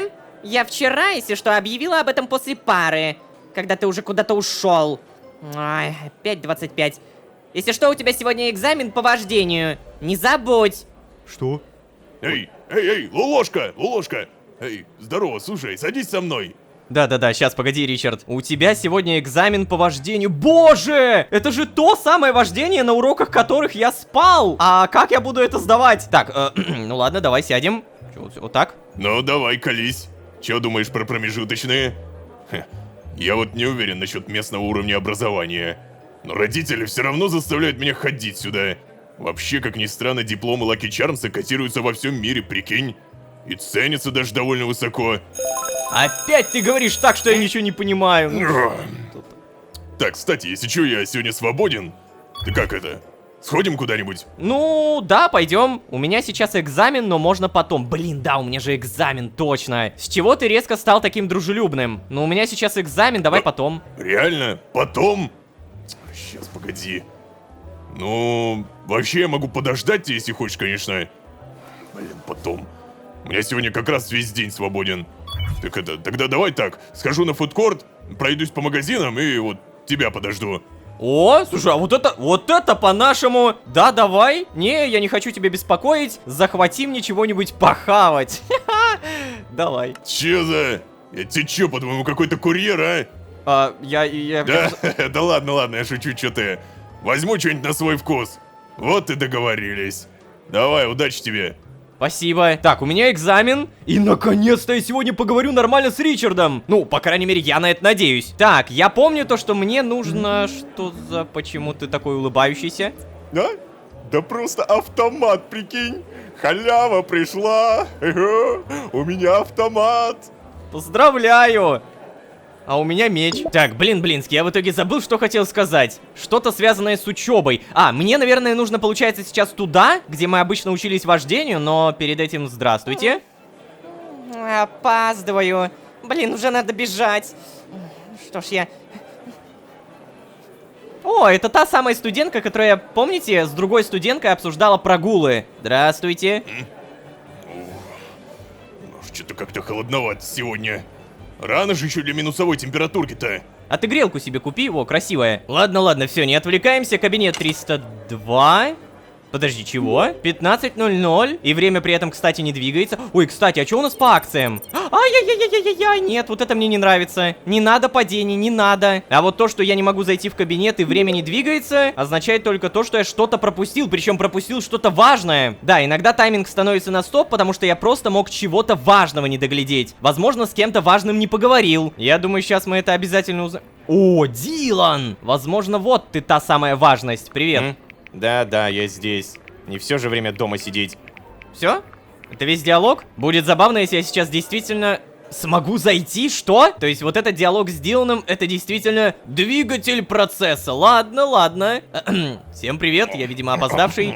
Так, что тут у нас? Ну что, студенты, все в сборе? Да, вроде бы. Ну вот и хорошо. Сегодня мы на практике узнаем, насколько хорошо вы усвоили теорию. За мной, студенты! О, и что же мы будем делать-то, а? В общем, каждый из вас сейчас сядет за руль и будет убирать пшеничное поле. Вам, студенты, надо убрать секцию целиком. Если справитесь с заданием за 30 минут, поставлю зачет. Когда закончите, можете уходить или... ну, на остальных посмотреть. Так... О! Ты! Иди первым! Что, я... Ой, а где мы? А, мы в промышленном районе. Сейчас, погодите-ка. Задание. Для получения зачета нужно убрать пшеничное поле. Это должно быть еще легче, чем убирать его вручную. Ну, в целом, да. Так, задача убрать пшеничное поле. Так, О-хо-хо! Ты что, издеваешься? Вот это все поле? Или вот эту ячейку? Да, я так понимаю, то, что для каждого студента по ячейке. Ну, ладно. Ой, заводись, колымага, поехали! Хо-хо-хо! Господи! А, во, у меня таймер. 1 минута 50 секунд. Но мне же сказали полчаса, это нечестно. Так, колымага, разворачивайся, господи, вся скрипит, бедняга. Господи Иисусе! Я очень надеюсь, что надо всего лишь вот это убрать. Вот эту вот маленькую ячейку пшеницы. Потому что если мне нужно убрать все, то тогда вопрос, что останется другим. Так, тихо, у других не забираем. Сори. Какая же неповоротливая махина. Все. Задание «Синий трактор» выполнено. Для получения зачета нужно убрать пшеничное поле. Так, окей, я все сделал. Ох, хорошая работа. У тебя зачет, парень. Ложка, да? Да, все правильно, это я. Окей, запомнил. Можешь идти отсюда. Спасибо. Так, подожди, а мне же с Ричардом надо, да? О, да. Нас сразу сюда телепортируют и... Хе-хей, Ричард! Прости, что так долго уже вечереет. Я здесь. Блин, ну парень, поздновато ты. Сейчас. Погляди, бургер уже остыть успел. Забирай. Ага. Ну ладно, теперь крутые новости. Смотри, какое видео я снял для своего канала. Чего, тик-так? О, прям так будем смотреть? Прикольно. Интересно, чем же занимается Ричард в свое свободное время? Это что за... Это... Ты козлина, иди сюда! Не такого я ожидал, честно говоря. Да, ну как оно? Видал, как он завелся, а? Уверен, этот видос наберет до хрена просмотров.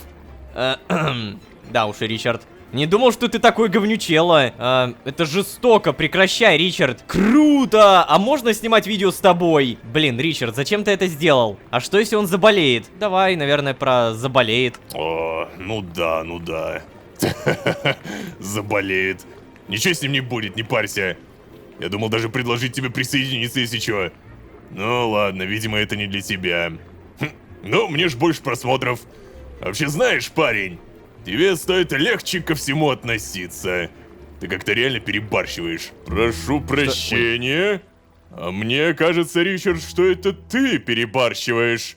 Молодым людям твоего возраста стоит уделять больше времени учебе, а не этим твоим детским шалостям. Ха, не хочу это слышать от того, кто так облажался. На что ты вообще рассчитывал с таким самодурством, а? Ох ты ж ты... Это говорит парень, не видевший реальной жизни. Или родители наконец разрешили тебе стать самостоятельным, Да... Слушай, прошу прощения, мистер Ричард. Кажется, я сильно тебя задел. Не думал, что хватит одного упоминания родителей. На этом я отклоняюсь. Всего доброго. А кто-нибудь объяснит, что происходит? В смысле... Расскажи. Да ладно, че он там понимает? Даже с простой работой справиться не смог. Блин, все настроение мне испортил. Знаешь, я пойду, наверное, а ты еще вдруг он что не скажет моим родителям. Давай, пока. Классика непонятного уровня. Еще раз хочу прочитать. Я думал предложить тебе присоединиться, но, видимо, это не для тебя. Тебе стоит легче ко всему относиться. Ты перебарщиваешь. Ну, вообще он говорит как какой-то, знаете, мажористый мажор, который никого не уважает. То есть ничего прям такого сверхъестественного в этих словах я не вижу. Меня скорее здесь смущает Саймон, который, как обычно, появляется из ниоткуда, говорит какую-то фразу, от которой больше вопросов, и уходит. Все. Но то, что Саймон дал мне билеты на театр, в театр точнее, где Тайлер в виде Оливера, это, конечно, уже интереснее, потому что Саймон явно на какой-то, я бы хотел сказать, нейтральной стороне, но у него явно своя цель. И, возможно, сейчас эта цель просто отомстить тем, кто его уволил. Ладно, хватит, наверное, болтать лишнее, 18:50 уже на таймере. Все, поехали. Кампус Lucky Charms. Йоу, ёкарный бабай, жму! Спасибо. О, Брэндон, Карл, здрасте. А теперь, дамы и господа, момент истины. Проверяем акции, и они... ну ё-моё, 131. Давайте мне 145. Тогда я хотя бы могу задуматься о том, чтобы продать. Я просто так храню деньги в банке. Ну реально. Также не забываем о том, что на чердаке можно прокачаться. Привет, мастерская. И... практика завершена, спасибо. Давайте мне ремесло. И сколько на самом деле сейчас у меня ремесла? Вопрос. 42. Напомню, когда будет 45, я смогу сделать себе алмазную кирку. И наконец-то она будет зачарована на эффективность и удачу. Далее мы заходим в алхимическую лабораторию. Давай.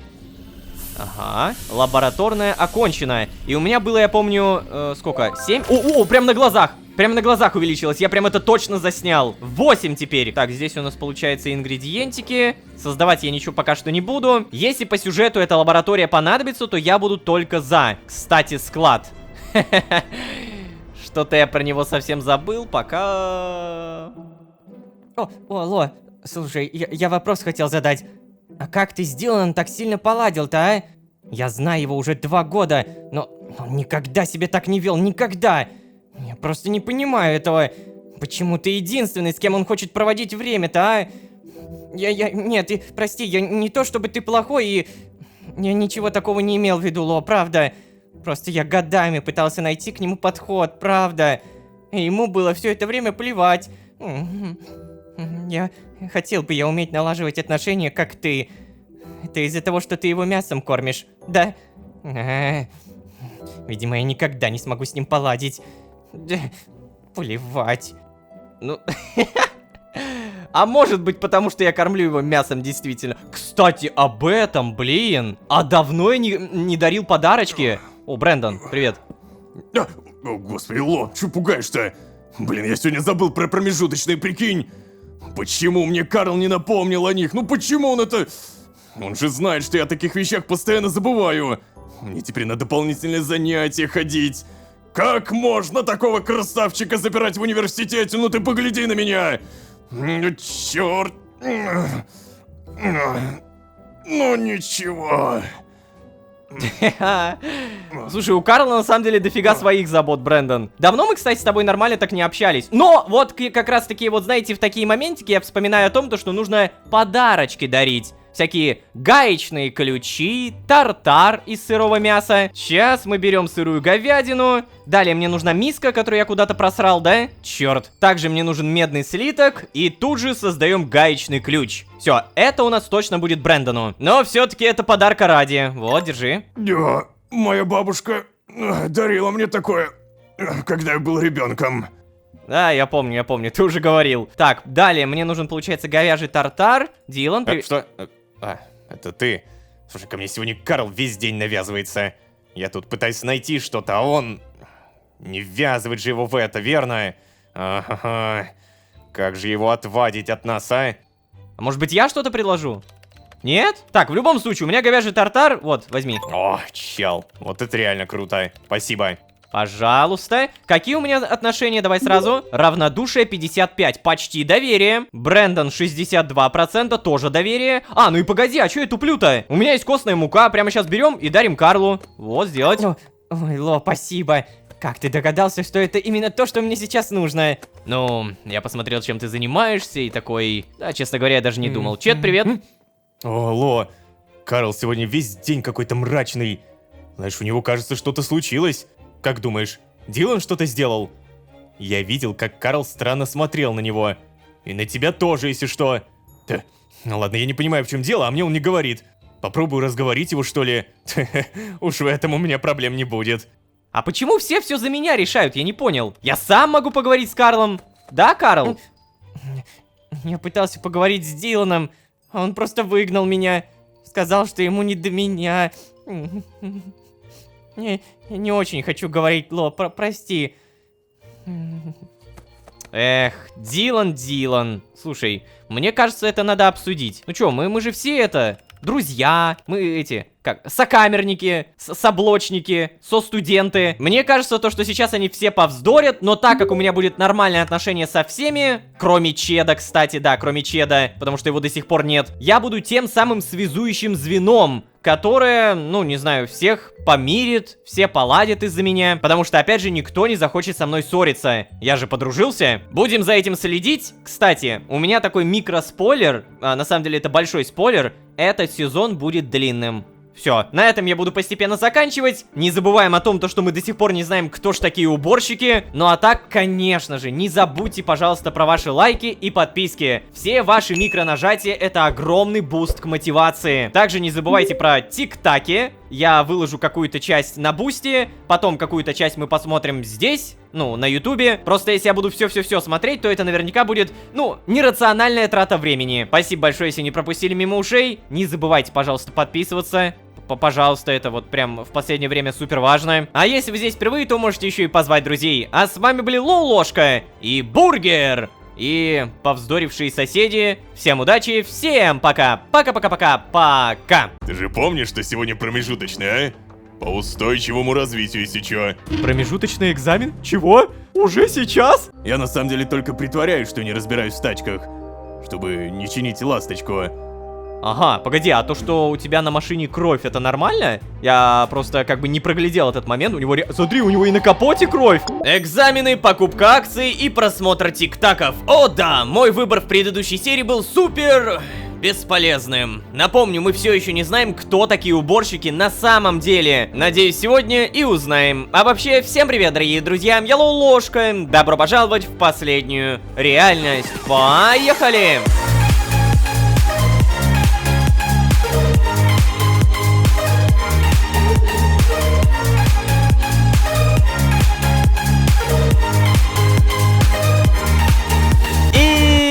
Снова всем привет, дорогие друзья, я Лоу-Ложка. Добро пожаловать в последнюю реальность, сезон, в котором мы нашли себе напарника, наконец-то. Да, на самом деле я недавно понял, что хоть нам и не говорят открыто, но уже давно можно понять, Дилан нам не враг. Он язвит, грубит, иногда посылает, но все же он реально ни разу не отказался мне помочь и посодействовать в понимании, что происходит с памятью людей. Что реально происходит-то? Ну и, кстати, Дилан еще умный. Он никогда не загуглит в интернете что-то такое, что могут обнаружить те, кто следят за всеми нашими действиями. Но, скажу честно, сейчас меня интересуют немного другие люди. 4 человека. Саймон Солус, Ричард, Тайлер с именем Оливер и как будто бы любой уборщик. Каждый из этих персонажей знает явно больше, чем кто-либо другой. Вот только проблема, у меня буквально ни с кем из них нет пейджера. Кстати, о нем мне кто-нибудь пишет? Нет. Так, короче, перед началом я решил немного зарядиться, потому что надоело, что телефон постоянно разряжен. И в итоге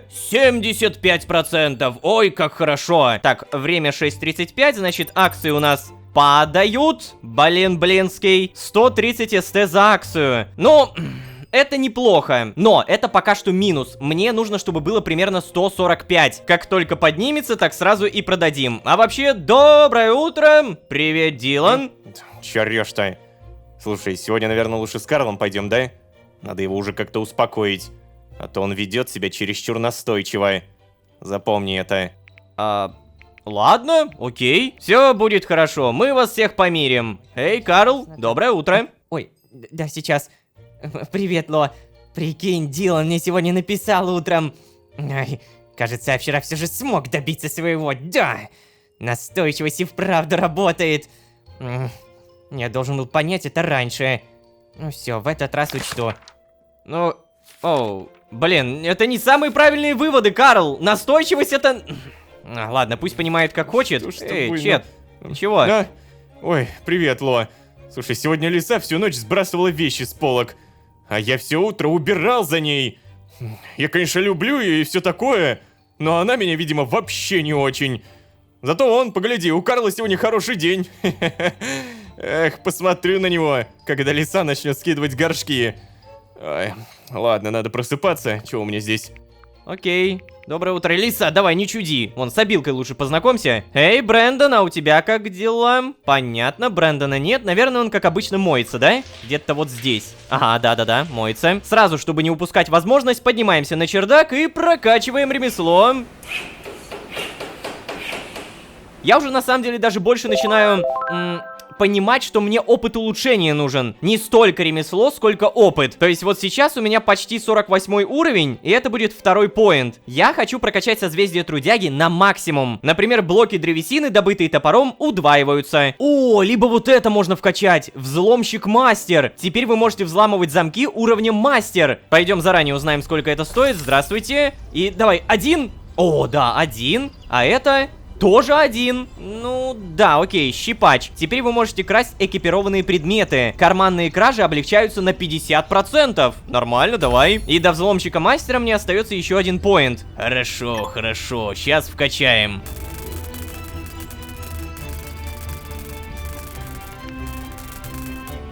О, да, +1, спасибо. А мы тем временем прокачиваем то, что действительно важно для сюжета. Я уверен, что хотя бы раз по сюжету это пригодится. Взломщик мастер. Бам! Теперь у меня будет, ну не знаю, опять же, либо золотые, либо алмазные замки. О, и еще кое-что. До этой серии у меня произошло списание средств по автоплатежу чердак. Да, я заплатил 3500, и в итоге следующее списание через 2 недели. Ну, нормально.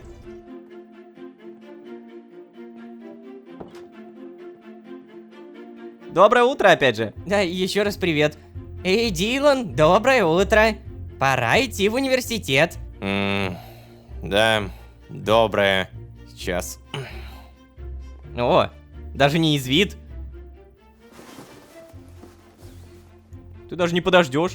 Ну ладно. Я еще, кстати, заметил то, что давно мы не кормили обилку. Надо бы как-то заняться этим, да? Так, а вообще... Да, Чет, я я вижу, тоже тоже идет. заметил. Карл. А Брэндон, ну, видимо, как обычно, на машине. Вот, кстати. Дилан, ты чё-то сегодня какой-то бодрый. Не терпится пойти грызть гранит науки, да? Не терпится сдать промежуточные. И наконец-то уже расслабиться. О, да ты ладно тебе, Дилан. Ты, как всегда, все сдашь. Сдаст? Подожди, а Дилан у нас что, отличник, что ли? Да, не слушай его, нет. Для этого надо прикладывать слишком много усилий, а пользы при этом никакой. Эй, не надо. Что? Чё ты на меня так смотришь? В чем я не прав-то? Просто скажи мне, где может пригодиться красный диплом? Хорошего программиста и без образования с руками оторвут. Понятно тебе, Карл? Главное, это навыки.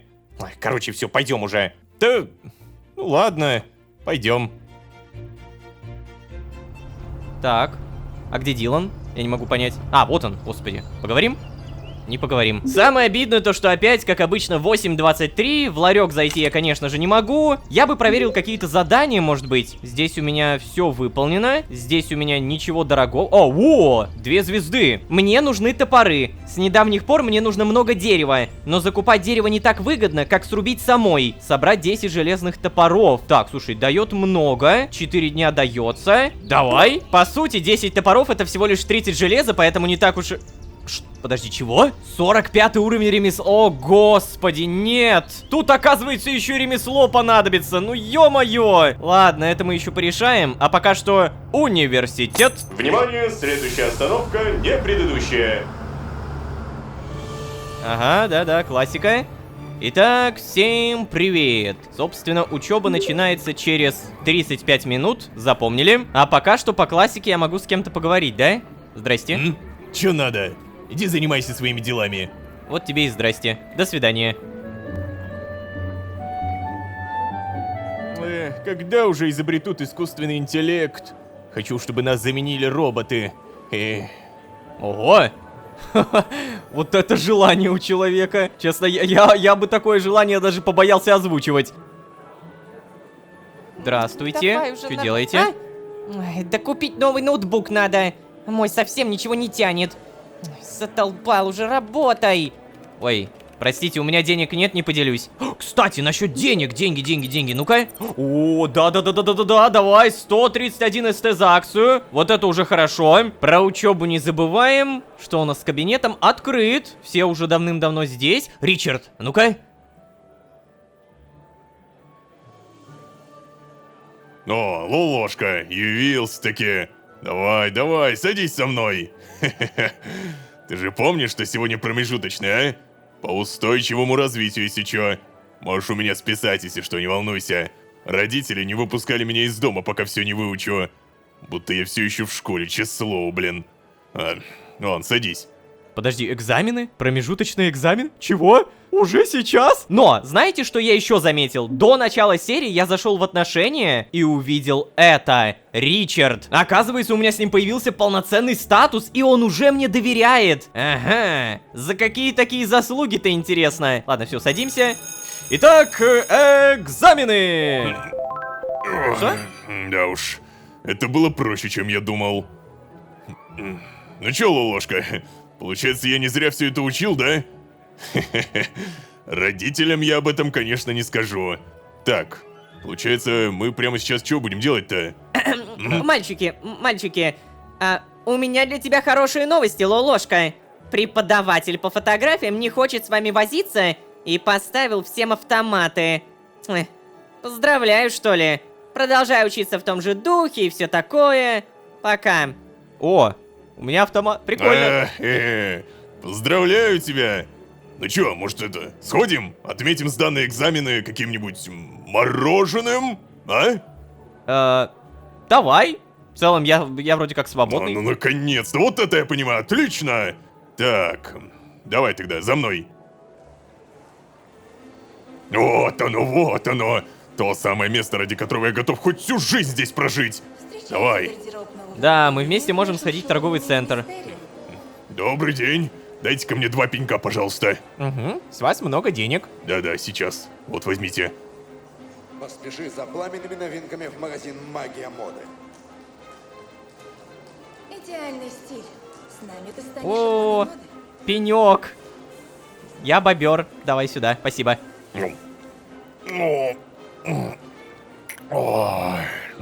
Ну реально ж кайф, а? Вот этот привкус ириски и нежный пломбир, ну блин, настоящее счастье. О, пойдем-ка присядем, а? Пойдем. Так, а в итоге это... Да, это то самое мороженое, о котором я думал. Вкус детства, если вы бобер. А я вот, знаешь ли, в крошку хот-дошку люблю ходить. Давай-ка вот здесь. Слушай, Ло, а знаешь, что меня реально удивляет? Увольнение Солуса. Мне почему-то всегда казалось, что он куда более важная шишка, чем уборщики. Но родители сказали, что именно из-за жалоб уборщиков его и выставили. Даже не знаю, чем он теперь будет заниматься. С его-то эксцентричностью сложно куда-то вписаться. Ты там... про него что думаешь? Ты наверняка с ним больше общался, чем я, да? Что я про него думаю? Ну, эксцентричный мужик, это правда. Но мне билеты подарил. Он очень криповый и знает сильно больше, чем должен знать управляющий общагой. Ну, не знаю, Ричард. По мне так, Солус классный мужик. Смешной, и стиль у него прикольный. Мне не дает покоя, что ты сказал, что он один из наших. Он что, мироходец? Слушай, ну это самый интересный вопрос, буквально. Давай. Чё? Подожди, кто еще раз? Мироходец? Ну, наверное, так сказать можно, да? Слушай, Я всякое слышал от родителей, но в такие метафоры... Не, я такое слово не слышал. Я не первый раз замечаю за тобой какое-то странное поведение. Нелогичное, что ли? Хотя, что я могу знать про людей-то? Я ж с ними почти не общаюсь. Слушай, а все нормальные люди себя так ведут? Ну, как ты. Если подумать, то мои родители тоже редко руководствуются базовой логикой.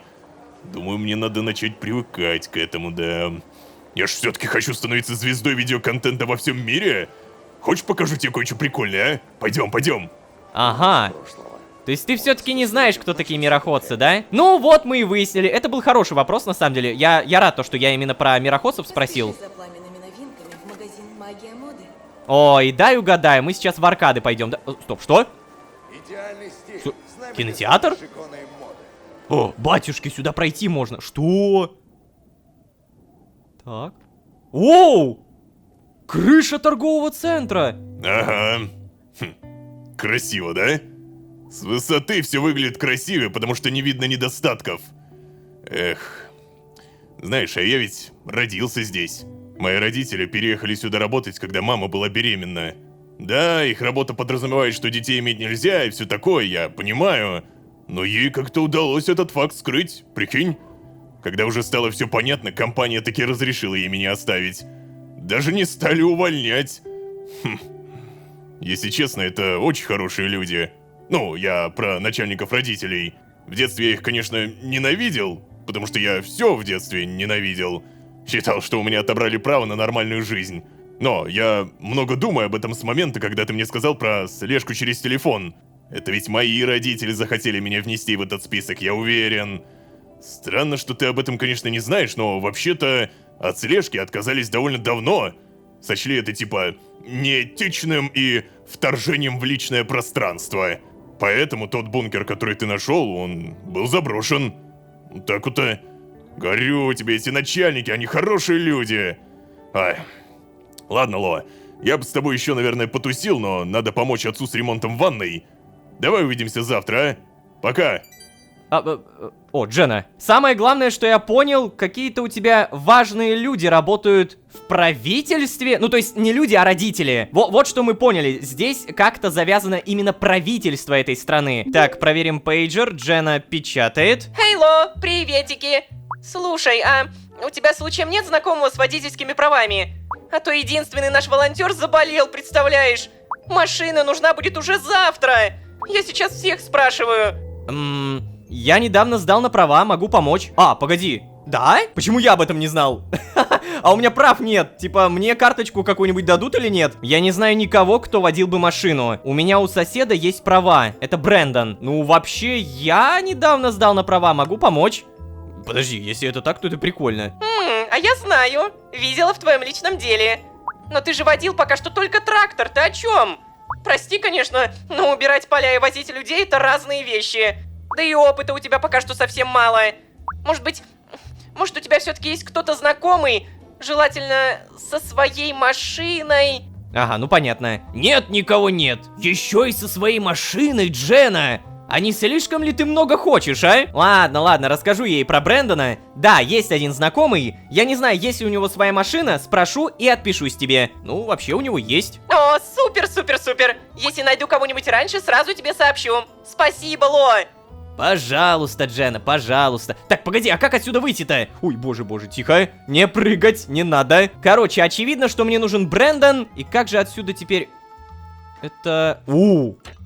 Фига себе! Боже мой, тут полноценная вентиляция! Так, тихо, я попробую спуститься. И в итоге... Это... Ой, так это то самое! Именно здесь мы и поднялись. Зал номер 1, зал номер 3, 2. Полноценный кинотеатр. При этом на барной стойке никого нет, и где покупать билеты непонятно. Ай, ладно, оплатить проезд. Давай, поедем в кампус. Я сейчас сяду за руль. Ага, ты всегда за рулем. Итак, давайте вспомним. Прямо сейчас мне нужно немножко топоров, чтобы выполнить задание, которое даст мне 3000 СТ. Неплохо. А для этого надо прокачать ремесло до 45 уровня. Вообще, по сути, мне хватит всего лишь одной прокачкой у Смита. Но Смит, видимо, не работает, да? Эх, самое обидное это то, что действительно его здесь нет.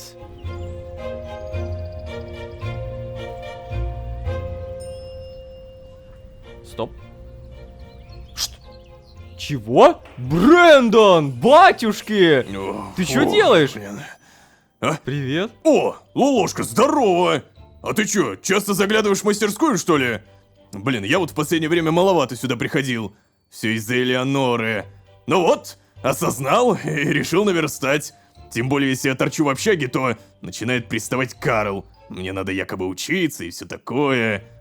Пофигу. Опять я про учебу. Смотри, моя малыха. Правда, вот, блин, до сих пор поломана. Чиню. Ага, погоди, а то, что у тебя на машине кровь, это нормально? Я просто как бы не проглядел этот момент. У него, смотри, у него и на капоте кровь. Хочешь, вместе попробуем ее починить? Слушай, точно, у тебя же права. Не хочешь помочь в волонтерском центре? Эх, Брэндон, уверен, когда-нибудь ты ее починишь. Ну, вообще, давай не будем говорить сейчас про волонтерский центр. Сначала мы с ним как бы контакт найдем, подружимся. Хочешь, вместе попробуем починить? Да? Предлагаешь помощь? Не, слушай, не стоит. Я, наверное, и сам бы справился, вот. Знаешь, а мы ведь с тобой уже достаточно близки и все такое, да? Я на самом деле только притворяюсь, что не разбираюсь в тачках, чтобы не чинить ласточку. Так что да, ты не беспокойся. Чё? Подожди, ты не чинишь машину, потому что притворяешься? Это логика, конечно, странного человека, но окей. Так, а почему ты так и не починил ее? Ты не чинишь ее, потому что тебе она не нравится? Ладно, не буду вмешиваться. Так, ладно, если я могу задать этот вопрос, то я реально задам. Почему ты так и не починил ее тогда, раз разбираешься? Почему? Блин, ладно. Эта машина принадлежала моему деду. Когда отец ушел за хлебом и не вернулся, дед стал мне как папа. Он всегда говорил, что его ласточка и я — это два главных сокровища в его жизни. Эх, дедуля. Мама много работала после ухода папы. Нас с сестрами воспитывал как раз дедуля. Мы всегда боролись за его внимание. То сестры, то я, то опять сестры, то опять я. Вот да. Дедуля, как сейчас помню, был весельчаком. Добрейшей души человек, человечище! Ай. Он нас души не чаял, понимаешь, Ло? Он постоянно с нами бегал, гулял, любил нас, одним словом. Сестры, если что, никогда не интересовались машиной, поэтому время, проведенное в гараже, всегда было нашим временем, личным, приватным. Каждое такое мгновение я бережно храню в своем сердце. За ухаживанием за ласточкой прошло все мое взросление. Теперь понятно.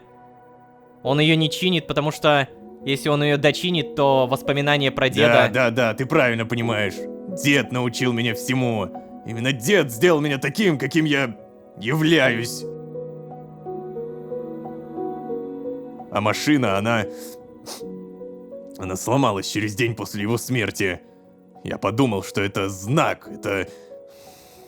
Без дедушки я не должен на ней ездить, вот. Вот я и не стал. Ласточка для меня скорее символ, а не просто машина, Ло.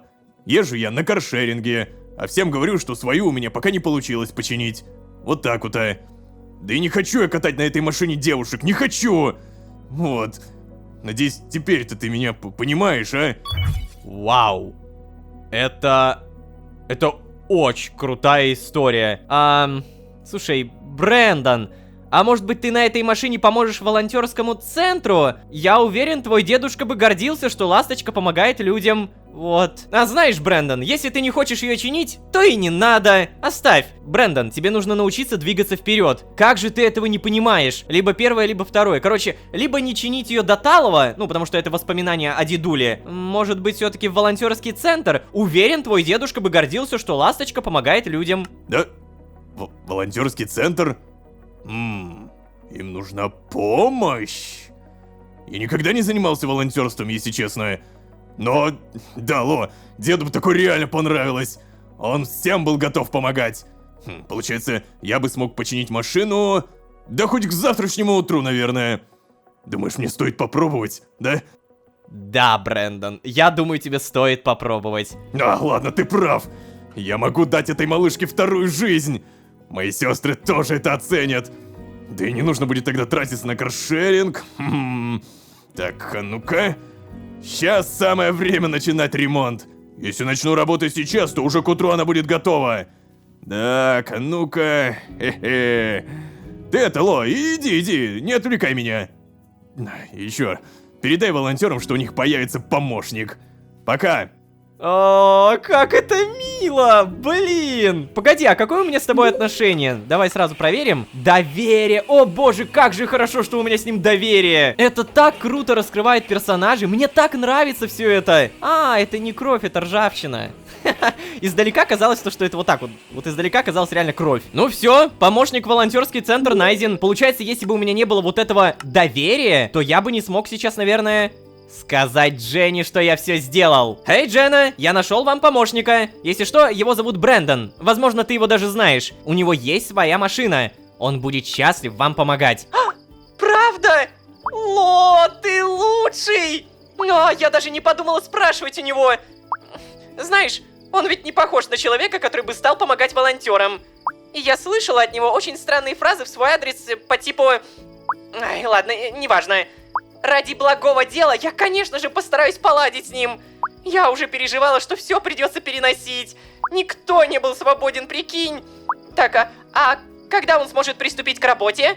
Да, ну, по сути, завтра. Но это не точно. Я не уверен, уточню. Да завтра, по идее, да, уже. Ух ты, как оперативно! Тогда я напишу ему. Ло, еще раз большое тебе спасибо за помощь. Пожалуйста, Дженна, пожалуйста. О, +3. Так, а какое отношение у меня с Дженной? Сразу проверим. Йоу, 72%. Уже почти выше, чем доверие. Блин. О боже. Чет, что с тобой? Ло, родители меня убьют. Выдали результаты вчерашнего экзамена. Я завалил, прикинь. Все из-за Солуса, по-любому. Если бы он меня не отвлекал. Хотя кому я вру?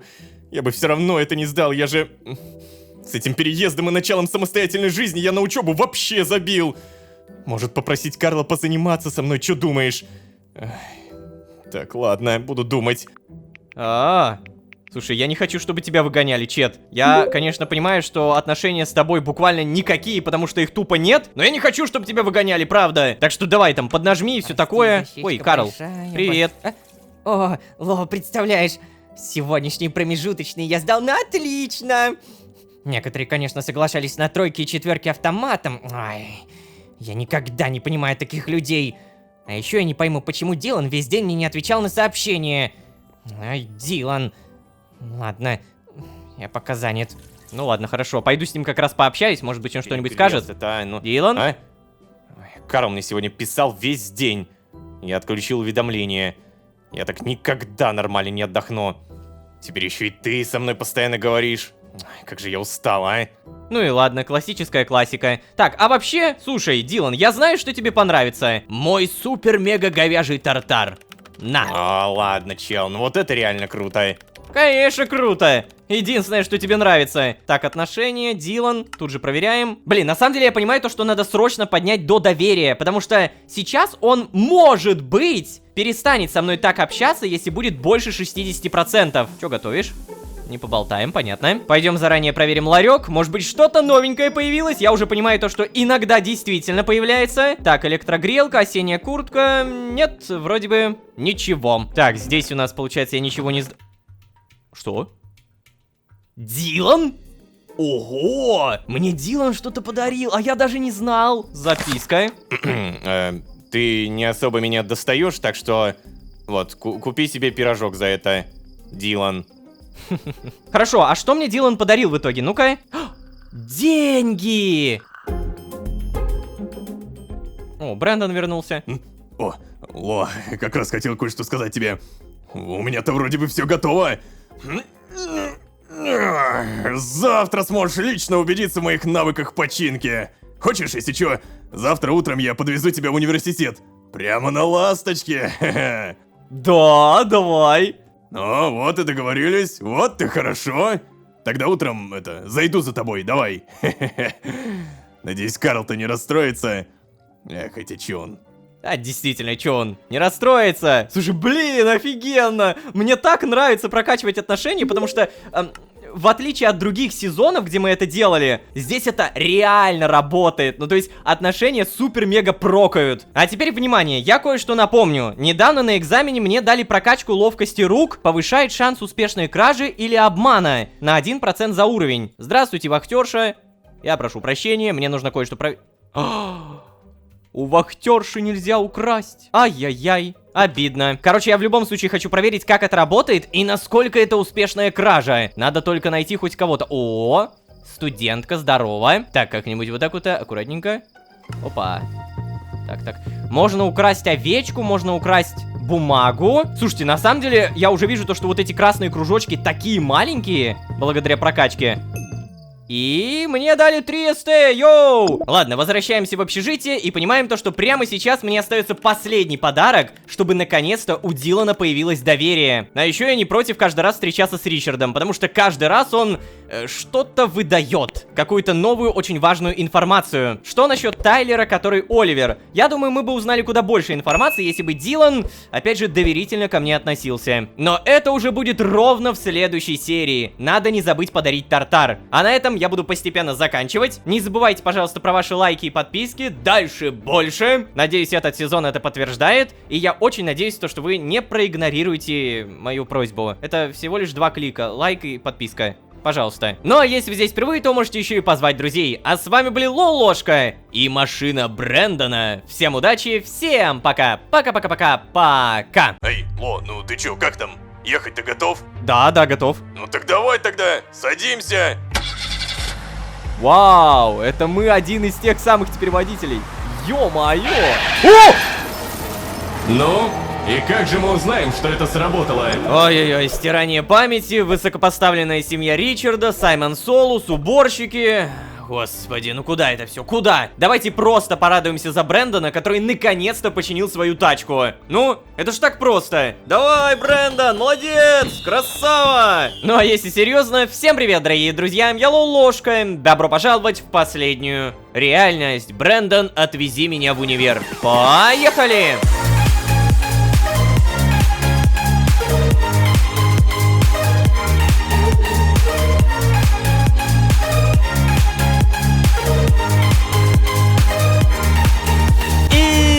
Снова всем привет, дорогие друзья, я Лолошка. Добро пожаловать в последнюю реальность. Сезон, в котором мы недалеки от верхушки власти. Да-да, все происходящее можно представить теорией рукопожатий. Раз мы знаем, что семья Ричарда занимается какими-то секретными высокопоставленными делами, то вот, первое рукопожатие это Ричард, от него рукопожатие до его семьи, и уже от его семьи рукопожатие до верхушки власти. Всего 3 рукопожатия. Черт возьми, как это мало, и черт возьми, как это не точно. Да-да-да-да-да, я прекрасно понимаю то, что на самом деле никакие рукопожатия мне, скорее всего, не понадобятся. Ибо, напомню, самые интересные люди среди нас — те самые уборщики. Я тут даже составил список последних интересностей. Первое — семья Ричарда. Второе — Тайлер по имени Оливер. Третье — уборщики, упоминающие мое имя. Это, кстати, очень важно. И, наконец, четвертое — Саймон Солус, который все еще фиг знает, что из себя представляет и какие цели преследует. Кто же он такой-то? Короче, все эти 4 пункта не только могут привести меня к ответу на вопрос, а что здесь происходит, но и, скорее всего, к ответу, почему у той же Шерон, мироходца, не работает сила органа. Да-да-да, я думаю, то, что это как-то связано. Так, ну ладно, если перестать говорить о странностях, то напоминаю, впервые за много времени, даже не так, кучу лет, Брэндон наконец-то дочинит свою машину. Благодаря нашим отношениям, а именно доверие 65%, Брэндон поделился, почему хоть и может, но не чинит машину до конца. Оказывается, потому что починка ассоциируется у него с любимым родственником, дедушкой. И да, как вы поняли, спустя много времени машина осталась, починка осталась, увлечение осталось, а вот дедушке...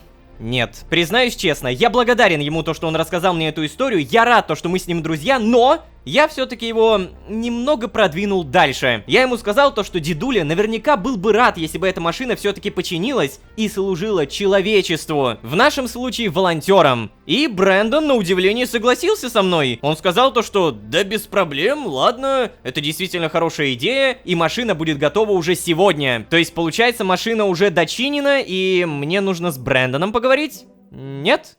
Так, погоди, а где Брэндон? Брэндона, видимо, нет. Ладно, доброе утро, Дилан. Как дела? Слушай, ну можешь хотя бы раз дать мне небольшой перерыв от себя, а? Мне нужно немного отдохнуть. Просто сделать перерыв. Если тебе нечем заняться, иди и найди Солуса. Узнай у него, зачем он дал тебе билеты в театр. Возможно, он даже расскажет тебе что-нибудь полезное. Короче, просто не доставай меня. Ладно. Не так грубо, как раньше хотя бы. Спасибо и на этом. Чет, привет. Как у тебя дела? Да блин, кажется, я совершил ошибку, попросив Карла о помощи. Кто же знал, что он такой дотошный в учебе-то, а? Ну, представляешь, он попросил у меня все конспекты. Хочет проверить, достаточно ли хорошо я их веду. Да если бы я их хорошо вел, то у меня бы не было проблем сейчас с учебой. Как же он не понимает этого. Ладно, выкручусь. Ну да, Карл у нас такой. Мало того, что у него все засажено растениями, он еще и учиться успевает. Да, Карл? Да? Ой, привет. Слушай, прикинь, Чет попросил меня помочь ему с учебой. Как думаешь, мне лучше просто пройти с ним по темам или составить для него индивидуальный план обучения? Ай, надо будет с ним подробнее все это обсуждать. Ну ничего, придумаем что-нибудь. Что-нибудь придумаем. Господи, бедный Чет. Ну ничего, зато скоро отличником станешь. И Брэндон печатает. Так, а вот это уже супер интересно. Ну-ка, давай. Эй, здорово, Ло! Ну все, поздравляй! Выкатил я ласточку из мастерской. Она, конечно, не как новая, но летать будет. Я ж за ее руль без деда никогда и не садился, прикинь, да? Так, ладно, уверен, все будет в порядке. Найс. Я помню, что ты обещал меня подвести, а подвести надо будет примерно в 8. Да, ой-ой-ой, так время-то уже скоро. И пока у меня есть этот небольшой запас времени, потратим его на прокачку мастерской, да? Ой, в смысле, какой мастерской? Ремесла, да. Давайте мне этот навык. Угу, спасибо. Так, у меня уже 44 уровень. Напомню, мне нужен 45-й. Только на этом уровне я смогу создавать железные топоры, и мне их нужно 10, потому что есть супер крутое дорогое задание. 2500 СТ. Все, немножко подождали, 7:59, и... Как это будет? О, Карл просто на ходу переоделся, красава. Я же, получается, поеду без вас. Вы же понимаете это, да? Я очень надеюсь, что Брэндон про это не забыл и... Привет, Карл. Да, привет еще раз. Дилан, пора вставать. Едем на пары. Уже? Ура! Как же я этому рад. Черт. Сейчас. Какой уже привыкший-то, а? Я на самом деле тоже уже к этому привык. Но как я-то поеду? Просто опять же, я с Брэндоном договорился. Дилан, твое недовольство отсюда слышно. Давай без сарказма. У нас же выбора нет, надо идти учиться. Угу. Ну ладно, все, пойдем. Опа, наконец-то. Уже бегу, я решил сегодня не идти. Меня сегодня Брэндон подвезет, вот оно. Что? Ты погляди-ка, а? Чё? Общественный транспорт больше не привлекает? Это только для тебя такая роскошь, я понимаю. Ага, не придется толкаться в автобусе, как нам. Эй, ребят, вы... Эй, вы чего? Ребята, я уверен, Брэндон бы и нас подвез. Ну, если бы мы спросили. Просто мы не спрашивали, вот и все. Не факт, что мы поместимся в каршеринг все вместе, вы же понимаете. Все-таки в обычном карше, как правило, не попадаются пикапы. Ну или микроавтобусы. Ой, Карл, как обычно. Ну ладно, Ло, хорошей поездочки тебе. Спасибо. Чё-то вы как-то это, ребята, не рады за меня на самом деле. Могли бы сказать типа, вау, прикольно, рады за тебя. Или в автобусе будет много места, дышать будет чем. Ну это в духе Дилана. О, Брэндон, что? Так, печатает. Эй, Ло, ну ты чё, как там? Ехать-то готов? Да, готов. Ну так давай тогда, садимся. Куда? Куда садимся? Я жда... Видимо, мне даже думать не надо. Та-дам! А вот и ласточка! Уже на ходу, погляди! Ай-яй-яй, какова! Столько лет пылилась без работы! Но ничего, давно ее надо было поставить на колеса. Я так долго не решался этого сделать, блин. Если бы не ты, Ло, чахла бы она в гараже еще несколько лет точно. А вчера вот, отремонтировал ее и все. Как будто груз с души упал. Баси, братан, реально лучший. А теперь давай, садись. Хе-хей, плюс 5. Это что, у нас получается уже 70? У нас было 65, стало 70, да? Я правильно понимаю? Так. Смотри, какой рев двигателя, послушай его. Просто песня. Да. Ух ты, вау! Вау, это мы один из тех самых теперь водителей. Ё-моё! Прикольно.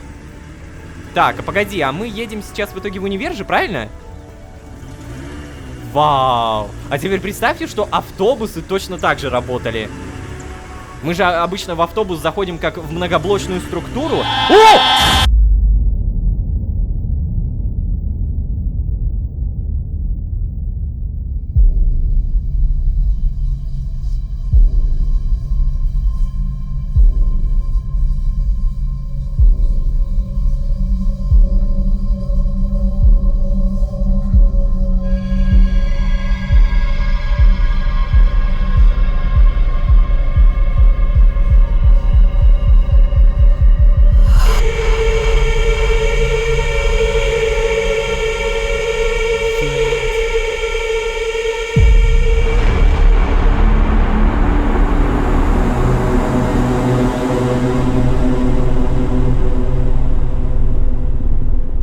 Это то, что я вообще не ожидал.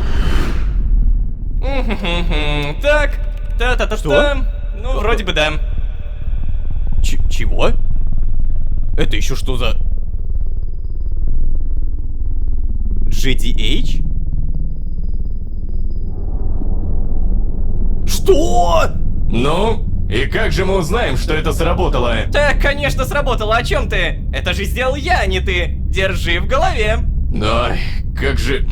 Тысячи демонов в моей голове раздражали не так, как ты. Ой, какой же ты скучный, а? И нелогичный. Сначала преследуешь меня по всем мирам, а теперь не хочешь общаться. Ты подаешь мне какие-то смешанные сигналы. Токсик. О, Ладно, теперь поговорим с тобой. С кем? Когда Земля оденется в белое платье, тогда... чего? Да тихо ты, не мешай. Рядом со спящим енотом... Эй, о чем ты? Какие еноты? Что ты несешь? Ну так вот, мы увидимся вновь. Так, закончил? И что это сейчас было? Это была загадка. Да, это была загадка. Ну давай, увидимся. Пока. Ай, мы вернем тебя назад, Лулошка. Обязательно.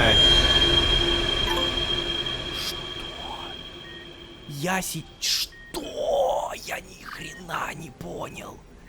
Чего? Я сейчас хочу обратиться к тем людям, которые что-то поняли. Хотя бы что-то из того, что сейчас произошло. Как вы поняли? И самое главное, что вы поняли? Тот самый момент, когда я лично впервые за все сезоны призываю всех теоретиков. Сделайте об этом контент, пожалуйста. Просто из всего того, что я сейчас увидел, я ни хрена почти не понял, но я таки понял, что, скорее всего, вот эта авария на машине... Она была подстроена. Причем, как я понял, подстроена GDH и Джодахом. У меня сейчас мозг взорвется. Давай-ка прочитаем, что у меня появилось. Задание «Спящий енот». Автор неизвестно. Что за... Что это было? Видение? Воспоминание? Парень с Джодахом выглядел совсем как я. Это же... Нет. Он выглядел как моя фотография в личном деле. Так это что же получается? Джодах... Он ищет меня! Он хочет меня вернуть! Я должен разгадать загадку моей копии. Когда Земля оденется в белое платье, рядом со спящим енотом мы увидимся вновь. Ну классно. Мне что, теперь укладывать спать каждого енота в этом мире? Это очень хорошая заметка, на самом деле, очень хорошее задание, очень хорошие мысли от Лолошки. Когда Земля оденется в белое платье, рядом со спящим енотом мы увидимся вновь. Самое главное, GDH знал то, что он обращается ко мне, я это увижу. То есть он это высчитал. Ну, вы видели, да? Они стояли в какой-то как будто бы научной лаборатории, что-то в этом духе. Палата номер 6. О, могу зайти? Здравствуйте. Ничего. А что насчет, кстати, Брэндона? Так, вот здесь, получается, был я. О, боже. Монитор жизненных показателей. Брэндон, надо ему, наверное, написать или что-то... В этом духе... 8 сообщений от Шерон, что? Эй, привет, Ло. Мне Дилан написал о том, что случилось. Надеюсь, с тобой все будет хорошо. Ты же помнишь, мы крепче обычных людей. Так что я верю в тебя. Ты не можешь пострадать из-за какой-то аварии, слышишь? Как же я сильно надеюсь, что ты мне ответишь. Да, я очнулся, чувствую себя здоровым. Фу. Так, Жаклин тоже вот написала. Привет, Ло. Поверить не могу, что что-то настолько ужасное произошло с тобой и Брэндоном. Надеюсь, вы оба очнетесь в ближайшее время. Надеюсь, что хотя бы ты проснешься. Что? Хотя бы ты? Я проснулся, Жаклин, не переживай. Так, Джена. Эй, Ло, привет-привет. Хочешь прогуляться сегодня? У меня наконец-то появилось свободное время. Кстати, а что там с Брэндоном и его машиной? Ло-ложка? Эй, Ло! Брэндон перестал отвечать на сообщения волонтеров. Ло-ложка? Эй, обычно ты быстро отвечаешь. Надеюсь, у тебя все хорошо. О, нет. Ло-ложка, я слышала, что произошло. Мне очень жаль. Это же из-за меня ты полез в машину. Мне очень жаль, мне правда очень жаль. Ло-ложка, будь в порядке. Я пыталась попасть к тебе, но меня не пустили. Напиши, когда очнешься, пожалуйста. Я уверена, ты это сделаешь. О, а сколько времени-то прошло, погоди. Привет, я пришел в себя. Пипец. Вот это реальный пипяу-чикиряу. А Брэндон-то где? Ой. Ой, Ло-ложка, что вы делаете? Очнулся! Немедленно обратно в кровать. Ладно, простите. Тебе нельзя вставать. Ты что, с ума сошел? А что я? У меня что, кости переломаны? Это какое-то чудо! 3 дня без сознания и без признаков улучшения. Как ты себя чувствуешь? Голова не кружится? Ничего не болит? Нет, я нормально, все нормально, правда. Что ж, хорошо. Если что, мы не смогли связаться ни с кем из твоих родственников. Зато к тебе часто заглядывали однокурсники. Они будут рады узнать, что ты пришел в себя. Но это все позже. Сейчас тебе лучше поспать. Я позову врача, а он тебя посмотрит, хорошо? Ладно. То есть, а мне вроде нормально, типа... Ничего такого. Так. И что, ко мне сейчас реально придет врач? О.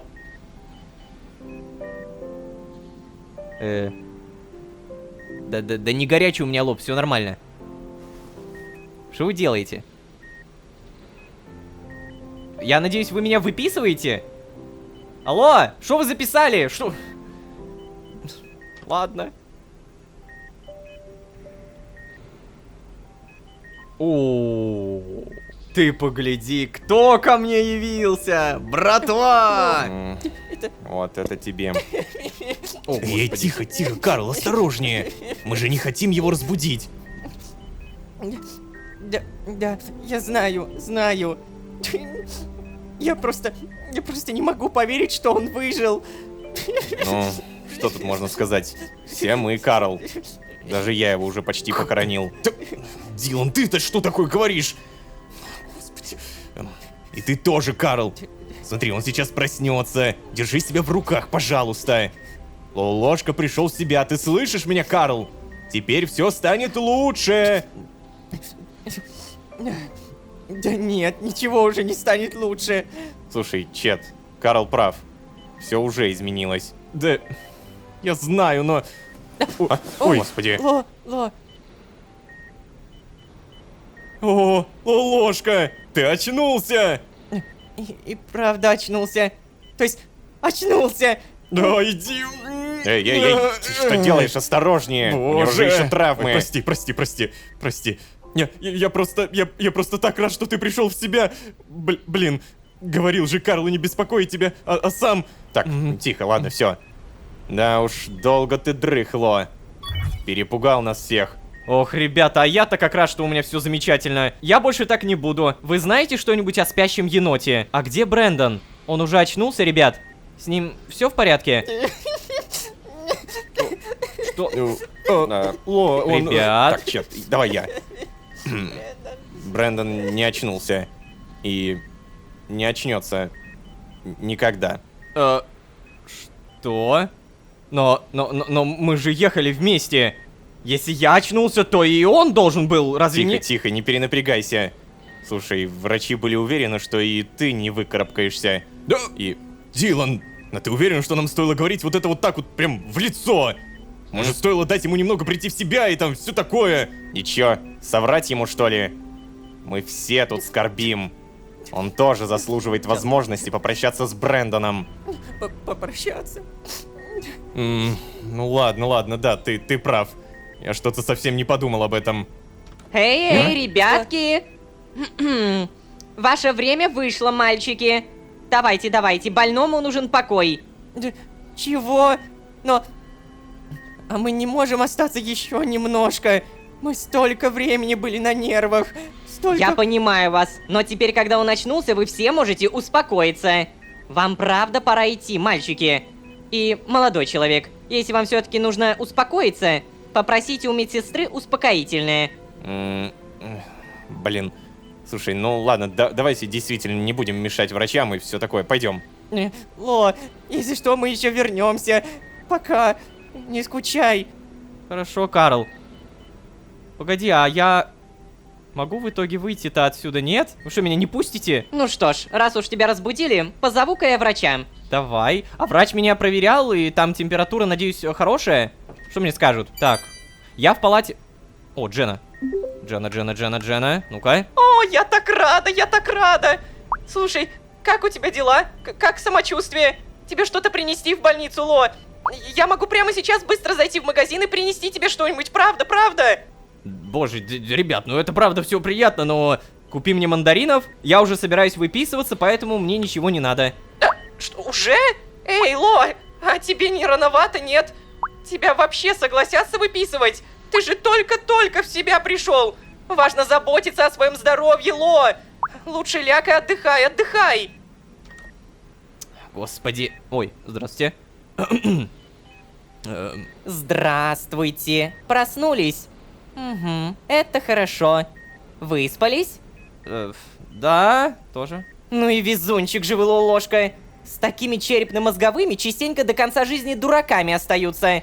Ну-ка, давай, скажи мне что-нибудь связанное. Проверим когнитивные. Эбуба-беба. Господи. Голова немного кружится и в глазах темнеет. Что случилось с водителем машины, в которой я ехал? О, соболезную. Удар пришелся со стороны водительского сиденья, мистер. Наши врачи сделали все, что смогли. Знаешь, я к тебе зайду еще вечером, когда будут результаты скана твоей черепушки. Да, если что, мы сделали, пока ты спал. Отдыхай. Да, отдыхай. Так, погоди, то есть... Про Брэндона это все не шуточки, да? Нет. Ребята, Брэндон, ну почему? У меня сначала, честно, у меня сначала чуть ли не вырвалась фраза «Почему кто-то другой вместо... Почему не кто-то другой вместо Брэндона?» Но потом я понял, что я же никого не хочу терять. Чтобы вы понимали, реально слезы на глазах от того, что происходит. Ну ладно, я все-таки, наверное, попробую сейчас что-то сделать, а делать мне нужно... Да хрен его знает что, честно говоря. Может, еще раз написать? Нет, Брэндон. Последнее сообщение, тогда садимся. Я могу в итоге выйти-то? А? Ой. Здравствуйте. Кажется, этот оттенок волос мне не подходит. Вы про брови, да? Ну, наконец-то, завтра меня должны выписать. Устал уже здесь лежать. Оф. Я попробую выйти, наверное, сейчас. Я не знаю, правильно ли я вообще делаю, просто мне сказали то, что еще зайдут вечером. А сейчас, кстати, уже как будто вечер. Ну-ка. Здравствуйте. А, уже выписываетесь? Слушайте, я не уверена, что вам вообще ходить можно. Ну, вообще, кажется, никаких патологий нет. Плановых операций тоже. Ай, слушайте, я все равно должна вызвать лечащего врача. Выпишу только с его согласия. Сейчас. Алло, да, подойдите к стойке регистратуры, пожалуйста. Тут ждет ваш пациент, да. Ложка. Угу. Ваш врач сейчас подойдет. Хорошо. Так, видимо, я все-таки делаю не самое плохое. Я могу отсюда выйти, да? Я здесь. Да, вот этот пациент. Он хочет выписаться. Ой, да знаю я. Так и думала, что он решит улизнуть даже до вечернего осмотра. За несколько дней восстановился полностью. Скан твой пришел. Он в полном порядке. Ай, такое на моей практике, честно говоря, впервые. Все же могу сказать одно. Человеческий организм поразителен. Оформляйте. Выписывайте его. После того, как он очнулся, я его осмотрела. Справки можете направлять в университет и по месту работы. Ну, если есть. Поняла, да, хорошо. Что ж, мистер, надеюсь, мы больше с вами не увидимся. До свидания. Так, если что, подождите. Расходы на ваше лечение уже оплачены неким Саймоном Солусом. Да, можете идти. Ага, история становится интереснее. А зачем Саймону Солусу оплачивать за меня все это лечение? Ой, привет. Я слыхал, что количество бродячих собак сильно уменьшилось. Видимо, служба контроля животных начала нормально работать, наконец-то. Ага, ну у кого-то свои проблемы. А я вот 3 дня пролежал здесь. Или сколько, 2? Блин, у меня теперь эта больница будет ассоциироваться только с Брэндоном. У меня комната Брэндона будет ассоциироваться с Брэндоном, понимаете? Здрасте. Ой, что-то вы нехорошо выглядите. У вас все в порядке? Вам, наверное, стоит к врачу пойти, знаете ли? Да я знаю. О, Шерон. Так, погоди-ка, Шерон печатает. О, ты все-таки в порядке. Я так сильно испугалась за тебя, Ло. Надеюсь, ты скоро пойдешь на поправку. Пиши, обязательно пиши, если тебе что-нибудь нужно. Даже если это какая-то мелочь. Я буду рада тебе помочь. О, так, это хорошо, что рада. Шерон, я должен тебе кое-что рассказать. Спасибо большое, Шерон, я уже выписался, так что не переживай. Ты знаешь что-нибудь про спящего енота? О, давай. Слушай, я надеюсь, ты не торопишься выписываться. Пусть тебя там хорошенько осмотрят, ладно? Да нет, я не псих. Про спящего енота это... Ах, ладно, это звучит и правда немного странно. Что ж, ребят, О, Жаклин, погоди-ка. О, господи, не закрывайся. Так, Жаклин печатает. Да ладно, ты реально пришел в себя. Я так рада, ложка. Я бы не пережила, если бы с тобой случилось то же самое, что и с Брэндоном. Вы двое мои ближайшие друзья. Ну, правда, теперь уже только ты. Прости, что я такое пишу. У меня просто в голове не укладывается. Я до сих пор в это не верю. Я обязательно завтра навещу тебя в больнице. Во сколько к тебе пускают посетителей? Да не во сколько, я уже выписался. Правда? Значит, травмы не такие серьезные, как все думали? А я уже купила апельсинов тебе. Ладно, я тогда завтра занесу в общежитие. Вот. Да нет, травмы-то как раз-таки более чем серьезные, как мы поняли. Не будем же мы налево-направо рассказывать, что я мироходец. Так, оплатить проезд, кампус Lucky Charms. Поехали! Благодарю. Ну что ж, всем привет. Здравствуйте. Так, а сколько вообще времени ты сейчас? Время 16:50. Ух ты ж, блин. Ну, как мы поняли, прошло не 8 часов, а 2-3 дня. Ой, Смит, здравствуйте. Слушайте, я бы купил, наверное, ремесло. Хотя какое ремесло? Сейчас оно мне явно не нужно. Сейчас вообще речь не о ремесле. О, Ложка? Что? Чё ты орёшь Ложка, я не что-то? ослышался? Ложка, ты Ло? что тут делаешь? Ло, ты чего тут делаешь-то? Ты же должен быть в больнице, забыл? Я понял, это все из-за денег, да? Блин, медицинское обслуживание слишком дорогое для тебя, верно? Слушай, да, Дилан, слушай, Ло, вообще, да, если проблемы в деньгах, то мы же можем помочь, верно, друзья? Ложка, я точно помогу, я могу. Чет прав. Да, Чет прав. Верно. Ло, реально, возвращайся, мы же можем помочь. да ребята, все нормально. Спасибо, тогда я вернусь в больницу. Реально я могу это выбрать. Спасибо, ребят, но я выписался, потому что уже в порядке. За меня заплатил Саймон. О, рассказать или не рассказывать? Чисто теоретически, Карлу об этом знать вообще не стоит, потому что Карл у нас, ну так, где-то на отшибе по поводу этого Саймона, по поводу всех этих уборщиков и так далее. Я выписался, потому что уже в порядке, все нормально. Ты реально, ты уверен? Травмы же были серьезные. Так, слушай, Дилан, а давай не будем наседать на него, а? Он скажет нам, если что-то будет не так, верно? Ну, наверное, он скажет, наверное, да. Ну ладно. Если что, я у себя. Эй, Ло, ты, главное, будь осторожен, хорошо? Не напрягайся сильно. Я тоже у себя. Ладно, видимо, я задам этот вопрос. Ло, означает ли это, что ты завтра пойдешь на похороны? Я просто не особо успел познакомиться с Брэндоном, поэтому у меня получается мыслить получше, чем у Карла или Дилана. Блин, не представляю, что они пережили за эти дни, пока ты был в коме.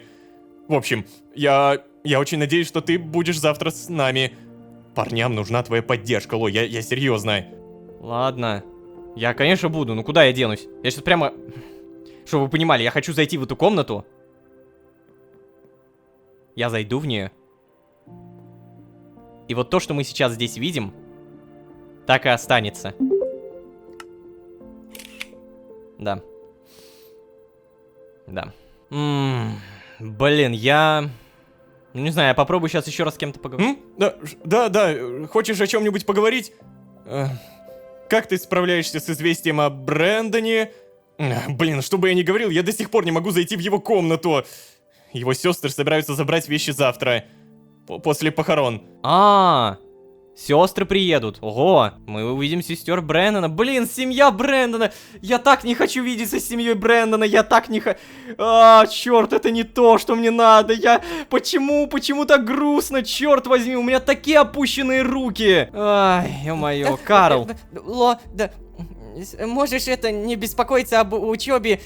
Я еще поговорил с деканом. Все вошли в твое положение и поставили оценки за твою хорошую посещаемость.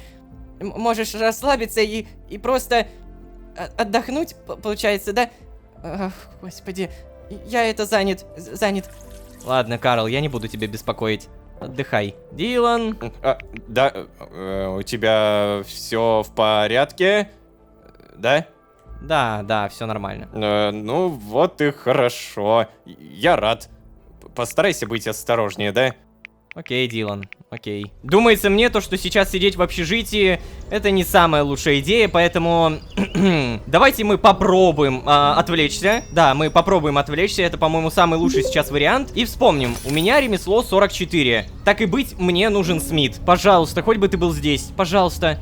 Нет, блин, Смит, ты очень мне сейчас нужен, я хочу ремесло. Ну ладно, если что, прокачаемся у себя на чердаке. А сейчас у нас есть другое задание под названием ножницы. Сделать 16 пар ножниц. Остается всего лишь один день, поэтому обязательно принимаем. Спасибо за задание. Мега быстро крафтим. И точно так же супер быстро отдаем. Ножницы. Замечательно. Раз, два, три, четыре, пять, шесть, 14, 15, 16. Все. Идеально, 16 ножниц. Так, здравствуйте. У вас, может быть, что-то новое появилось? Нет, куртка, электрогрелка. Тут все по нулям. Вообще, у меня на самом деле появилась небольшая догадка, что, опять же, я уже говорил о том, что вот эта авария, скорее всего, подстроена GDH и Джодахом. Как он может влиять на эту реальность путем нахождения себя в другой реальности, неизвестно. Все это мы, конечно же, узнаем. Об этом, я уверен, мы еще успеем поговорить. Ну а вы, ребят, пожалуйста, не забывайте, пожалуйста, в пятый раз, наверное, уже скажу, пожалуйста, про ваши лайки, подписки, потому что, как говорится, дальше больше. Мы, правда, стараемся, мы делаем контент, который может даже меня на слезу пробить, черт возьми. Нет, правда, я клянусь, надеюсь, что вам нравится, и я надеюсь, что вы не пропустите вот эту вот фразу «подпишись, пожалуйста» мимо ушей. Просто... это важно, это банально важно. Ну а вот если вы здесь впервые, то можете еще и позвать друзей. А с вами были Лоушка. И...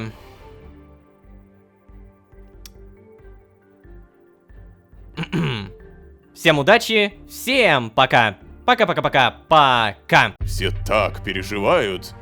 Боятся, что ты уйдешь в себя. Тем более, что ты уже давно забыл о самом важном, верно? Ну что? Что такое? Не понимаешь, о чем я? Ничего не понял.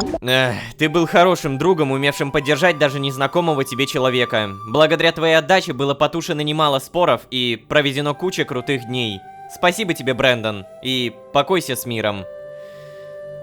Всем привет, дорогие друзья, я Лоушка. Добро пожаловать в последнюю реальность. Поехали!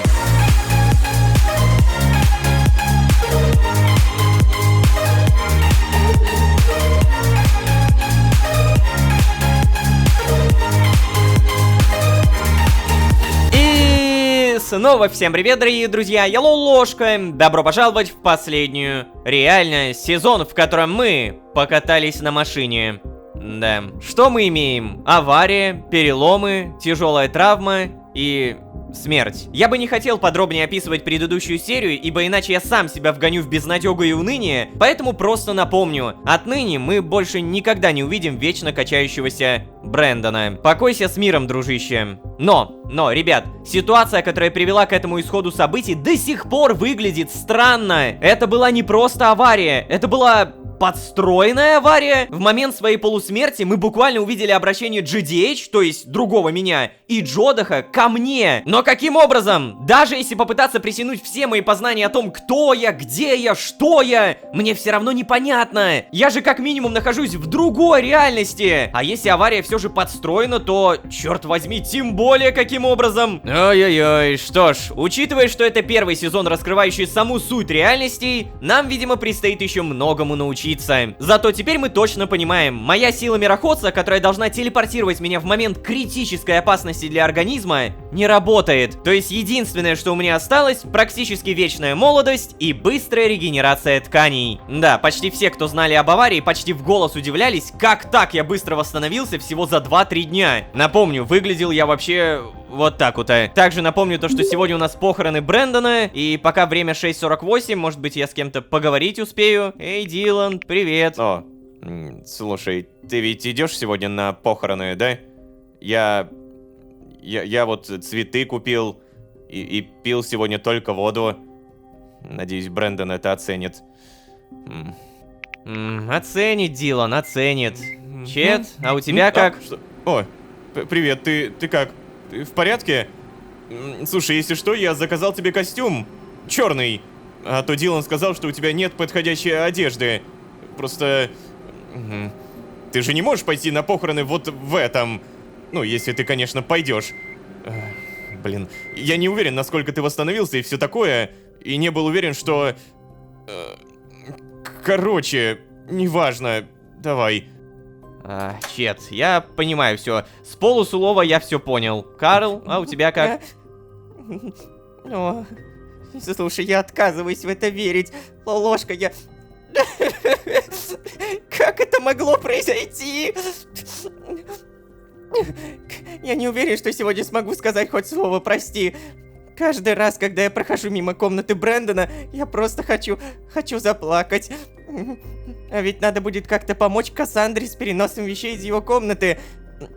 Кассандра — это его сестра, если что. Она написала мне и попросила, что...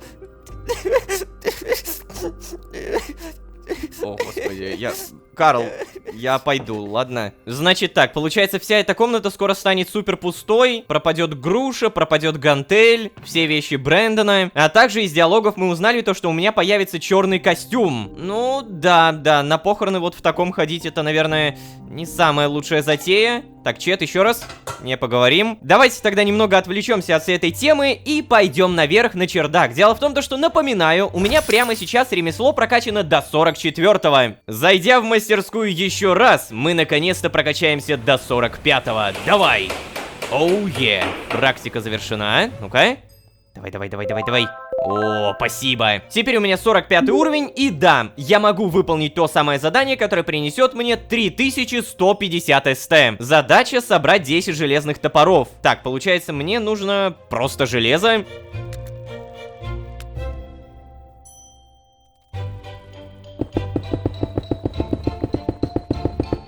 Напомню о том, что у меня прокачан навык металлургия. Руды при переплавке дают двойной выход металла. То есть, по сути, в моей левой руке это тоже будет работать, да? Ну-ка, проверяем.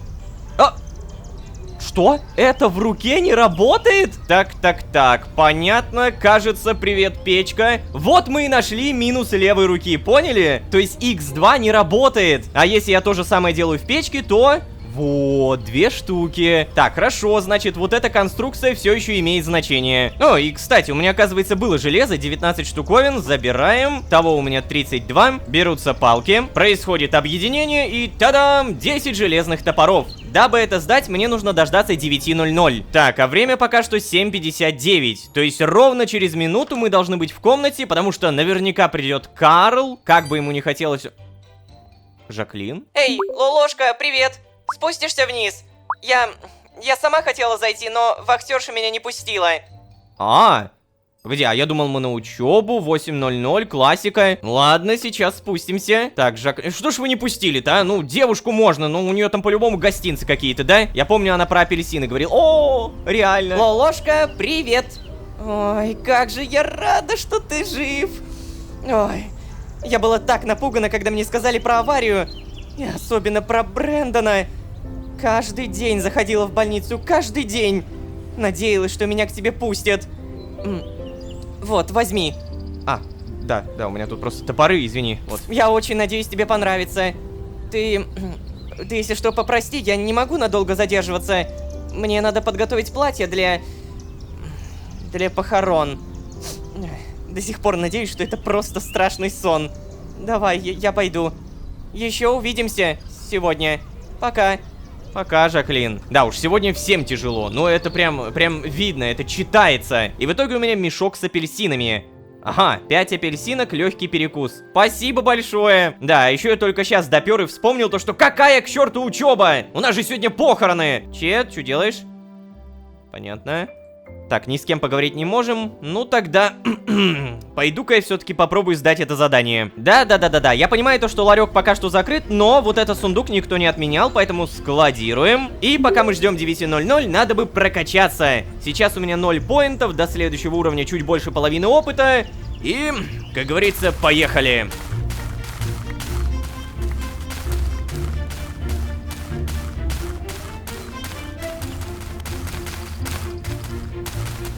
Так, все, время 9:02, у нас даже почтальон пришел, и жалко то, что я не могу положить топоры прямо сейчас, вот это реально обидно. Давайте, уходите, побыстрее. У вас что-нибудь новенькое появилось? Так, ботинки, осенняя куртка, нет, все по-старому. Далее, складируем все эти топоры, и... Что? Подожди, что? То есть я, оказывается, могу это сдавать в момент, когда он уходит? Вот это лайфхак. Ну что, запомнили, будем пользоваться. Так, кстати, а что у нас по акциям? Сразу проверим. 94 за акцию. Вы чё, серьезно? Боже, я купил по 140. Я хочу продать эти акции, реально, я просто хочу продать. Но вместо того, чтобы продавать, мы купим еще. О, да, ребята. Прямо сейчас мы возьмем и потратим, я даже не знаю сколько. Ну, давайте 3000 СТ. Это у нас 31,8 акции. Приобретаем. Ничего, ребят, мы еще заслуженно заработаем. Опа, Шерон. Так, печатает. Эй, Лолошка, привет. Слушай, я зашла в больницу проведать тебя, а мне сказали, что ты уже выписался. Я рада, что ты здоров, но мог бы сказать. Я бы приехала к тебе. Сейчас, наверное, уже поздно, да? Ты же на похороны собираешься. Я очень соболезную твоей утрате, Ло. Скажи, если захочешь поговорить об этом, хорошо? Меня на похоронах не будет. Но если захочешь, мы можем встретиться попозже. И самое главное, я ничего не хочу ей сказать. То есть даже мой персонаж не хочет ничего ей писать. Удивительно.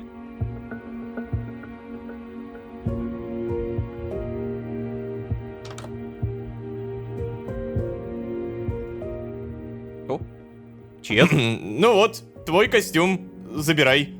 Ой, спасибо. Да потом благодарить будешь, примерь сначала. Надеюсь, размер-то будет правильный.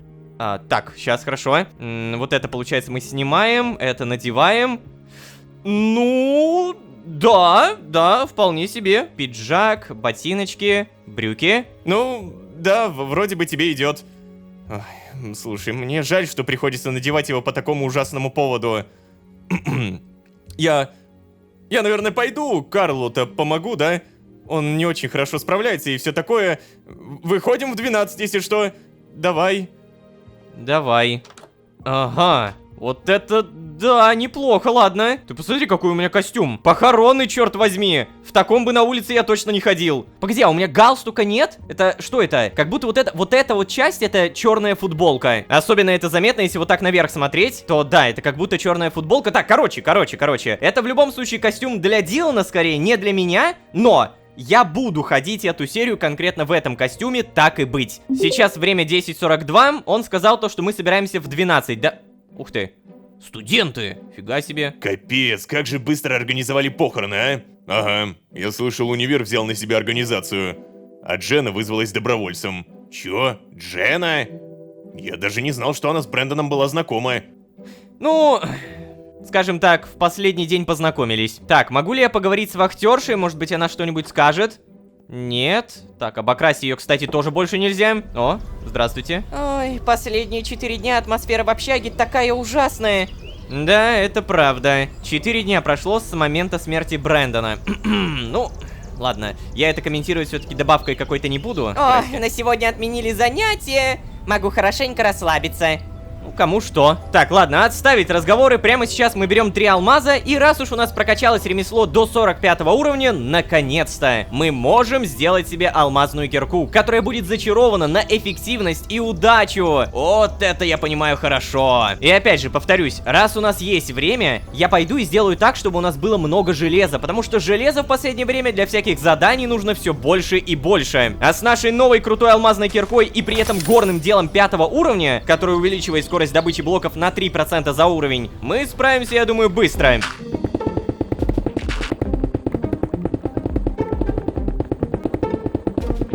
Ой, ну наконец-то, хотя бы немного. Итого 4, реально. Так, погоди, а сколько времени? Ой-ой-ой, поздновато. Ща, ребят, погодите, я уже... Ой, смотри, а вот и он. О, наконец-то. Ты как, Ло, готов?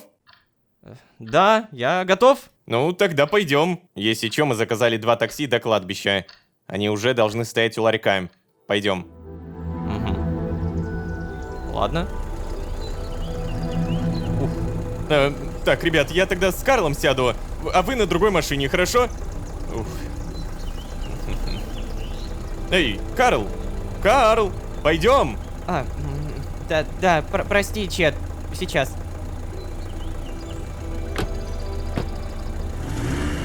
Погляди, Карл вообще не справляется. Не уверен, что смогу его поддержать. Ну и пусть Чет этим занимается, да. Пойдем. Чё ж ты так грубо-то?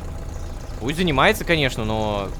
Все равно подсобить-то можно? Хотя бы не... Давай уже садись, не хочу опаздывать. Ладно, мужички. Сейчас.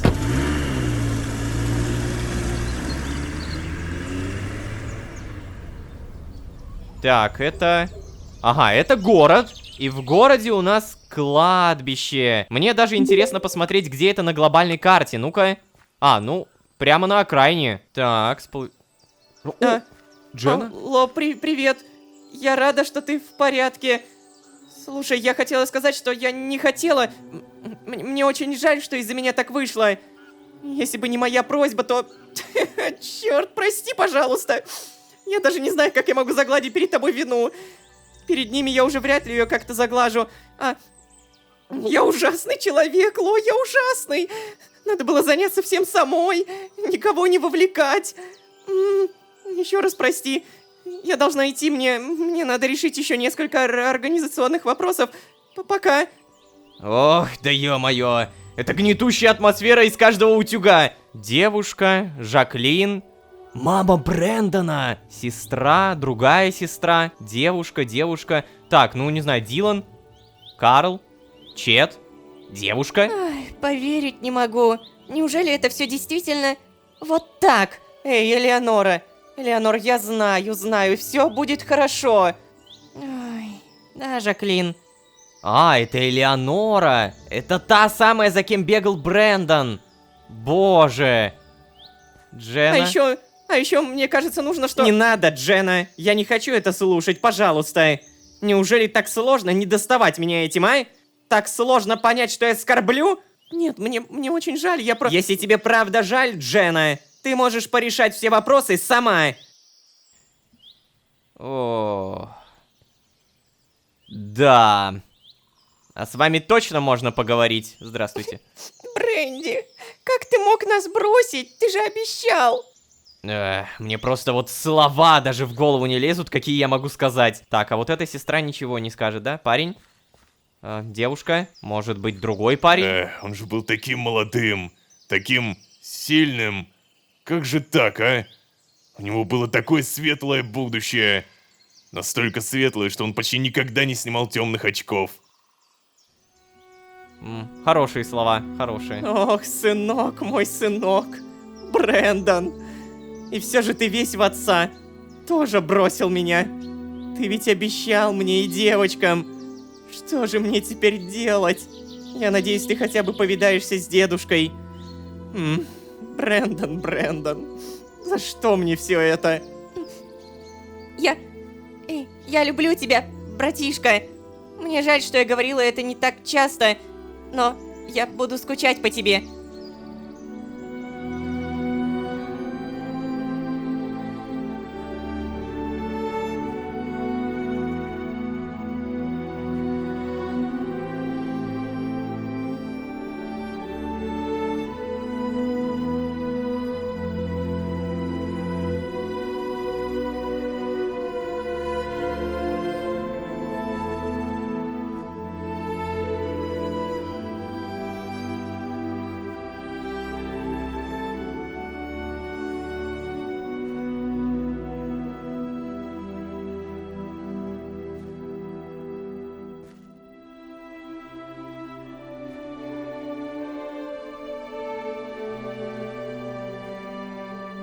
Ой, я только сейчас... Ребят, я только сейчас заметил то, что там Саймон Солус впереди стоит. Вон он. Ой-ой-ой. Погоди, а ему зачем быть на похоронах? Сейчас мы это и узнаем, видимо. Брэндон. Ой-ой-ой. Я, пожалуй, как-нибудь аккуратненько отойду. Ну, здравствуйте. Моя шляпа. Ну, здравствуй, Лолошка. Должно быть, было шокирующим увидеть Тайлера вновь, верно? Или лучше сказать, Оливера? Да, вечно путаю их. Они будто один и тот же человек. Ты бы мог сказать, что сейчас не самое подходящее место для подобного разговора. И был бы прав, будь все так просто. Ох. Должно быть ужасно тяжело потерять кого-то в столь раннем возрасте. Возможно, с Тайлером у тебя были отношения не очень, да. Но вот Брэндон... Прими мои соболезнования, Лолошка. Вы же ведь были в той машине вдвоем, да? Это наверняка было очень травмирующее для тебя. Все так переживают. Боятся, что ты уйдешь в себя. Не будешь ничего делать. Я бы даже сказал, что от тебя ожидается подобное поведение. Тем более, что ты уже давно забыл о самом важном, верно? Ну что? Что такое? Не понимаешь, о чем я? Об университете, конечно. Если ты ведешь себя послушно, то окружающие на многое готовы закрывать глаза. Что ж... Не буду тебя отвлекать, Лолошка. Ведь у меня еще есть дела. Удачи! Ничего не понял. Если ты ведешь себя послушно, то окружающие на многое готовы закрывать глаза. Ну, ладно. Так, возможно, я с кем-то могу... О, Дилан? Подожди, чувак, это что? Это был управляющий, что ли? Бывший управляющий? Что-то знаешь, я сомневаюсь, что его сюда кто-то позвал. Ох, не нравится мне все это, ой, не нравится. Он что-нибудь сказал? Пересказать разговор, не рассказывать. Ну, пересказать, наверное. Угу, то есть он действительно специально показал тебе Тайлера. И как ему наглости хватает заявляться на похороны Брэндона и говорить тебе такое? Или же он дал тебе какую-то подсказку? Ай, ладно, какой бы эта подсказка ни была, я не понимаю, почему он говорил так, будто ты как-то виноват в этих инцидентах. Сейчас у меня совершенно нет никакого желания в этом копаться. Надеюсь, ты понимаешь, что это все не твоя вина, Ло. Ты же понимаешь это? Да, наверное, я это понимаю. Ну, то есть, то, что я видел с GDH и Джодахом... Эй, если что, мы собираемся уезжать. Пойдем. А, ладно. Ну, просто то, что я видел с GDH и Джодахом, говорит о том, что, скорее всего, все-таки смерть из-за меня произошла, да. Она не произошла из-за того, что я это захотел. Она не произошла из-за того, что я что-то сделал. Она произошла из-за того, что я просто в этой реальности. Вот буквально. Сейчас я скажу немного грубую вещь, но то, что в этой аварии погиб Брэндон, это сухой остаток, понимаете? Это могло произойти, этого могло и не происходить. Факт в том, то, что в этой аварии должен был быть я. А все остальные, это уже не важно. Но, черт возьми, это невероятно грустно, то, что с Брэндоном получилось вот так. Короче, еще раз. Если ты ведешь себя послушно, то окружающие на многое готовы закрыть глаза. Но кто эти окружающие, я так и не понял. Саймон Солус постоянно говорит об этом. И, самое главное, Ричард. Помните вот эту вот фразу? Я пытался с ними познакомиться в детстве, и из этого ничего не вышло. С кем? О ком речь? Я бы мог сказать то, что в этом мире все куклы. И точка. Но нет, я не могу так сказать, потому что, ну вот условно, тот же Дилан. Ну, вы бы назвали его куклой, которая не хочет ни в чем разбираться? Нет. Так что я правда не понимаю вот эти все намеки Саймона, Ричарда. О, боже мой. Здравствуйте. Сестра? Ты Лолошка, да? Хотела бы я познакомиться при лучших обстоятельствах. Слушай, прости, я сейчас не в настроении говорить. Хорошо. Кассандра. А вот как зовут вторую сестру, мы, видимо, не узнаем, да? Карл? Мама? А, это ты. Жаль, что у моего Бренди не было твоего везения. Желаю тебе прожить дольше, чем он. Эй, мама! Пожалуйста, не надо! Эй, вы чего? Да все будет... Слушай, ты прости ее. Мне очень жаль. Она не должна была этого говорить. Будет лучше, если мы соберем вещи без тебя. Уходи.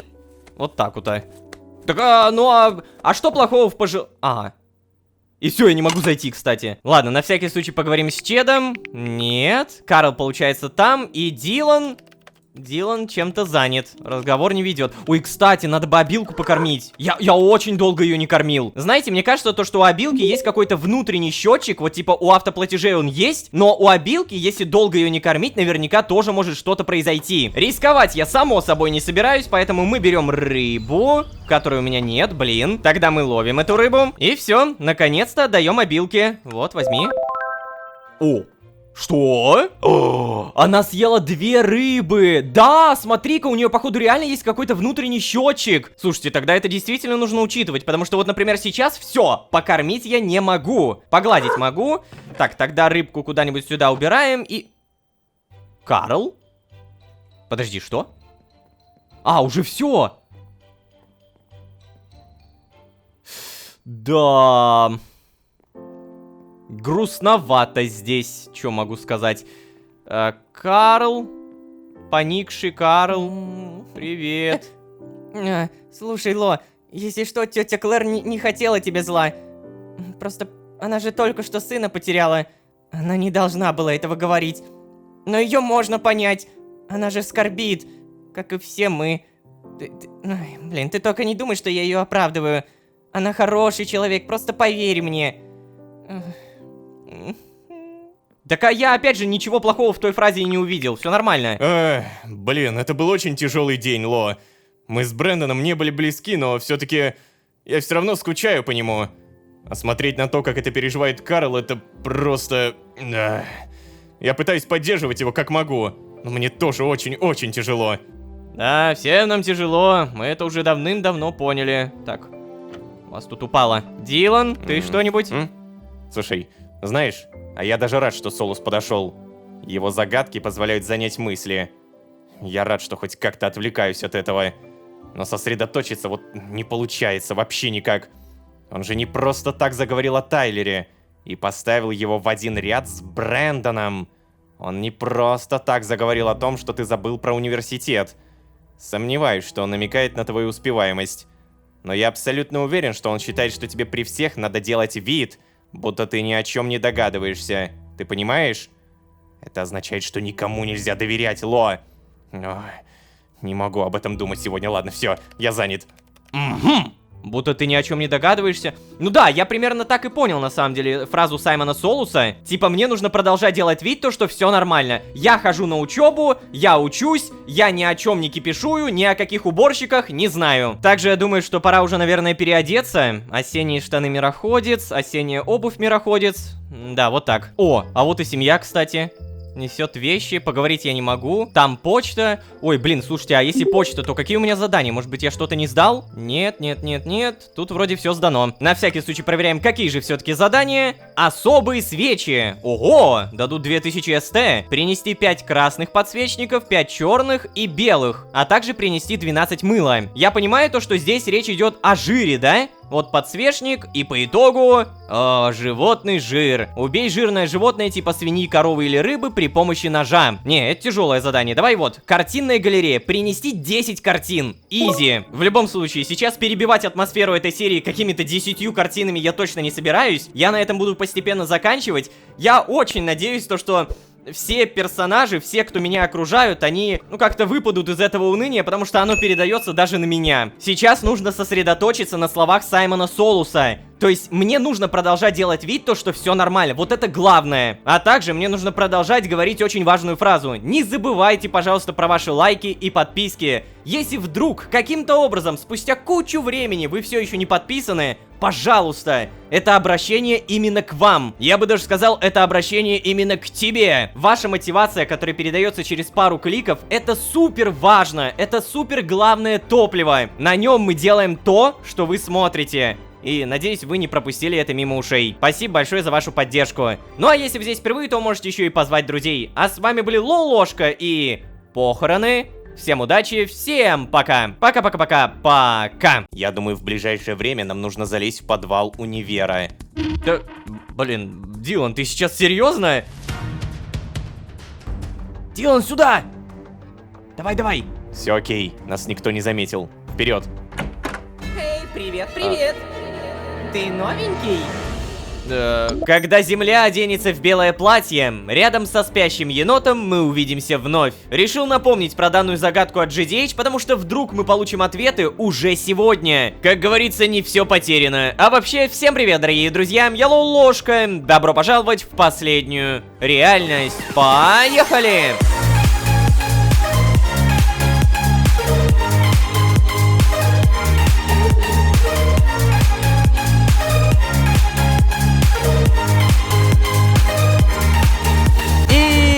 Снова всем привет, дорогие друзья, я Ложка. Добро пожаловать в последнюю реальность, сезон, в котором мы и загадку получили, и по лицу. Да-да, напомню, авария дала нам не только боль и страдания, но и понимание происходящего. Через болезненный шок мы увидели буквально другую реальность. Но давайте назовем это просто посланием. В данном послании был GDH, то есть другой я, Джодах, а также некая загадка. Когда Земля оденется в белое платье, рядом со спящим енотом мы увидимся вновь. Как я должен понимать эти слова, пока непонятно, но меня интересует немного другое. Смогу ли я поделиться этими словами со своими соседями, типа Дилана, Карла, или же... хотел сказать Брэндона. Да. Так, короче, давайте не будем о грустном. Время 6:27, и в этот момент, по идее, просыпается Карл. О, доброе утро. Что с тобой? Ло, ты прости, я сейчас не очень хочу общаться. Я хочу побыть один. Уходи. Видимо, ситуация с Брэндоном зашла чуть дальше, чем я думал. Привет, доброе утро. Дилан, а у тебя как? Доброе утро. Да, здорово, Ло. Слушай, я ж вчера кое-что нашел. Ты с Дженной обсуждал дистанционное обучение, помнишь? Она еще тогда сказала, что нет причины для переноса очного обучения. И упомянула, что с подвалом все хорошо, но... Ло, с подвалом всегда что-то не так. Нам каждый год говорили, что там протекают трубы. Да, я это помню. Разве с бюджетами нашего универа, скажи, это не должны были давно починить? Подумай об этом на досуге. Ладно. Обалдеть. Подвалы вспомнились. Я уже не помню, когда последний раз подвалы вспоминались. Это было 10-20 серий назад. Но я помню, как это было в последний раз. Ко мне подходит Джена и говорит о том, что я поговорила, и с подвалом все окей. Больше не надо об этом переживать. Конец. А вообще вопрос, как дела с Чедом? О, Чед тоже просыпается. Лиса все еще спит. Поговорим? Не поговорим? Да, здорово, Ло.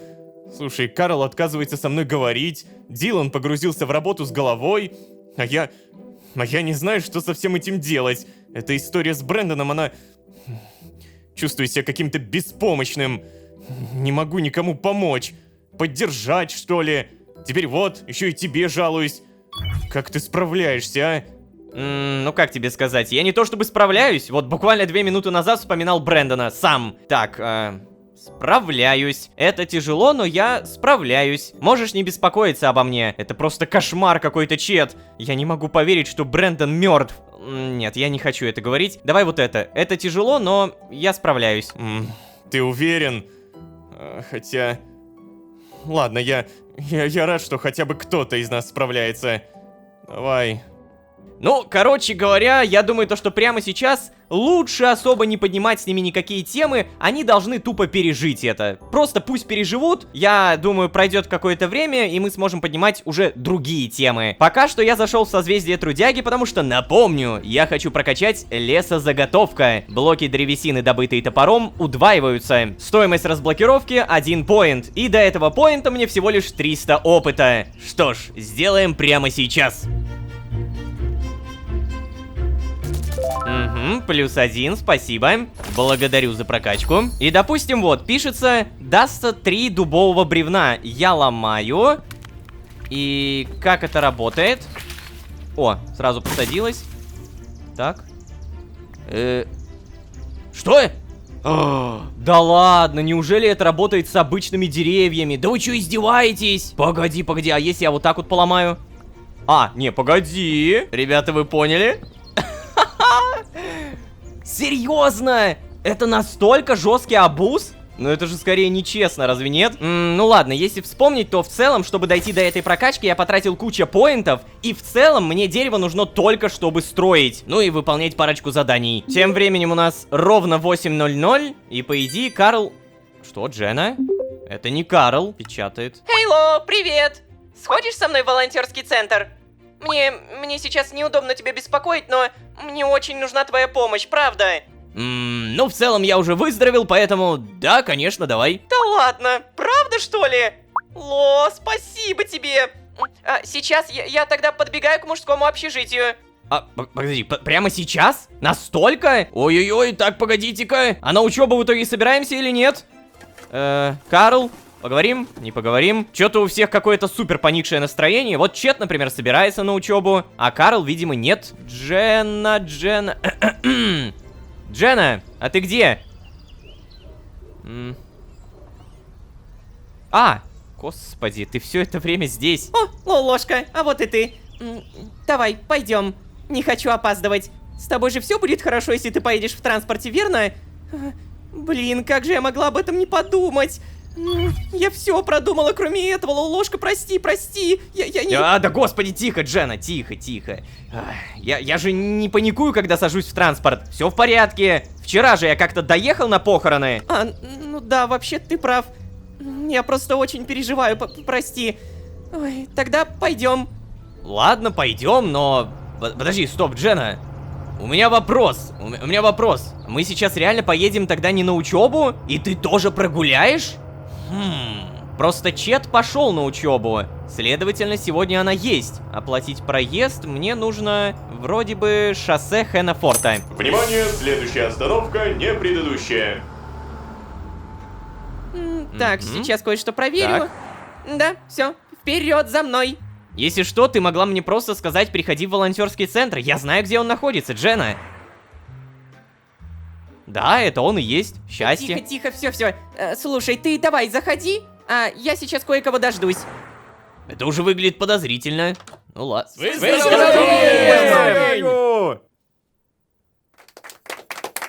Та-дам! Ло, прости, что соврала насчет помощи.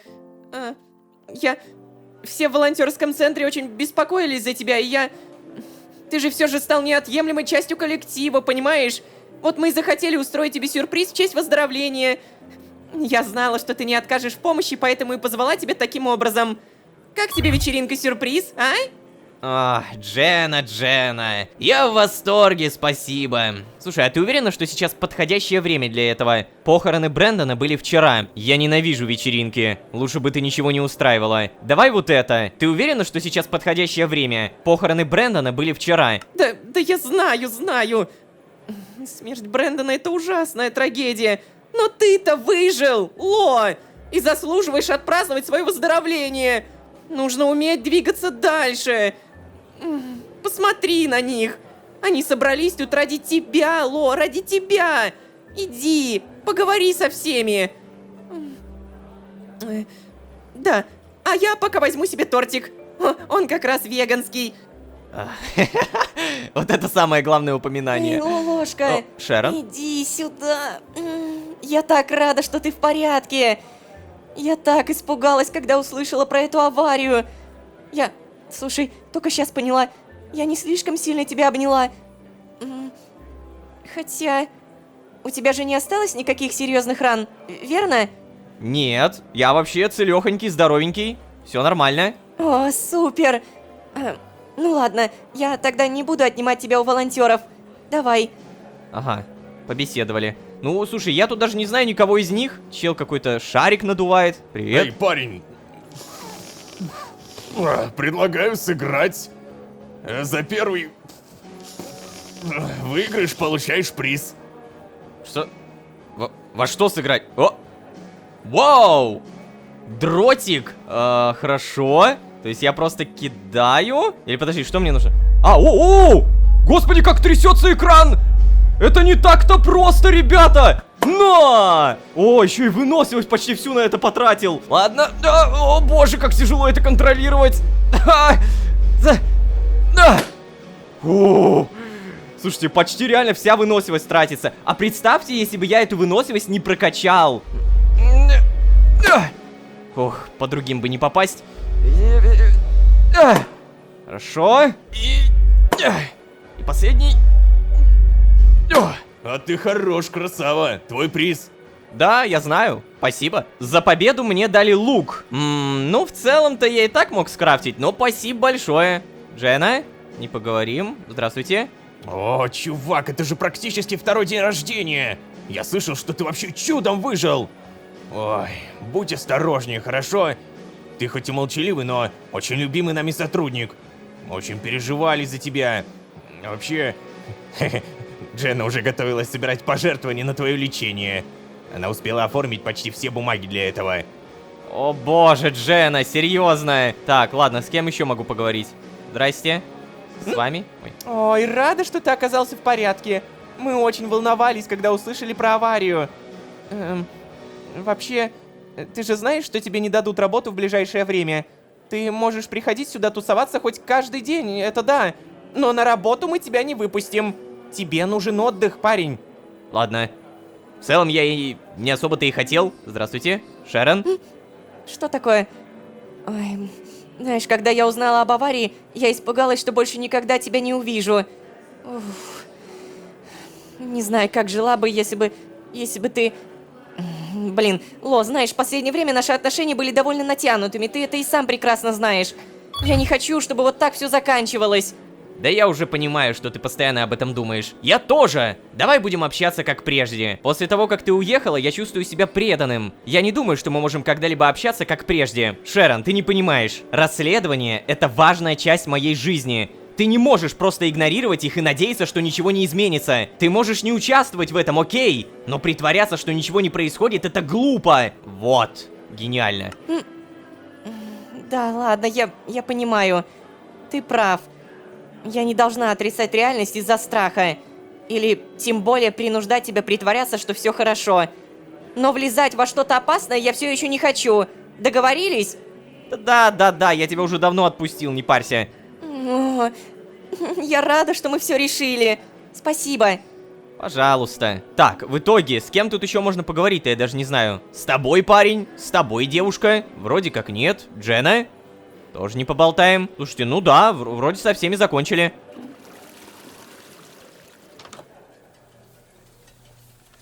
О, и правда не могу нажать, кстати.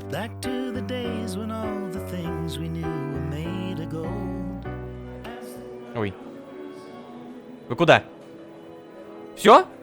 Вечеринка заканчивается? А это нормально, то, что люди расходятся? Поговорите со мной! Дженна, хватит резать этот тортик, ты его уже перерезала! Так, давайте я тогда встану где-то вот так вот в угол и посмотрим, кто-то еще будет. О, Шерон! И еще девушка. И парень. А Дженна все еще режет тортик. Дженна, у тебя тут люди уходят, пока ты режешь. Ходят слухи, что она все еще режет тортик. Блин, возможно, я что-то неправильно делаю, а может быть, мне вообще уже можно отсюда давно свалить. Представьте себе, если я тут сижу уже сколько? Ну, я не помню. 12 часов уже, боже мой! Короче, я здесь сижу, наверное, больше часа, и такое ощущение, что мне тут вообще нечего делать. Ну все. Все. Думаю, нам пора уже уходить. Мы не могли освободиться от работы на весь день, правда? Помощь нужна всем и всегда. Ну, сам понимаешь. И нет, тебе все еще нельзя помогать. Запомни это. Только отдых. Пойдем. Реально? Мне тут целый Давай, пора возвращаться. Да я понял. Но вечеринка, которая длится целый час, это серьезная вечеринка, да. Такая долгая. Хотя мне этого хватило. Куда мы в итоге? Скажешь? Ну да, если мне не говорят куда, то скорее всего это общежитие, поэтому кампус Lucky Charms. Я сейчас сяду за руль. Ну вот и все. Слушай, на самом деле мне нужно вернуться в университет. Я хотела проводить тебя до общежития. Вот, убедиться, что с тобой все будет в порядке. Так что, давай. Сейчас я должна возвращаться. Пока автобус не уехал, и мне не пришлось ждать следующий, понимаешь? Я побежала, пока. Пока. Че, он прямо сейчас реально уедет? Опа. И правда уехала. О, грузовик все еще стоит. Так, ладно, мне, наверное, лучше вернуться сейчас в общежитие, потому что такое ощущение, что я теперь могу с кем-то поговорить и, возможно, даже о подвале.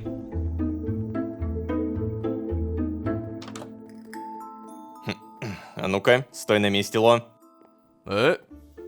Что такое? Нам надо поговорить. О, я как раз думал, то, что на... Ого! Да тихо ты, слушай меня. Я думаю, в ближайшее время нам нужно залезть в подвал универа. Солус не просто так завел тот разговор вчера, понимаешь? Он сказал то, что сейчас от нас ожидают скорби по Брэндону. И, скорее всего, как раз сейчас лучшее время, чтобы что-то выяснить. За тобой будут не так пристально следить. Ну, а я, видимо, не настолько важен, чтобы следили за мной. Ты понял меня? Надо уже сейчас решать, когда лезть. Да, блин, Дилан, ты сейчас серьезно? Об этом подвале не вспоминалось, наверное, более 10 серий. Я как бы понимаю то, что ты раскручиваешь эту тему и все такое, но... так резко. Лучше сегодня ночью, чем раньше, тем лучше. Уху! Надо идти днем, когда мы можем затеряться в толпе. Слушай, а может позовем Шерон с нами? Не просто же так за ней следили. Может ты дашь мне тег Ричарда? И я просто позову его с нами? Он точно что-то знает и может помочь. Блин, какие хорошие выборы-то, а? Наверное, все-таки лучше ночью, потому что он опять же говорит, от нас ожидают скорби, следовательно, меньше следят. Так что, да, давай ночью. Угу, ты прав. Лучше провернуть все ночью. Чем меньше людей, тем меньше шанс, что нас заметят. Мы должны будем избегать всех, ты это понимаешь? Даже Чеда и Карла, Ло.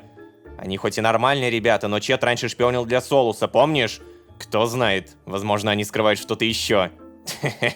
Я не удивлюсь, если Карл на самом деле инопланетянин, и он просто притворяется человеческой формой жизни. И самое главное, Ло, никому ни слова. Я не собираюсь подставать за тебя. Ладно. Боже, почему я на это согласился? Так, задание давай-ка прочитаем. Автор Дилан, таинственный подвал. Что ж, с самого начала подвал вызывал у меня подозрения. Пришло время пробраться туда. Надо сделать все, не вызывая подозрений, поэтому мы пойдем туда ночью. Надеюсь, там будут ответы, которые я так долго жду. Задачи неизвестно. То есть, погоди, в смысле неизвестно? Пробраться в подвал более чем известно. Так, обсуждать ни с кем нельзя, да в целом-то и не с кем. Если так посмотреть, то... Никого нет, только Дилан в своей комнате. Поговорить Если мы... чё, и Карл, и Чед засыпают где-то в 11. Надо будет выходить в это время. Действовать нужно будет быстро, Ло, ты же это понимаешь? Общественный транспорт прекращает работать в 1:00 ночи, а возобновляет работу в 6 утра. Если задержимся, придется всю ночь в городе гулять. А это будет уже подозрительно. Да, согласен. Это уже будет действительно подозрительно. Как-то я даже не верю, то, что мы действительно ночью будем пробираться в город. Это все настолько внезапно. То есть меня даже никто к этому не подготавливал. Я знаю то, что вечером и ночью в городе холодно. Если все-таки... Здравствуйте, что стоите? Не могли дать выходные подольше. Учеба уже завтра. Блин, надоело. Ага. Понял. Я знаю то, что по вечерам и ночью холодно. А если там холодно, и если мы там действительно в итоге останемся, то мне явно понадобится грелка, которая, благо, у меня есть. Чет, кстати, видимо, сегодня утром не на учебу ехал, потому что выходные. Окей, здравствуйте. Куплю себе летних вещей. И сейчас со скидкой как раз продают. Ну да, логично. Не сезон. Прикинь, енот сегодня ночью залез в мусорку в женской общаге. Разбросал везде мусор. А нам пришлось все это убирать. Где уборщики, когда они так нужны? Что ты сейчас сказала? Енот? Когда земля оденется в белое платье, рядом со спящим енотом мы увидимся вновь. Ну нет, это бред какой-то. Если каждое слово про енота подвязывать к этой загадке, то я с ума сойду. Да, ты смотри, куда идешь. Простите? О, Карл! Здорово! Ты погляди, у него сегодня можно было фермерство, видимо, Написали, что завтра возобновляется учеба. Не уверен, что смогу слушать лекции или вообще как-то учиться. Ты, кстати, Ло, если что, ты можешь не ехать. У тебя же больничный, помнишь? Ты еще неделю можешь не появляться в университете. Но если захочешь, то можешь и сразу вернуться. Везет некоторым. Блин, да, короче, с Карлом пока что мы не говорим. Все, я это понял. Но, вопрос. Могу ли я у него приобретать книги на фермерство? Да, смотри, торговля. Я могу купить, получается, учебник за сколько? За 500 СТ. Напомню то, что каждый уровень фермерства увеличивает скорость роста культур на 1% за уровень. То есть сейчас у меня на 16% быстрее растет любая культура. О, Чет. О, да, еще раз привет, Ло. У меня хорошие новости. Я все же смог вывести Карла из общаги, прикинь. Кажется, он вроде даже успокоился. Мы часа 2 просидели на ферме. Просто рассматривали животных. Это лучше, чем если бы Карл просто лежал в кровати без движения, как раньше, да? Ай-яй-яй. Ай, как же это все тяжело. Тяжело. Понимаю. Так, короче, давайте на чистоту. Сейчас у меня есть немного времени, чтобы расслабиться и пойти хотя бы задание выполнить. Что, золотое яблоко? Принести 1 ящик золотых яблок. Я слышала, что существует золотое яблоко. Всегда мечтала попробовать подобное. Да чего попробовать? Я хочу целый вагон таких яблок. Но боюсь, не потяну. Поэтому лишь 1 ящик золотых яблочек. Серьезно? Лишь 1 ящичек? Ты издеваешься? Принести, 2 дня?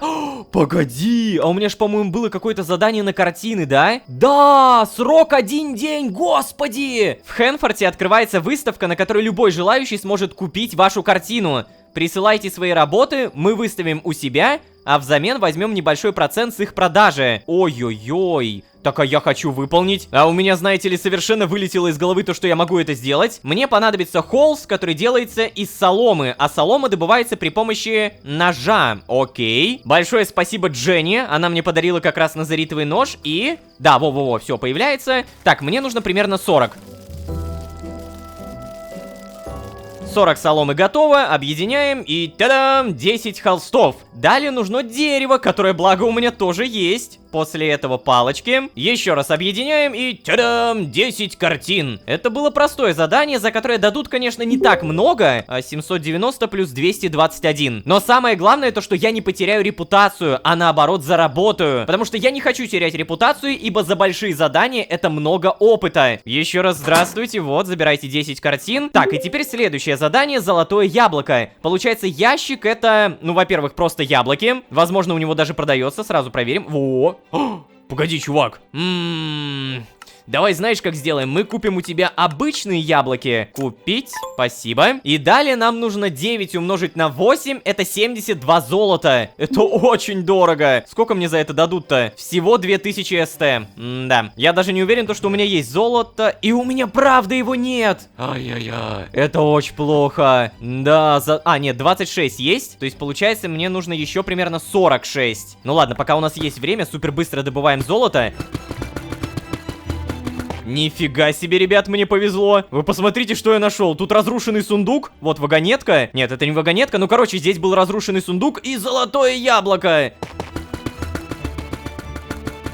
О, да, господа и дамы, ящик золотых яблок к вашим услугам. За это мы получим примерно 2000 СТ, за это мы получим примерно 1000 СТ. Итого у меня будет 3000. Кстати, а что у нас по акциям? Блин, это просто отвратительно. О, задание картинной галереи выполнено. Найс. А задание на яблоке не было выполнено, потому что я его не взял. Ай, какой же я кретин. Зато теперь я получу больше СТ, потому что репутация чуть-чуть подросла. О, стонкс. Так, а теперь у меня достаточно серьезный вопрос. Дилан, мы... Ну, ты чё, как? Да-да, сори, я просто, кажется, немножко опоздал. Да, ты готов? Так, да, наверное, я не знаю. Угу, ну тогда пойдем. Прям все настолько просто. Что происходит, господи? Ой-ой. Что, проверил, спят или нет?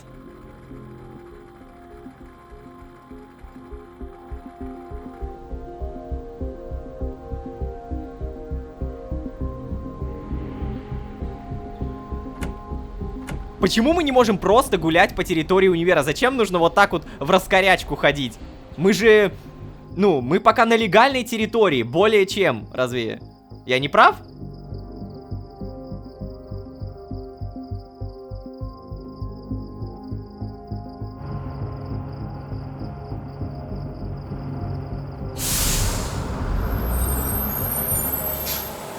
Угу, университет Lucky Charms. О, так, в итоге, во сколько мы приехали? В 20! Тихо, уборщики. Дальше надо осторожнее, Ло. Это будет несложно. Кажется, они не очень внимательные. Пойдем. Ни хрена! О!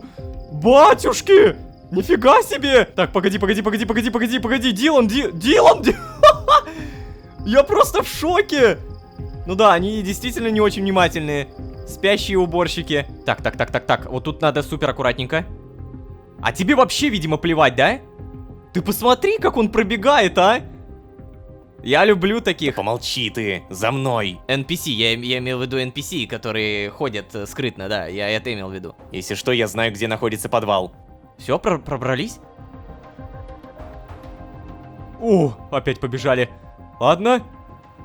А сколько тут уборщиков-то на целый университет, слушайте. Я сначала думал, что их, 3-4, максимум 5.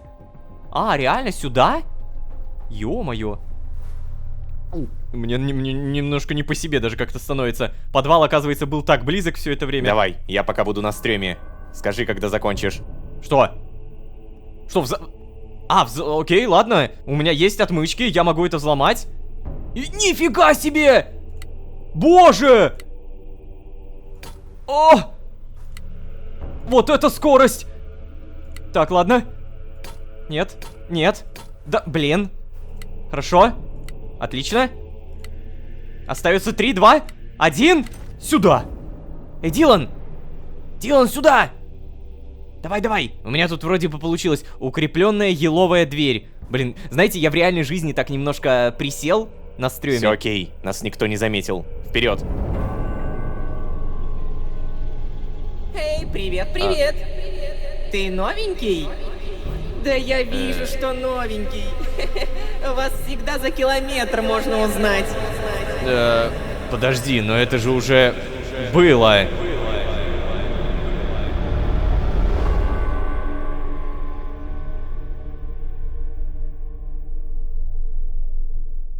Короче, просто вопрос. Чё будем делать до 6 утра? Можем пойти в волонтерский центр. Там сейчас никого не должно быть. Так, я сейчас отключусь, тебе нужно будет донести меня самому, окей? Когда дойдешь, поставь меня. Я включусь обратно. Чё? Окей, ребят, я не совсем понимаю, что говорить в начале. Предыдущая серия закончилась на Дилане, ночном университете и подвале. Да, спустя кучу времени мы наконец-то попали в универский подвал и обнаружили там, как бы сказать, черный экран. Но не просто черный экран, а со словами, которыми нас встретила Дженна в самой первой серии сезона. Привет, ты новенький? Да я вижу, что новенький. Вас всегда за километр можно узнать. Я сейчас не преувеличиваю, вот буквально один и тот же текст. Здесь и здесь. Окей, давайте так, что по итогу мы обнаружили в подвале, сегодня узнаем, потому что предыдущая серия закончилась на «Продолжение следует». И это продолжение прямо сейчас. А вообще, всем привет, дорогие друзья, я Лолошка. Добро пожаловать в последнюю реальность. Поехали!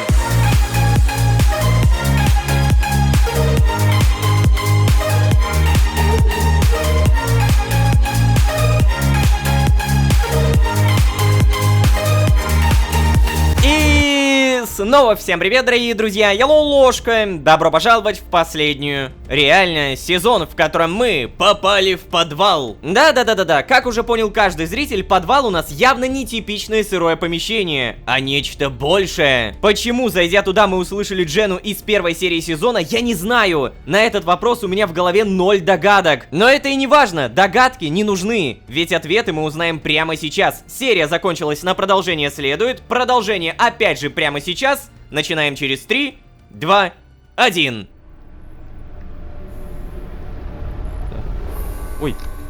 Дилан, погоди, куда? О боже, что Не это? понял. Это еще что? О, приветики! Ты новенький? Да я вижу, что новенький. Вас всегда за километр можно узнать. Бродите тут, как потерянные роботы. Ой, прости, я просто прикалываюсь. Меня зовут Дженна. Я волонтер-куратор в этом университете. Так, чувак, ты... Это же точно не Дженна. О боже мой, что здесь происходит? Так, а ну-ка, Ло, быстро за мной. У меня есть кое-какая идея. Ща. Так, вот, возьми. Переодевайся. Твоя одежда — самая узнаваемая часть тебя. Если они не следили за тобой слишком внимательно, есть шанс, что тебя не узнают. Ой, кстати, это очень умно, это очень логично. Это снимаем. Очки, наверное, тоже лучше снять. Вот так вот, И все. я думаю, более чем нормально. В итоге, куда это... Че там опять, неужели... опять она... Что, снова сработала при входе в лабораторию, да? Так, погоди-ка. А этого разве не приводили сюда недавно? Ему что, снова диагностика нужна, что ли? Кстати, что-то я не припомню тебя. У нас не так уж и много сотрудников. Ты кто? Погоди, ты сейчас сказал про Дилана и диагностику? Нет, погоди, не надо. У меня сейчас мир перед глазами разрушается, не надо. У меня же сейчас слезы пойдут.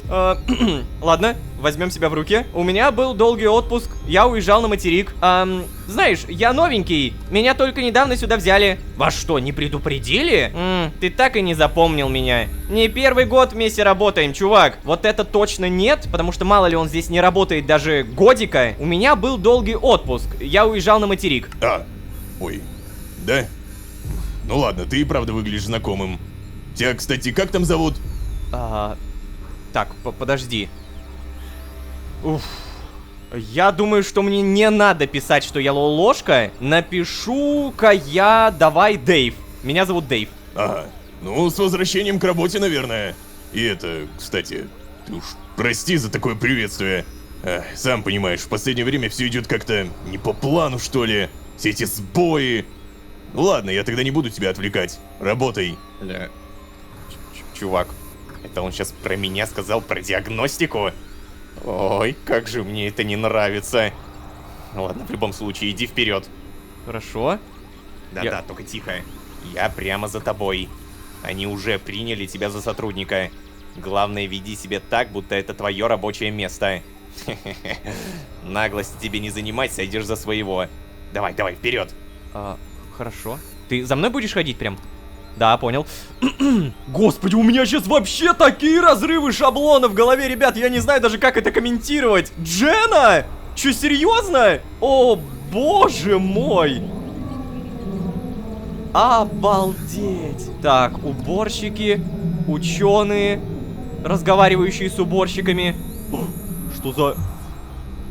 Нет. Это же очень похоже на какого-то, знаете, аниматроника. Так, и что он делает? Ну, что-то явно делает. Ух, пипец. О! Житель! Подожди. Погоди. Понятно. Житель! Чуваки, у меня сейчас вообще просто язык куда-то пропал. Я не могу это комментировать. Вы уж простите, но я правда не могу. А вы кто такие? Мальчик. Ладно. Так, стоп. Престон, бога ради! Что с тобой сделал? О, черт возьми, Престон! Чувак, это же он! Ну давай, что ты стоишь, сделай что-нибудь! Престон... О, мне так нравится этот вид! Я просто обязан это нарисовать! Стоп! Нет! Это все не настоящее! Это просто сон! Что тут происходит, а? Остановить программу! Стоп! Фу, блин, этого автоматона все еще пытается починить. Но... он начинает ломаться все быстрее и быстрее. Да уж, давай. Оп. С утра подписали акт на его утилизацию. Давай, иди. Е-мать. Дилан! Ты что делаешь, бога ради? Да тихо, ты тихо. Я пытаюсь найти хоть что-нибудь. Тут должно быть больше информации. Стоп. Нет, я поверить не могу. Чувак, я нашел свой код. Программу моего поведения. И... О, черт. Отвлеки его. Я попробую пока что-нибудь найти. Ладно. Ой, простите, мистер уборщик. Чё там, Чарли совсем сошел с ума у тебя, да? Или как там его? Престон? Да, даже не помню, сколько имен мы ему уже давали. Я все еще считаю, что это от постоянного переписывания его сценария. Но, ладно, да, глобальные сбои тоже явно не способствовали нормальной работе. Тем не менее, неудивительно, что он сломался. Чарли. Ага, то есть у Престона еще такое имя. Удалось выяснить, из-за чего появились сбои? Это как-то связано со сбоями? Так, удалось выяснить? Да если бы. Понятно, что они связаны с кем-то в университете, но с кем? Пришлось откладывать учебный сценарий, чтобы проверить всех. А в итоге все равно. Эх, ничего. Проблему-то надо решать быстрее. Наверное, для этого тебя и вернули из отпуска, даже не предупредив нас. Свежий взгляд и все такое. Так. Ну ладно, не время болтать. Надо работать. Давай, чао. Окей. Да, меня вернули из отпуска. Дилан, у тебя как? Но, блин, а я был уверен, что тебя схватят. Я хоть и подбадривал тебя, но лжец из тебя реально никакой. Думал, попытки поймать тебя дадут мне достаточно времени. Ай, что же я могу сказать-то на все это? Надо сваливать отсюда. Одного уборщика ты обманул, но если придет кто-то еще, то... Сам понимаешь. Давай больше не будем полагаться на удачу. Тут слишком много людей. Пойдем. Ладно. Батюшки. Господи Иисусе. Ой. Так. Смотри, он в наушниках.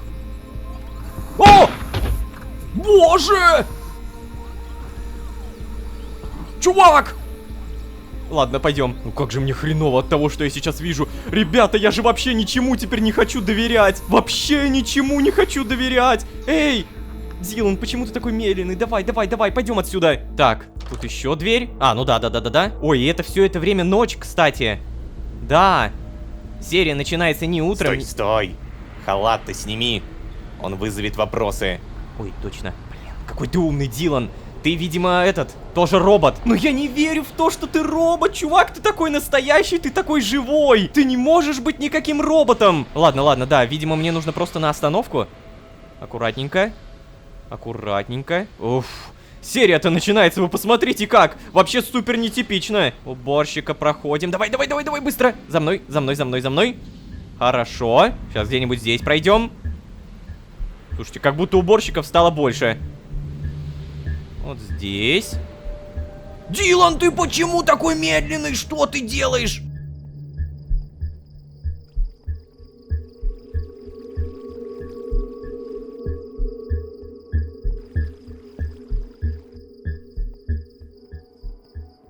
Молодцы. Так, университет Лаки Чармс. А, погоди, а как мы уедем? О, черт. Черт, поздно. А, стой, Дилан, какой поздно. У меня тут свои проблемы. Одеться срочно. И электрогрелка, срочно. Все. Фу, как мне холодно было. Мы задержались, чувак, автобусы уже не ходят. Так, ладно, я предлагаю сегодня не идти на пары. Вдруг тот уборщик будет ходить по универу. Надо что-то написать Карлу и Чеду. Они наверняка заметили, что нас нет. А если еще не заметили, то заметят уже утром. Да, ты опять же прав, Дилан. Как бы я без тебя вообще куда-то пробрался? Ты прям мегамозг. Напишем, что ходили на фудкорт и слишком задержались. Скажем, что останемся ночевать у моей подруги Шерон. А давай ничего не будем писать, может быть, они даже и не заметили ничего? Нет, фудкорт они точно не поверят. А вот останемся ночевать у моей подруги Шерон, в это легко поверить, поэтому Шерон. Ну да, вариантов у нас не так много. Хорошо, так и сделаем. Но в действительности у нее нельзя оставаться. То, что я узнал, это... Блин, я не знаю, насколько ты понял, что именно происходит. Короче, просто вопрос. Чё будем делать до 6 утра? Решай, пожалуйста, быстрее. Мне может потребоваться диагностика. Черт. Не думаю, что нам вообще стоит стоять здесь на остановке. А это, кстати, тоже правда, Дилан. Можем пойти в парк. Думаю, все-таки стоит написать Шерон. Можем пойти в волонтерский центр. Там сейчас никого не должно быть. О, хорошая идея. Чего? Погоди, у тебя ключи есть? Нет. Ключей у меня нет. То есть ты предлагаешь вломиться к волонтерам? Мне нравится. Так, я сейчас отключусь, тебе нужно будет донести меня самому, окей? Когда дойдешь, поставь меня. Я включусь обратно.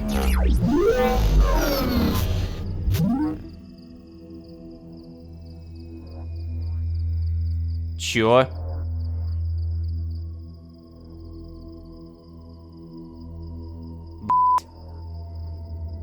Я... Ладно. Дилан. Чего? Знаете, я, конечно, многое могу понять, но вот этого я не могу понять. То есть, получается, Дилан подзаряжается каждую ночь, когда ложится спать? Что-то в этом духе? Или его подзаряжают прямо в общежитии? Господи, как это все сложно! В любом случае, волонтерский центр. Ой-ой-ой, хорошо. Так, ты тогда полежи где-нибудь здесь, а я что, реально... О, класс. Ты все-таки справился. Я немного выкрутил себе оптимизм прямо в подвале. Такс. Ну что, сам взломаешь? Или это сделать мне? Ого, давай ты. Да я сам, у меня в целом есть отмычки. Ну, окей, как хочешь. Ща все будет вот так вот. Так, заходите, мистер. Надеюсь, тут и правда никого нет. Зал для выступлений. Ой, мы там, кстати, ни разу не были. Ты куда? А, как раз туда. Так, тут вроде никого. Подвинься-ка. А, ты все хочешь осмотреть. Господи, сколько раз я уже назвал Дилана умным. Ну, правда, ну умный. Жаль, робот. Что ты хочешь? Тебе зачем этот ноут? Бога ради, Дилан, положи на место. Мне кажется, это плохая идея брать какие-то чужие вещи. Ну, хорошо, посмотрим. Ну, смотри-ка, супер же. Тут есть ноут. Слушай, у меня есть одна теория, хочу ее проверить. Не отвлекай. Ладно, сколько мне тебя надо не отвлекать? О, ну все, теперь понятно, точно. Чувак, помнишь, я говорил, что в бункере оборудование другое? Все компьютеры этой дурацкой симуляции имеют две системы. Внешнюю и тайную. Такие, как я, не должны иметь доступа к тайной системе. Но я, к счастью, архитектор компьютерных систем. И что-то да все-таки знаю. Иронично, да? Такс, сейчас...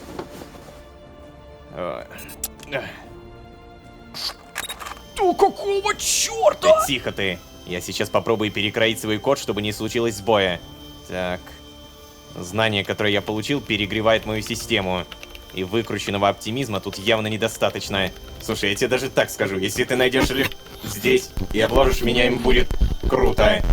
Критический перегрев системы. Критический перегрев системы. Критический перегрев системы. Дилан? Критический перегрев системы. Да! Критический перегрев системы. Боже, Дилан, что делать? Что делать? Ладно, он сказал про лед. Холодильник. Лед! Пакет со льдом. Так, Дилан, вот. Это вроде как помогло, но как-то слабенько помогло. Вот, возьми еще. Сколько мне нужно? Так, еще пакет со льдом. Я не понимаю, ему это помогает или нет? Просто пакет со льдом реально тратится. То есть вся та информация, которую он узнал, перегревает его систему. Он узнал о том, что он робот. Но как же он легкомысленно к этому отнесся? Ну, то есть, он не удивил... кстати, да, дымка становится меньше. Так. Интересно. Так, продолжим. Чё, реально, тебе вообще плевать? Реально робот. Что ты делаешь? Да ладно, тебе не парься. Просто пришлось вернуть тебя к изначальным настройкам. При них система остается стабильнее всего. Видимо, уровень скептицизма, зашитый в мой базовый сценарий, настолько высокий, что мне плевать, что я даже не человек, а автоматон. Никаких эмоций. И, кстати, да, спасибо, что спас меня от перегрева. Было бы смешно, если бы я взорвался прямо у тебя на глазах, да? Тот факт, что ты не перегреваешься, заставляет меня думать, что... Ты не автоматон. Но ты и не уборщик. И не чел в белом халате. Ты не знал, что весь этот мир симуляция? Прикольно. Вообще хорошо, что у нас с тобой дружеские отношения сложились. Интересно, как бы я себя вел, не сформируй ты со мной такой связи. Ладно, я вижу, что ты хочешь поговорить и все такое. Но автоматонам тоже нужен сон. На пары не пойдем. С утра вернемся в общагу. Там поговорим. Ага, вот почему ему настолько плевать. Потому что уровень скептицизма в его программе очень высокий. Тогда понятно, почему он так пофигистически ко всему относится. Ой, Лолошка. А вот Лолошка явно такое просто пережить не может. Да. О, Карл. Так, сейчас, погоди. Эй, Ло! Почему вы заранее не предупредили, что не вернетесь в общагу? Я так сначала испугался. Ой, Карл, да-да-да, прости. Мы задержались на фудкорте, автобусы перестали ходить, а такси слишком дорого, сам понимаешь. О, Карл, поверь, тебе не стоит знать, чем мы занимались. Карл, отстань, ты нам не мама. Наши дела — это не твое дело. Так, про Шерон тут, кстати, ничего нет. Ну тогда давай про фудкорт. Да, автобусы перестали ходить, а такси дорого. Ну ладно. Прости, что развел панику. Просто после аварии я совсем потерял голову от переживаний за всех вас. Эй, Ло, да хватит там переписываться. Нам надо уходить, пока сюда никто не пришел. Идем быстрее, пойдем к автобусу. Надеюсь, мы сейчас реально спокойненько вернемся, и все будет нормально. Оплатить проезд. Так, кампус Lucky Charms. Следующая остановка не предыдущая. Ой, блин, я не выспался вообще. Пойдем в общагу, а? Там сейчас, по идее, никого не должно быть, да?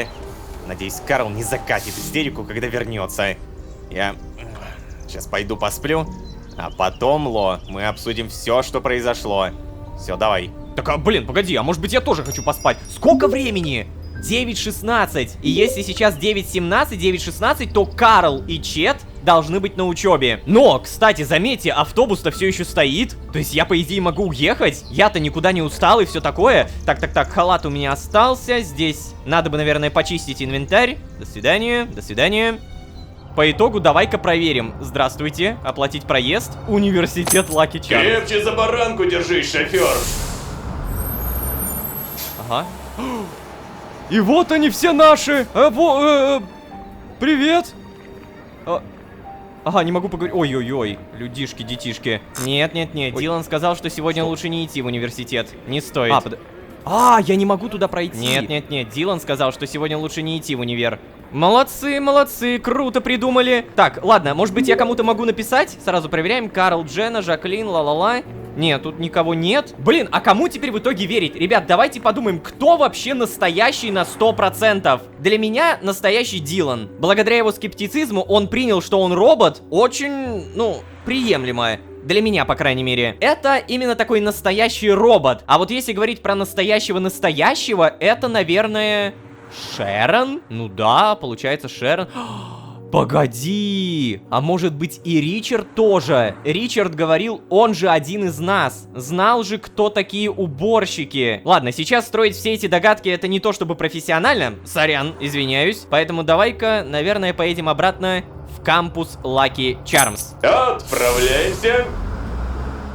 Спасибо большое. Дабы успокоиться, мне нужны более обыденные вещи. Например, проверить акции. Черт возьми, акции стоят 101. Я в жестких минусах. Денег у меня при этом 4500. Следующее списание через 4 дня. Это будет общежитие. И давай... Так, погоди-ка. Джена печатает. Эй, Ло, срочно! Если ты оставлял в волонтерском центре свои вещи, то тебе нужно срочно подойти. Сегодня кто-то вломился сюда. У меня пары закончились пораньше. Я пришла открыть волонтерский центр, а тут сломанный замок.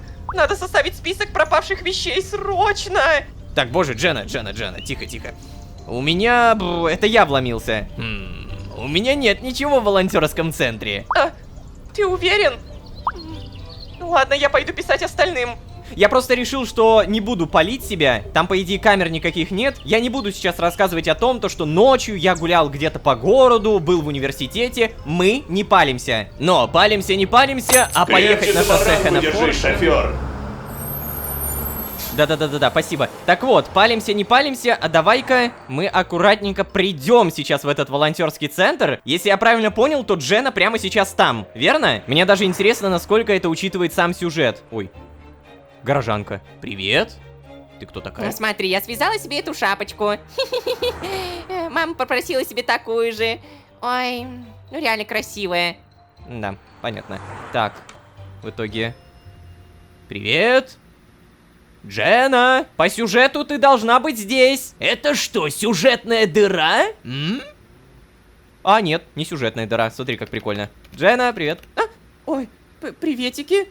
Ты решил прийти? Ты можешь поверить? У нас ничего не украли, прикинь? Кто вообще вламывается в дом и ничего там не берет?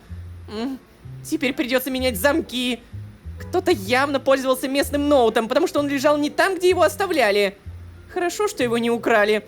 Там хранится столько рабочей информации. Все, на волонтерском собрании точно буду поднимать вопрос о перенесении файлов в облако. И, видимо, об установке камер видеонаблюдения. Обалдеть, это что такое было? Ладно, я не буду рассказывать, что это я. Так, здесь у нас ничего. Я так люблю наш университет.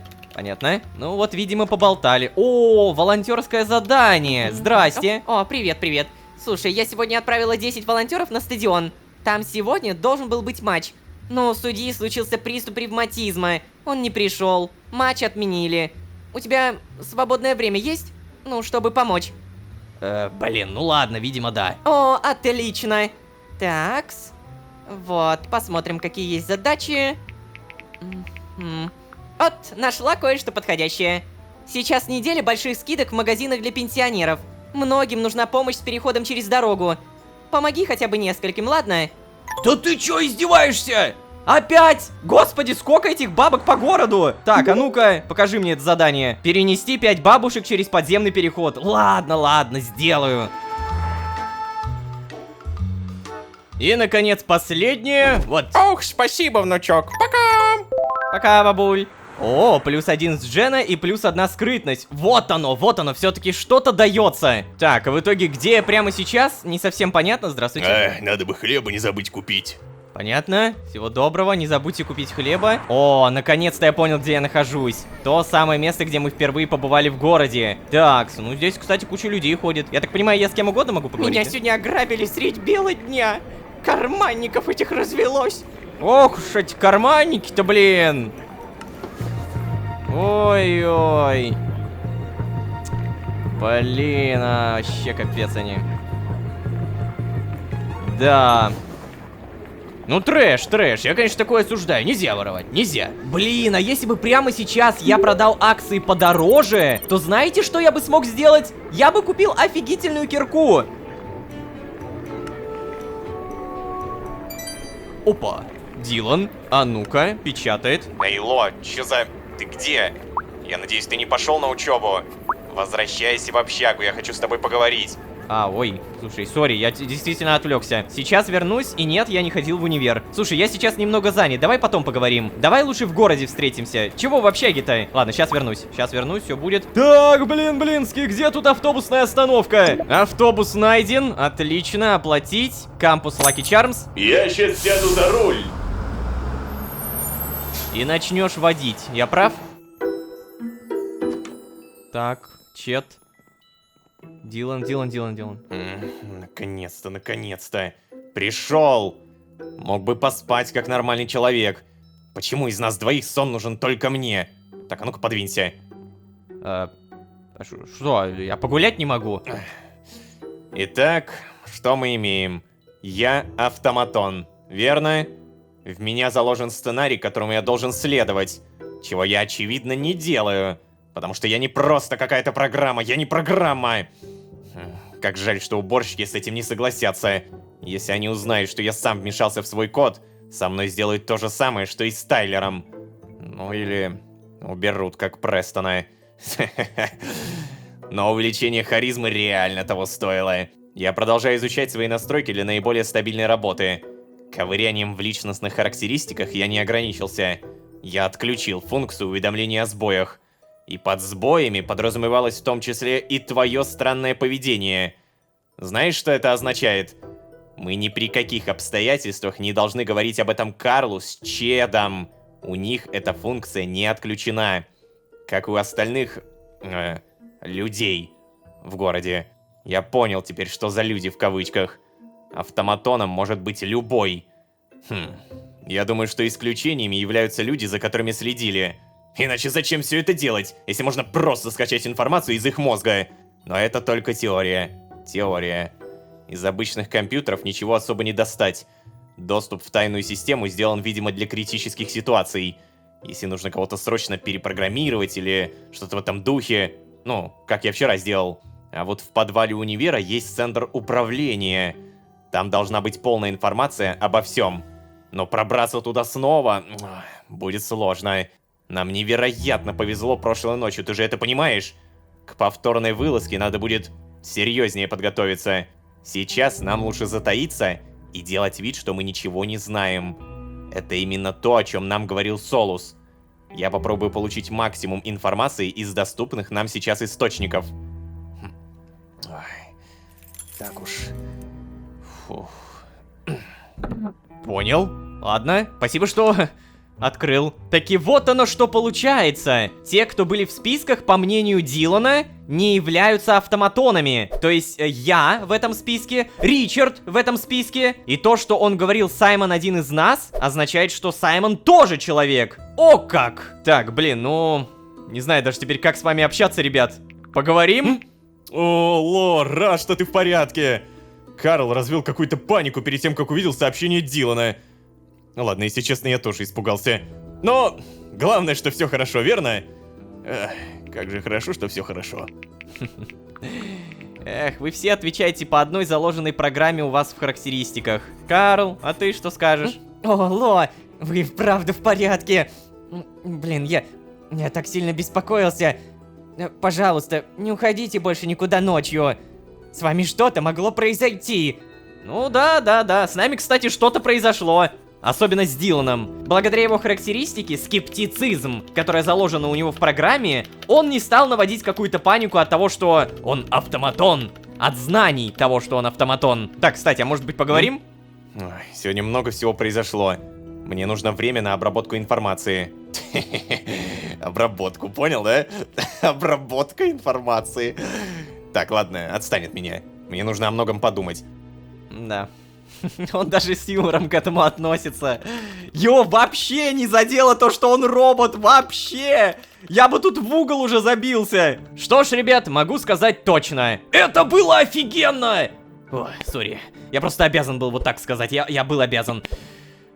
Надеюсь, то, что вам понравилась эта серия. Надеюсь, то, что вам нравится этот сезон. И я очень надеюсь, впервые я скажу немного другую фразу. Я очень надеюсь, то, что вы перейдете по ссылке в описании и поддержите нашу команду. Я само собой не забуду попросить вас о лайках и подписках, но если вы перейдете по ссылке Бусти и поддержите нас хотя бы маломальской копеечкой, чтобы мы продолжали делать лучше, больше, потому что дальше больше, то мы будем вам капец как благодарны. Потому что дальше и правда больше. Мы стремимся к этому. Спасибо большое, если не пропустите это мимо ушей. Опять же, любая копеечка, любая. Извиняюсь, что повторяюсь. Но если вы здесь впервые, то можете еще и позвать друзей. А с вами были Лолошка и Автоматоны.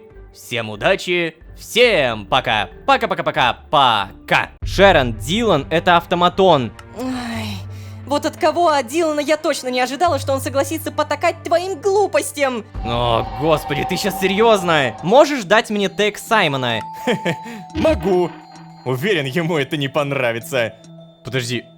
Что? Ой-ой-ой, инопланетяне? Инопришельцы? Не, автоматоны, ребята, роботы среди нас, буквально. Сейчас расскажу поподробнее. А вообще, всем привет, дорогие друзья, я Лолошка. Добро пожаловать в последнюю реальность. Поехали!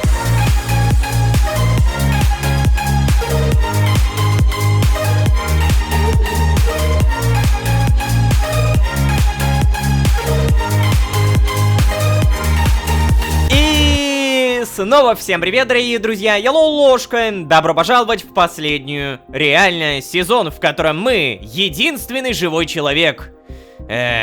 Да-да, отныне, раз и навсегда, я не могу верить никому из всех, кто меня окружает. Дилан — робот, Престон — робот, Дженна — тоже робот, черт возьми. Достоверно о Чеди и Карли мы такой информации не обладаем, но, думаю, здесь и так все очевидно. Мы живем среди живых автоматонов. Автоматонов, даже не ведающих, что они роботы. Повезло, что у Дилана скептицизм выкручен на максимум, поэтому, узнав такую важную для себя информацию, он не стал устраивать панику. Да, перегрелся, но откатил себя до нужных настроек, вырубил функцию тревоги и вуаля! Отныне Дилан единственный робот, кто не может меня спалить. И вот тут появляется другой супер важный вопрос. Спалить кому? Зачем этот глобальный проект вообще существует? То, что мы узнали про живых роботов, это, конечно, круто, чудесно, но это отвечает, дай бог, на 30% от всех вопросов. Теперь мне еще больше захотелось встретиться с Саймоном Солусом и нормально поговорить. Привет, телефон, ну-ка, какие сообщения? Никакие, прикольно. А какое время? 6:10. А какие акции, ну-ка?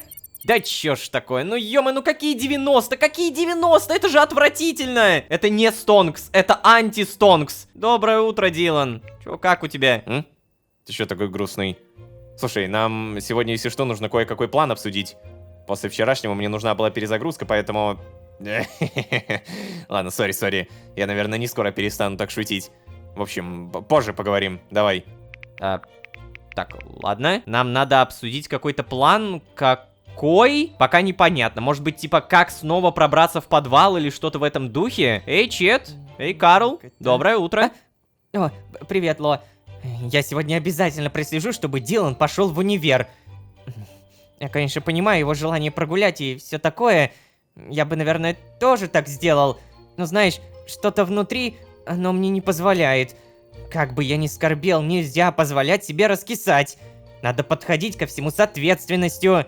И ты запомни. Хорошо, Карл, запомню. Так, Чет, доброе. О, здорово, Ло. Чем это вы в прошлой ночи занимались с девушкой втроем, а? Не знал, что Дилан знает Шерон. Карл, если что, тоже с ней знаком. Ну, или он так сказал. Такое чувство, будто я один ее не знаю. Ну и понятно, я ж тут все-таки новичок. Ну ничего, еще, может, познакомлюсь. Ага, типа версия Дилана, то, что мы были у Шерон? Дилан сказал это Чеду? О, господи, Дилан, зачем? Ну, он еще и спать лег. Устал, бедняга. Так, получается, прямо сейчас, если Карл сказал про учебу, и, напомню, в предыдущей серии студенты говорили то, что завтра заканчиваются выходные, то есть как раз сегодня учеба должна начинаться, и она будет, ну, видимо, также примерно в 8 часов, как минимум в это время надо будет выезжать, а пока что не забываем, я прокачиваю созвездие Трудяги, и оно у меня прямо сейчас всего с 2 непрокачанными поинтами. Удобрение, вы можете использовать блоки листвы, кокосную муку, и глаз алмаз. При вскапывании блоков лопаты вы иногда находите ценные предметы. Хочется. А раз уж хочется, будем совмещать приятное с полезным. Добываем немного руды. Данная руда пойдет в выполнение задания, а также качаем опыт. Только вот до следующего уровня капец как дорого. Ладно, не первый раз.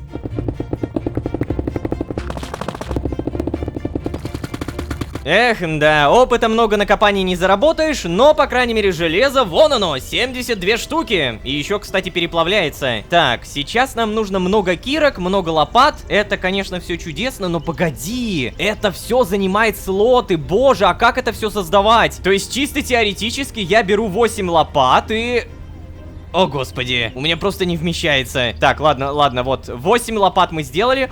Ой-ой-ой, одна из них еще и зачарованная. Так, ладно, мы тогда одну сделаем через Shift. Вот так вот, теперь не зачарованная. Далее убираем все в этот сундук, и теперь надо сделать то же самое с кирками, топорами и так далее, да? Та-дам! Куча инструментов готова, и знаете что? Это того не стоит, вообще того не стоит. Я так посмотрел, за это реально дают без плюса всего 1400 СТ. Мега-ультра дешманское задание. Я потратил на него достаточно много ресурсов, и я такого больше не хочу. Эй, Лопс, слушай, попробуй сегодня поговорить с Шерон. Да, я помню, что она просила больше не впутывать ее во все это и так далее. И мы бы не впутывали. Но это и ее касается. Ей тоже может быть интересно. К тому же, из всех людей в нашем окружении мы можем быть уверены только в ней. Ну, еще, кстати, есть Ричард. Но он с самого начала знал больше нас. Я так и не понял, откуда. Мне что-то это совсем не нравится. Мы до сих пор не знаем, на чьей он стороне. Хотя... Получить от него больше информации возможно. Но нет, не сегодня. На всякий случай сегодня прогуляй универ. Если узнают меня, то это не проблема. А вот твоему лицу лучше стереться из их памяти. Нужно найти Солуса, понимаешь? Найти! Он явно хотел, чтобы мы все выяснили. Видимо, он хочет нам помочь. Способы, которые он при этом выбирает, конечно, странные, но... Эй, Дилан! Привет, доброе утро. Пора в университет. Да, Карл, прямо по сценарию. Что? Ну, я имел в виду, ты как по сценарию заходишь сюда каждое утро. И правда, как по сценарию. Да. Ну ладно, пойдем. Не, мне кажется, Карлу, если прям напрямую сказать, он не сразу поймет, о чем речь. Что ж... Эй, Ло, а ты что, не пойдешь с нами, что ли? Так, ну... Вообще, у меня есть, по-моему, легальный отгул на неделю, да? Помните, что-то подобное говорили врачи? Или Карл говорил мне про это? Короче, мне тут Дилан сказал не идти, поэтому я не пойду. Угу, ну понятно. Да, у него же это, больничный. Хорошо, Ло, ты тогда отдыхай. Спасибо, Карл. Спасибо. Давайте, ребят, удачи. Дилан, пока я не знаю, что мне делать. Зачем я тут один? Мне нужно... А что мне нужно? С Солусом поговорить? А, или погоди, не-не-не, стоп, Дилан сказал про Шерон. То есть попробуй поговорить с Шерон. Возможно, мне нужно к ней поехать. Либо, кстати, можно просто написать. Да, реально можно. Эй, Шерон, привет. Можем сегодня встретиться, поговорить? Эй, привет. Прогуляешь со мной пары? Мы в симуляции, Шерон. Все вокруг тебя нереально. Реально? О, господи. Мне надо бы, наверное, сейчас, поэтому прогуляешь со мной пары? О, сразу печатает. Ничего себе! От таких предложений не отказываются, Ло. Вообще, знаешь, я сегодня планировала пойти, но почему бы и да. Встретимся часов в 12 у моего дома, хорошо? Супер! Давай. А может быть, ты приедешь в общагу? Нет, это очень срочно. Я уже еду к тебе, скоро буду. Блин, я бы нажал на этот вариант, если бы не одно но. Мне нужно сдать задание на железные инструменты, поэтому, да, давай в 12. О, печатает. Ага, хорошо. Вот и договорились. А я тогда пойду обратно спать. Зря рано вставала. Вот уж эти проблемы-то. Так, погоди, а сколько времени? 8:30. Угу. Тогда прямо сейчас мы дожидаемся 9:00, и в тот момент, когда появляется почтальон, мы сдаем задание и лутаем деньги. Так, время уже получается 8:30. Что? Погоди. Время не идет, ребят. Мы знаем то, что время не идет, когда надо сделать что-то важное. Ну погоди, а что важного-то я должен сделать? Может быть, надо в общежитие зайти, и тогда что-то произойдет? Итак, я здесь. Сюда зайдем. Ничего. Сюда зайдем. Тоже ничего. В комнате побываем. Время все еще 8:30. Я не понимаю, это баг? Так, короче, я решил уточнить, баг это или нет, и... Нет, это не баг. Помните, Дилан вот так воодушевленно сказал то, что да, нам нужен Саймон Солус. И оказывается, единственный на территории общежития, кто связан с Саймоном Солусом, это Кларк. Тот самый секретарь. Ну-ка. Да, сидит, все работает. У тебя же уже управляющего уволили. Привет. Да-да, приветствую. Чем могу быть полезен? Я хочу улучшить чердак. Можешь передать Саймону, что я его ищу? Опять ты про него. Слушай, я больше не работаю на него. Ты что, не слышал? Он больше не управляющий. Теперь тут главный Джейкоб Саттерс. Зачем тебе вообще Солус нужен, а? Если это из-за аренды чердака, то это тоже все еще не ко мне. Тут ничего не изменилось. А вот с Солусом... Нет, не помогу. Джейкоб, как его? Саттерс? Это какой-то новый управляющий? Ладно, мне, наверное, про него-то особо знать и не надо. Ёперный театр, у меня плохие новости. Я сам того не заметил, как оказывается, время пошло! Уже 9:21! Ай-яй-яй, то есть почтальон уже уехал. Да, задание я не сдал. Что ж, давай хотя бы проверим ассортимент, что-нибудь новенькое. Нет, классика. Короче, предлагаю не засиживаться на территории общежития, просто поехать куда-нибудь в центр, например, шоссе Хэннефорта. Внимание, следующая остановка не предыдущая. Да-да-да, спасибо. Так, и в итоге... Пойду-ка я, наверное, в волонтерский центр сбегаю. Как минимум мы знаем то, что в любое время можно прийти... О! Волонтерский центр закрыт. Да ладно. Ненавижу осень. Худшее время года. Да ладно, нормально вроде как. По крайней мере, в Хэнфорте мне нравится осень. Более-менее тепленько выглядит. Здравствуйте. Не поговорим. Напомню, наша главная задача сейчас это дождаться Шерон. Но моя второстепенно главная задача это купить кирку. Ту самую кирку под названием Кирка слепого шахтера. Она стоит 13300 СТ. И если я продам сейчас все акции, ну, наверное, мне даже хватит. О, кстати, акции выросли уже 95. Но, блин, тратить все свои акции только на один предмет, это как-то, наверное, нерационально. Поэтому я просто говорю, я напоминаю, я хочу купить кирку слепого шахтера. Я срочно должна завести аккаунт в ТикТоке. Уверена, я буду популярной. Блин, реально. Такие земные проблемы. Мне так это нравится. Это мой бутерброд, слышь? Простите.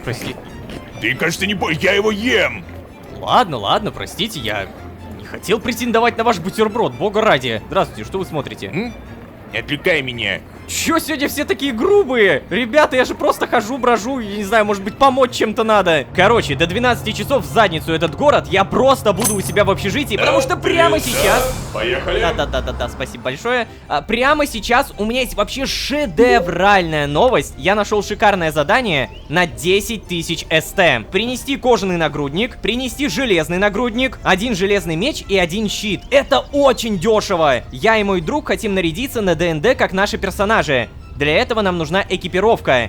Настоящая. Да пребудет с тобой сила дракона. Так, получается, кожаный нагрудник. Привет, мои родные, давно не виделись. Ой, как же хорошо, что у меня есть меч на добычу. Сейчас быстренько немножко кожи добудем. Нагрудник создаем. Далее железный нагрудник, железный меч и щит. Так, ну щит это дерево, а вот железный нагрудник это просто железо. Готово. Нет.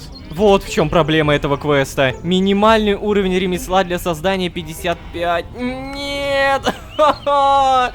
Почему? Я думал, что это будет просто. Клянусь, я еще когда увидел это задание, подумал, ха-ха, какое простое. И при этом дадут 10 тысяч СТ. Но, не волнуйтесь, у меня есть идея. Мы в деревне купим.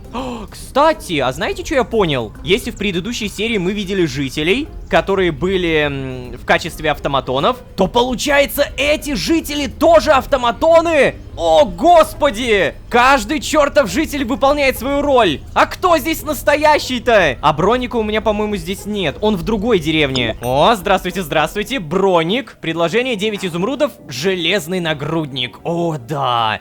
Сейчас мы ломаем систему, все это приобретаем. Все, перед вами полноценная сдача задания. Оно мега простое, то есть единственная сложность это как-то прокачать ремесло или где-то достать железный нагрудник. Как вы понимаете, с этой сложностью мы справились. Теперь берем FF, косплей для партии, принять.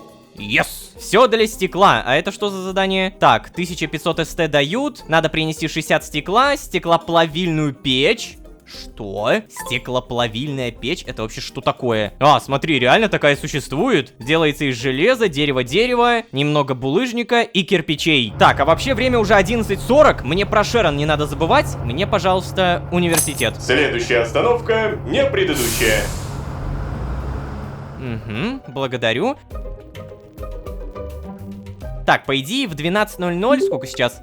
О, как раз 12:00 должна выйти Шерон! Ихиху! Наконец-то мы с тобой впервые... За сколько? За 1000 лет поговорим. Я здесь, Шерон. Ой, ты уже здесь? Привет. Я уже собиралась писать тебе. Ой, прости. Ну что, у тебя есть планы, куда пойти? Так, вообще, я хотел с тобой поговорить, обсудить вот этих всех автоматонов, да? Вообще, у меня есть к тебе серьезный разговор, и лучше пойти к тебе в квартиру. Да не, никаких планов, можем пойти в парк. Да зачем куда-то идти? Я тебе сейчас прямо здесь все выложу. Ну, самый адекватный вариант это пойти обратно в квартиру. Блин, не знаю, видимо, да. У тебя серьезный разговор. Ладно, я хорошая подруга, поэтому выслушаю. Надеюсь, ты не собираешься снова пытаться меня затянуть во что-то мистическое. Я понимаю, что тебе это важно, но помнишь, я этого не хочу. И в следующий раз я все-таки жду прогулку. Пойдем.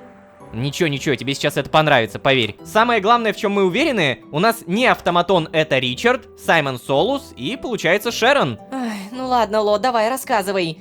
По твоему лицу ясно, что это очень серьезно. Мне налить себе просто чай или с... успокоительным. Ой. Ладно, будешь чай? Давай. Почему бы и да? Чаечек халявный, это всегда приятно. Ты тут бутеры ешь, что-то готовила себе. Надо посмотреть, как Шерон живет. О, спасибо. Ну все, давай, рассказывай. Пух, и вот тут начинается. У меня опять выбор. Рассказать про подвал, то, что там все автоматоны. Рассказать про слежку, это то, что наши сообщения читают. И рассказать все. Ну, давай все, чё уж томить-то. Ну, короче говоря, там автоматоны, там следят, да-да-да, офигела, да? Тебе бы чай с успокоительным на самом деле. Ох. Нет, это какой-то бред. Меня предупредили в больнице, что ты слишком быстро выписался, Ло. Сказали сообщить, если у тебя начнутся какие-то странные симптомы. Мне кажется... Знаешь, мне кажется, у тебя сотрясение, да. Или что-нибудь такое. Мы с тобой, конечно, мироходцы, но черепно-мозговая травма — это не шутки. О, ложка, прошу тебя, давай сходим в больницу. Ты чё, серьезно? То есть, подожди, во все остальное ты верила, а тут... Черепно-мозговая? Шерон, ты издеваешься? Бога ради, перестань пытаться выставить меня сумасшедшим из-за своего страха и подумай, наконец-то! Ты наверняка и сама замечала многое. Думаешь, я действительно схожу с ума? Тогда почему Дилан со мной согласен? Плевать, с тобой бесполезно разговаривать. Забудь о том, что я сюда приходил. Давай, перестань пытаться выставить меня сумасшедшим из-за своего страха и подумай! Ты наверняка и сама замечала многое. Почему ты вечно впутываешь меня в какое-то безумие? Какие симуляции? Какие подвалы, Ло? Так не бывает. Если ты говоришь, что с головой у тебя все в порядке, значит, ты разыгрываешь меня. Да? Ну, конечно, разыгрываешь. Нет, не может быть, чтобы все наше окружение было роботами. Это же какой-то бред. Не-не-не, не роботами, автоматонами. Тут они называют себя автоматонами, не роботами. Может. Я понимаю, что это много информации, но ты должна была об этом узнать. Мне кажется, да, она должна знать, где живет. Нет, ты не понимаешь, не должна.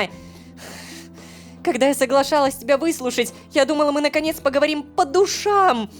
Я трачу столько сил, чтобы мы могли остаться с тобой друзьями.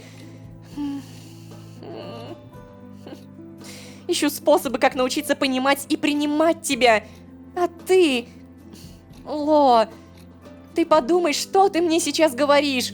Ты говоришь, что все мои друзья запрограммированы со мной дружить.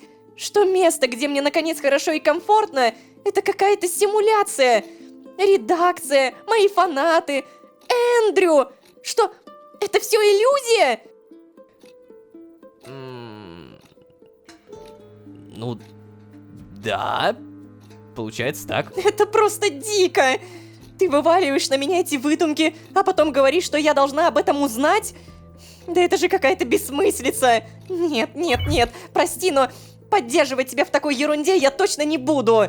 О, господи, ты сейчас серьезно? Прекрати свою истерику и успокойся. Шерон, Дилан — это автоматон. И он может доказать тебе, если ты не веришь. О, слушай, хороший вариант. Мы можем спуститься в подвал, и там я смогу все доказать. Тоже хороший вариант, но опасный. Дилан — это безопасный, правдоподобный вариант, поэтому да.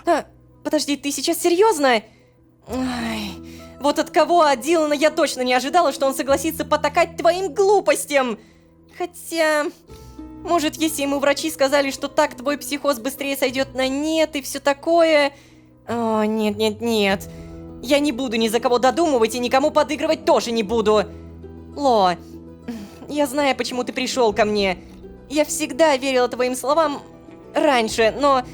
Уж прости, подобное я принять на веру точно не смогу. Поэтому да, я хочу поговорить с Диланом. Надеюсь, ты понимаешь, почему я соглашаюсь это все проверить. Я соглашаюсь, чтобы помочь тебе избавиться от своих заблуждений. Может, если мы соберемся втроем и Дилан скажет уже, что ты сходишь с ума, то ты согласишься лечь в больницу? Ну, если, конечно, Дилан сам на это пойдет. О, так. То есть, подожди, ты все-таки согласна, чтобы Дилан все это показал, да? О, окей. Так, задание, проверка. Автор Шерон. Угу. Шерон отказывается мне верить без доказательств. В целом, я понимаю, почему. Я сам видел все своими глазами, но до сих пор сомневаюсь, не приснилось ли мне это. В любом случае, я уверен, Дилан согласится мне помочь убедить Шерон. Это ведь изначально его идея. Задача поговорить с Диланом. Ну, кстати, да, это ж Дилан попросил. Что мне делать? Возможно, мне ему надо написать? Да. Эй, Дилан, можешь сейчас подъехать к универу? Шерон хочет доказательств, а ты — лучшее доказательство. Шерон — дохлый номер, Дилан. Ты хоть прям перед ней голову себе вскрой, она всему найдет оправдание. Не, ну не настолько, конечно. Скажи честно, у меня острый психоз. Давай вот это, подъедешь к универу? О, сразу отвечает. Ну да, понимаю ее. Особенно учитывая все предыдущие ваши взаимодействия. Судя даже только по твоим записям в телефоне, понятно, что ты псих. Договорись с ней о встрече завтра. Мне нужно немного подготовиться. Ну, и чего же сказал твой автоматон? Так, что ты меня перебиваешь? Я тут думаю. Дилан предлагает встретиться завтра. Он сейчас приедет, я почти его убедил. Ничего, я передумал пытаться до тебя достучаться. Дилан предлагает встретиться завтра? Ну хорошо, давай встретимся завтра. Но в этот раз после пар. Ха-ха, а я ведь разгадала твои планы, Ло. Ну ладно, могу подыграть завтра. Для просмотров. Как же я раньше не догадалась. Я же видела, как ты общался с Ричардом. Угу. И я видела его тик-таки, где он пытается сломать сценарий жителей города. Ты хочешь снять такое видео-розыгрыш со мной, верно? Думал, что раз уж я так погружена в работу над книгой, то не прокрастинирую, верно? Но нет, я подписана на Ричарда, подписана. Конечно, некоторые его видео кажутся мне излишне жестокими, но такой подход... Будто он отстраненный наблюдатель всех событий, а не участник. Я нахожу в этом сходство с собой. Да. Ладно, горе-приколист, увидимся завтра. Я тебе так и быть подыграю. Ага, я видела его тик-таки, то есть тик-таки Ричарда, да? Где он пытается сломать сценарий жителей города. Так, давай посмотрим, где ты, что ты живешь. Это не открывается. Стой. Так, книга и перо, учебник стрельба. Ладно, стрельба это интересно, книга и перо. Ничего не написано. Стрельбу обязательно используем. Так, поговорить мы... Да, если хочешь посидеть у меня, то оставайся. Но мне нужно работать. Я веду свой аккаунт тик-таки. Это помогает рекламировать книгу. У меня уже много фанатов и подписчиков. Но без самой книги этот аккаунт, конечно, бесполезен. Так что не отвлекай. Я так рада, что разгадала твою идею с розыгрышем. Вообще не удивлена, что Дилан тоже в этом замешан. Это его уровень юмора. Сделай мне, пожалуйста, вкусного чая, раз не уходишь. Вот как? Рецепт чая. Матча 1 чайный лист, мед 1 чайный лист, молоко 160 миллиграмм. Так, хорошо, сладкие ягоды, мед, матча, молоко. А где? Черт возьми, как мне сделать этот чай? Ну во, матча есть, бутылочка меда есть. Далее, получается, нужно молоко, которое, наверное, вот здесь, хорошо. И далее мне нужно это соединить. Возможно, я прав. Соединяем. И ничего не получаем. Идеально. Во, я нашел молоко, матча, бутылочка меда и просто бутылочка. Соединяем. Матча латте получаем. Вот, забирай. О, спасибо. Ты все-таки хороший друг, Ло. О, халявный +3. Слушайте, ну возможно, раз у нас есть до сих пор вот эти отношения с Шерон, равнодушие 51%, я думаю, то, что это как-то на самом деле может еще повлиять. Я даже больше скажу, мне нужно как-то на это влиять, и надо найти тот предмет, который ей понравится. Что ты можешь любить? Давай подумаем. Она любит книги! У нее книга и перо, точно! Вот, возьми, сделай подарок. Ой, спасибо. Я даже не знаю, как тебя за это благодарить. Просто поверь мне, Шерон, просто, черт возьми, поверь. А то, что вот эта книга и перо были в твоем шкафу, мы, пожалуй, про это умолчим, да? Сейчас надо, наверное, вернуться в общежитие и поговорить об этом с Диланом. То есть идея наполовину выполнена, то есть она готова с нами поговорить, она готова принять вот то, что мы хотим показать, но вот так вот на верочку она не верит. Кампус Lucky Charm. Внимание, автобус отправляется. Ага, спасибо большое. Все, побежали до Дилана.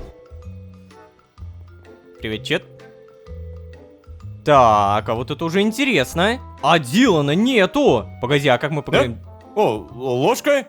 Как у тебя дела? Блин, чет, ты не тот человек, с которым я хотел поговорить, но можешь дать мне тег Саймона? Хочешь со мной куда-нибудь сходить? Все хорошо. А у тебя как? Так и мне нравится то, что здесь есть вариант про тег Саймона, поэтому let's go.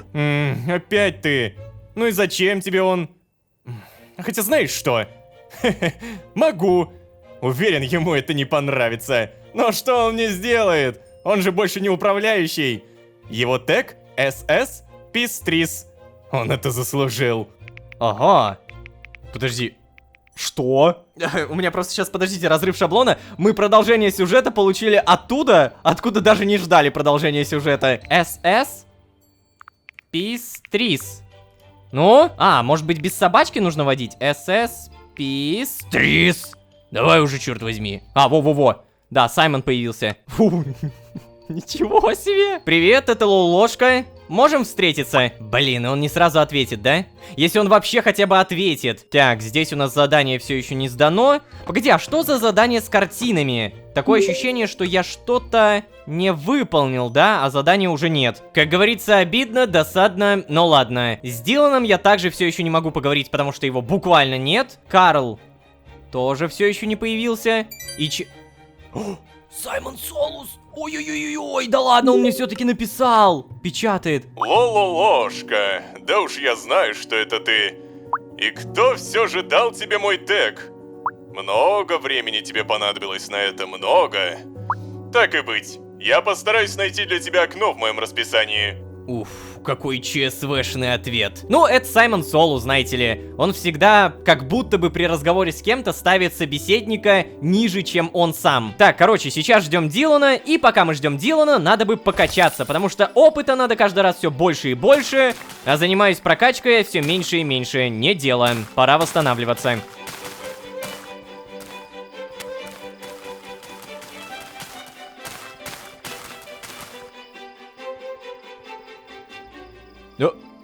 Стоп!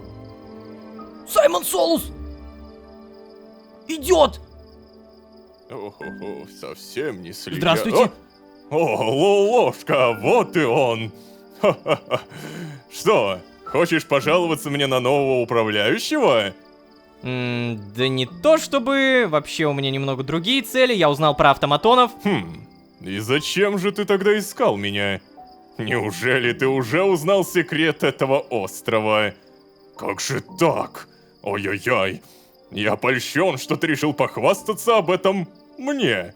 Но удивлен, что мне пришлось дать тебе так много подсказок. Хочешь еще одну? Ну, конечно же хочешь. Хорошо. Но слишком многого я не скажу, Лолошка. Станет скучно. Вау. Серьезно? То есть ты как бы все знаешь, но для тебя это игра? Да ты офигел. Почему ты мне помогаешь? Зачем вообще весь этот остров? Когда у сотрудников подвала выходные? Если мы узнаем, когда у них выходные, когда их меньше всего, мы сможем пробраться в подвал и сами узнать больше информации. Поэтому когда у сотрудников выходные? Задаешь практичные вопросы? Одобряю. У них нет выходных, Лолошка. Но так и быть, дам тебе немного другую подсказку, а то это уж слишком слабенькое. Сотрудникам приходится подстраиваться под режим работы города. Они же не могут похитить кого-то посреди дня для диагностики. Дальше уж думай сам. Реально все? То есть ты согласился приехать, дать мне эту подсказочку и уйти? Да у тебя слишком много свободного времени, парень. Сотрудникам приходится подстраиваться под режим работы города. Мы можем попробовать, знаете, перегрузить город в одно место, сделать огромное скопление людей, знаете, какой-то концерт устроить. И там обязательно должны быть в большом количестве уборщики. И если они там будут, то значит они не будут в университете. Это, знаете, первая идея, которая мне пришла в голову. Так, Саймон, ты в итоге пропадешь? Ну да, пропал. Это очень хорошая подсказка. Без шуток, это просто офигительная подсказка. Я понимаю, что мне теперь нужно делать. Чет, привет. Да, снова привет. Слушай, хотел спросить, можешь больше не поднимать тему Солуса? Я так рад, что его уволили, и он теперь в прошлом. Хотя сегодня вот мне померещилось, что я видел его рядом с общежитием. Куплю себе успокоительное завтра. Не померещилось, Чет, не померещилось. Ты что, в окно смотрел? Я не понимаю. Как ты его видел-то? Так, вот... О, Дилан появился, Дилан! Слушай, Солус дал мне подсказку насчет подвала. Не могут же они похитить кого-то посреди дня для диагностики? У тебя есть идеи? Ну, вообще, мне кажется, тут все просто. Типа, идите в подвал днем. Но это может быть ловушкой. Давай вернемся к изначальному плану, а? Ты лучше скажи, Шерон согласилась встретиться завтра? Да, она согласилась, все окей. Отлично. Надеюсь, все пройдет хорошо. Нам нужны союзники. Есть у меня несколько идей, как ее убедить. Не буду портить тебе сюрприз. Ага, хорошо, без проблем. Блин, на самом деле я немного по-другому подумал о подсказке Саймона, а по факту Дилан понял даже лучше. Не могут же они похитить кого-то посреди дня для диагностики. Да, я пропустил эту фразу от Саймона. Окей, надо это учитывать. Так, а Карл у нас... О, Карл дома, привет. Еще раз привет. Ой, сегодня был такой тяжелый день, как и вчера, как и позавчера. Ой, знаешь, я так устал от всего этого. Ой, прости, цветочек. Устал от учебы? Или устал от ощущения, что комната рядом пустая, скажем так? Что ж, могу сказать, что это тот самый случай, когда подсказка Саймона и вообще в целом встреча с Саймоном была не зазря. Мы это все полноценно используем, проберемся в подвал и наконец-то узнаем все более подробно, не только про автоматонов. И не забываем про то, что уже в следующей серии мы поделимся историей про автоматонов с Шерон. Ну а на этом мы будем постепенно заканчивать. Очень надеюсь, что вам нравится этот сезон, надеюсь, что вам понравилось то, что вы сегодня посмотрели, и очень надеюсь, что вы не забудете... оценочку влепить, поставите лайк, подписаться. Это самая лучшая мотивация для меня и для всей команды. Надеюсь, вы это помните. И если вдруг каким-то образом сложилось то, что вы за все это время до сих пор не подписаны, подпишитесь, пожалуйста. Ну а если вы здесь впервые, то можете еще и позвать друзей. А с вами были Ложка и офигенная подсказка от Саймона. Всем удачи, всем пока. Пока-пока-пока-пока. Никто в здравом уме не будет создавать целый город, наполненный роботами. Если чё, я автоматон, не робот. Но ты же просто робот. Имитация жизни и... слышь ты, может быть я и имитация, но у меня, в отличие от некоторых, есть чувство такта. Боже. Просто рассказать? Не, показать? Да, черт возьми, сегодня Шерон увидит и поймет, что я ее не обманываю. Ведь сегодня же мы покажем ей натурального автоматона Дилана. Ну, или же просто робота. А вообще, всем привет, дорогие друзья, я Ложка. Добро пожаловать в последнюю реальность. Поехали!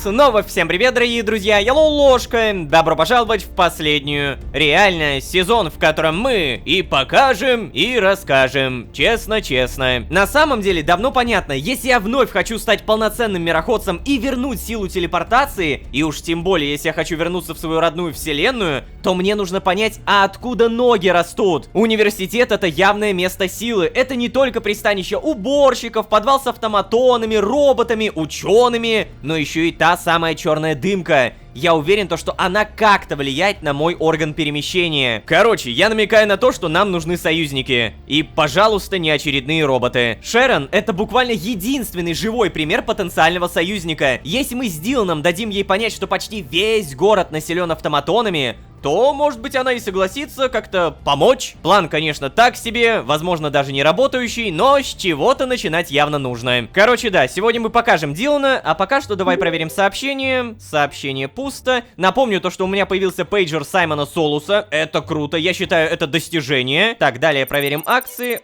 Ух ты. Ой-ой-ой, 117, погоди, серьезно? Подросло, нравится. А еще в конце предыдущей серии мы выполнили задание на 13 тысяч СТ. Косплей для партии. Хорошее задание, но, блин, если бы я те деньги вложил в акции, я бы сейчас так разбогател. Ну ладно. Дилан, привет, доброе утро. Да-да, здорово. Помнишь, что мы сегодня встречаемся с Шерон после пар? Что? После пар? А мы разве... Да, я думаю, тебе пора показываться в универе. Больничный больничным, но в твоем характере, типа, было бы выйти с него пораньше или что-то в этом духе. Будет подозрительно, если ты совсем перестанешь ходить, понимаешь? А мы уже выяснили, что они должны привлекать внимание. И, кстати, под нами я имею в виду тебя, Ло, если ты еще не понял. Иди готовься. Ага. Ну, ладно, я в целом не против, честно говоря, потому что у меня как минимум прокачка, а учеба — это как раз та самая прокачка. Так, что у нас здесь? Чет, Карл, привет. О, привет, Ло. А ты чего так рано встал-то? Собираешься сегодня ехать на пары, что ли? Ну да, видимо, получается так. О, вот это ты правильно, вот это ты молодец. Мы же с тобой ответственные люди, правда? Да еще и рутина позволяет отвлечься от грустных мыслей. Так, ладно, я пока собираюсь. Понял? Хорошо. Чет? Да, привет. Надо сегодня не забыть купить корм. А то я вечно подкармливаю уличных животных и все такое. И мои запасы начинают заканчиваться. Надо найти постоянную подработку. Кто-то вечно забирает фрилансовые заказы рядом с общежитием, представляешь? Кто бы это мог быть, да? Ну да, кто бы мог забирать все эти заказы? Эх. 5 звезд! Нифига себе! Вовочка, домашка срочно! Что? Награда 100 тысяч СТ? Срочно помочь с решением уравнений по матеше. Беритесь только если вы гуру в математике. Адрес Ривервиль, Речная улица, дом 2, квартира 3. Только да, принять. По-моему, само собой. 100 тысяч СТ! Ай, как же шикарно то, что автобус стоит. Здравствуйте. Так, мне срочно нужен Ривервиль. Ага, поехали. Получено новое СМС? Чего? Какой еще СМС? Неизвестный номер? Ну где вы там? Я жду возле дома номер 2, на мне синяя куртка. Если что, пишите в пейджер. Яндалис, нижнее подчеркивание. Так, я бегу, черт возьми! Офигеть! Первый раз мне в СМС-ке написали. Дом номер 2. Где это? Так, ладно, если единственное место с домами это эта улица, следовательно, мне нужен человек в синей куртке. Ага, ребенок. Привет. Наконец-то. Это ты гуру в математике? Да, я гуру в математике, все правильно. А ты уверен? Больше похож на какого-нибудь эколога, если честно. Ай, ладно, идем скорее, будешь помогать мне. Мама уже пыталась решить, папа пытался решить, бабушка пыталась. А бабушка вообще-то 50 лет в школе проработала. Даже она не справилась. Как они вообще рассчитывают, чтобы мы, дети, такие задачки решали? Ладно, пойдемте. Давай. Господи. Уф. Миленько у вас. Часики тикают. Прикольно. Ой. Кстати, я знаю, что я написал в приложении, что заплачу кучу денег, но у меня их нет. Что? В смысле у тебя нет денег? Но моя мама печет пирожки с капустой и яйцом. Если ты справишься, она тебя угостит. Они дороже любых денег. Ну ладно, вот. Пожалуйста. Как тебе такое, а? Нравится? Ну и как я это могу решить? Подожди, что, реально? Ты серьезно? Ну, дискриминантом или Виета? Хотя, погоди-ка, малой, сейчас мне нужно запустить кое-какое приложение. Яндекс с Алисой. Ведь именно в этом приложении есть умная камера, которая поможет школьникам с учебой и выручит их даже в случае самых сложных задач. Вам не просто дается готовое решение, но и поэтапная помощь. Ведь согласитесь, в разы приятнее понимать, а не просто получать готовенький ответ. С приложением Яндекс с Алисой учиться явно проще. Ну-ка. Поверить не могу. Реально. Ну, да, кажется, все сходится. Как ты это сделал? Просто открываешь умную камеру в приложении Яндекс с Алисой, наводишь, например, и все. Удивительно, что ты сам об этом не слышал. О, классно. Слушай, а может ты тогда мне еще и с иностранным языком поможешь? Да чё ж ты привязался-то ко мне, малой, а? С помощью все той же умной камеры ты можешь сделать это сам. Наводишь камеру на текст, а она его переводит. Ну, где там мои пирожки? Да, за такое сокровище тебе не только с капустой, но и с яблоками пирожки положены. Сейчас. Так, вернемся в ту комнату, здесь нельзя. Вот, возьмите. И еще раз спасибо вам огромное. Я теперь 100% отличником стану и поступлю в Lucky Charms. Ой, наконец-то! Поздравляю, малой! Открыл для себя умную камеру с Алисой. Ну а если вы хотите точно такую же крутую камеру, то обязательно скачивайте по ссылке в описании. Не, ну, правда, крутое приложение. Так, короче, миленько у тебя. Пойду-ка я, наверное, обратно. В Ривервилле, по идее, делать мне больше нечего, поэтому спасибо большое за пирожки с капустой и с яблоком. Это, конечно, не 100 тысяч СТ, но зато дает скорость. Да, шикарно, шикарно. Здрасте, оплатить проезд. Кампус Lucky Charms. Крепче за баранку держись, шофер. Та-та-та, я знаю, спасибо. Так, а вообще время у нас уже 7:40. Я напомню то, что в 8 надо собираться на учебу, а пока что опыт. Ехала. Угу, спасибо, +1. И у меня прямо сейчас 1. Я могу потратить его на то, чтобы прокачать удобрение, но в то же время у меня созвездие вора, которое вообще не прокачивается ни вниз, ни вправо. В 2 раза увеличивает переносимый вами вес. Во! Вот это хорошо. Здрасте, единорог. Ну-ка, сколько это стоит? 2 поинта. Блин, ну 2 поинта это уже дорого. Взломщик-эксперт. Теперь вы можете взламывать замки уровня эксперта. Взлом всех замков облегчается на дополнительные 25%. Хорошо, давай. Так, ладно, пора возвращаться. Сколько времени? Уже 8:02. Так, время пока что все еще 8. Во, все, Карл идет. Привет. Да, привет еще раз. Доброе утро, Дилан. Угу. Так, сейчас. Стой, Дилан, ты чего? Ты с собой ноутбук берешь? Я надеюсь, ты не собираешься играть все пары? О, господи, Карл. Ты же знаешь, что я программист, да? Мне нужен компьютер на парах, нужен. Ну да. А еще я знаю, что у университета много компьютерных классов. И ты никогда раньше не брал ноутбук с собой. У меня тут проект, Карл. Он не откроется без специальных программ, которых нет у университета. И вообще, я не должен отвечать на эти вопросы. Это какой-то странный допрос. Ну да, ладно, ты, наверное, прав. Ты как-то странно себя ведешь в последнее время, и я подумал... Ну ладно, это не оправдание. Прости, Дилан.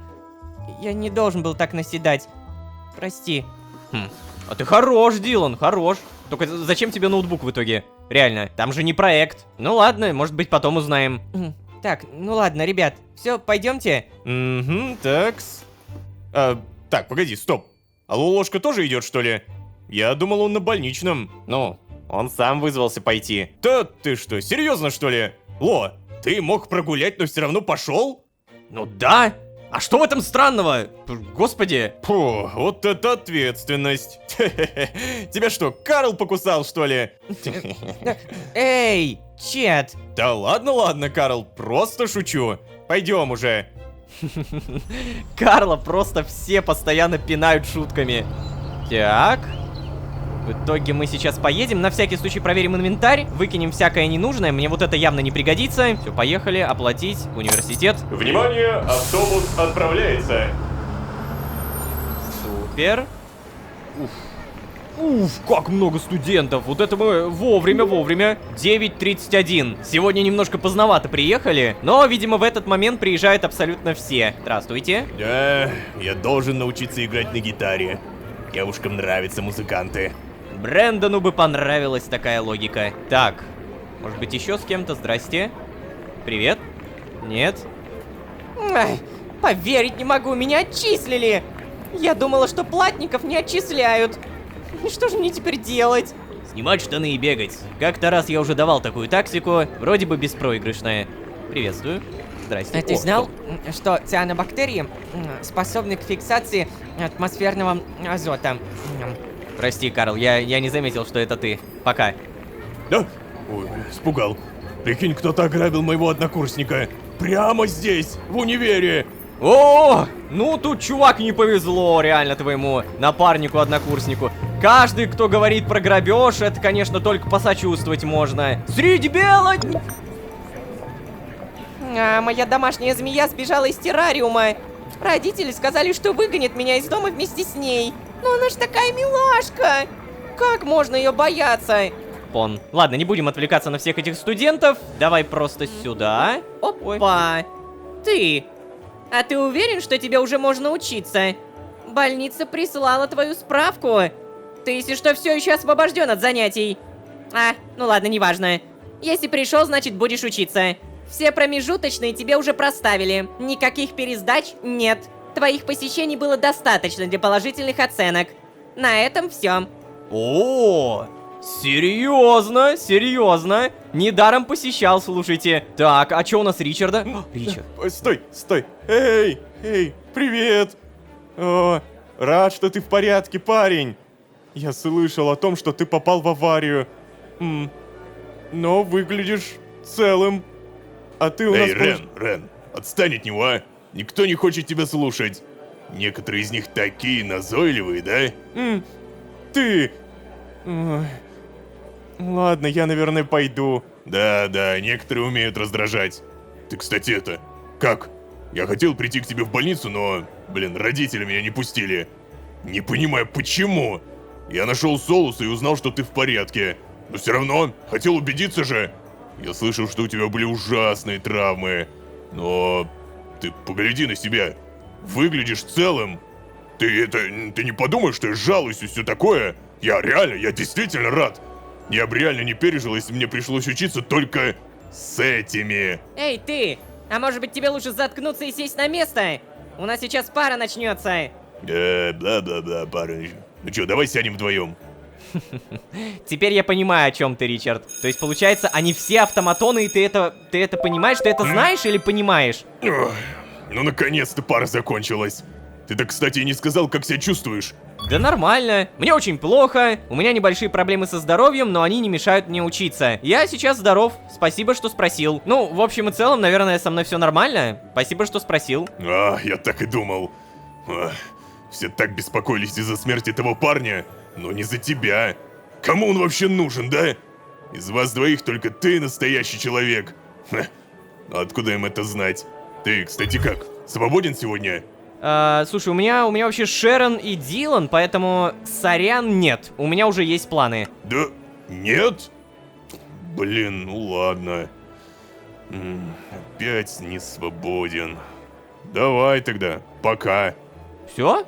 Настолько просто? Ну, то есть я имею в виду, до завтра. До завтра, Ричард.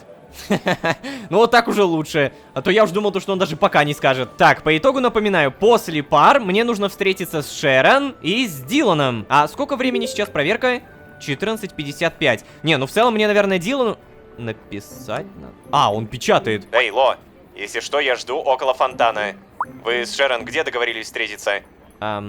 Нигде? Вообще нигде? Ну, как всегда. Так, ну я написал, сейчас узнаю. И да, я могу написать Шерон.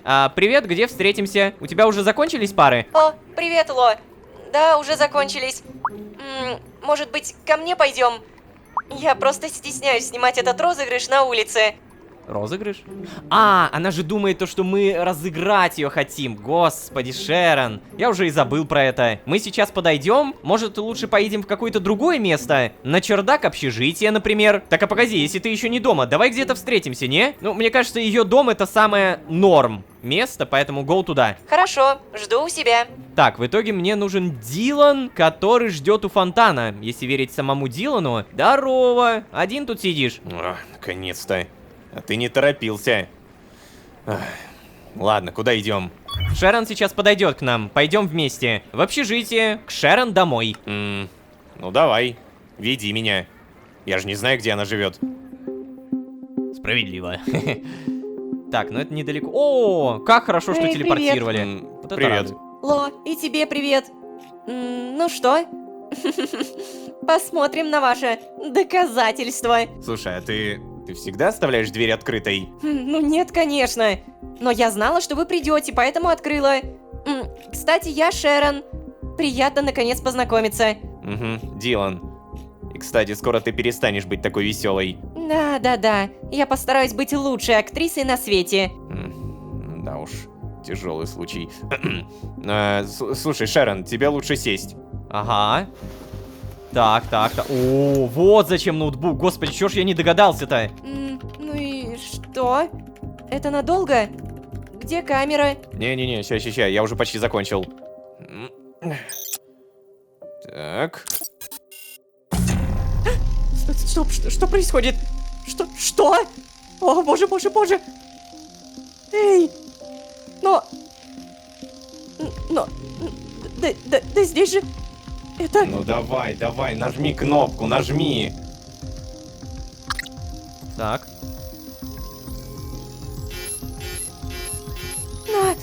Боже. Нет, ай, перестань! Ну ладно, сейчас. Нет, Ну, я всё. Этого не может быть! Я не могу в это поверить! О, неужели все то, что ты мне рассказывал, это правда? Ну да!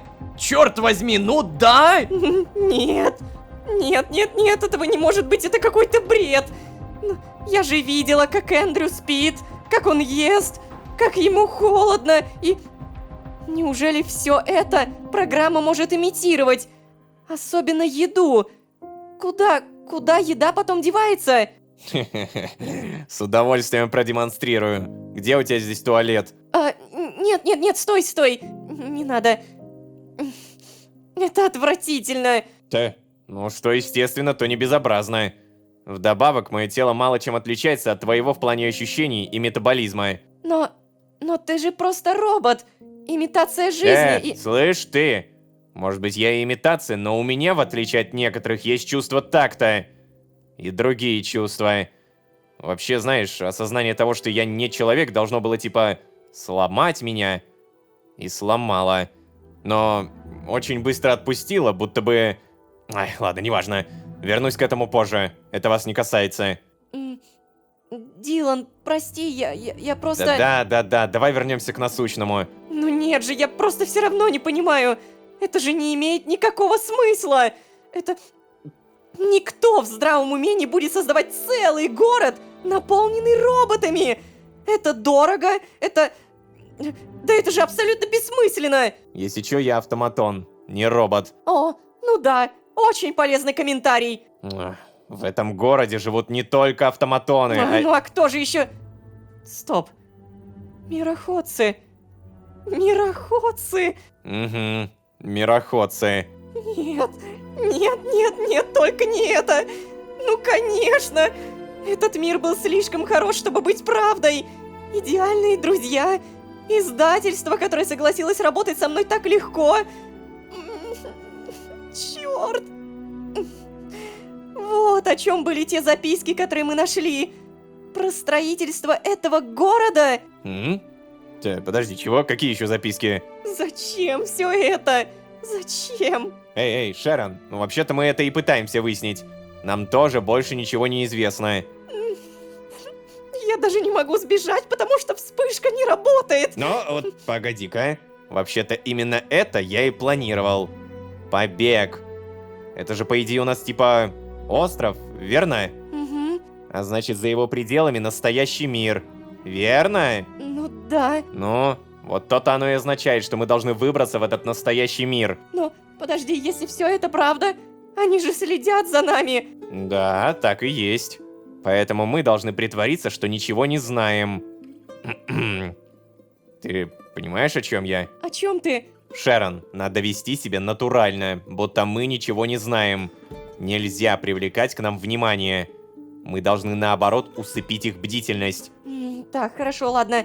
Усыпить. Но для чего? Мы даже не знаем, насколько далеко другая суша от этого острова. Что, если тут недели пути? Шерон, но вот именно поэтому нам и нужен план, которого пока что у меня нет. О, выбор. Мы можем просто уплыть на лодке и будь что будет. Наверняка тут есть самолеты. Давайте один угоним. О, слушайте, прикольно. Я слышал в разговорах уборщиков, что они часто уезжают отсюда. Надо узнать как. Кстати, это замочек открытый. Давай. Ну тогда нам нужно либо проследить за ними, либо попасть в центр управления. Эй, стоп, что несете? Проследить за уборщиками, которые, видимо, нас здесь и заперли? Реально? Попасть в центр управления, за которым эти уборщики следят? И, кстати, вообще, почему здесь всем управляют уборщики? Не совсем. Уборщики здесь не управляют ничем. Они просто отвечают за обслуживание острова. Нет, это все равно... Вы с ума сошли, ваш план это... Ну а чё? У тебя предложение получше имеется? Ну, ничего не делать? О, это ты сейчас предлагаешь или спрашиваешь? Ой, Ло, слушай, я что-то устал от этого. Шерон явно надо дать время все обдумать. Я не думаю, что кому-то из нас сейчас придет в голову что-то дельное. Таким новостям нужно немного улечься в сознании. А если сюда кто-то придет после этого разговора? Ну, тут все просто. Запри двери на замок. Да, запри двери на замок. Но знаете, если тебе эту квартиру выделили, то тебе бы свалить отсюда. Я причем на полном серьезе. Поговорим? Да, ладно. Возможно, Дилан прав. Мне сейчас нужно побыть одной, Ло. Я не знаю. Я пока не знаю, как на все это реагировать. Часть меня все еще надеется, что это просто какой-то розыгрыш. Но история с закупками людей обрела для меня новый смысл. Черт. Вот так вот, Задание доказательства выполнено. Задание большой побег началось. Так, погоди, Дилан, ты где? Эй, что? Он просто уехал без меня? Ты что, издеваешься? Обалдеть, вот это поговорили. Так, в итоге давай-ка проверим задание. Вот, большой побег, начало. Мы должны выяснить, что происходит на острове и найти способ сбежать отсюда. Для этого нам нужно притвориться, что мы ничего не знаем и собрать больше информации обо всем происходящем. Кстати, ребят, некоторые думают, что вот эти вот задания палятся. Не-не-не, они не палятся. Палятся как раз-таки вот эти заметки. Представьте, что задание это скорее мои мысли. Ну, то есть, мои мысли, которые просто где-то записаны. Но на самом деле они что-то типа не записаны. Так, ладно, наверное, мне стоит вернуться. Допустим, кампус Lucky Charms в другое место не ходить. От винта. О, батюшки, здравствуйте. Так, а чё это вы, куда это вы? Сок из красного винограда, первопроходца. Слушай, звучит прикольно, но, увы, у меня только один изумруд, поэтому купить я могу разве что косточки. Давай-ка реально купим косточки красного тропического винограда. На будущее, может быть, даже пригодится. Пока! Так, а в итоге Дилан-то он... Наконец-то пришел.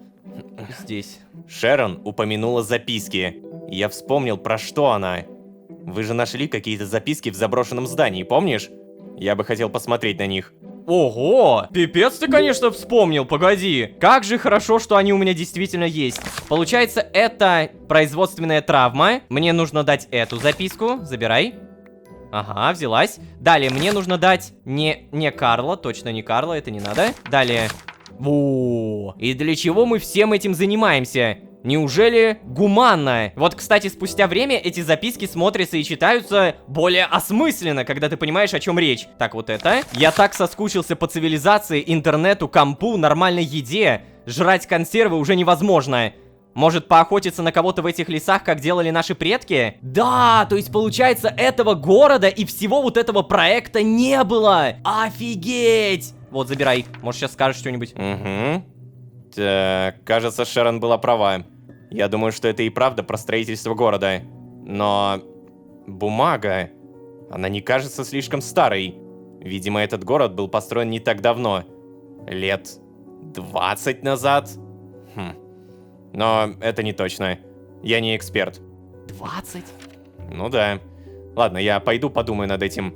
Офигеть! Если тут все настолько молодое, представьте себе старики. Старики, которые, ну, типа, как будто здесь 60 лет живут, но на самом деле это все ложные воспоминания. Обалдеть! Это невероятно круто! Ребят, я сейчас могу со стопроцентной уверенностью сказать, что для меня, я не буду говорить про всех, ну, само собой, тут это имха, сезон «Последняя реальность» в качестве лора и... в качестве продолжающегося лора, не только как локальная история, это лучший сезон, 100%. Типа, меня в этом плане уже точно не переубедить. Я еще начал думать об этом серии 5-10 назад. Для меня это сейчас точно лучший сезон. Так, кстати, а может быть я с кем-то могу поговорить, чет? Ой, помнишь, про корм говорил? Как только я его принес, лиса стала такой ласковой сразу, будто я ее голодом морил. А у нее всегда полная миска. Я ж за этим слежу как бы. Ой, кстати, ты мне про обилку напомнил. Надо будет сейчас покормить. Карл, привет. Ой, слушай, Ло, хотел кое-что сказать. Я слышал, у вас в группе есть какой-то злой парень, да? На него еще Ника жаловалась. Я же надеюсь, он вам не сильно мешает. С таким отношением к людям, я не думаю, что он долго протянет в универе. На него точно кто-то нажалуется. А у нас за дисциплиной следят. У нас в университете действует политика против издевательств. Ничего. Когда-нибудь он нарвется. Это он про Ричарда. Эх, чувак, у Ричарда такая защитная база. Он человек, как минимум. Ну-ка, Дилан. Слушай, либо Шерон с этим справится и станет хорошим союзником, либо нам придется действовать вдвоем. Надеюсь, она придет в себя. Даже 3 людям будет сложно провернуть все то, что мы задумали. Если нас будет только 2, все может быть даже хуже, чем я представляю. Ой, ладно, я пока занят. Да, я понял твой намек. Я очень, кстати, понял твой намек. Я мега понял твой намек. Где? Шерон. Равнодушие 54%. Я очень надеюсь, что выше 50% уже прокнет. Блин, но мне, наверное, лучше что-то подарить. Шерон. Надо, короче, когда она будет в универе, когда мы будем на учебе, обязательно подарить ей книгу. Так, черт, дайте мне книгу. У меня сахарный тростник. Далее мы его превращаем в бумагу. Обязательно берем немного кожи, а у меня только одна и осталась. И все это дело объединяем. Все, книга 100% пойдет. Или погоди, я ей, по-моему, дарил не книгу, а чернила с книгой. Да, книга и перо. То есть мне нужно перышко и чернильный мешок. Не проблема. Так, ребят, если что, как у меня появилось перо, мы не спрашиваем. Просто берем это как за данность. Та-дам! Книга и перо готово. Если что, подарим. Ну а теперь, раз уж у нас уже сколько? 19:11. Давай проверим акции. Пожалуйста, хоть бы был рост. Давай. О май гад. Слушай, хорошо. 125 СТ за акцию. Блин, ну, я в целом могу сейчас все продать, и тогда я выйду примерно в ноль. Но у меня уже есть деньги, поэтому, наверное, пока что нерационально продавать. Пусть они, так и быть, посидят, и дойдет там до 150, а то и 190. Короче, сам факт, то, что продолжается рост, наконец-то. Оно падало примерно 3-4 серии подряд. Также на всякий случай проверяем задание. Собрать 25 сырой баранины, блоки шерсти и жареной баранины. Ого! Не, ну по сути это просто овцы, да? Баранов пока не так много, поэтому выполнять задание прямо сейчас я явно не буду. И сколько мне дается? 3 дня. Нормально. Я пока даже брать задание не буду, потому что... ну, тут не так много денег дают, а вот потерять репутацию я явно не хочу. Тем не менее, я не забыл о том, что надо дарить подарки. Дилан, сделать. О, супер. Это круче, чем донат в моей любимой игре. Спасибо. Пожалуйста. То же самое делаем с Карлом. Костная мука. Забирай. О, спасибо, Ло. Я очень ценю это. Отлично. Ну и... получено новое СМС, что? Уведомление о посылке. Внимание, на ваше имя пришла посылка. Пожалуйста, заберите в пункте выдачи по адресу Липовая аллея, строение 3. Магазин «Ларек». Срок хранения посылки 3 дня. В любом случае, ребята, поздравляю, мы наконец-то перешли с равнодушия до доверия у Дилана. Так, а у Карла? О, 70%, хорошо. Подарок я, наверное, заберу уже в следующей серии, а на этом будем постепенно заканчивать. Я очень надеюсь, что все то, что мы рассказали Шерон, не аукнется нам с Диланом в плохую сторону. Помните, у меня был выбор сказать несколько раз Дилану, что да не нужна нам эта Шерон, забей, нам она не нужна, бла-бла-бла. Но все-таки, раз уж Дилан попросил, раз уж Дилан настоял, я ей все рассказал. Опять же, посмотрим, как это аукнется, а на этом я буду постепенно заканчивать. Я очень надеюсь, что вам нравится то, что вы смотрите. Обязательно ставьте лайки, потому что ваши лайки и уж тем более ваши подписки — это самая лучшая мотивация, это лучшее топливо для того, чтобы делать дальше больше. Еще раз спасибо большое. Ну а если вы здесь впервые, то можете еще и позвать друзей. А с вами были Лолошка и... непокормленная обилка. Пожалуй, исправим это. Всем удачи, всем пока. Пока. Мы должны проверить вашу теорию о том, что слежка ведется именно за мироходцами. Нам надо найти кого-то из них и поговорить. Ты чё, дура? Если это подтвердится, то попробуем убедить ее присоединиться к побегу. Прошу прощения, вы же мироходец? Ну да. Чё? Пу-пу-пу. Остров, на котором мы живем. Примерно эта тема крутится у меня в голове, как я узнал, что мы находимся на каком-то очень глобальном и, видимо, плавучем проекте. Город — фальшивка, люди — фальшивка, еда... ну, еда вроде бы не фальшивка, ладно. Короче, что это за остров, надо узнать, черт возьми. А вообще, всем привет, дорогие друзья, я Лолошка. Добро пожаловать в последнюю реальность. Поехали!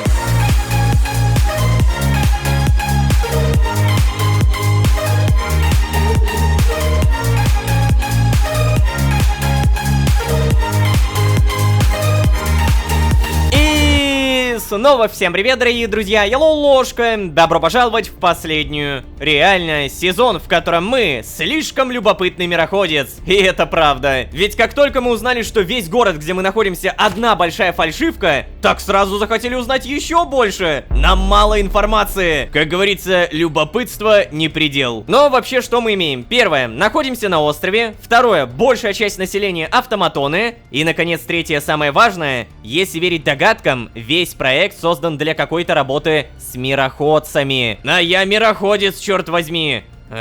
Опасно.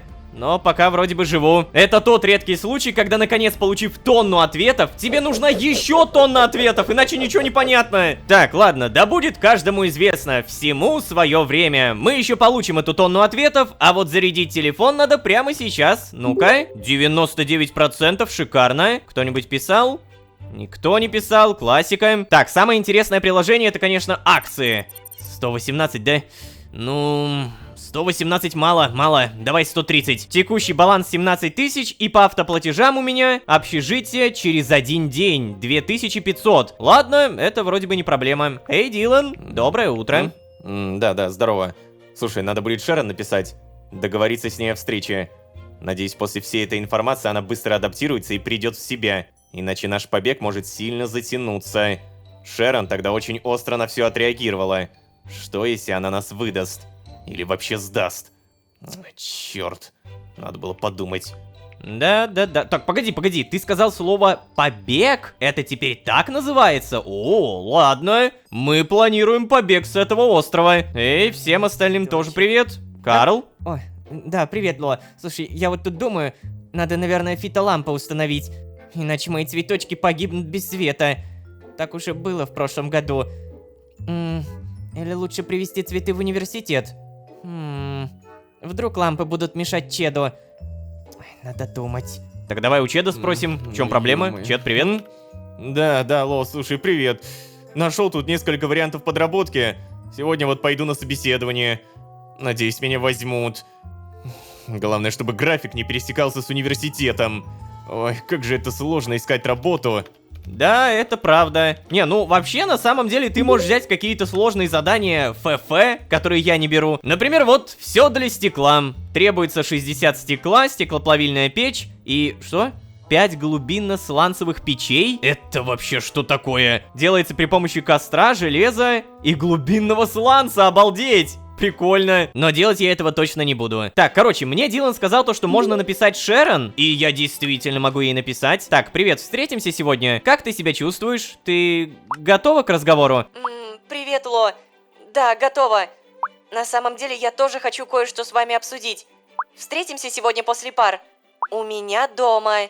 О, я думал, там будет сейчас что-то типа «Нет, мне нужно подумать, прости». Да, я сам хотел предложить такой вариант. Может, лучше в общежитии? Ну, давай к ней придем, окей? Хорошо, договорились. Супер. Так, время у нас прямо сейчас 7:42. Эй, Ло, стой. Что? Ты как? Написал Шерон? О, да, Да. Угу, супер. Я бы и сам это сделал, но это будет выглядеть как-то странно. Мы же с ней вообще не общались, хоть у нас и есть контакты друг друга. Так, ну ладно, что она сказала-то? Ну чё, она согласилась встретиться после пар. Сегодня после пар у нее есть серьезный разговор. Да, как будто один и тот же вариант. Ну, серьезный разговор. Серьезный разговор? Надеюсь, она не скажет, что хочет уйти. Ай, ладно, скоро узнаем. Ты, кстати, идешь сегодня на пары, да? Если да, то постарайся сократить общение с Ричардом. Ты не можешь оборвать связь мгновенно, но будь с ним осторожен. Мы не знаем, на чьей он стороне. Возможно, мы работаем против него. О, кстати... Ну да, мы понимаем то, что он человек. Всем О, господи, доброе Карл. утро. Да, привет. О, Дилан, ты что, уже собрался, что ли? Это хорошо. Можем идти. Блин, я думал, что мне дадут выйти из универа, точнее из общежития. Так, давайте, ребят, вперед. Короче, получается, прямо сейчас у нас снова учеба, но в этот раз мы как-то аккуратнее с Ричардом. Университет. Да, сегодня после смены пойду и лягу спать. Ну удачи. Я еще вернусь вечером, отвезешь меня. Здравствуйте, университет. Студентка. Ты чего? Привет. Ай, да холодно сегодня. Надеюсь, не заболею. О, господи, какие тупицы. Одеваться не научили. Эй, слышь, не мешай мне. Я просто мимо шел. Как же, пожалуйста, ну, пожалуйста. Прошу прощения, что у вас? Да блин, в грязь телефон уронил. Надеюсь, туда вода не попала. Ну, черт, пожалуйста. Ой, соболезную. У меня как-то, я помню, в соленую воду телефон упал. Сгорел. Причем я на полном серьезе. Блин, Здравствуйте. Да поверить не могу, что пару отменили, а мне никто об этом не сказал. Зачем я приехал-то тогда, а? Пойду отсюда. Пару отменили, нифига везение. А мне такой лакшери недоступен. Мне бы отменили пару, я был бы за. Хотя в то же время зачем мне отменять пару? Это халявный опыт. Опыт мне по-любому нужен. Так, здесь мы поговорить, получается, не можем. Ни с кем нельзя. Ну, здрасте. Ричард? Да, Ричард сидит. 48-й параграф, биосфера и этапы ее эволюции. Такс, ну... О, здорово, Ло. Давай, садись со мной. Ну ладно, тут будет подозрительно, это правда, давай. Короче, слушай, я сегодня после пар собираюсь снять новый пранк. Это будет весело. Хочешь со мной? Я не могу после пар. Звучит весело, давай сделаем это. Вы заметили, кстати, как сюжет вообще ведет себя с Ричардом? Каждый раз я с Ричардом могу куда-то пойти только в том случае, если у меня вместе с этим есть какое-то другое задание, цель или что-то в этом духе. Но вообще, прости, Ричард, Нет, я не могу после пар. Понятно. Как хочешь. Блин, и так каждый раз. Слушай, я вопрос вообще хотел задать. С кем ты постоянно тусуешься? Со своими соседями по общежитию, с Шерон, с Диланом, ну, со своими соседями. Да? Ты подожди, сейчас серьезно? Солус говорил, что там только ты из наших. Ты серьезно общаешься с ними? О боже, что дальше? Ты начнешь верить, что все здесь настоящее, что ли? Скажешь, что это рай на земле? Че за глупость, парень? Даже говорить об этом не хочу, плевать. Хочешь играться — играйся. Но когда тебе захочется общения с кем-то реальным, не жди, что я буду всегда рядом. Чао. Вот, это то, о чем я говорил. То есть, очень грамотно манипулируется сюжетом, сценарием. Каждый раз я отказываю Ричарду. И ведь не просто так, да? У меня же с ним отношения, вот. Он даже, заметьте, он не теряет в доверии. Каждый раз я отказываю, а минуса нет. Ну, хоть на этом спасибо. Но, как будто это было последнее предупреждение. Черт, ну я не знаю, как я могу согласиться куда-то пойти, когда у меня тут разговор с Диланом и Шерон. Бога ради, Ричард, мы тут побег планируем. Так, короче, мне нужен Дилан, который, кстати, вот он. Привет. Блин, ты наконец-то пришел. Ну чё, идем к Шерон? Да, в целом получается, да? Угу, погнали. Пу-пу-пу. Так, за нами никакой слежки. Привет. Так, Здрасте. ну, давайте, проходите. А в этот раз, смотри-ка, заперла дверь. Ой, да, не начинай. Заходите. А ведь, кстати, и Эй, правда. Ло, тихо. Ребята, я хотела поговорить. Сейчас, погодите-ка. В общем, нам точно здесь безопасно разговаривать? Эту квартиру мне подарило издательство. Кто сказал, что здесь нет прослушки? Не. Я сильно сомневаюсь, что был бы жив, если бы здесь была какая-то прослушка. Надо было думать об этом еще вчера. Сегодня уже как-то, знаешь, поздновато, что ли? Но, может, они просто выжидают? Чего? Чего выжидают? Это не первый раз, когда Лолошка и ты обсуждаете тут расследование. Но мы же не можем знать наверняка. Может, нас кто-то прикрывает? Я думаю, здесь нет прослушки. Ричард говорил, что от слежки давно отказались. Возможно, они не ставят камеры. А при чем тут камеры? Прослушка — это не камеры. Но вообще, кстати, это правда. Ричард действительно такое говорил. Давай-ка. А? Ричард? Чего? Погоди, ты сейчас хочешь сказать, что слежки вообще нет? Так, ребят, стойте, не обсуждайте. Мне все равно не нравится эта неопределенность. Будем просто надеяться, что нас не подслушивают, что ли? Но вообще отсутствие слежки много объясняет. Ни один из нас до сих пор не пропал. И нам ничего не сделали. Но, блин, ну это же все просто ваше предположение. Если мы ошиблись, это все может плохо закончиться. Неужели ты не понимаешь? Господи, ну ладно, мы можем осмотреть твою квартиру. Убедимся, что здесь ничего нет. Ты согласна? Угу. Но, если что, свою спальню я осматриваю сама. Ну, кстати, на самом деле, ладно, вот это тот момент, когда я мега согласен с Шерон. То, что она вот тут паникует по поводу своей квартиры, это хорошая паника. Я тоже об этом задумывался, типа, вот ей дали эту квартиру, а вдруг здесь камера, а вдруг здесь прослушка и все такое. У меня ничего. Угу, я тоже ничего не нашел. Ой. Ну, тогда можно расслабиться. Во всяком случае, пока. А ведь быстро ты расслабилась. Что-то как-то очень быстро все приняла. Ну, нет, я бы так и не сказала. Я все еще не могу принять все это и... Я последние 2 дня игнорирую сообщения всех своих друзей. Ну, кроме вас. Но ладно, давайте не будем об этом. Вы были правы. Глупо отрицать, что этот мир не настоящий. Я просто хотела поговорить о мироходцах. Если они и правда здесь, то нельзя оставлять их в неведении. Мы должны проверить вашу теорию о том, что слежка ведется именно за мироходцами. Нам надо найти кого-то из них и поговорить. Они могут помочь нам сбежать. Та-та. То есть вот так ты хочешь не привлекать внимание, да? А что? Ты хочешь найти союзников, ничего не делая? Так, слушай, стоп. Шерон, на самом деле здесь есть кое-что, за что я зацепился. Она написала: я последние 2 дня игнорирую сообщения всех своих друзей, кроме вас. Ты чё, дура?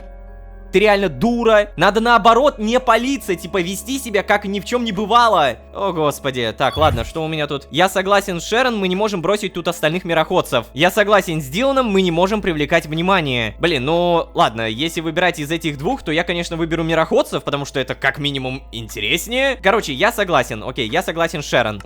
Блин, Лону, мы же даже не знаем, как отсюда выбираться. А вы хотите привлечь к этому незнакомцев? Ну так мы можем подойти к этому осторожно. Попробуем сначала найти кого-то, с кем можно столкнуться случайно. Может, кто-нибудь в издательстве есть? Так, ну те, за кем следили, в университете вас было только 3. Сомневаюсь, что в небольшом издательстве будут другие мироходцы. Ладно, я поищу кого-нибудь подходящего. И я, возможно, даже попробую найти кого-то сегодня, но ничего не обещаю. О, спасибо. Так, ладно, не буду терять время.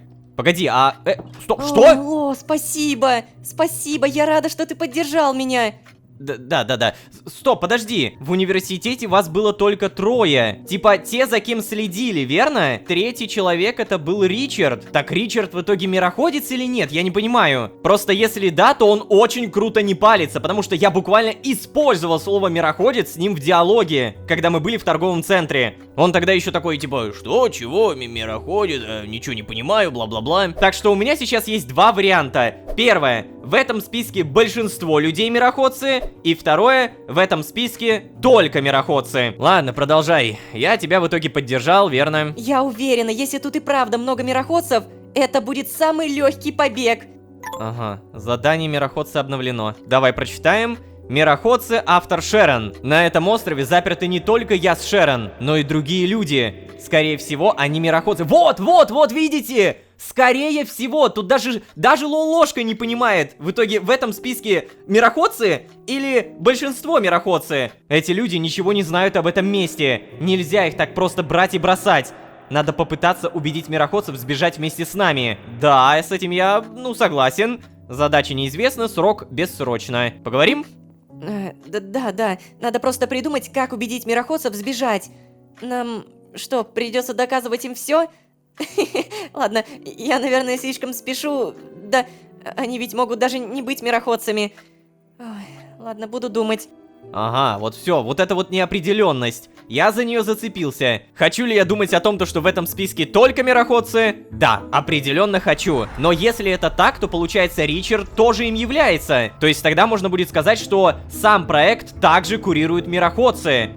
Сложно. Ладно, можно мне просто вернуться. Мне кампус Lucky Charms. Внимание, автобус отправляется. Благодарю.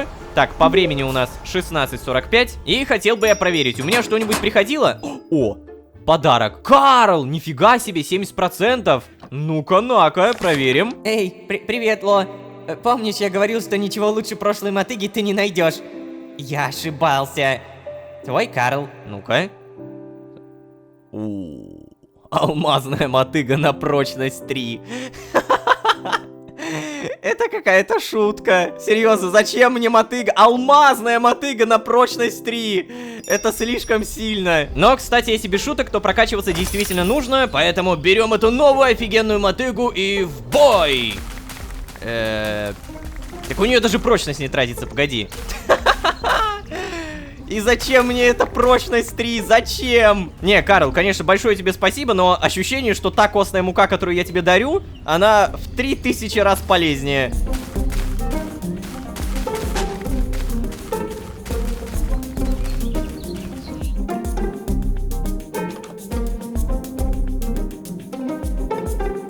О, Ло, стой. Я нашел несколько подходящих людей. Адам Вельд, экоактивист, иногда сотрудничает с твоим волонтерским центром. Я не уверен, чем он занимается прямо сейчас, но у Джены есть его контакт. Стефани Краун, воспитательница в детском саду, сегодня идет в океан с подругой. Если ее искать, то прямо сейчас, Ло.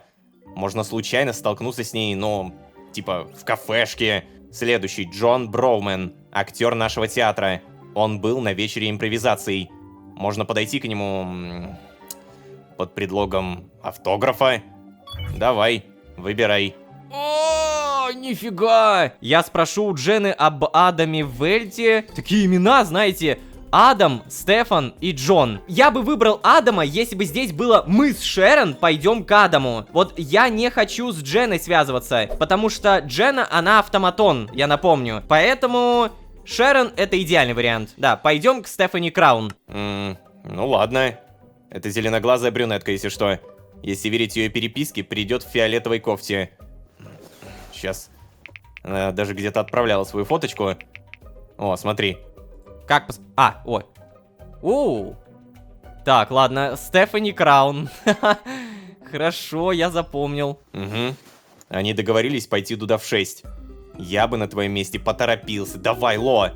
А сколько времени-то, подожди? А, в 6! Шерон! Подожди, мне Шерон надо написать. Шерон, мы нашли подходящего мироходца. Встретимся в 6 у океана. Что думаешь о походе в океан? Сегодня в 18:00. Так, мы не палимся, мы не говорим слово мироходец, поэтому просто что думаешь? Звучит заманчиво. Я согласна. Уже собираюсь. Фух, я рад, что Шерон не спалила ничего. О, как же я рад. О, Чет, здорово. Не поговорим? Так, Карла нет. Так, и у меня вопрос. Если я хочу попасть в центр города, то это что? Шоссе Хэнна-Форта? Я очень надеюсь, что... Крепче за баранку держись, шофер. Ну-ка. О, привет. Угу. И тебе снова привет. Так. Мы здесь по делу или просто гуляем? Просто гуляем. Так, ну, мы ищем Стефани Краун. Угу. Хорошо. Так. Нам тогда надо это... Блин, я не знаю, кто такая Стефани Краун. Ты, в общем, будешь начинать с ней разговор, а я подыграю. Проверим, действительно ли она мироходец. Если это подтвердится, то попробуем убедить ее присоединиться к побегу. Верно, Шерон, молодец. Как хорошо, что она не палится. Так. А, все, идешь за мной? О, бу-бу-бу. Мы в итоге... А, что? То есть, оказывается, вот он, торговый центр, и чтобы прийти в центр города, мне нужно буквально перейти через дорогу, а я даже и не знал об этом. Это, оказывается, так близко. Прикольно. Здравствуйте. Не поговорим. Стефани Фиолетовая. Вон она, Стефани Краун. Господи, эта конспирация меня немножко напрягает. Я просто боюсь, что сейчас сделаю что-то не так. Шерон, так, ты идешь? Стефани Краун. Здравствуйте! Да-да? Я могу вам чем-нибудь помочь? Да, здравствуйте. Мы бы хотели с вами поговорить. Эй, Стефани, ты знаешь этих людей? Нет, что ты? Я их впервые в жизни вижу. Вы меня, видимо, с кем-то путаете. Мой младший брат в вашей группе в детском саду. Я хочу поговорить о нем. Вы же мироходец, да? Мы хотим вам помочь. Как спалиться просто на ровном месте. Мой младший брат в вашей группе в детском саду. Вот. Ой, простите. Ты погляди-ка. А я думала, так пристают только к учителям. Ну ладно тебе, ладно, что ты на них? Можешь идти заказывать. Я скоро подойду. Да, иди. Ну ладно, хорошо. Я займу нам место. Ну, и как же зовут твоего брата? Так, Прошу прощения. Вы же мироходец? Ну да. А какое это отношение имеет к нашему разговору? Я не... Ну, я просто хотела убедиться в этом. А это разве важно? Зачем вообще спрашивать о чем-то подобном? Даже не знала, что в этом мире знают о мироходцах. Нет, как раз не знают. Мы Мы именно поэтому и хотели поговорить в более уединенном месте. Давайте в другой раз. Я сейчас немного занята. Но... Нет, это очень важно. Да что ж вы. А для меня очень важно провести время с подругой. Тем более я не хочу об этом говорить. Можете считать меня обычной жительницей этого мира. Я никуда отсюда не уеду. Я никуда не уйду. Ладно, простите, я... Ну ладно, хватит меня задерживать. Я пошла. Пока. Ло, она выглядела счастливой. Да, я тоже это заметил. Идем за ней. Это не настоящее счастье, Шерон. Как и ты, пока мы не узнали правду. Надо достучаться до нее. Ну, тут либо первое, либо третье. Как и ты, пока мы не узнали правду. Надо достучаться до нее. Да, давай. Да, знаю я. Но нет, сейчас она не согласится отменить свои планы, ты же это понял. Надо будет найти ее снова, когда она будет свободна. Надо доказать ей, что все здесь подделка. А для этого нам нужно взять Дилана. Ай, знала же, что нужно лучше подготовиться. Мы же для нее совсем незнакомцы. Конечно, она нас не будет слушать.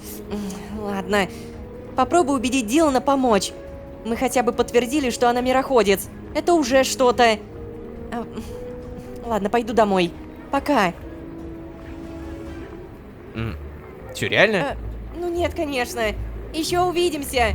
Вот теперь точно пока. Ну, то-то же, вот это намного лучше. Так, ну а вообще здесь как будто все очевидно, нужно просто зайти в океан само... Ты погляди, как сделали. То есть я не могу зайти в ресторан. А шо, в чем проблема? Это называется сюжетный барьер. Поэтому все, что мы можем сделать, это наверняка поехать домой. Здравствуйте, кампус Lucky Charms. Сегодня после смены пойду и лягу спать. Главное озвучить это всем, да, спасибо. Знаете, я на самом деле уже начинаю сомневаться в плане Шерон. То есть, помните, у меня был выбор: либо согласиться с Диланом и сказать то, что нам нужна конспирация, либо согласиться с Шерон о том, то, что нам нужны мироходцы. Я вот сейчас думаю, а зачем нам эти мироходцы реально? Ну вот зачем? Типа, зачем? Чет, привет. Да, привет, Ло. Мне не дали работу, прикинь. Сказали, что студентам не подходит. А в вакансии они написали другое. Блин, пойду в другое место. Как же я устал. Чувак, ну, FF. Free Fly. Буквально удобное приложение, чтобы зарабатывать деньги. Я на этом сделал целое состояние. Я понимаю то, что какие-то удобные тебе заказы забирают быстрее, чем ты, но надо стараться. Да, это рабочий процесс. Привет, Карл, ты что, с цветочком разговариваешь? О, Ло, я все же отнесу цветы в универ. Декан дал свое разрешение, прикинь. Теперь у моих цветочков будет достаточно света. И самое главное, кошки больше не смогут их грызть. Ой, ну хорошо, тебе будет хорошо. Ладно, хоть у кого-то есть хорошие новости. Так, Дилан дома? Дилан, поболтаем. Ну чё, как все прошло? Мы провалились. Она не стала нас даже слушать. Поможешь нам? Все прошло просто потрясающе. Эх, Дилан, думаю, надо попробовать с кем-нибудь другим. О, кстати, а ведь и правда, у нас есть 2 других мироходца. Но вообще мы провалились, она не стала нас даже слушать. Да, чтоб помочь вам? Ты думаешь, меня она станет слушать? Вы мне посреди улицы предлагаете повторить тот трюк с сиреной, что ли? Ой, очень незаметно, Ло, очень. Совсем не привлекает внимания. Ладно, попробуем увести ее в какое-нибудь пустое место. И будем действовать по ситуации. Мне уже не нравится эта идея. Так, окей, получается, прямо сейчас мы поговорили с Чедом, с Карлом, с Диланом. Ну, здесь мне, наверное, делать больше нечего. Напомню, что совсем недавно мы выращивали много-много овец. И все это неспроста. Дело в том, что у нас есть шикарное задание на всего лишь 1000 СТ, но, по крайней мере, оно легко выполняется. Нам нужна сырая баранина, жареная баранина и 12 блоков шерсти. Я хочу барана, можно по частям. Желательно половину барана пожарить и поперчить. Самый лучший вариант, если баран перед этим был украден. Ну давайте, вперед, ребята, вперед! Далее, само задание принимаем, и вроде бы все. Ага, спасибо. Я хочу сдать вам, получается, сырую, жареную баранину и вот, 12 блоков шерсти, только чуть-чуть побольше. Время скоро 21, то есть, по идее, я получу деньги уже сейчас. 20:51, 20:52, вот он едет, вот он. Красавчик. О. Уже так быстро. Еще даже уехать не успел, а уже выполнили задание. А вообще, что нужно запомнить? Побег. Мы хотим побег. Сбежать с этого острова, который мы даже не знаем, как выглядит. Мы не знаем, что за этим островом. Но понимаем то, что оттуда приезжают люди. Самые обычные люди в виде уборщиков. Сюжет становится все запутаннее, но не менее интересным. Это правда офигенно. Я очень надеюсь, то, что вам нравится то, что вы смотрите. Очень надеюсь, то, что вы не забудете поставить лайк и подписаться. Ведь все ваши микронажатия на лайки, подписки, даже на комментарии, это огромный буст мотивации и огромное топливо, чтобы мы продолжали творить. Чмок в пупок. Надеюсь, вы не пропустили мимо ушей. А если вы здесь впервые, то можете еще и позвать друзей. А с вами были Лолошка и воспитательница в детском саду. Всем удачи, всем пока. Пока-пока-пока. Пока. Нельзя же вечно проводить время с... Ну этими. Для меня они очень интересные. Поэтому сегодня я тоже занят. Можешь продолжать избегать меня, если тебе так нравится. А? Ну, чё ты выпендриваешься-то? Ты же даже не заметил, пока я не сказал. Ну чё за придурок, а? А вы не офигели? Итак, план. Найти другого мироходца, чтобы тот помогал нам в побеге с этого острова. Ах, да. Звучало не так глупо, пока мы не приступили к действию и не нашли первого мироходца-девушку по имени Стефани. Скажу сразу, все очень плохо. А вообще, всем привет, дорогие друзья. Я Лолошка. Добро пожаловать в последнюю. Реально, сейчас расскажу поподробнее. Поехали!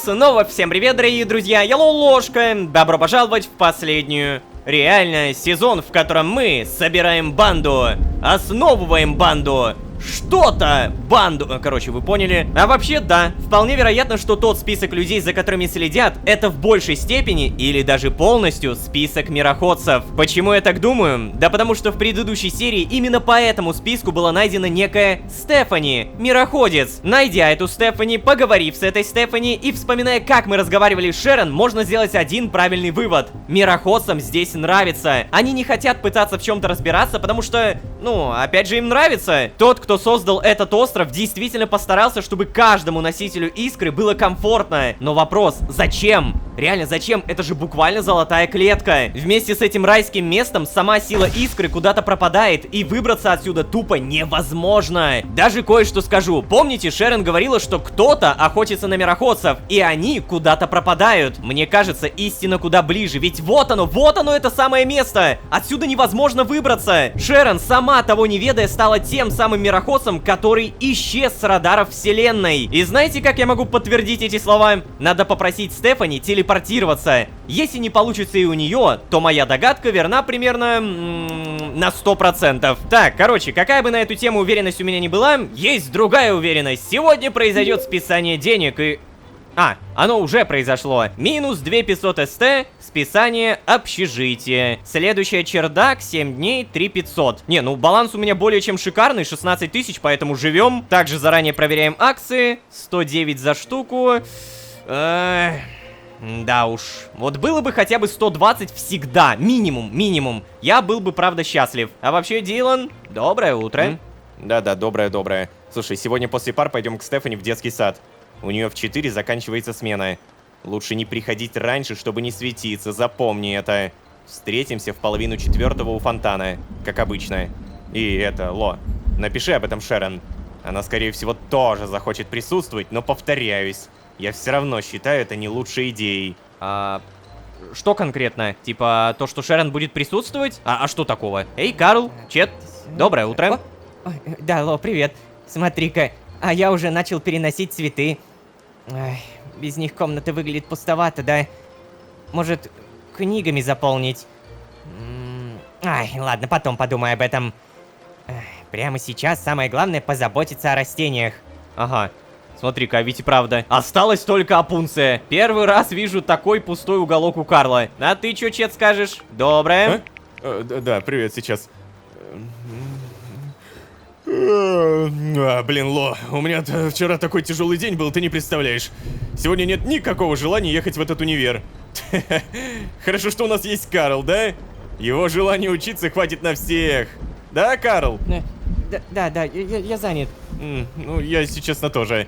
Ага, ну что могу сказать тебе, Чет? Удачи! То, что у него был тяжелый день, напомню, это из-за поиска работы. Да, Чет активно ищет, где бы зарабатывать. Я бы предложил ему собственный бизнес основать. Типа, я и он во главе какой-нибудь кофейни. Ну ладно, это бредово звучит, я понимаю. Так, короче, Дилан сказал написать Шерон, я же могу? О, я могу. Привет, Шерон. Встретимся сегодня в 15:30. Сегодня после пар идем к Стефани. Так, это мы не палим. Давай просто встретимся сегодня в 15:30. О, привет, Ло.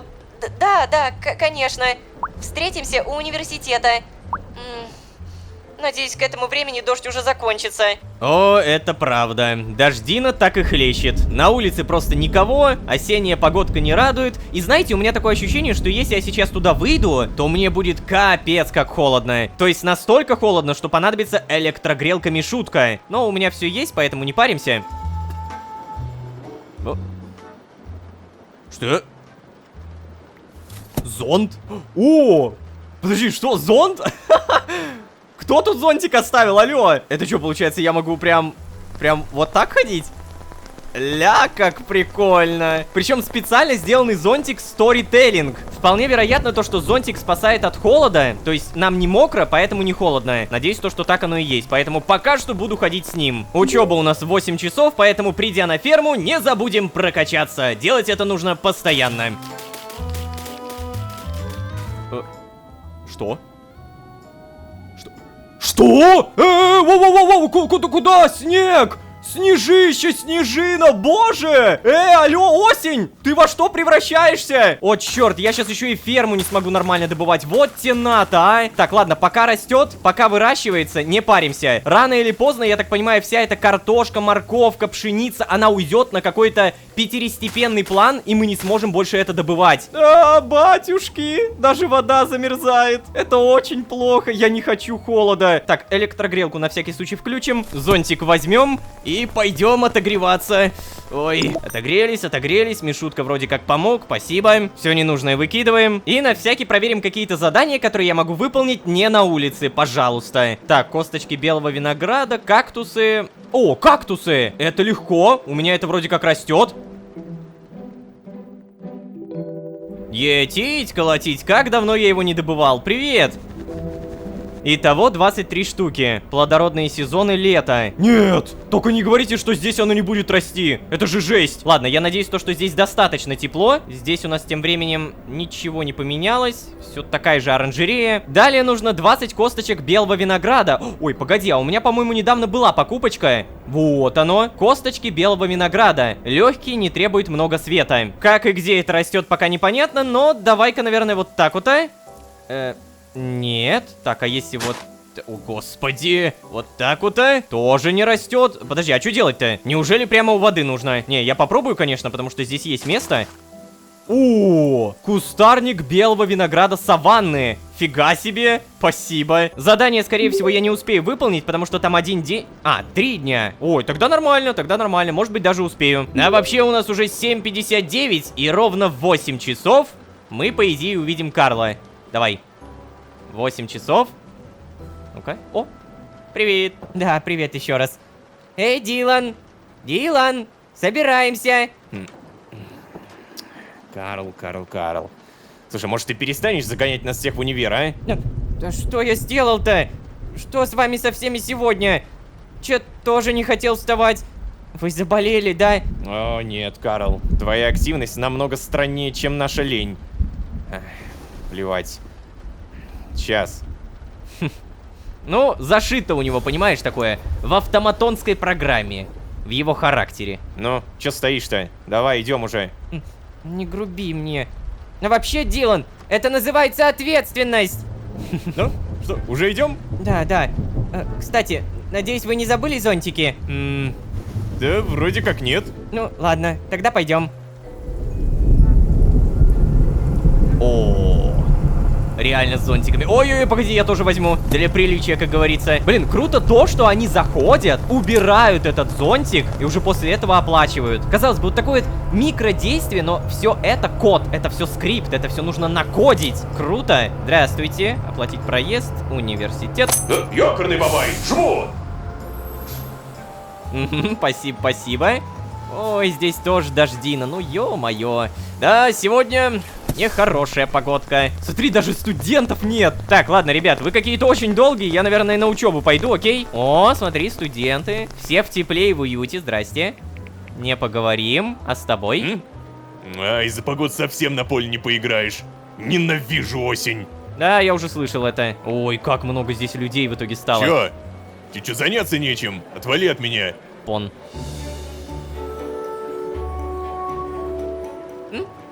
Что? Это камера, не сова.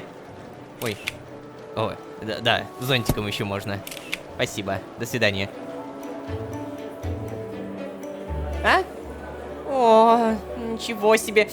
А я забыла свой зонтик. Теперь вся промокшая до нитки. Так, погоди-ка. Держите. Не? Жалко, жалко. Я думал, что это прокнет. Так, ладно, болтать не переболтать со всеми этими студентами. Просто пойдем учиться. Ника, ты что тут делаешь? Самое главное, поговорить не можем. Так, здесь тоже ничего. Ой. Стоять! Хе-хе-хей, Лоло-ложка! Ты, надеюсь, сегодня-то хотя бы свободен, а? Нельзя же вечно проводить время с... этими. Они же абсолютно неинтересны. О, черт, опять! Я не могу согласиться, Ричард, у меня дела, прости. А что ты хочешь мне предложить, а? Ты прав, они вечно делают одно и то же. Это уже надоедает. Для меня они очень интересные, поэтому сегодня я тоже занят. Блин, сценаристы, зачем же вы так играете на моих эмоциях? Я бы правда хотел как-то выстроить доверие с Ричардом, но то, что я могу это делать только тогда, когда отказываюсь от чего-то другого глобально важного, это крутой ход, это правда крутой ход, но я не могу согласиться, сори. Для меня они очень интересны. Да, ну и пожалуйста. Можешь продолжать избегать меня, если тебе так нравится. Угу. Может, я с тобой все-таки сяду? Да.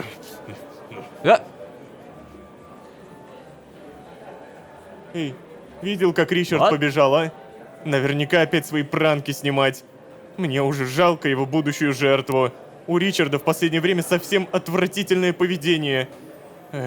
Ничего, ничего. Ты, главное, сам будь осторожнее. Понял. Спасибо, Рен Автоматон. Да, я просто тебе это говорю. Ты же, единственный, с кем он нормально общается и все такое. Вдруг захочет отыграться на тебе. И почему он попал именно к нам в группу?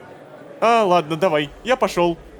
Почему он попал именно к нам в группу? Мне думается, что у этого есть только один ответ. Потому что... Так, а вообще, Ника, ты реально все еще стоишь? И все еще не поговорим? Ну ладно. А вообще, у меня есть очень важные дела. Мне прямо сейчас нужно пойти к фонтану. Надеюсь, что дождь закончился. Ну-ка. О, ты погляди, реально! Дождина закончился, шикарно! У-ху-ху! Так, получается, Дилан, Шерон, Дилан. Вы мне очень нужны, мы должны были встретиться, по-моему, в 15:30, а время прямо сейчас 15:00. Так, погоди. Оно не двигается? О, нет, черт, а что я должен сделать? Я понимаю то, что где-то на территории университета, но у меня даже догадок нет, честно. С кем-то поговорить? Да вроде бы нет. Кстати, а что насчет подвала, ну-ка? Я не могу туда попасть сейчас. Ты погляди, как сделали.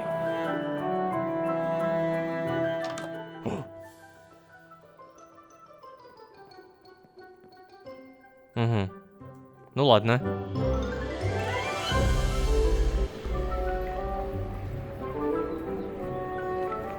Не понял. Люди? Что? Офигеть, я тут вообще первый раз. Ребята, я ни разу сюда не заходил. Это столовая. Вот это да. Блинский... Стоп. Карл? Ричард? Так вот куда мне нужно было все это время. Ты погляди-ка, что делает, а? Ты погляди, что делает. Посмотрите на это. Снимает. Да, он даже не заметил. Эй, как тебе? Что? О чем? Что, как мне? Мясо, конечно. Ты же обычно его не ешь. Вот я и подменил тебе обед. Это, знаешь ли, полезно для здоровья. Что? Нет. Ну, че ты выпендриваешься-то? Ты же даже не заметил, пока я не сказал. Ну что за придурок, а? Да, скучно. Но в любом случае, с вами был ваш любимый человек, Ричард. Ричард, а вы не офигели? О, Лолошка! Чё, все-таки передумал, да? Я, погоди-ка. Я видал это. Он выглядел так тупо, когда сломал ему сценарий, это вообще. Даже сказать ничего не мог. Ага, я понял, типа, Карла по сценарию должно тошнить от мяса, но из-за того, что он не знает, что это мясо, он как автоматон, у него программа как бы не активируется, понимаете? Видимо, потому что у автоматонов нет рецепторов. Ричард, это было очень мерзко. Ты прав, это было смешно. Ричард, любой человек бы на это отреагировал так же. Это была абсолютно нормальная реакция. Да, ладно тебе, чушь не неси. Уверен, люди намного умнее этого парня. Они бы нормально себя вели. Но разве настоящий человек стал бы так переживать, да? Я бы не стал. Ты, скорее всего, тоже. А это значит, что остальные должны быть такими же. Понятия не имею, чё ты так постоянно на все это реагируешь-то, а? Он же не человек, хватит! Я понимаю, возможно, ты прав. Ричард, это не имеет значения. У него есть такие же чувства, как у людей. Даже теперь, когда я знаю, что он автоматон, я считаю это жестоким. Вот! Вот эта фраза идеально звучит. Да, подожди, что? Подожди, ты раньше не знал об этом, что ли? Погоди, ты до этого думал, что я просто издеваюсь над людьми? Такое у тебя мнение обо мне, да? Блин, я дебил. Я дебил. Я спалился то, что я не знал. Да. Черт, надо было внимательно читать, что я говорю. Да, ты ужасный человек. Я просто оговорился. Я всегда знал, кто они. Я всегда знал. Ладно, он мне уже просто не поверит. Люди отреагировали бы так же. Никому бы не понравился подобный пранк. В тебе человечности меньше, чем в них. Вот, да. Да чё ты заладил, ну? Они не люди. Программный код. Вечно ломаются и ведут себя странно. Если реальные люди ведут себя так же, то может мне не стоит с ними общаться? Тупой разговор. Да, понятно. Ну что ж, да, в человечности в нем и правда не так много. Эй, Карл. Все нормально. О боже. Карл. Нет, поговорить я, кстати, с ним не могу. Ну, может быть, кстати, за Ричардом надо, но, скорее всего, он просто исчез. Так, а вообще, что у нас со временем? Ой, уже 15:28, ё-моё! Так все, тогда в 15:30 нужно встретиться с Шерон и Дилана. Ага. Привет, ребята. Эй, Лолошка. Эй, привет. Да-да, привет. Да-да, еще раз здорово. А я все же освободилась. Если чё, я сказал ей не подходить ко мне. Это выглядело бы, подозрительно. Мы ж типа это незнакомые. Она, прикинь, не слушала меня, и все. Ой, да ладно тебе. Кто-то все равно заметит, как мы трое проводим время вместе. Мы прямо сейчас собираемся идти в детский сад. Например, это. Тебя не смущает? Если бы мы не контактировали, это бы выглядело, более подозрительно, что ли. Я все равно Ой, был... ладно, все, тихо. Слушай, я слышала, что произошло с Карлом. Ой, это же ваш сосед, да? Угу. Да. И это просто отвратительно. А вот с этим я согласна.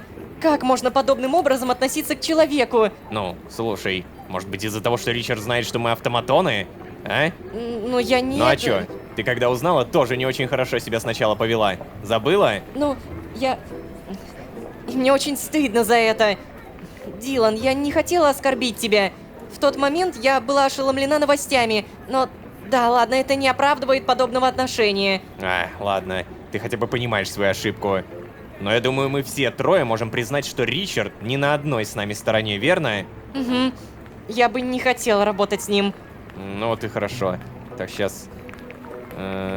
Так, значит, смотрите, у Стефани скоро смена закончится. Так что, пойдем? Пойдем. Детский сад.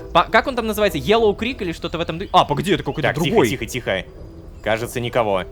Так, Ло, зайдем в сад или подождем здесь? Да черт возьми, ну ты же у нас умный. Да зачем нам это Стефани вообще? Поехали по домам. Вот, кстати, это правда. Зачем нам это Стефани? У нас же есть другие мироходцы, с которыми, может быть, диалог пойдет даже проще. Хотя, ладно, в данном контексте это уже глупо говорить. Давайте зайдем, убедимся, что она еще не ушла. Ну, если дело обстоит так, как я думаю, она явно не захочет рано уходить с работы. Но нам лучше действительно здесь просто так не стоять. Нас же просто неправильно поймут. Детский сад все-таки. Это правда.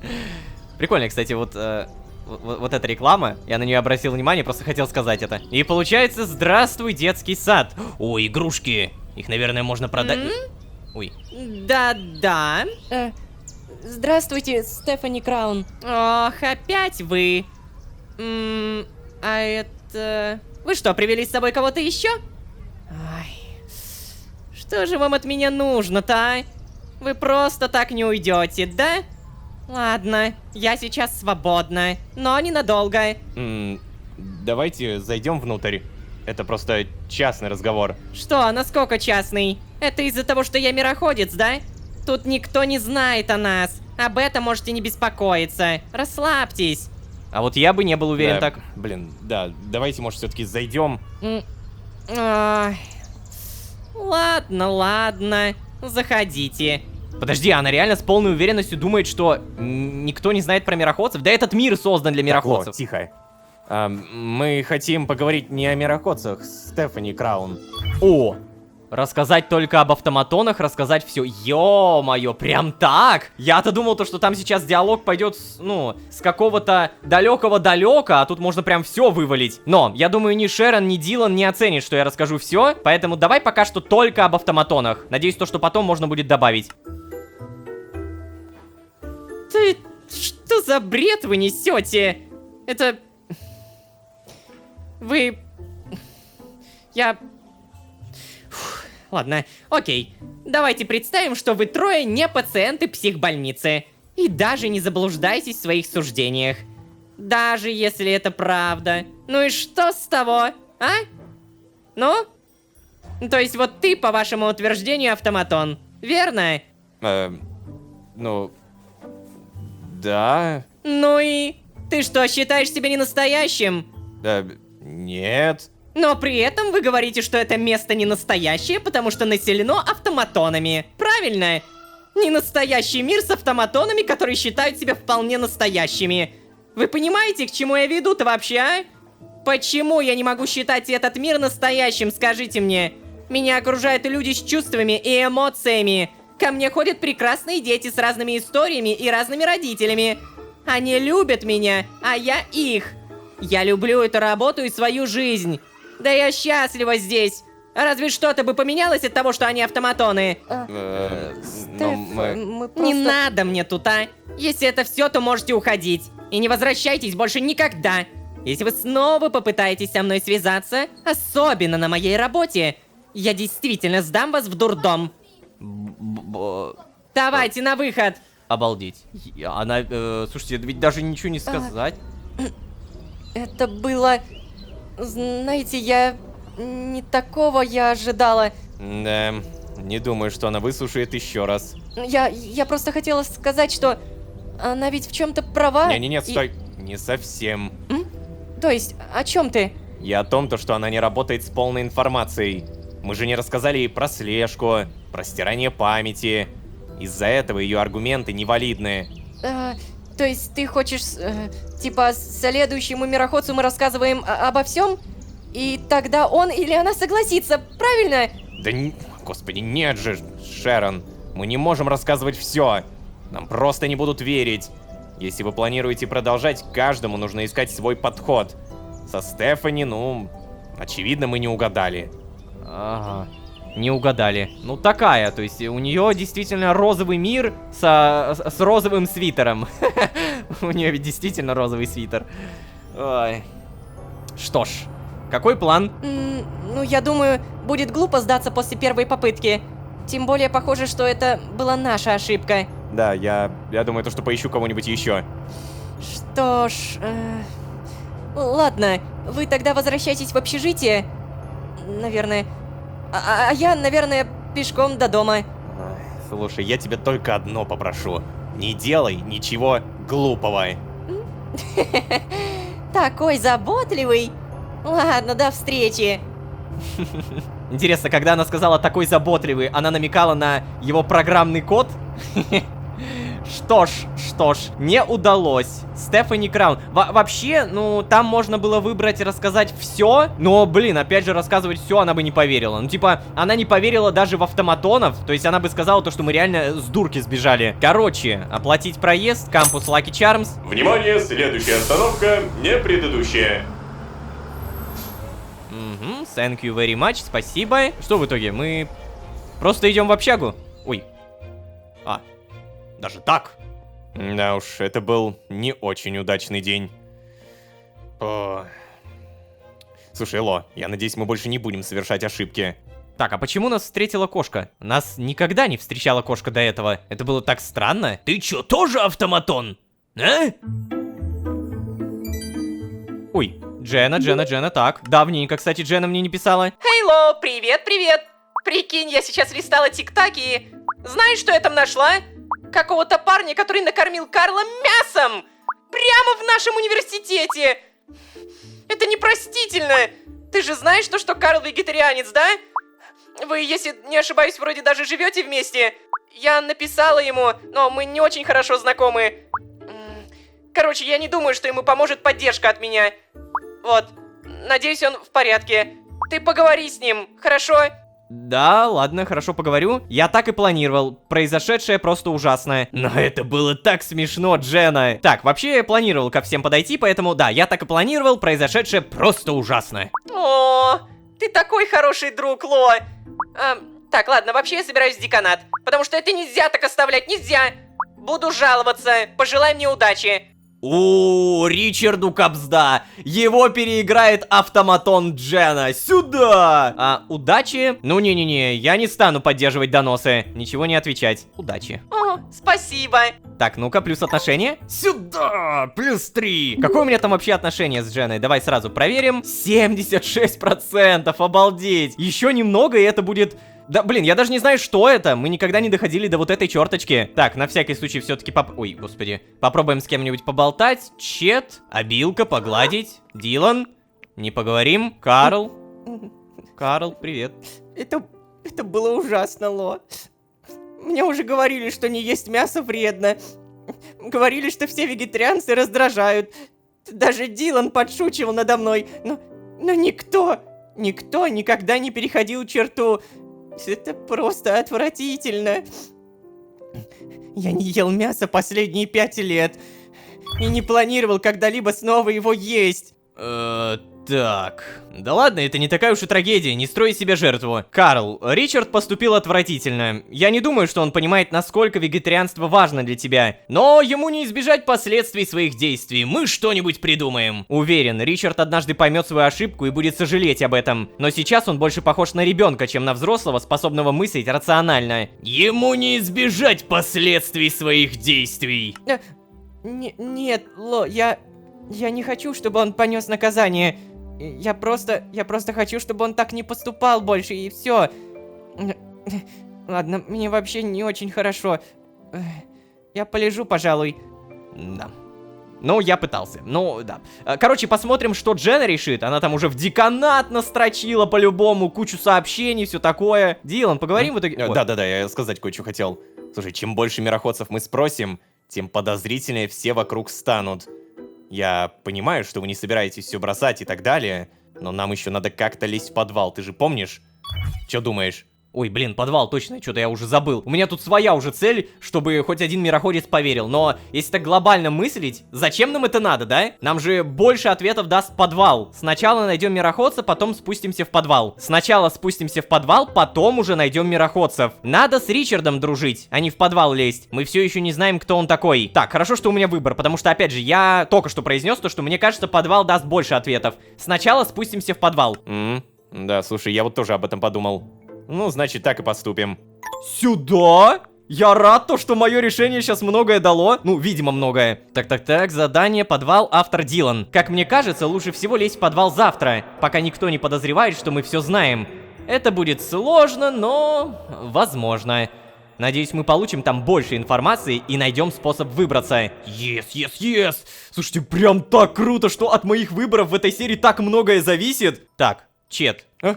О, ты уже видел, да? Карл себя ужасно чувствует. О, ну и неудивительно. Что за люди, а? Отвратительно. Да. Карл, может еще все-таки? Когда Ричард снимал видео, студенты, они просто стояли там и смеялись. Поверить в это не могу. Слушай, прости, Ло, я правда сейчас не в настроении разговаривать. Оставь меня в покое. Уходи. Ну, уходи. Ладно. Слушайте, а вот все говорят про эти тик-таки, да? А давай-ка мы знаешь, что сделаем? Мы реально зайдем. Да, еще кое-что сделаем. А, вот оно что.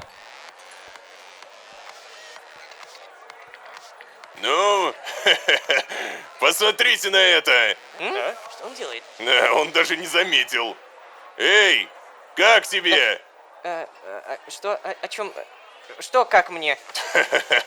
Мясо, конечно. Ты же обычно его не ешь. Вот я и подменил тебе обед. Это, знаешь ли, полезно для здоровья. Что? Нет. Ну, чё ты выпендриваешься-то? Ты же даже не заметил, пока я не сказал. Ну чё за придурок, а? Да скучно. Но в любом случае с вами был ваш любимый человек, Ричард. Ну да. Ну, В целом мы это видели вживую. посмотрите на это. Вот этот самый ТикТок, который разлетелся на... Ого! Уже 32 тысячи просмотров, хотя это было-то прям, ну не знаю, часок назад, может полчаса назад. Ну, короче, совсем недавно. Так, что у нас дальше? О, Ой. Ужик. Ничего себе, блин. Ужик. Ты куда это, Ужик, Ужик? Да ладно тебе, ну. Иди ко мне, Ужик. Ужик, ну погоди ты, блин. Смотрите какой. Ужик. Ужик. Черт, Ужик. Да, блин, Ужик. Невероятно, Ужик, ты куда? Эй, Ужик!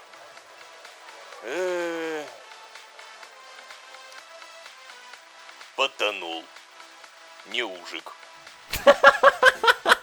Господи, это такой абсурд, сори. Это так тупо. И так офигенно. Так, что еще есть? О, Дилан. Так, включил. А Билка, ты Карла мав? А Чеда мав? Алло, ложку мав? Ужасно. Брэндона мав? А? Я не слышался? Кто-то сказал Брэндон?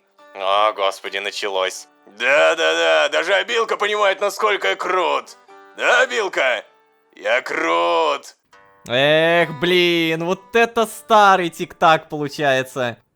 Так, ну ладно, давайте, наверное, вот этот тик-так, просто мы что-то будем сейчас смотреть и смотреть тик-таки, это, наверное, лишнее. Мы это уже посмотрим на Бусти. И, так, тут еще есть что-нибудь новенькое? А, тоже стоп, это другой! Его мы тоже посмотрим на Бусти. Его, да-да-да, тоже посмотрим на Бусти. Ролик и так уже получился достаточно длинным, а тик-таки, они все-таки, ну, персонажа, может быть, раскрывают, но явно не общее повествование. По крайней мере, не все тик-таки. Но мы обязательно их посмотрим, переходите по ссылке в описании.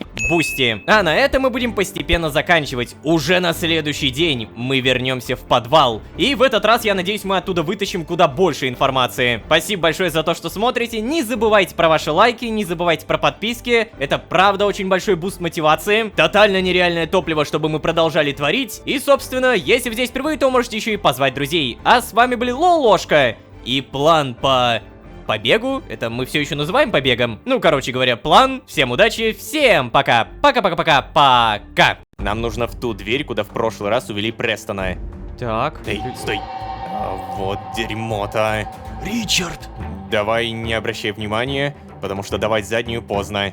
Просто пойдем, да и... Ой-ой-ой, вернуться в подвал, проверить все дыры, найти информацию и, наконец, понять, зачем построен весь этот город. Именно этим мы займемся сегодня и прямо сейчас. А вообще, всем привет, дорогие друзья, я Лолошка. Добро пожаловать в последнюю реальность. Поехали!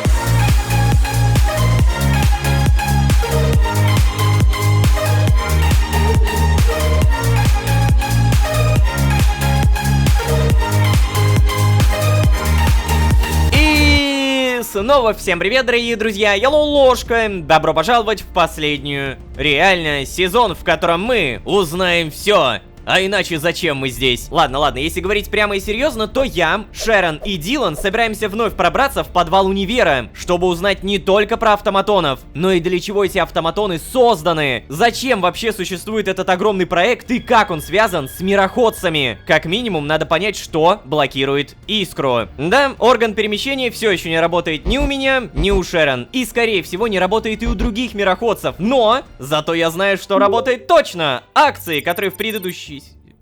Что? Которые в предыдущей серии выровнялись и сделали 115. 89 сейчас, боже мой, ну что это такое? Я реально уже плакать хочу от того, что я вижу каждый раз. Я просто в жестком минусе. Ну не, это правда бред какой-то. Но я куплю еще акций. Раз уж у нас прямо сейчас такая антицена, я беру и приобретаю. Акции на счету 211.8. Пожалуйста, дайте мне хотя бы небольшой плюс. Я умоляю вас. Надеюсь, когда-нибудь я стану миллионером. Привет, Чет. Что? Миллионер?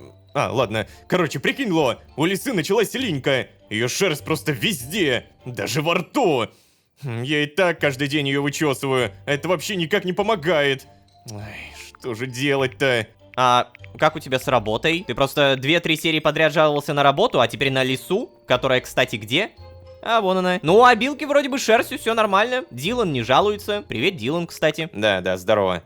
Слушай, предлагаю залезть в подвал сегодня на большом перерыве. Между 14:30 и 15:00. Во время пар нас просто легко спалят в пустых коридорах. Ну, если мы, конечно, доверимся Солусу и пойдем днем. Так что, что думаешь? Так, что я думаю? Какое у меня мнение? План хороший, днем там должно быть меньше работников, то есть доверимся Солусу. Ну, не знаю, Дилан, давай попробуем ночью еще раз. В прошлый раз же получилось. Я думаю, то, что Солусу можно доверять, по крайней мере, пока что он не вызывает у меня каких-то подозрений, что, типа, пытается нас обмануть и все такое. Так что да, план хороший. Ну ладно, попробуем по-твоему. Тебя Билка лезла. Чё ты не поигрался? Ну ничего, Билочка, вот тебе моя рука. Отлично. Так, а вот с Карлом, конечно, потяжелее, потому что Карла в предыдущей серии, напомню, прессовали. Не просто прессовали, а подсунули ему вместо веганской еды мясную. Для него это просто траур. Ну, назовем это трауром. Карл, здорово. Да, сейчас. Привет, Ло. Знаешь, я думаю, я больше не буду обедать в университете. Схожу сегодня на фудкорт. Я слыхал, там есть очень вкусные веганские хот-доги, да? Я, конечно, побаиваюсь немного туда ходить и все такое, но я уверен, я справлюсь. Все лучше, чем перепроверять свой обед. Да. Ну что ж, я думаю, то, что справится. Ему надо это просто пережить. Так, значит, Чет, еще раз не поговорим. С Диланом тем более. Короче, я думаю, то, что примерно через час нужно вернуться, потому что в 8 часов начинается учеба. А если точнее, то сборы. Интересно, как много у меня поинтов? 0! Вау, вот это богатство. Да уж. Но, кстати, у меня есть прикольное задание, которое я нашел до этой серии. Енотий хвост. Зима близко. Мне нужно что-то теплое и модное. Я хочу шапку из енота, и главное, чтобы она была вышита мехом медведя. Тогда я точно буду выделяться среди толпы. Награда 2640 СТ, а это круто. Задача принести одну шапку из енота. Так, шапка из енота это что-то на уровне енота и шапки. Угу. Кожаный шлем, хвост енота, медвежий мех, что? Блин, а я ведь такое выбивал. То есть у меня где-то это должно быть. Увы и ах, ребята, нету никакого медвежьего меха, видимо, я не выбивал, либо просто выкинул, следовательно, придется найти медведя. О, черт. В любом случае, задание принимаем. Угу, спасибо. Найти медведя в наше время не так уж и просто, но еще сложнее убить его. Так, поэтому давай как-нибудь вот так вот, аккуратненько из лука. О, опыт улучшения. Я уже и забыл то, что дается. Так, а на мече-то у меня, кстати, добыча, поэтому лучше добычей добывать. Здравствуйте еще раз. Сюда, медвежий мех 5. Далее нужно найти енота, с чем я в целом справился. И там я видел где-то даже второго. Вон он. Здравствуйте, я дико прошу прощения, мне сейчас нужен ваш хвостик. Спасибо, видимо. Да, все, до свидания, вы мне уже не нужны. Кожаный шлем создаем, объединяем и та-дам! Шапка из енота. Ух ты, даже зачарованная. Но зачарованные вещи тоже сдаются, поэтому это не проблема. Наша единственная проблема — это открытие в 9:00. Сколько сейчас? 7:34. Ой, кстати, нам бы, наверное, уже возвращаться.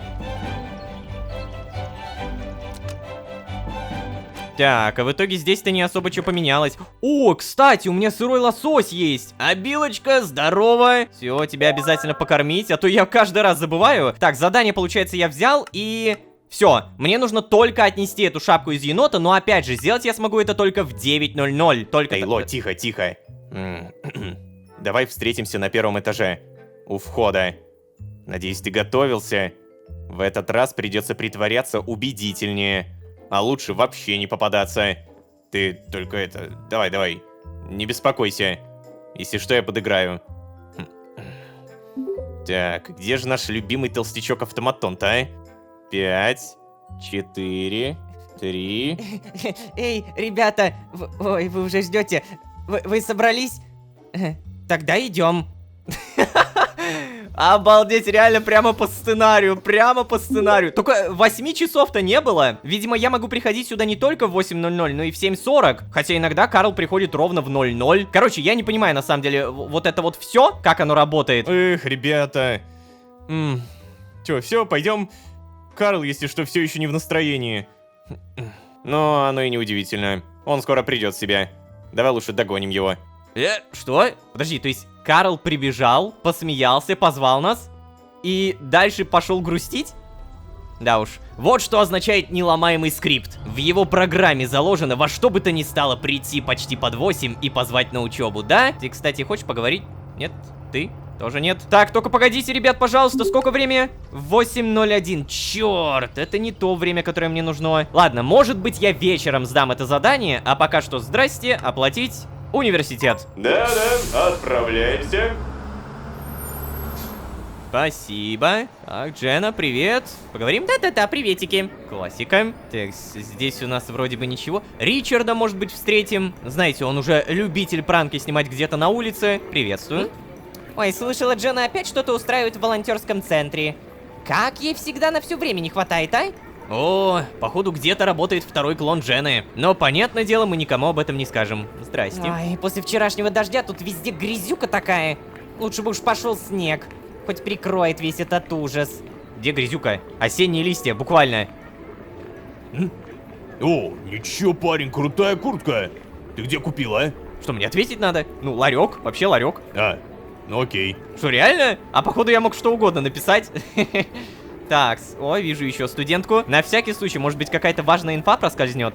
А, с тобой вообще нельзя поговорить, вау. Ай, прикинь, я недавно купил акции на все деньги, а потом акции перестали подниматься. Я все потерял. Чувак. Как я тебя понимаю, дружище, давай вместе стоять вот так. У меня та же самая проблема. Так, погоди, а что с ними? О, пошел! А, не, погоди, 89 опять. О, опять вырос. Нет, уже упало 88. Я опять в минусе. Нет. Боже, чувак, я тебя шикарно понимаю. Ладно, может быть, когда-нибудь эти акции вырастут до 150 и все будет шикарно. Эй, ложка, стой. Я слышал, ты вчера повздорил с Ричи из-за его пранков, да? Неплох.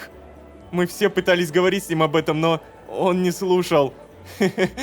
Может быть, теперь он начнет себя нормально вести. Спасибо. Пожалуйста. Ну, я человек. Может быть, он меня послушает. Если что, то садись со мной, Ло. Что? Но... Ты уверен? А где твой сосед? Ну ладно, я, наверное, даже с Ричардом говорить не буду. Просто возьму и сяду.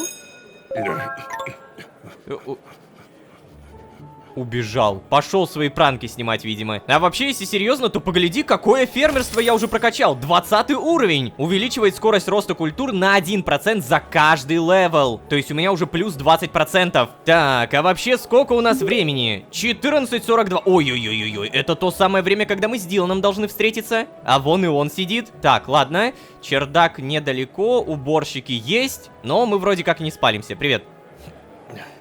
Ну... Ну как? Ты это, готов? Да вроде да. Ну а чё там быть готовым, конечно. Угу. Тогда давай, наденем халаты и идем. Да, я знал, что ты об этом, скорее всего, даже не подумаешь, поэтому взял 2. На.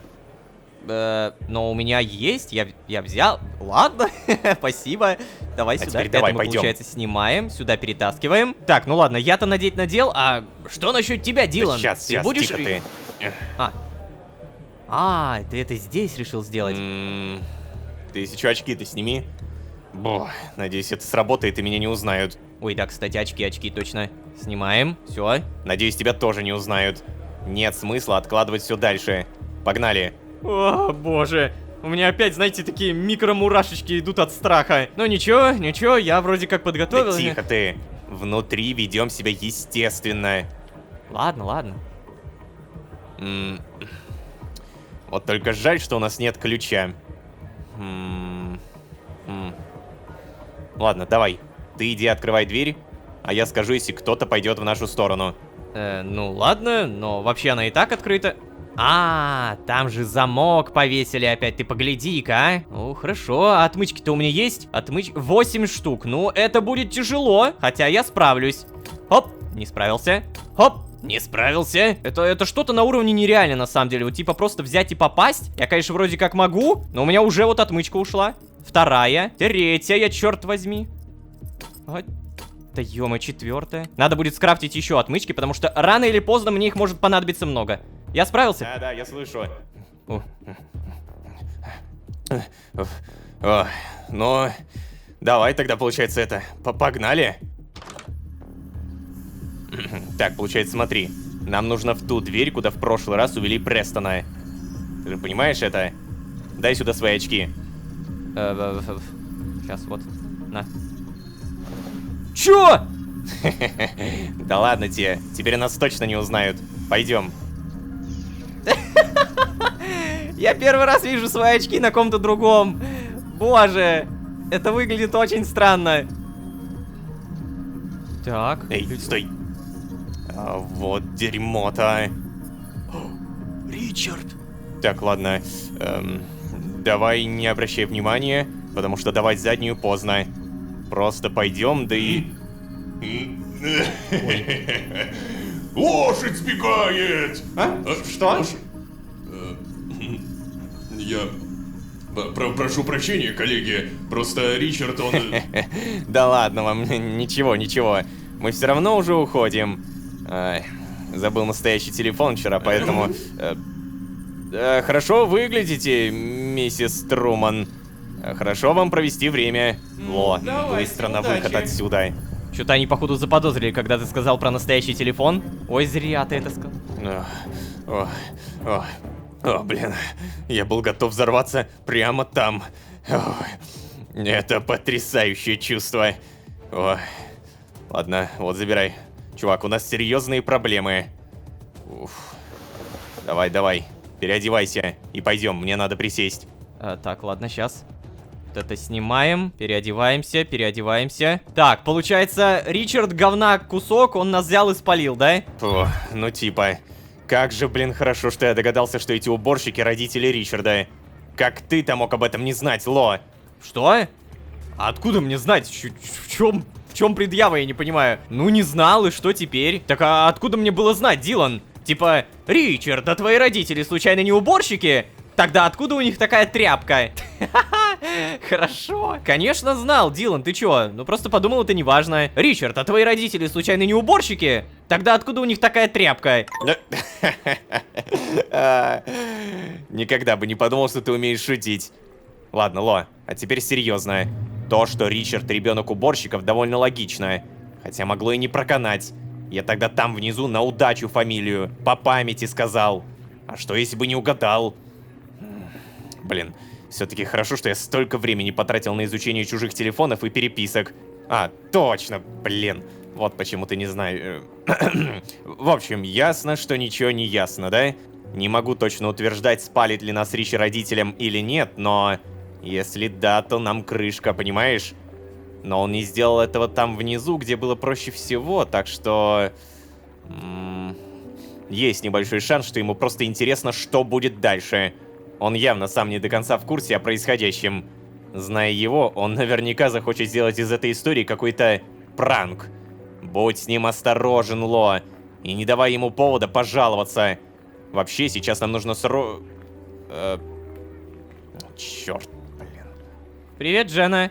Да, привет. Джена, а ты... Мальчики, сегодня в 7 состоится вечер скорби по Брэндону. Я понимаю, что многим тяжело пережить эту утрату в привычном темпе жизни. И что многие хотели Джена. бы выговориться и услышать слова поддержки. Просто все же отчасти и моя вина в том, что Брэндон, он... Эй, Джена, я просто должна была заказать такси. Эй, Джена, повторяюсь, все хорошо. Это не твоя вина.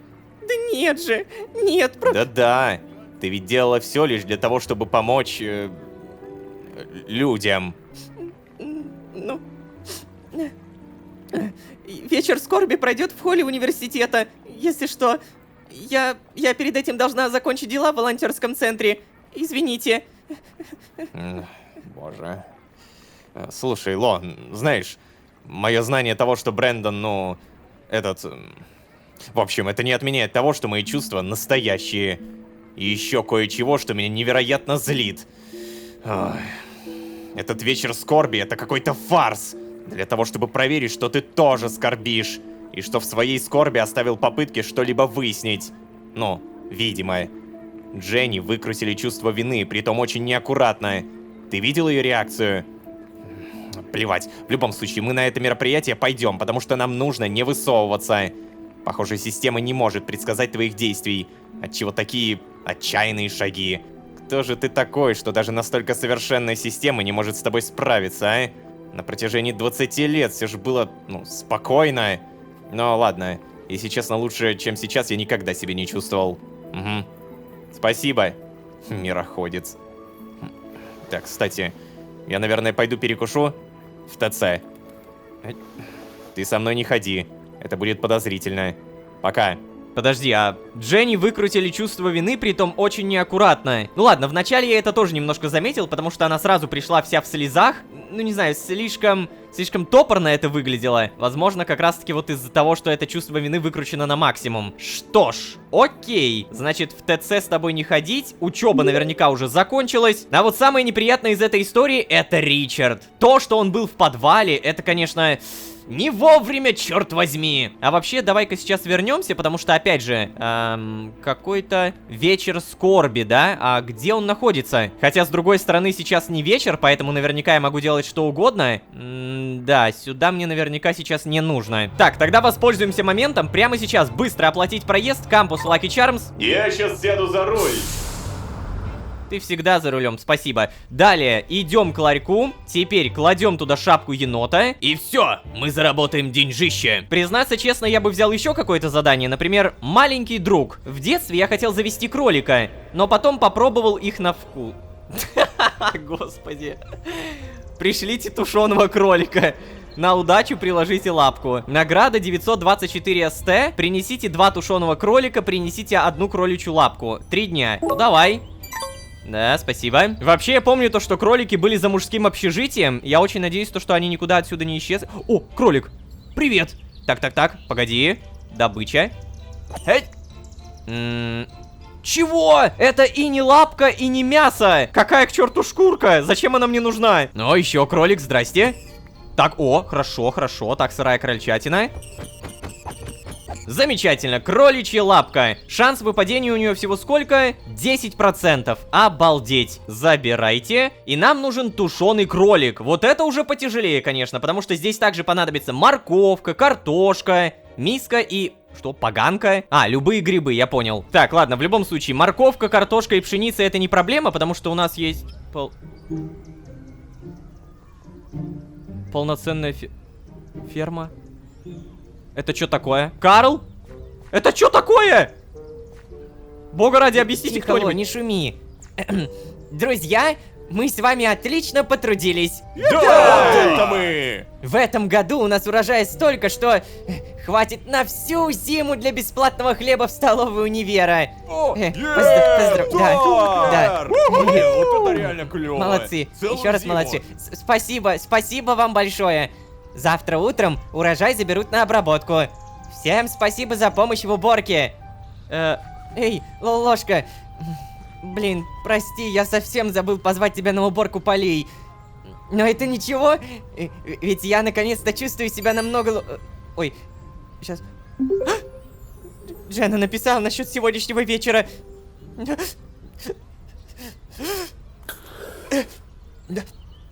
Все нормально, Ложка.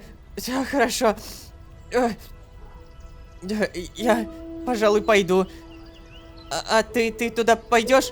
Ох, емать, Карл. Я первый раз вижу, как ты ингалятором пользуешься. Ну да, я-то пойду, мне надо. Хорошо. Ох. Знаешь, я тут немножко посижу. Ты не переживай, мне немножко отдышаться. Обалдеть, у меня сейчас реально сердце ёкнуло. Я первый раз вижу. Понимаете, я в жизни, вот в реальной жизни, я ни разу не видел, как пользуются ингаляторами. Но то, как я увидел это даже через Майнкрафт, я прям испугался, честно говоря.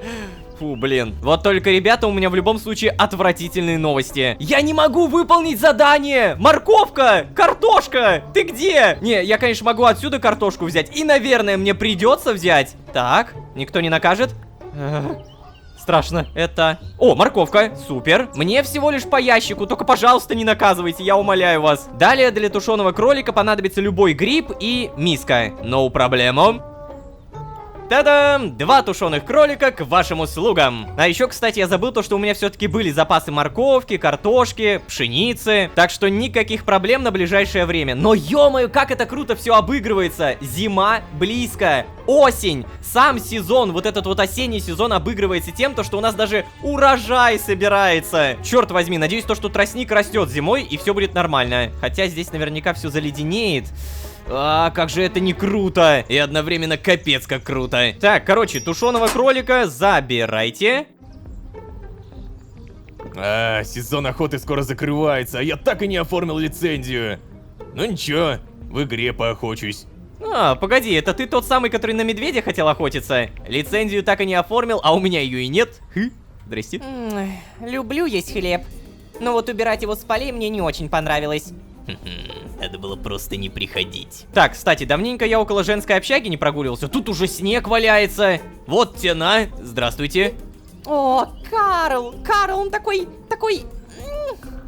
Слушай, ты же вроде как его сосед, да? Не дашь его тег случайно, а? Что? Вот такого, конечно, эмбиента я не ожидал. Слушайте, а может быть из этого какой-то мини-сюжет выльется? Не, ну это правда интересно. Могу ли я дать? Сейчас проверим. Вот. Про 100 ботан. Собака про 100 ботан. Окей, сейчас. Про 100 ботан. О, спасибо. Вот, держи. Ты не представляешь, как для меня это важно. Пожалуйста. О, деньги. Так, деньги взять. 50 СТ сюда! Раздам тег Карла всем желающим за 50 СТ. Но вообще, опять же, прикольно, если из этого выльется какой-то микросюжетик. Так, а вообще, на всякий случай, давай еще проверим акции. Сколько?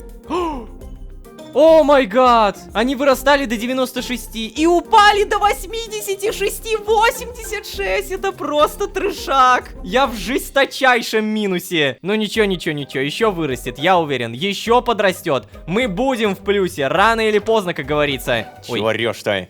Давай переоденься и выходим. Ой, простите, я... Ладно, еще раз переодеваемся и... Ну, я готов. Ребят, пойдем. Ой, блин, ну как-то вот... Ты главное запомни, Ло. Ты сейчас должен всем своим видом показать, как тебе грустно и тяжело. Всем своим видом. Это очень важно. Давай, у тебя обязательно получится. Это несложно. Ты, главное, не перебарщивай. Пойдем. Черт. О, Ричард. А че он там забыл? Ему-то что там надо? Так, что ж. Спасибо, что все пришли сегодня. Всем нам нужна поддержка и возможность высказать боль. в связи со скоропостижной кончиной Брэндона. Я никогда не смогу простить себя за то, что тогда попросила его помочь с машиной. Это я. Я должна была быть там. Простите. Простите, я не могу. Простите. Спасибо, Дженна. Знаете, Брэндон, он был настоящим мужиком. Он всегда страховал меня в зале, подстраховал с девушками, жил без страха и умер без страха. Покойся с миром, Брэнди. Да, у меня все. Спасибо. А, и так каждый, ого. Нет, прости, я не готов, я не смогу. Эй, Карл, да все нормально, все хорошо. Да, Карл, все в порядке. Может быть, кто-то еще хочет высказаться? Да, давай я. Так. Фу. Я не очень долго знал Брэндона. Мы просто не были близки. И...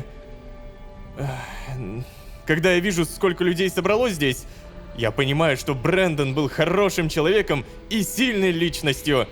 Я горжусь тем, что знал его. Фух.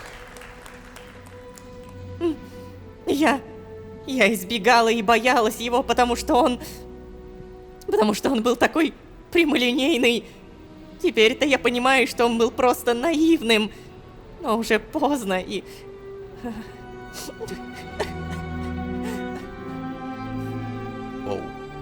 Ребят, не будем осуждать ее. Все в порядке. Ей нужно побыть одной.